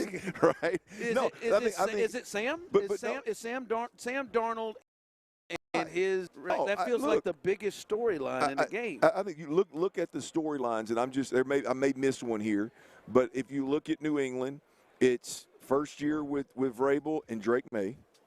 Yeah. Right, and what all that entails, and then you look at Seattle, and it's Clint Kubiak from a coaching perspective, and how quickly this all came together, and Sam Darnold, and kind of how he's been bounced out of a couple of places, and now, so the Sam, that seems to be the most interesting thing, and that about Seattle. You talking about? I just think of the game, maybe Drake May. It's Drake May for me. That pulls in a little bit more. What can he do? But I think the thing that's difficult is Drake has not had, say Drake May has had the run that Caleb was having through the playoffs. Yeah. Well, if Drake had Sam's run, they beat the brakes off San Francisco and then had a shootout against L.A. Like Drake has underwhelmed so much for whatever reasons. Like he's not coming in hot. Yep. Right. And it's just not like, last year you had a team trying to three-peat, do something that has never been done before, that most of America wanted, full stop, would pay their left nut to not allow happen. You got, you have Mahomes, you have Kelsey, you have Swift. Yeah. Even Jalen Hurts we started to know, and Barkley and the whole stuff with them, and Philly, one of the great markets. This go around, it's just like I wonder how many fans, if they could name, you take the quarterbacks out, can they name a total of 10 players in this game? Ooh, that's a good point. Can you I don't think I would. I think it's a harder fight to get off 5 Seahawks right now. If I take Sam Darnold away from you, I think it's a harder fight to get. And maybe for Texans fans, they played them this year, and you kind of have a memory. Sure. But if this were the Rams coming in here, I think it would be have a more star power. Yeah, I don't because of the matchup. I don't think you have a major favorite. Like the Rams were in it, you have a future Hall of Fame coach, future Hall of Fame quarterback, and you would have a team that was viewed to be just a significant favor over the other. I think these two teams. I don't know what is the line right now on a Monday. It was 3.5. Yeah, well, that's about right. I was fixing to say you're going to have a low single digit, obviously, which will tell you they're more comparable teams. But there's that star power that's not there. Who are you most excited to see play? Drake. Yeah, I agree. I want to see if Drake May can he get on a stage and become that next star. Yeah. Well, it's Drake May. 4.5 by the way, Seattle. It's Drake May 10 out of 10 right now for me, man. We've seen him in the last 2 games. The weather has impacted those games, and 2 of the 3 games that they won, it was kind of one of those where, really, if you're being honest, probably all 3 of them. Offensively, as a quarterback, you're just kind of floating along there. I mean, the San Diego or the LA Chargers game, their Chargers offense was so bad they were never threatened, so he was awfully comfortable. The Texans game, CJ turned it over 4 times, and the team turned it over 5 times, and he was super comfortable, didn't have to do much. Now I know he wasn't literally comfortable because he turned it over himself and getting harassed by the Texans defense, but you get my point. He really didn't have to do much. And then the Denver game, the weather, he didn't really have to do much offensively other than the bootleg. Everybody's hanging. The bootleg to end it with his athletic ability. That's really the flea flicker was special. Was special, yeah. But we haven't seen. I don't think we know who playoff Drake May is right now. And I think for me personally, that's the draw: is who is playoff Drake May? What does that look like? Is it as sexy as one would think, with the big arm, with the athletic ability? He's got a very likable, all-American boy kind of demeanor to him that if you see him play, boy, I think a lot of folks fall in love with him. If he plays big on the big stage, we'll see. Yeah. All right, Sam Darnold, apparently there's some issues where he left from. And I wonder if this will become a thing when you look and hear what the best player on that team had to say. If there's going to be some issues in Minnesota. We'll discuss that coming up next. All right, I don't know if there's going to be any issues in Minnesota, but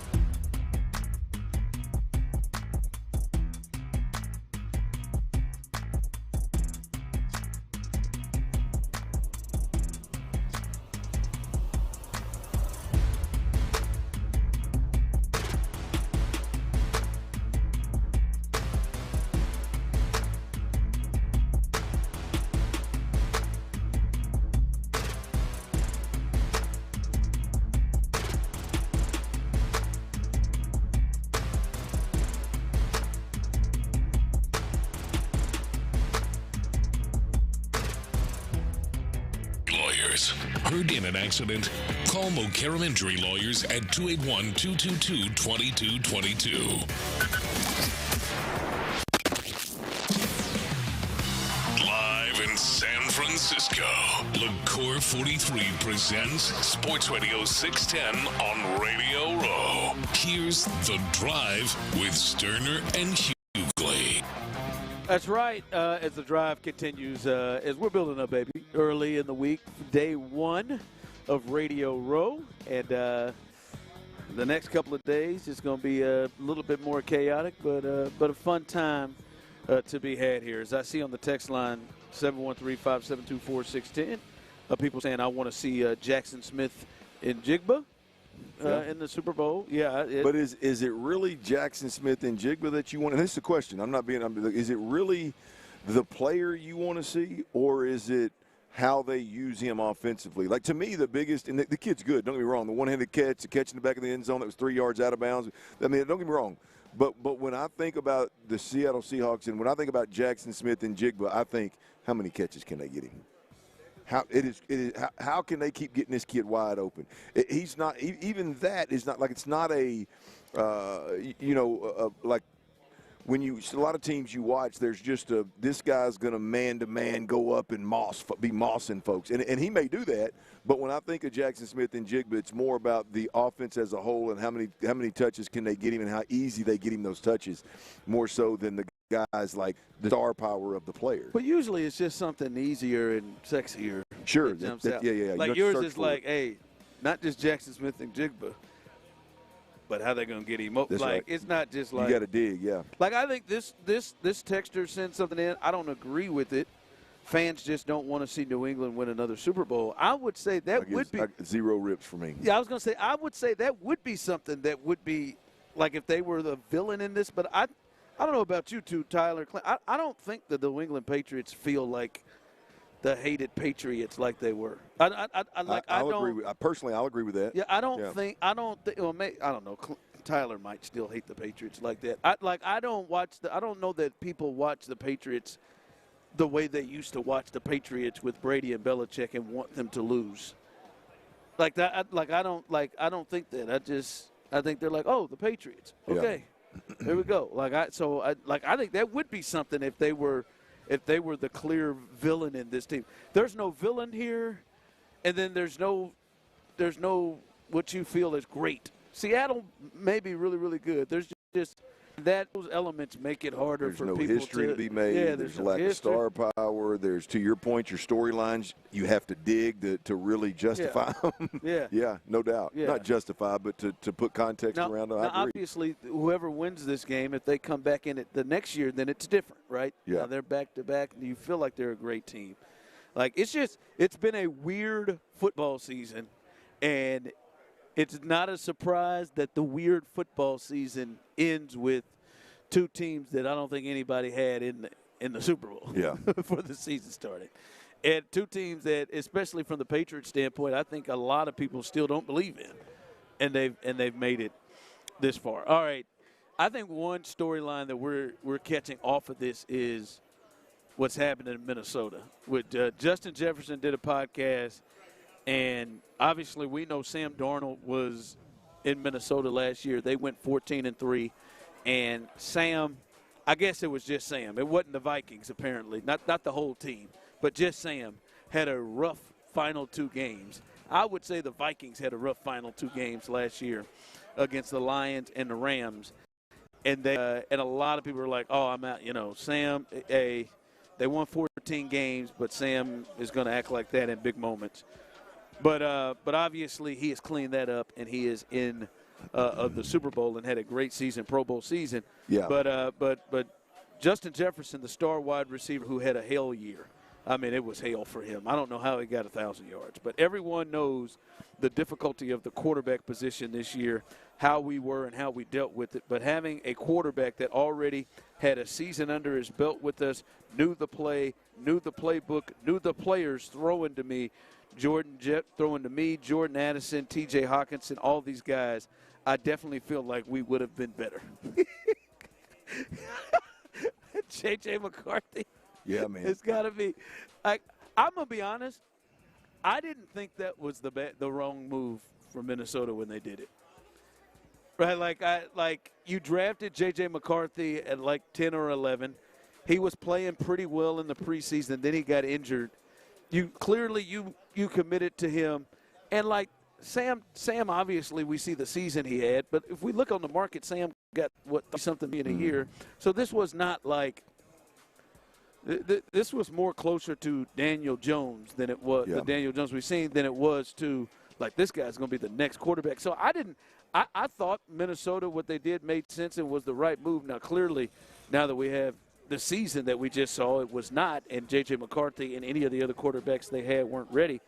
But, damn, I just don't think this helps J.J. McCarthy at all. And I don't really fault. Now, somebody's lost the GM's lost his job over this in Minnesota. Yeah. I didn't think it was the wrong move when it happened. Well, I think when it happens, you put a lot of stock into – them knowing this situation and them knowing J.J. McCarthy Kevin and Kevin O'Connell's history and the success they've had with quarterbacks. So when it happens, you're like, hey, I trust what they're doing offensively. I trust what they're doing schematically. I trust what they're doing from a quarterback perspective, and you just keep it moving. And then all of a sudden, when it's very apparent that J.J. McCarthy, he's a developmental quarterback. That's the one thing that I would say I was probably a little ahead of. When I liked him in college, I was surprised he came out early. I was surprised he got drafted so early. And so the way he did, I was like, this is a developmental quarterback. And then all of a sudden, they just gave him the reins. It's like he gave him the reins. And no, he's going to I think he was going to start that first year before he got hurt. Yeah, before he had the meniscus. Yeah, that's what I'm saying. And then he has the injury, and then he comes back. And anyway, we know now, you can just tell that with that scenario, he's not ready. He's not ready to be a starting quarterback day in, day out, whether that's mentally, physically, whatever it is.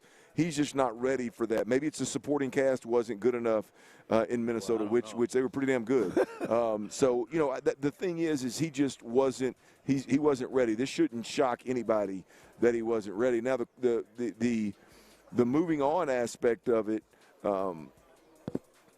look, the way it ended, I think made it make sense. I think the way that the last two games, the game that cost them home field advantage, right? Because they played, was it home field advantage or the bye? There was all of it, right? They were playing for the one seed and lost, and their division to the Lions. And then they exit the playoffs in the first round, correct? Yep, they lose to the Rams. Yeah, and lose in a fashion where the quarterback looks like he has no clue what the defense is doing, and they have no answers for pressure. He's holding the football, and they're constantly, creating chaos around the quarterback. And so when that happens. All right there. We know what that is like right here with CJ. The last two games for CJ were not good, right? The last two games for Sam, I think, probably cemented. Made it easier to say, all right, because if this is where we're at with this quarterback. Clint, you draft somebody at 11 at the quarterback position, and usually, and remember, not this Sam Darnold that now we've seen 2 years in a row go 14-3 and now get a team to the playoffs or to the Super Bowl.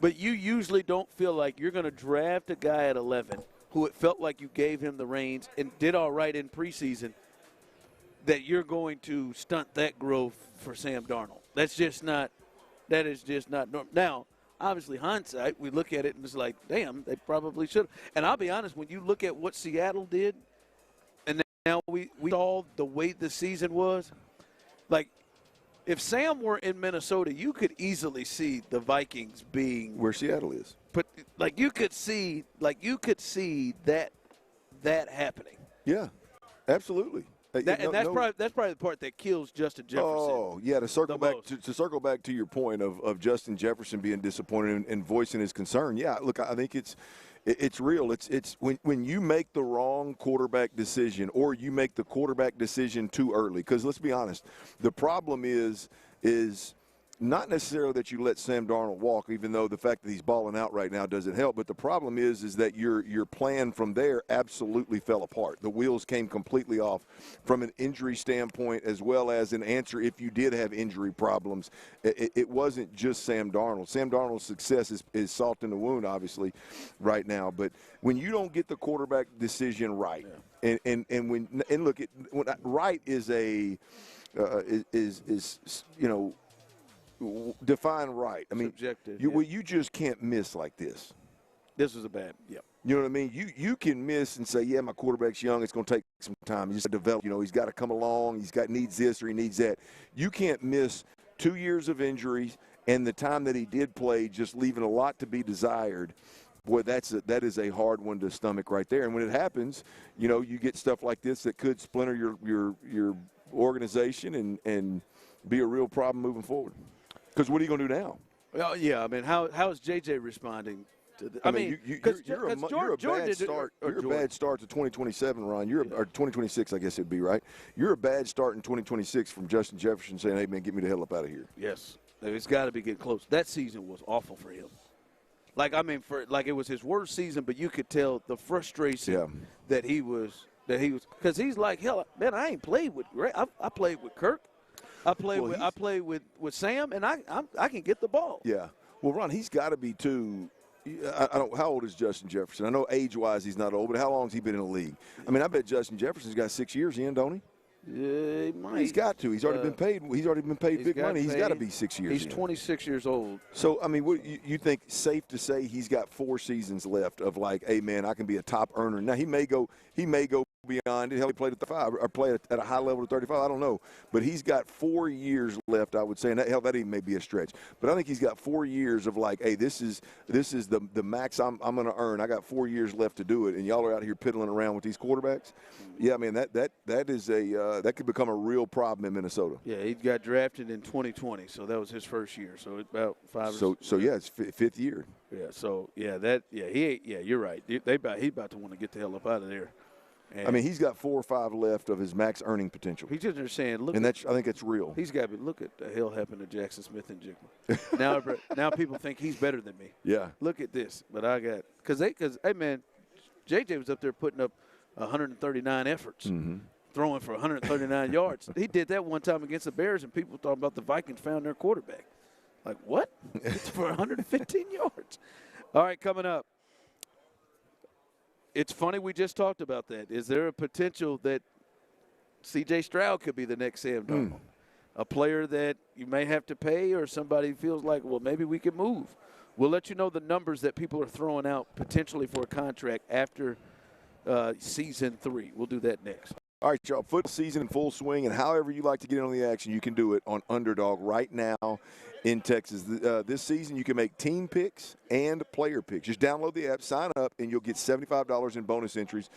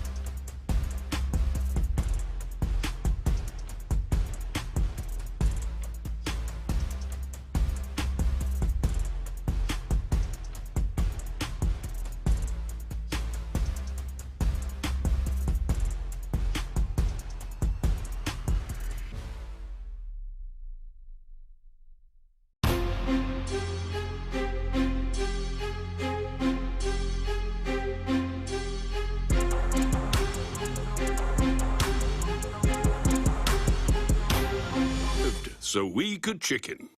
$10, 8 pieces, one big deal with KFC $10 Tuesdays. Prices and participation may vary. Taxes, tips, and fees extra. Leasing a car has never been easier. Call our friends at D&M Leasing to learn more about Easy Lease from D&M. Give me fuel, give me fire, give me that which I desire. Live in San Francisco, LaCour 43 presents Sports Radio 610 on Radio Row. Here's The Drive with Stoerner and Hughley.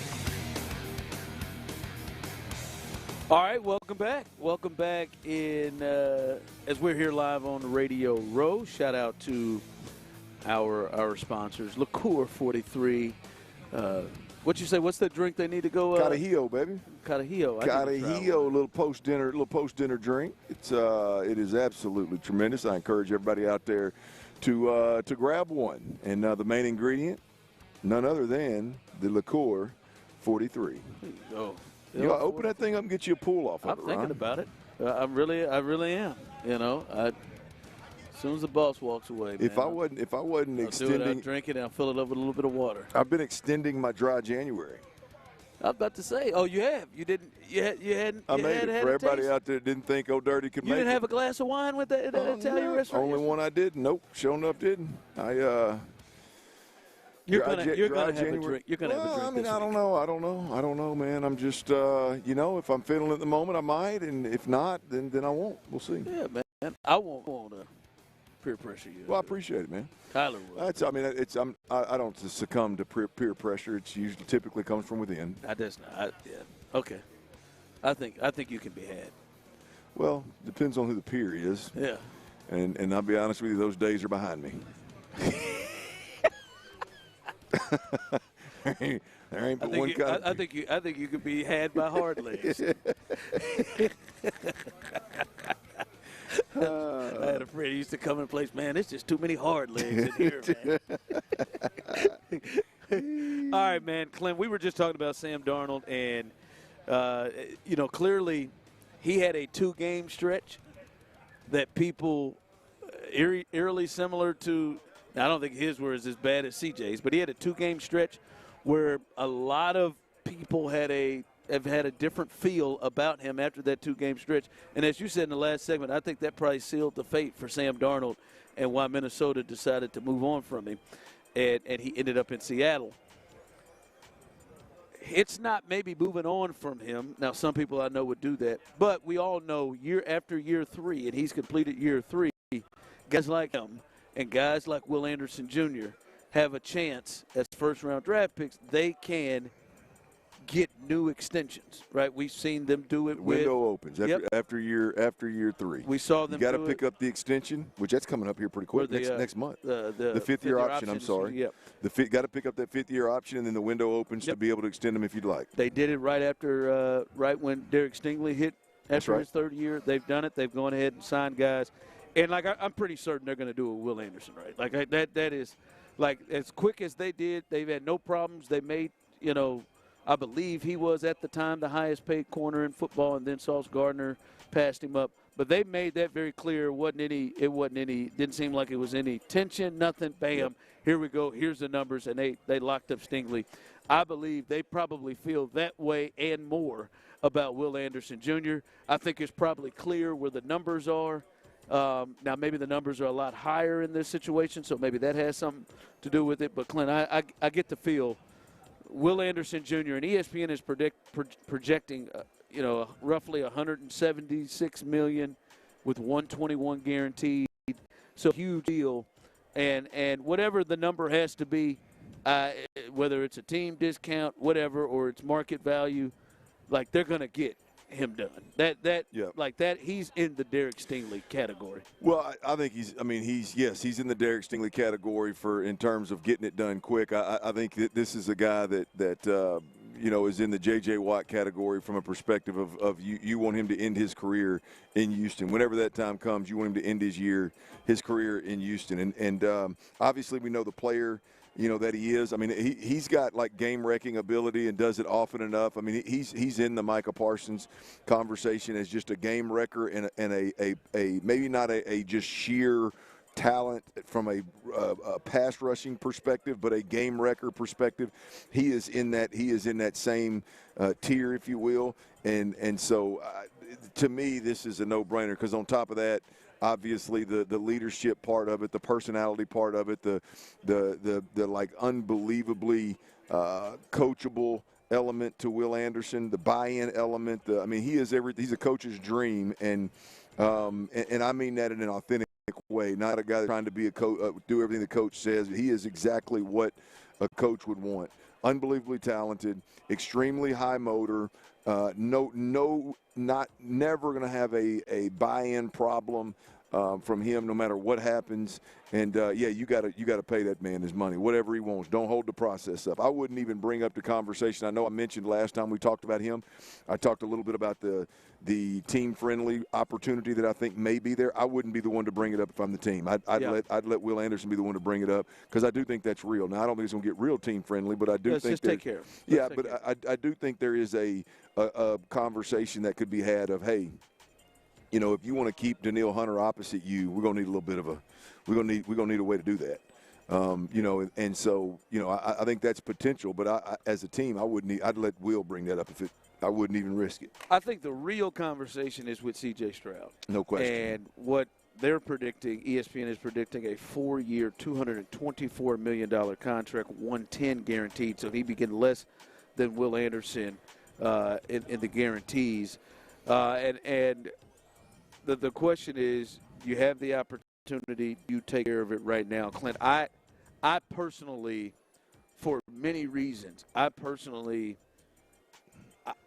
would need to see C.J. Stroud and this offensive group and system another season before I'm committing any major money. Oh, yeah. Look, that's where I land is I've at the very least got to see another year. Now, if I'm the organization, I think there's some serious question marks whether he's going to work here beyond this year. I think I do think that is maybe not a major concern, but I think that conversation is in the room if you're the Texans. It better be if you're the Texans at this point. So there's a world where we live in where C.J. Stroud is moved and they go a different direction. There's a world where, although it's unlikely, I think, but there's also a world where they just go another year and see what they get out of C.J. Stroud. And obviously, there's a world where they go ahead and re-up him. Right now, I think they land in the space of I got to see another year. And now the risk there, and I don't care about it, but I know there's a lot of people that will. Cal McNair and Hannah and Nick and D'Amico, they're going to be dumber than everybody. If he has a break, if he has another year like his rookie year, now you got to pay him $60+. You got to set. Now you cost yourself $5 million a year, $4 million a year, according to these numbers. That they're going to be the dumbest organization on the planet. In a lot of people's eyes. I don't believe that. I would be okay. Best case scenario, hey, we wait a year, he balls out, we pay him, he continues to ball out, right? I'm okay with that. I'll be honest with you. When you look at the entirety of the story, I believe C.J. Stroud has done enough to earn a new contract. Now when we look at what we're seeing and what we're seeing with this new offensive regime and this new offensive mindset, I personally, Clint, I need to see not just from CJ, I need to see from the entire crew, like this together. We know they're bringing back Nick Caley. We know they're bringing back probably Gerard Johnson, probably a lot of – I need to see, can this offensive group with this game plan, this function of how we're going to run offense with him, can they be good enough for us to really be able to compete with anybody? Can they be good enough? And if I don't see that, then there's no reason to then sign him to a massive deal because it just, there's got to be a certain level of quarterback play or production offensively that you are seeing that you're going to commit to that type of player. And again, for me, it's not just CJ, it is everybody. If they come in here and you got CJ in here and this thing is a middle-of-the-road type of an offense that looks like it's middle of the road, and then in particular when they play better teams and you look like you can see like you're really at a disadvantage offensively like it was last year, then there's no way they should pay him that money because, this would be 2 years in a row. We're seeing what you are. We're seeing what this offense would be. I think he has the ability to be better than what this offense has, but that make no damn difference if the offensive system and the game plan doesn't match. Well, look, I think there's a real question of fit, right? And we all know the guy's talented. We all know that the system has worked at a high level for some people. The question of fit, I believe, is a very real question with the Houston Texans and C.J. Stroud. Is something that CJ can control, and it is just a commitment, and they put blinders on and buy in, or is it a CJ struggles from a processing and communicating perspective, and this is a system that requires that at an elite level? Like, is it an inability, or is it is it something that he just will not buy into? Like, I think those are all very real questions around the Texans, and ultimately, the Texans have to decide, are they going to pay for those unknowns? Because they're all unknowns. Are you going to pay for them? Are you going to spend that kind of money and not know whether that is the case? Are you going to pay that kind of money under circumstances where you're on your second play caller, that things have not gone well? I think that is a very real part of this conversation. No, it is. All right, coming up a little 5 o'clock fire as we are here live from Radio Row. Some developing news about Kevin Durant. Some good, some bad. We'll let you know the latest of that. And the NFL hiring circuit sounds like it is to an end. 10 openings, and it looks like the final 2 have been filled. We will let you know the latest of that as we continue that all and more right here live on The Drive. All right, y'all. Mokaram Injury Lawyers, located right here in the heart of Houston, baby, right off of 610 West and Westheimer. You cannot miss their building. I've been over there. I've chatted with the crew multiple times. I'm telling you, these are our kind of people. If you've ever been injured, or if you're been injured in an accident, or you are ever injured in an accident, you got to make sure that you call Mokaram Injury Lawyers. They've been helping Houston, Texas for over 30 years, y'all. Serving the Houston community for over 30 years. They believe in supporting this community.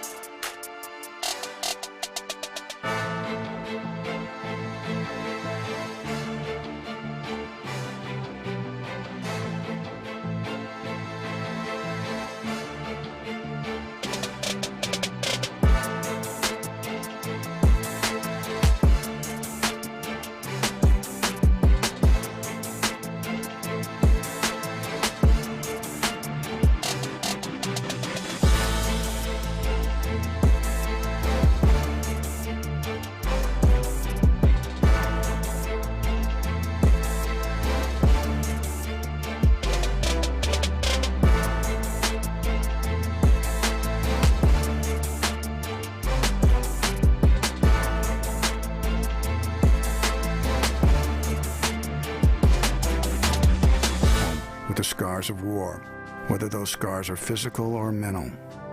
Wounded Warrior Project. We never leave a fallen warrior behind. Ever. Learn more about what we do at woundedwarriorproject.org. From the West Point Lincoln and West Point Lincoln of Sugar Land Studios, KILT FM HD2 Houston. On Odyssey Sports Station, the Texans play here. I said, oh, Lord Jesus, it's a fire. Sports Radio 610 presents The Drive with Stoerner and Hughley. It's the 5 o'clock fire. It is 5 o'clock. Congratulations. Hopefully you're off work. Luckily for you, Old Dirty Show T-Mill, a.k.a. Psycho T, have the latest. And the latest is we are live here. And we're live here at Radio Row. And we're sponsored by who, Clint? That is Liqueur 43. Big shout out, baby. Big shout out to Liqueur 43 for making it happen. There you go, Ron, showing it to you on the camera right there. Get you a good up close and personal look of the bottle, the presentation. The branding is absolutely beautiful. Big 43 on the side. Liqueur 43. It's the main ingredient in the Carajillo. If you hadn't had a Carajillo, you should probably try one as soon as you possibly can. Absolutely tremendous drink for any and all occasions. Also, shout out to our good friends at Planet Fitness as well, who helped us be able to bring you all the sights and sounds here of the big game here from Radio Row. So we appreciate them as well. And Clint, there is some news here about Kevin Durant. There's some good news and some bad news, well, and some tougher news. We'll let you know. Let's start with the most current news, which is the bad news, is they will take on the hapless Pacers tonight in Indianapolis, and they will have to do so, Clint, without Kevin Durant. Ime Udoka says Durant tweaked his ankle and stepped on a fan's foot. Stepped on a fan's foot on the sideline on Sunday. He played through it, but it ended up swelling. Rockets hope it's just a one-game absence. Reed Shepherd will start in his place. So that's the first thing there, and that is he's played all but 2 games this year, which has been a big key to Kevin Durant. This will only be his 3rd game he missed, but hopefully it is just a small tweak. I'm guessing he meant this happened Saturday because they didn't play. They didn't play on Sunday. I'm guessing he is saying that, but hopefully it isn't anything too serious. One of the big keys is Kevin Durant's been available, and that was something that a lot of people had concerns about. If he's had some injuries, how many games will he play? Sometimes he plays 50, 60 games, so that's one to watch. But they don't make it seem like it's something really, really different. Well, I'm surprised this doesn't happen more often with NBA players. They're so close, and Kevin does spend a lot of time even talking and troll. Some people say trolling fans on the sideline. I'm sure they start the trolling, but nonetheless, this could be a blessing in disguise. I mean, there's a couple things at play here. You mentioned last week, I think it was, how much Kevin Durant had played. Right, this year, and just the minutes that he's played, and I don't know that it's not a good idea down the stretch that he take a couple of games and figure this ankle out. I obviously don't want him to sit too much because we got business to take care of here in the regular season. And the other part of that is Reed Shepherd. I think Reed Shepherd getting more run and Reed Shepherd developing. I think I think it's been not a surprise, but I think it's been good to see this year. I think there's been I know for me personally, there's been moments where it's like, man, this guy's not just better than I thought. This guy's got a real chance to be special and contribute in a big way now. And so, as a Rockets fan, I look forward to seeing more Reed Shepherd and kind of seeing where he ends up fitting in come into the season and playoffs. And what is that dynamic? Is it real or is it an afterthought? Yeah, he guts through it, Clint. We've watched Kevin Durant play. He gets 13 points, and he's 6 of 17 in that game against the Mavericks on Saturday night. Yep. That's not, him. And I'm guessing hopefully they're saying to themselves, we were off Sunday. We give him a day off, or he's off in this game on Monday. They have another day off, and they don't play again until Wednesday when they have the Celtics. So maybe the thought is we give him all these days off. and he is good. The other news with Kevin Durant, Clint, is he is the 37-year-old has made it to the All-Star game for the 16th time. This is the 16th time that he made the NBA All-Star game. He actually happens to be the oldest Houston Rocket to have ever been named an All-Star, surpassing Clyde Drexler and Hakeem Olajuwon, who were both 34 when they made it. So an incredible accomplishment for Kevin Durant, and he's absolutely earned it. He has played as well as anybody could have hoped for, and he has just flat been one of the best players in basketball this year. No surprise that he's done that at 37 years old. Yeah. I mean, 37 years old, man. That's. I mean, I think a lot of folks may be surprised that at 37 he's still playing at that level. But the reality is, if you watch the Rockets, to your point, no surprise that he's getting the honor, right? Yeah. No surprise that he's getting the honor because of what he's been able to do, the minutes that he's logged, the impact he's been able to have, and again, you know, I just hope that he's able to do this the entire season. I think one part of joining a young squad, and this is exactly what I hoped would happen with Kevin Durant, obviously, is you join a young squad. There's a dynamic of trying to figure out where all the pieces fit and how those young stars play with a guy like Kevin Durant. And so I love the fact that he was willing to play so many minutes early on. But I just at this point you wonder, man, is it better to maybe take the maybe get the wear and tear a little bit. Yeah, man, I mean, just rest. I mean, I don't know what it looks like. I don't know what that, obviously they'll know, but it's, point is I don't think it's going to hurt Kevin Durant. You almost wish he missed the All-Star game. He could have that. He could have all that time to rest. But well, if he needs the rest, it wouldn't. I mean, it wouldn't surprise me, man. One thing also with that, Şengün, he was considered one of the All-Star snubs. There are a couple of guys in the West. Harden, Kawhi, they're having some really good years. Şengün right there in the middle of it. He didn't make the All-Star team. Right. So that's one to watch. Maybe he does make it. Maybe a person like Durant or somebody else kind of pulls out of it with an injury. But they have one All-Star right now, and that is Kevin Durant. We have a liftoff.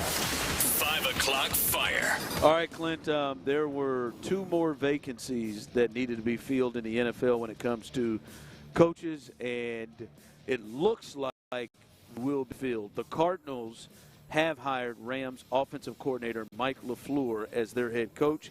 The Arizona Cardinals have hired Mike LaFleur as their head coach with the Rams. He was with the Rams as their offensive coordinator. He's agreeing to a 5-year contract. LaFleur is, Clint, the 6th consecutive head coach hired by the Cardinals who has not had any NFL head coaching experience. There's 6 straight in this regard. Before we get to the Raiders, let's look at this, Clint. Mike LaFleur coming out of that tree. I'm a bit surprised. I'm a bit surprised, Clint, that he was able to get this far this quick after the Jets situation. He went over there. He was Robert Saleh's initial offensive coordinator, and they drafted the kid out of BYU. What's it? Zach Wilson. Zach Wilson. And that really failed, and he got fired 1 or 2 years into it. But now he's jumped all the way to working for Sean McVay and now becoming a head coach himself. Well, look, I mean, these guys coming out of the Shanahan tree, the McVay system. It's even more with McVay. Close to it. It's just every year these guys. I mean, this system is the hottest thing on the planet right now, right? And so everybody. I mean, you look at it, and you go, yes, a good offensive mind, a great coach, and he doesn't have any head coaching experience, but he's coming out of this tree where they're just doing a ton of winning. And the offenses, the offenses are multiple because, again, you look at that system and some of them have more run heavy, more physicality involved, and then some of them are a little bit more finesse and a little bit more pass happy, and some of them are a great mesh. So it's a versatile system. Right now it's the hottest thing in the league. And so the Cardinals decide that they're going to hire an offensive coordinator that's never been a head coach before, but brings all these different other experiences to the table. And so, I don't know much about what's going on in Arizona. I know this. They got to decide what they're going to do with Kyler Murray. Yeah, that's the big thing. That's a big contract. Probably the biggest thing for him, his sales job on what they're going to do at the quarterback position. Yeah, I mean, what does it look like? And so we'll see. I think if as I look at this system, I think Kyler Murray probably fits the Rams system better than he does the 49ers system, that run heavy, compact everything in, and and be physical, run it, and then do some play action. I think he's probably a little bit more of a space him out guy, uses athletic ability and his background as a quarterback, and or they move on from him, right? I mean, that's obviously a possibility. I don't know what's there in the Kyler Murray bank right now. What can you get for a Kyler Murray? But I believe that there's something there. So we'll see what they do at the quarterback position in Arizona. Yep. Nate Shieldhouse will probably be the next person under Sean McVay to get a job next year. It's just damn near anybody that is even. Hell, the other one next year is the Shula kid. He didn't leave either. He stayed. So he gets some of his D coordinators get hired. Although I heard he was a bad interviewer, so we'll see how long that lasts with him. But yeah, man, that is the latest there with the Cardinals. Let's slide over to the Raiders. The Raiders, Clint, they're expected to hire Seahawks Clint Kubiak. Obviously, they cannot do anything right now until this game is over on Sunday. Kubiak is currently the Seahawks offensive coordinator, and the deal between him and the Raiders can't be finalized until after the game. But all signs are and have been pointing towards Clint Kubiak taking that job with the Raiders. And we talked about it yesterday. Listen, when you think about the Raiders, the ownership and the money or lack thereof or how they go about their business is tough. But there are worse situations than having the number one pick and some of the assets they have. Now, there is a rebuild. You got to know it. There's a rebuild. But there could be worse situations than where you are and some of the guys they have. Well, we've seen of late, these coaches get a gig, and they may not be able to make a team a Super Bowl contender. Hell, we saw it here, but you can damn sure make your side of the football, whether it's offense or defense, you can make your side of the football competitive fairly quickly. You look at Clint Kubiak and some of the pieces that are in Oakland, in Las Vegas. I don't know exactly what you do at the quarterback position there either. I don't know which Geno Smith is. He even under contract? He's not a free agent, is he? Yeah, well, he may be a mentor. But you look at it and you go, okay, some of those pieces offensively you can definitely win with some right pickups, and then on the other side of the football maybe that's a rebuild. But I love the Clint Kubiak hire, man. I mean, what he's been able to do on the offensive side of the football. As I said with DeMeco Ryans, when you hire DeMeco Ryans, you know what you're getting on the defensive side of the football, and you got to make that right. When you hire Clint Kubiak, offensively you've got to be one of the top offenses in this league, and damn near immediately. Yeah. And so you got to get that part of it figured out. We'll see if what kind of dysfunction Las Vegas really is, and whether Clint Kubiak is a guy that can weather that or not. Yep, Mendoza is probably going to be the quarterback they'll have there, and they've got some pieces. They drafted a running back really high last year in Genty. They've got Brock Bowers, who many people believe may be the best tight end in football. Mm-hmm. So we saw what he did with Sam, and I'm sure he will have a leash, at least a normal longer leash. Maybe he'll have a good 3 to 5 years to be able to get this thing together. But I think that's probably a good move for the Raiders. Maybe the best that they could get is getting a guy like Clint Kubiak. 5 o'clock fire. I'm sure Tyler will love this one. At least one Astro will be performing in the World Baseball Classic. Begrudgingly, Carlos Correa is not. It doesn't seem like Jose Altuve was fired up about not being able to participate. As he said, is out of his hands. But there is someone, and it will be Jeremy Pena. Jeremy Pena is the first Astro player to commit in the 2026 World Baseball Classic. He will be a part of this, and I'm sure many people will be holding their breath with Jeremy Pena. He is somebody that had a career season last year that you feel like is an ascending player. Did have some injuries a little late last year with the rib, and there was like a lower half injury that kind of slowed down what could have been even a better season. But he is going to be the one. They couldn't stop him. He must have got his insurance and everything. Well, he'll be playing out there at the WBC. Yeah, young, relatively healthy. I would imagine the insurance was easy to get, and probably came at a pretty penny, but I'm sure the insurance was easy to get. And I'll be honest, it's not ideal. No, I agree with you. I agree with you, Joe. I agree with you, Tyler. I don't know which one was talking there. I know who you actually heard, but I'm not sure which one was talking. Both of us, yeah. Yeah, that's what I figured. I agree with you guys, man. I'm in Joe and Tyler's camp on this one, man. I don't like it. I've made my feelings known. I just the unfortunate, but the where it's scheduled, where it's positioned on the schedule, I don't like it. I don't like my young up-and-coming shortstop that just had a career year that I've put in my leadoff spot. I don't like him risking the injury or being away from the team in spring training or whatever kind of time he's going to miss. Not a fan of it. Just not a fan of it, Ron. Yeah. I mean, you'll be holding your breath that he's all right.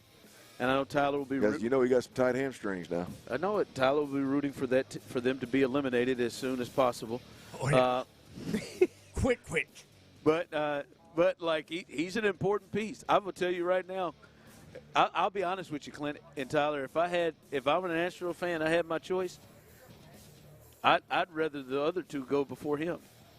I agree. I think he may on the field may be more important than those guys. I 100% agree with you. Like the way he is set. Obviously, we know who we're talking about. It's Altuve, the all-time Astro great. I think the history of the franchise, and Correa as well. But right now, when we look at their age and the production of these guys, that guy's your leadoff hitter, your shortstop. He's the one that you definitely have sure to keep huge. Yep, I couldn't agree with you more, man. I mean, this is the year where not only you would like for him to be a guy that obviously sooner rather than later feels the role of the Altuves and Correas, which I think he's probably well on his way to doing. But this would be a critical year for that, I would think. Yeah. And not the end of the world, but just not the ideal start for me. Just hope it gets better. All right, coming up, T. Mill's best bets as he starts to get this Super Bowl week in a right spot. Little best bets here coming up in a bit. Got some NBA things that you can look at.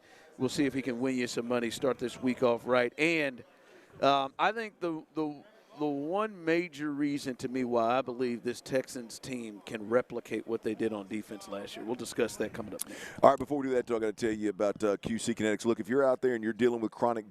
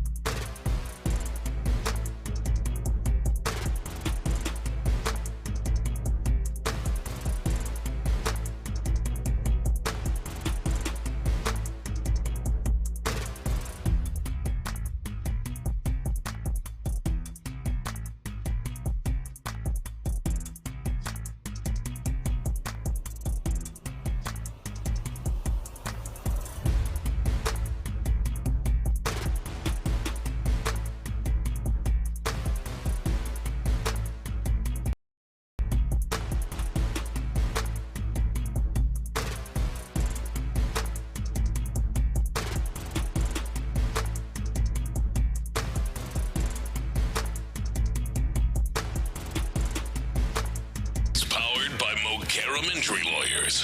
Heard in an accident?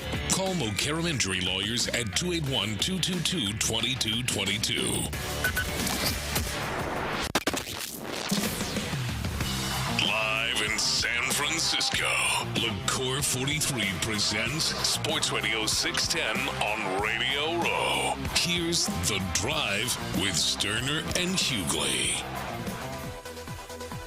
All right, welcome back as we are live here. Day one on Radio Row. It's been a fun time, and we will have a fun week. And I will also say this week and every day here on Radio Row we want to give a shout out to one of our sponsors, Tide. Tide will be here with us, helping us put this together. Our coverage of the big game across all of Odyssey sports stations. It's Tide. Tide will help us out here. Remember, if it's got to be clean, it's got to be Tide. Shout out to Tide for helping us put this together in all Odyssey stations around here, and hopefully you're listening to us on the Odyssey app if need be. Where you have the rewind feature and do what you need to do, and maybe you'll need to go back and listen to T Mill's Best Bets. We'll do that coming up here in a few minutes around 5:30ish. He's got some basketball bets to get the day started off right. But before we get there, Clint, I think one big factor, especially if this offense is going to be anywhere similar to where it was last year, and you hope there's growth there.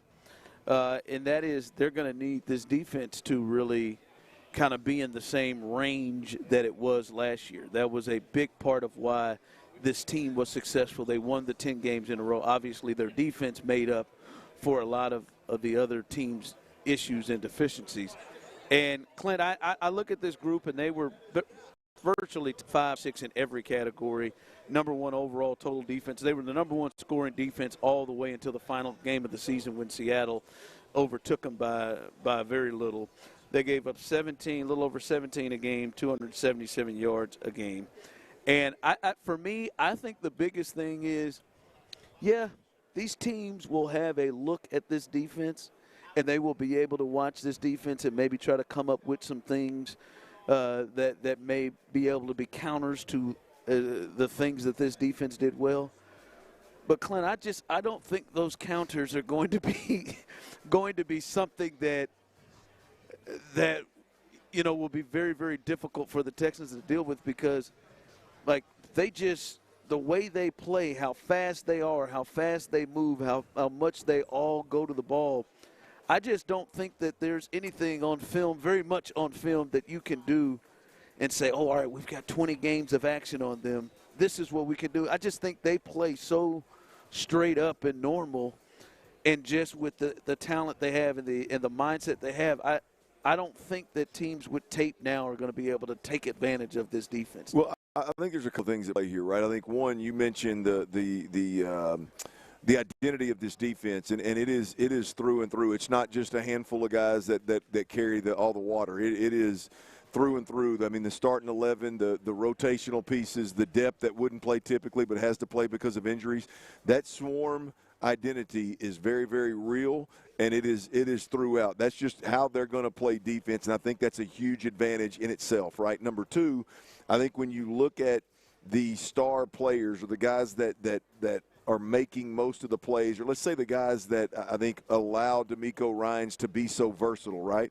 Because it's one thing to be a great defense, but it's another thing to be a great defense with so much talent that you can literally throw a dart at your playbook and call a defense, and you're going to be pretty good at it, right? You got the two edge rushers that are lights out, two of the best in the league, the best tandem in the league, according to many. You got the corners, again, individually, one of the best in the league, maybe and then the best tandem in the corner in the league there as well. I mean, when you look at that combination If you, for some reason or another, you lose the ability to impact the quarterback, create chaos around the quarterback the way you'd hope to, I would think from a coverage perspective, you've got the ability to cause problems on that end if the front end of the defense isn't as strong as it is. Point being, and vice versa, by the way, point being is I think they're more than just one injury away from having a problem. They're more than, hey, one free agent moving away from having a major problem. I think that identity, along with I think stars at just game-changing positions that allow them to be super versatile, and it's not based on one guy. I think it's based on the group as a whole. And so I think those two things right there put me in a spot where I think it's going to be very difficult. I'll put it this way. I think it's going to be very difficult for the Texans defense to not replicate what they've already done. I mean, it would take – now, one thing is they stayed unbelievably healthy last year. Yep. That's the part that I think is going to be tough to really replicate here is, healthy and no drop-off anywhere. Yeah, and those guys just, I mean, man, they stay. The guys that did get injured was 2 or 3 games, right? It wasn't long season-ending type injuries for those key pieces. And so that part may be hard to replicate, but I think the overall success, I think they're deep enough, and the way in which they play defense, I think is deep, man. So, I think this defense and the success they have is going to be around to stay for a long time. All right, let's get to our guy T. Mill, his best bets. He's going to try to make you some cash, some of that money, as he looks to get this week off in a good spot. If you are not able to hear these, or you want to go back and check, or you want to go back and really look at it, go to @TMillRealDeal. Give him a follow if you haven't, but go to @TMillRealDeal. He'll have those up for you to go take a look at as he going to try to win you some money and have a big week as we get started on Monday. What are your best bets, T. Mill? Yeah, NBA bets today. It'll be that way most of the week, but Friday will be our last slate of NFL picks for the Super Bowl. Yes, you've been banging out the NFL, right? You had a good mark. We don't know. We don't really have the numbers, but I know you've. I'll get Cheryl to get them for you. Cheryl, we've been killing those NBA bets. Those NFL bets. I was about to say no, NFL. NFL bets, yeah. But no, 3 NBA bets tonight. Here they are very quickly. First, Grizzlies with points. I got the Grizzlies plus 7.5. They are hosting the Timberwolves tonight. It's been fluctuating between 6 and 7.5 points. I like anything in there, really. Interesting one right there, Tyler. He just started. Doesn't sound like a great start. No, I don't know. I could see it going that way. It's an interesting. Ooh. It's an interesting.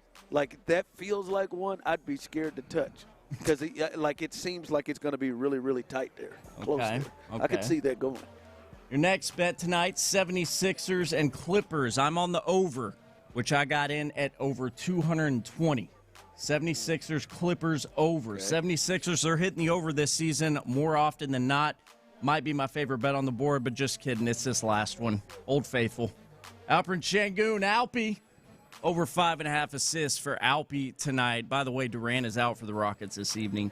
Yeah. But Alpy over 5.5 assists, I like a whole lot. Lock that one in, get you some money. Those are your 3 best bets. That'd be one I want to know the numbers of.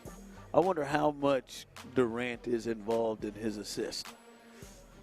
Like yeah. You know what I mean? Like I mean that really helps your assist numbers if you get doubled or something. And you got to fill it up. And Kevin is who you're throwing it out to. But normally like 5.5. Like I like that bet because with Kevin out, I feel like the ball is going to be in his hands a lot, and I feel like that's who you're probably double teaming to try to not let them beat you. And maybe it's like in my head. This was my thinking, man. There you go. That's good thinking. Like I said, that Grizzlies, Timberwolves, I can see that. Like, you just never know with how invested Minnesota is. They beat the hell out of the Thunder the other night, but then they sometimes have these weird games against teams. Like in Memphis, even though they don't have John Morant and don't have a lot of stars, they play really, really hard. So, interesting group, but go ahead, take a look at it. @TMillRealDeal. He'll make you a little cash, make you a little money, and get you started the right way. All right, coming up as we continue here, some potential draft some mock drafts of where the Texans may go in the first 2 rounds. I wonder if you would approve as a Texans fan. And something Clint said his mom brought up earlier this week. We got to take a look at that. We'll do that coming up next. All right, y'all, look, are you looking for the best deal on TRT? That's testosterone replacement.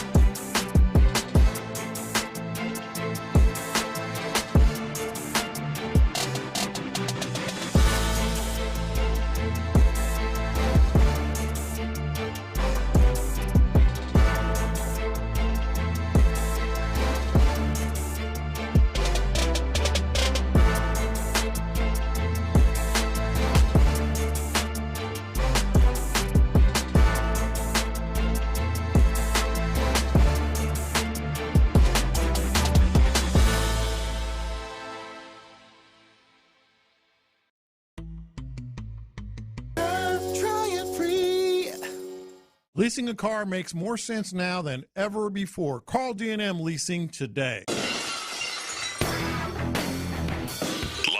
in San Francisco, LaCour 43 presents Sports Radio 610 on Radio Row.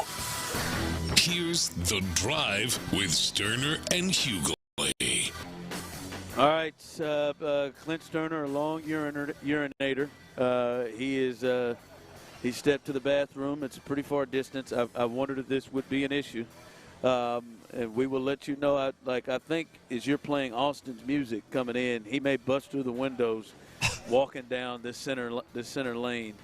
Nope, he's not. He's slow motioning to the outside. Now he's got to get over the wall. What? He's walked through the wall.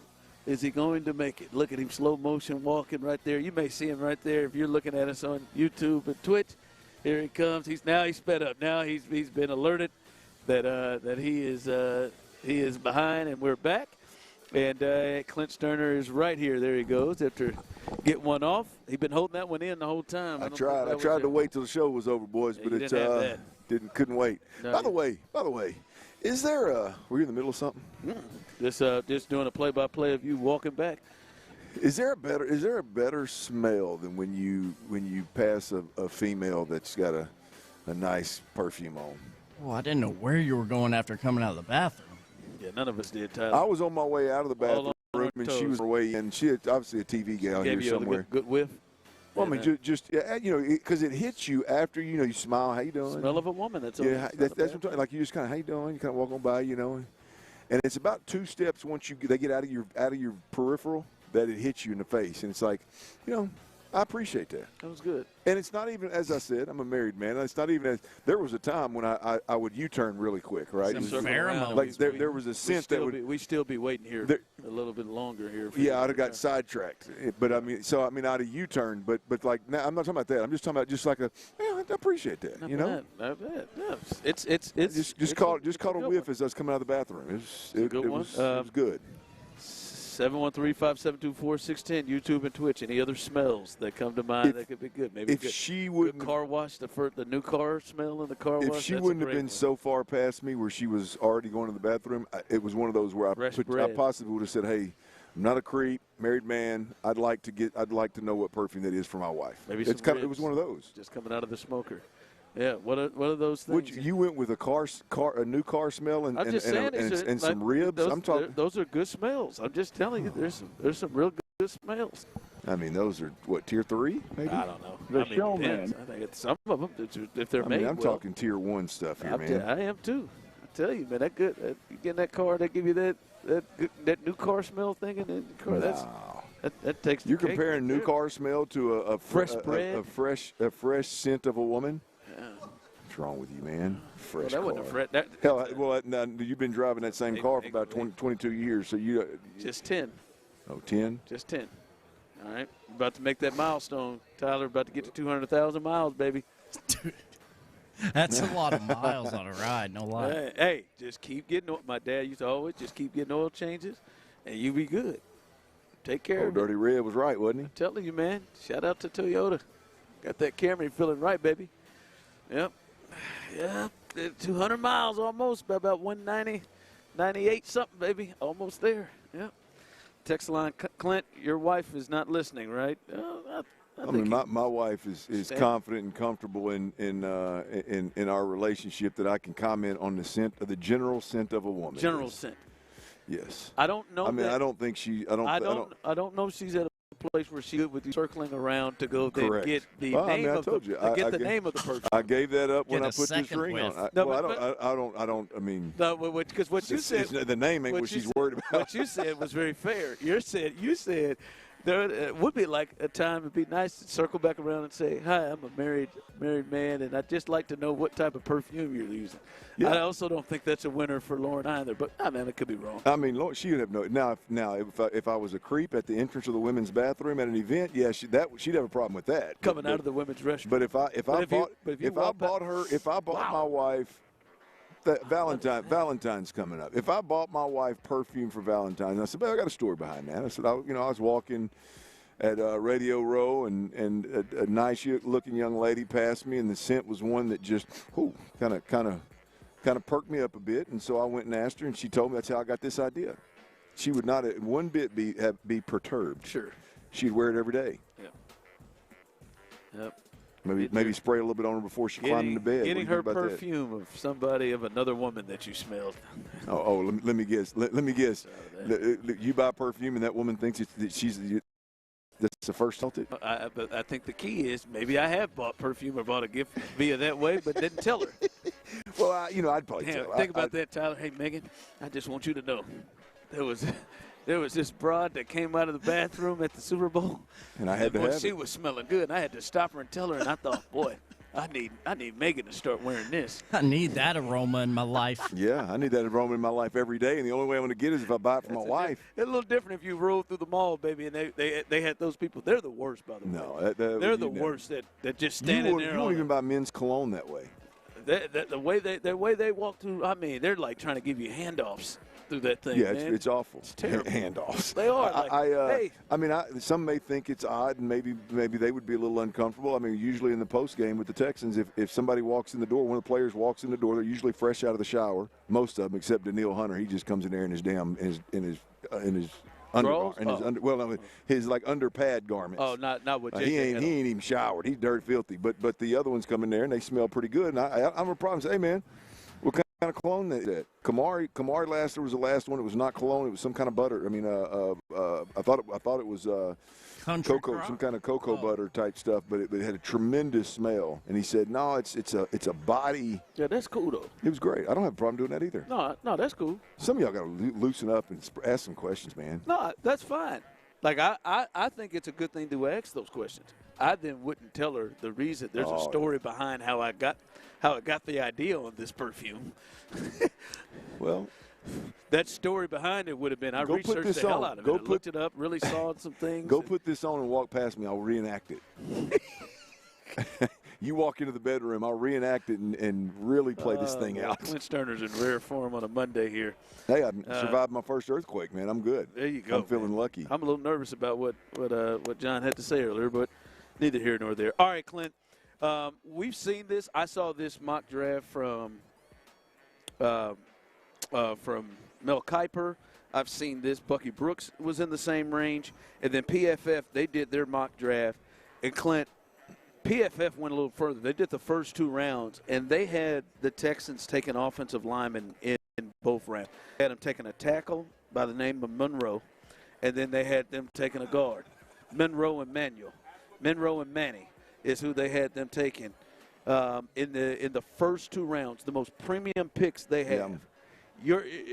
When you think about this team, do you think that is the direction and the space that they should use their two most premium picks for where they are as a team? Like you think about the Texans, is that where you arrive? Like that sounds right to you? Yeah, I wouldn't have a problem with it. You know, I think there's several things you got to address offensively, whether it be through free agency or the draft, and whether that's re-signing your own guys. Ed Ingram is one, or, you know, going out and getting other guys. I think you got to address the offensive line to some degree. Now, I'm not of the thought that you have to completely redo the offensive line, and the offensive line was a problem, and the offensive line couldn't protect C.J. Stroud. I'm not necessarily of that group. But I will acknowledge that upgrading the offensive line would be a huge plus. And I'll say this: I think the offensive line is a place where you can draft. I say you can. I think it's easier to draft, and if you've got a good system, you got a good communicator, you got a good supporting cast as the other four offensive linemen. I think you can plug a guy in, and that guy just go do his job at a high level, and you can get production out of him. I think it's, to me, I think it's a little bit more of a crapshoot to go get a guy that has to understand formations, motions, coverage shifts, and the routes that change according, the route adjustments and things of that nature at the wide receiver position, or the running back who's got to know the run game as well as the pass game as well as the pass protecting game.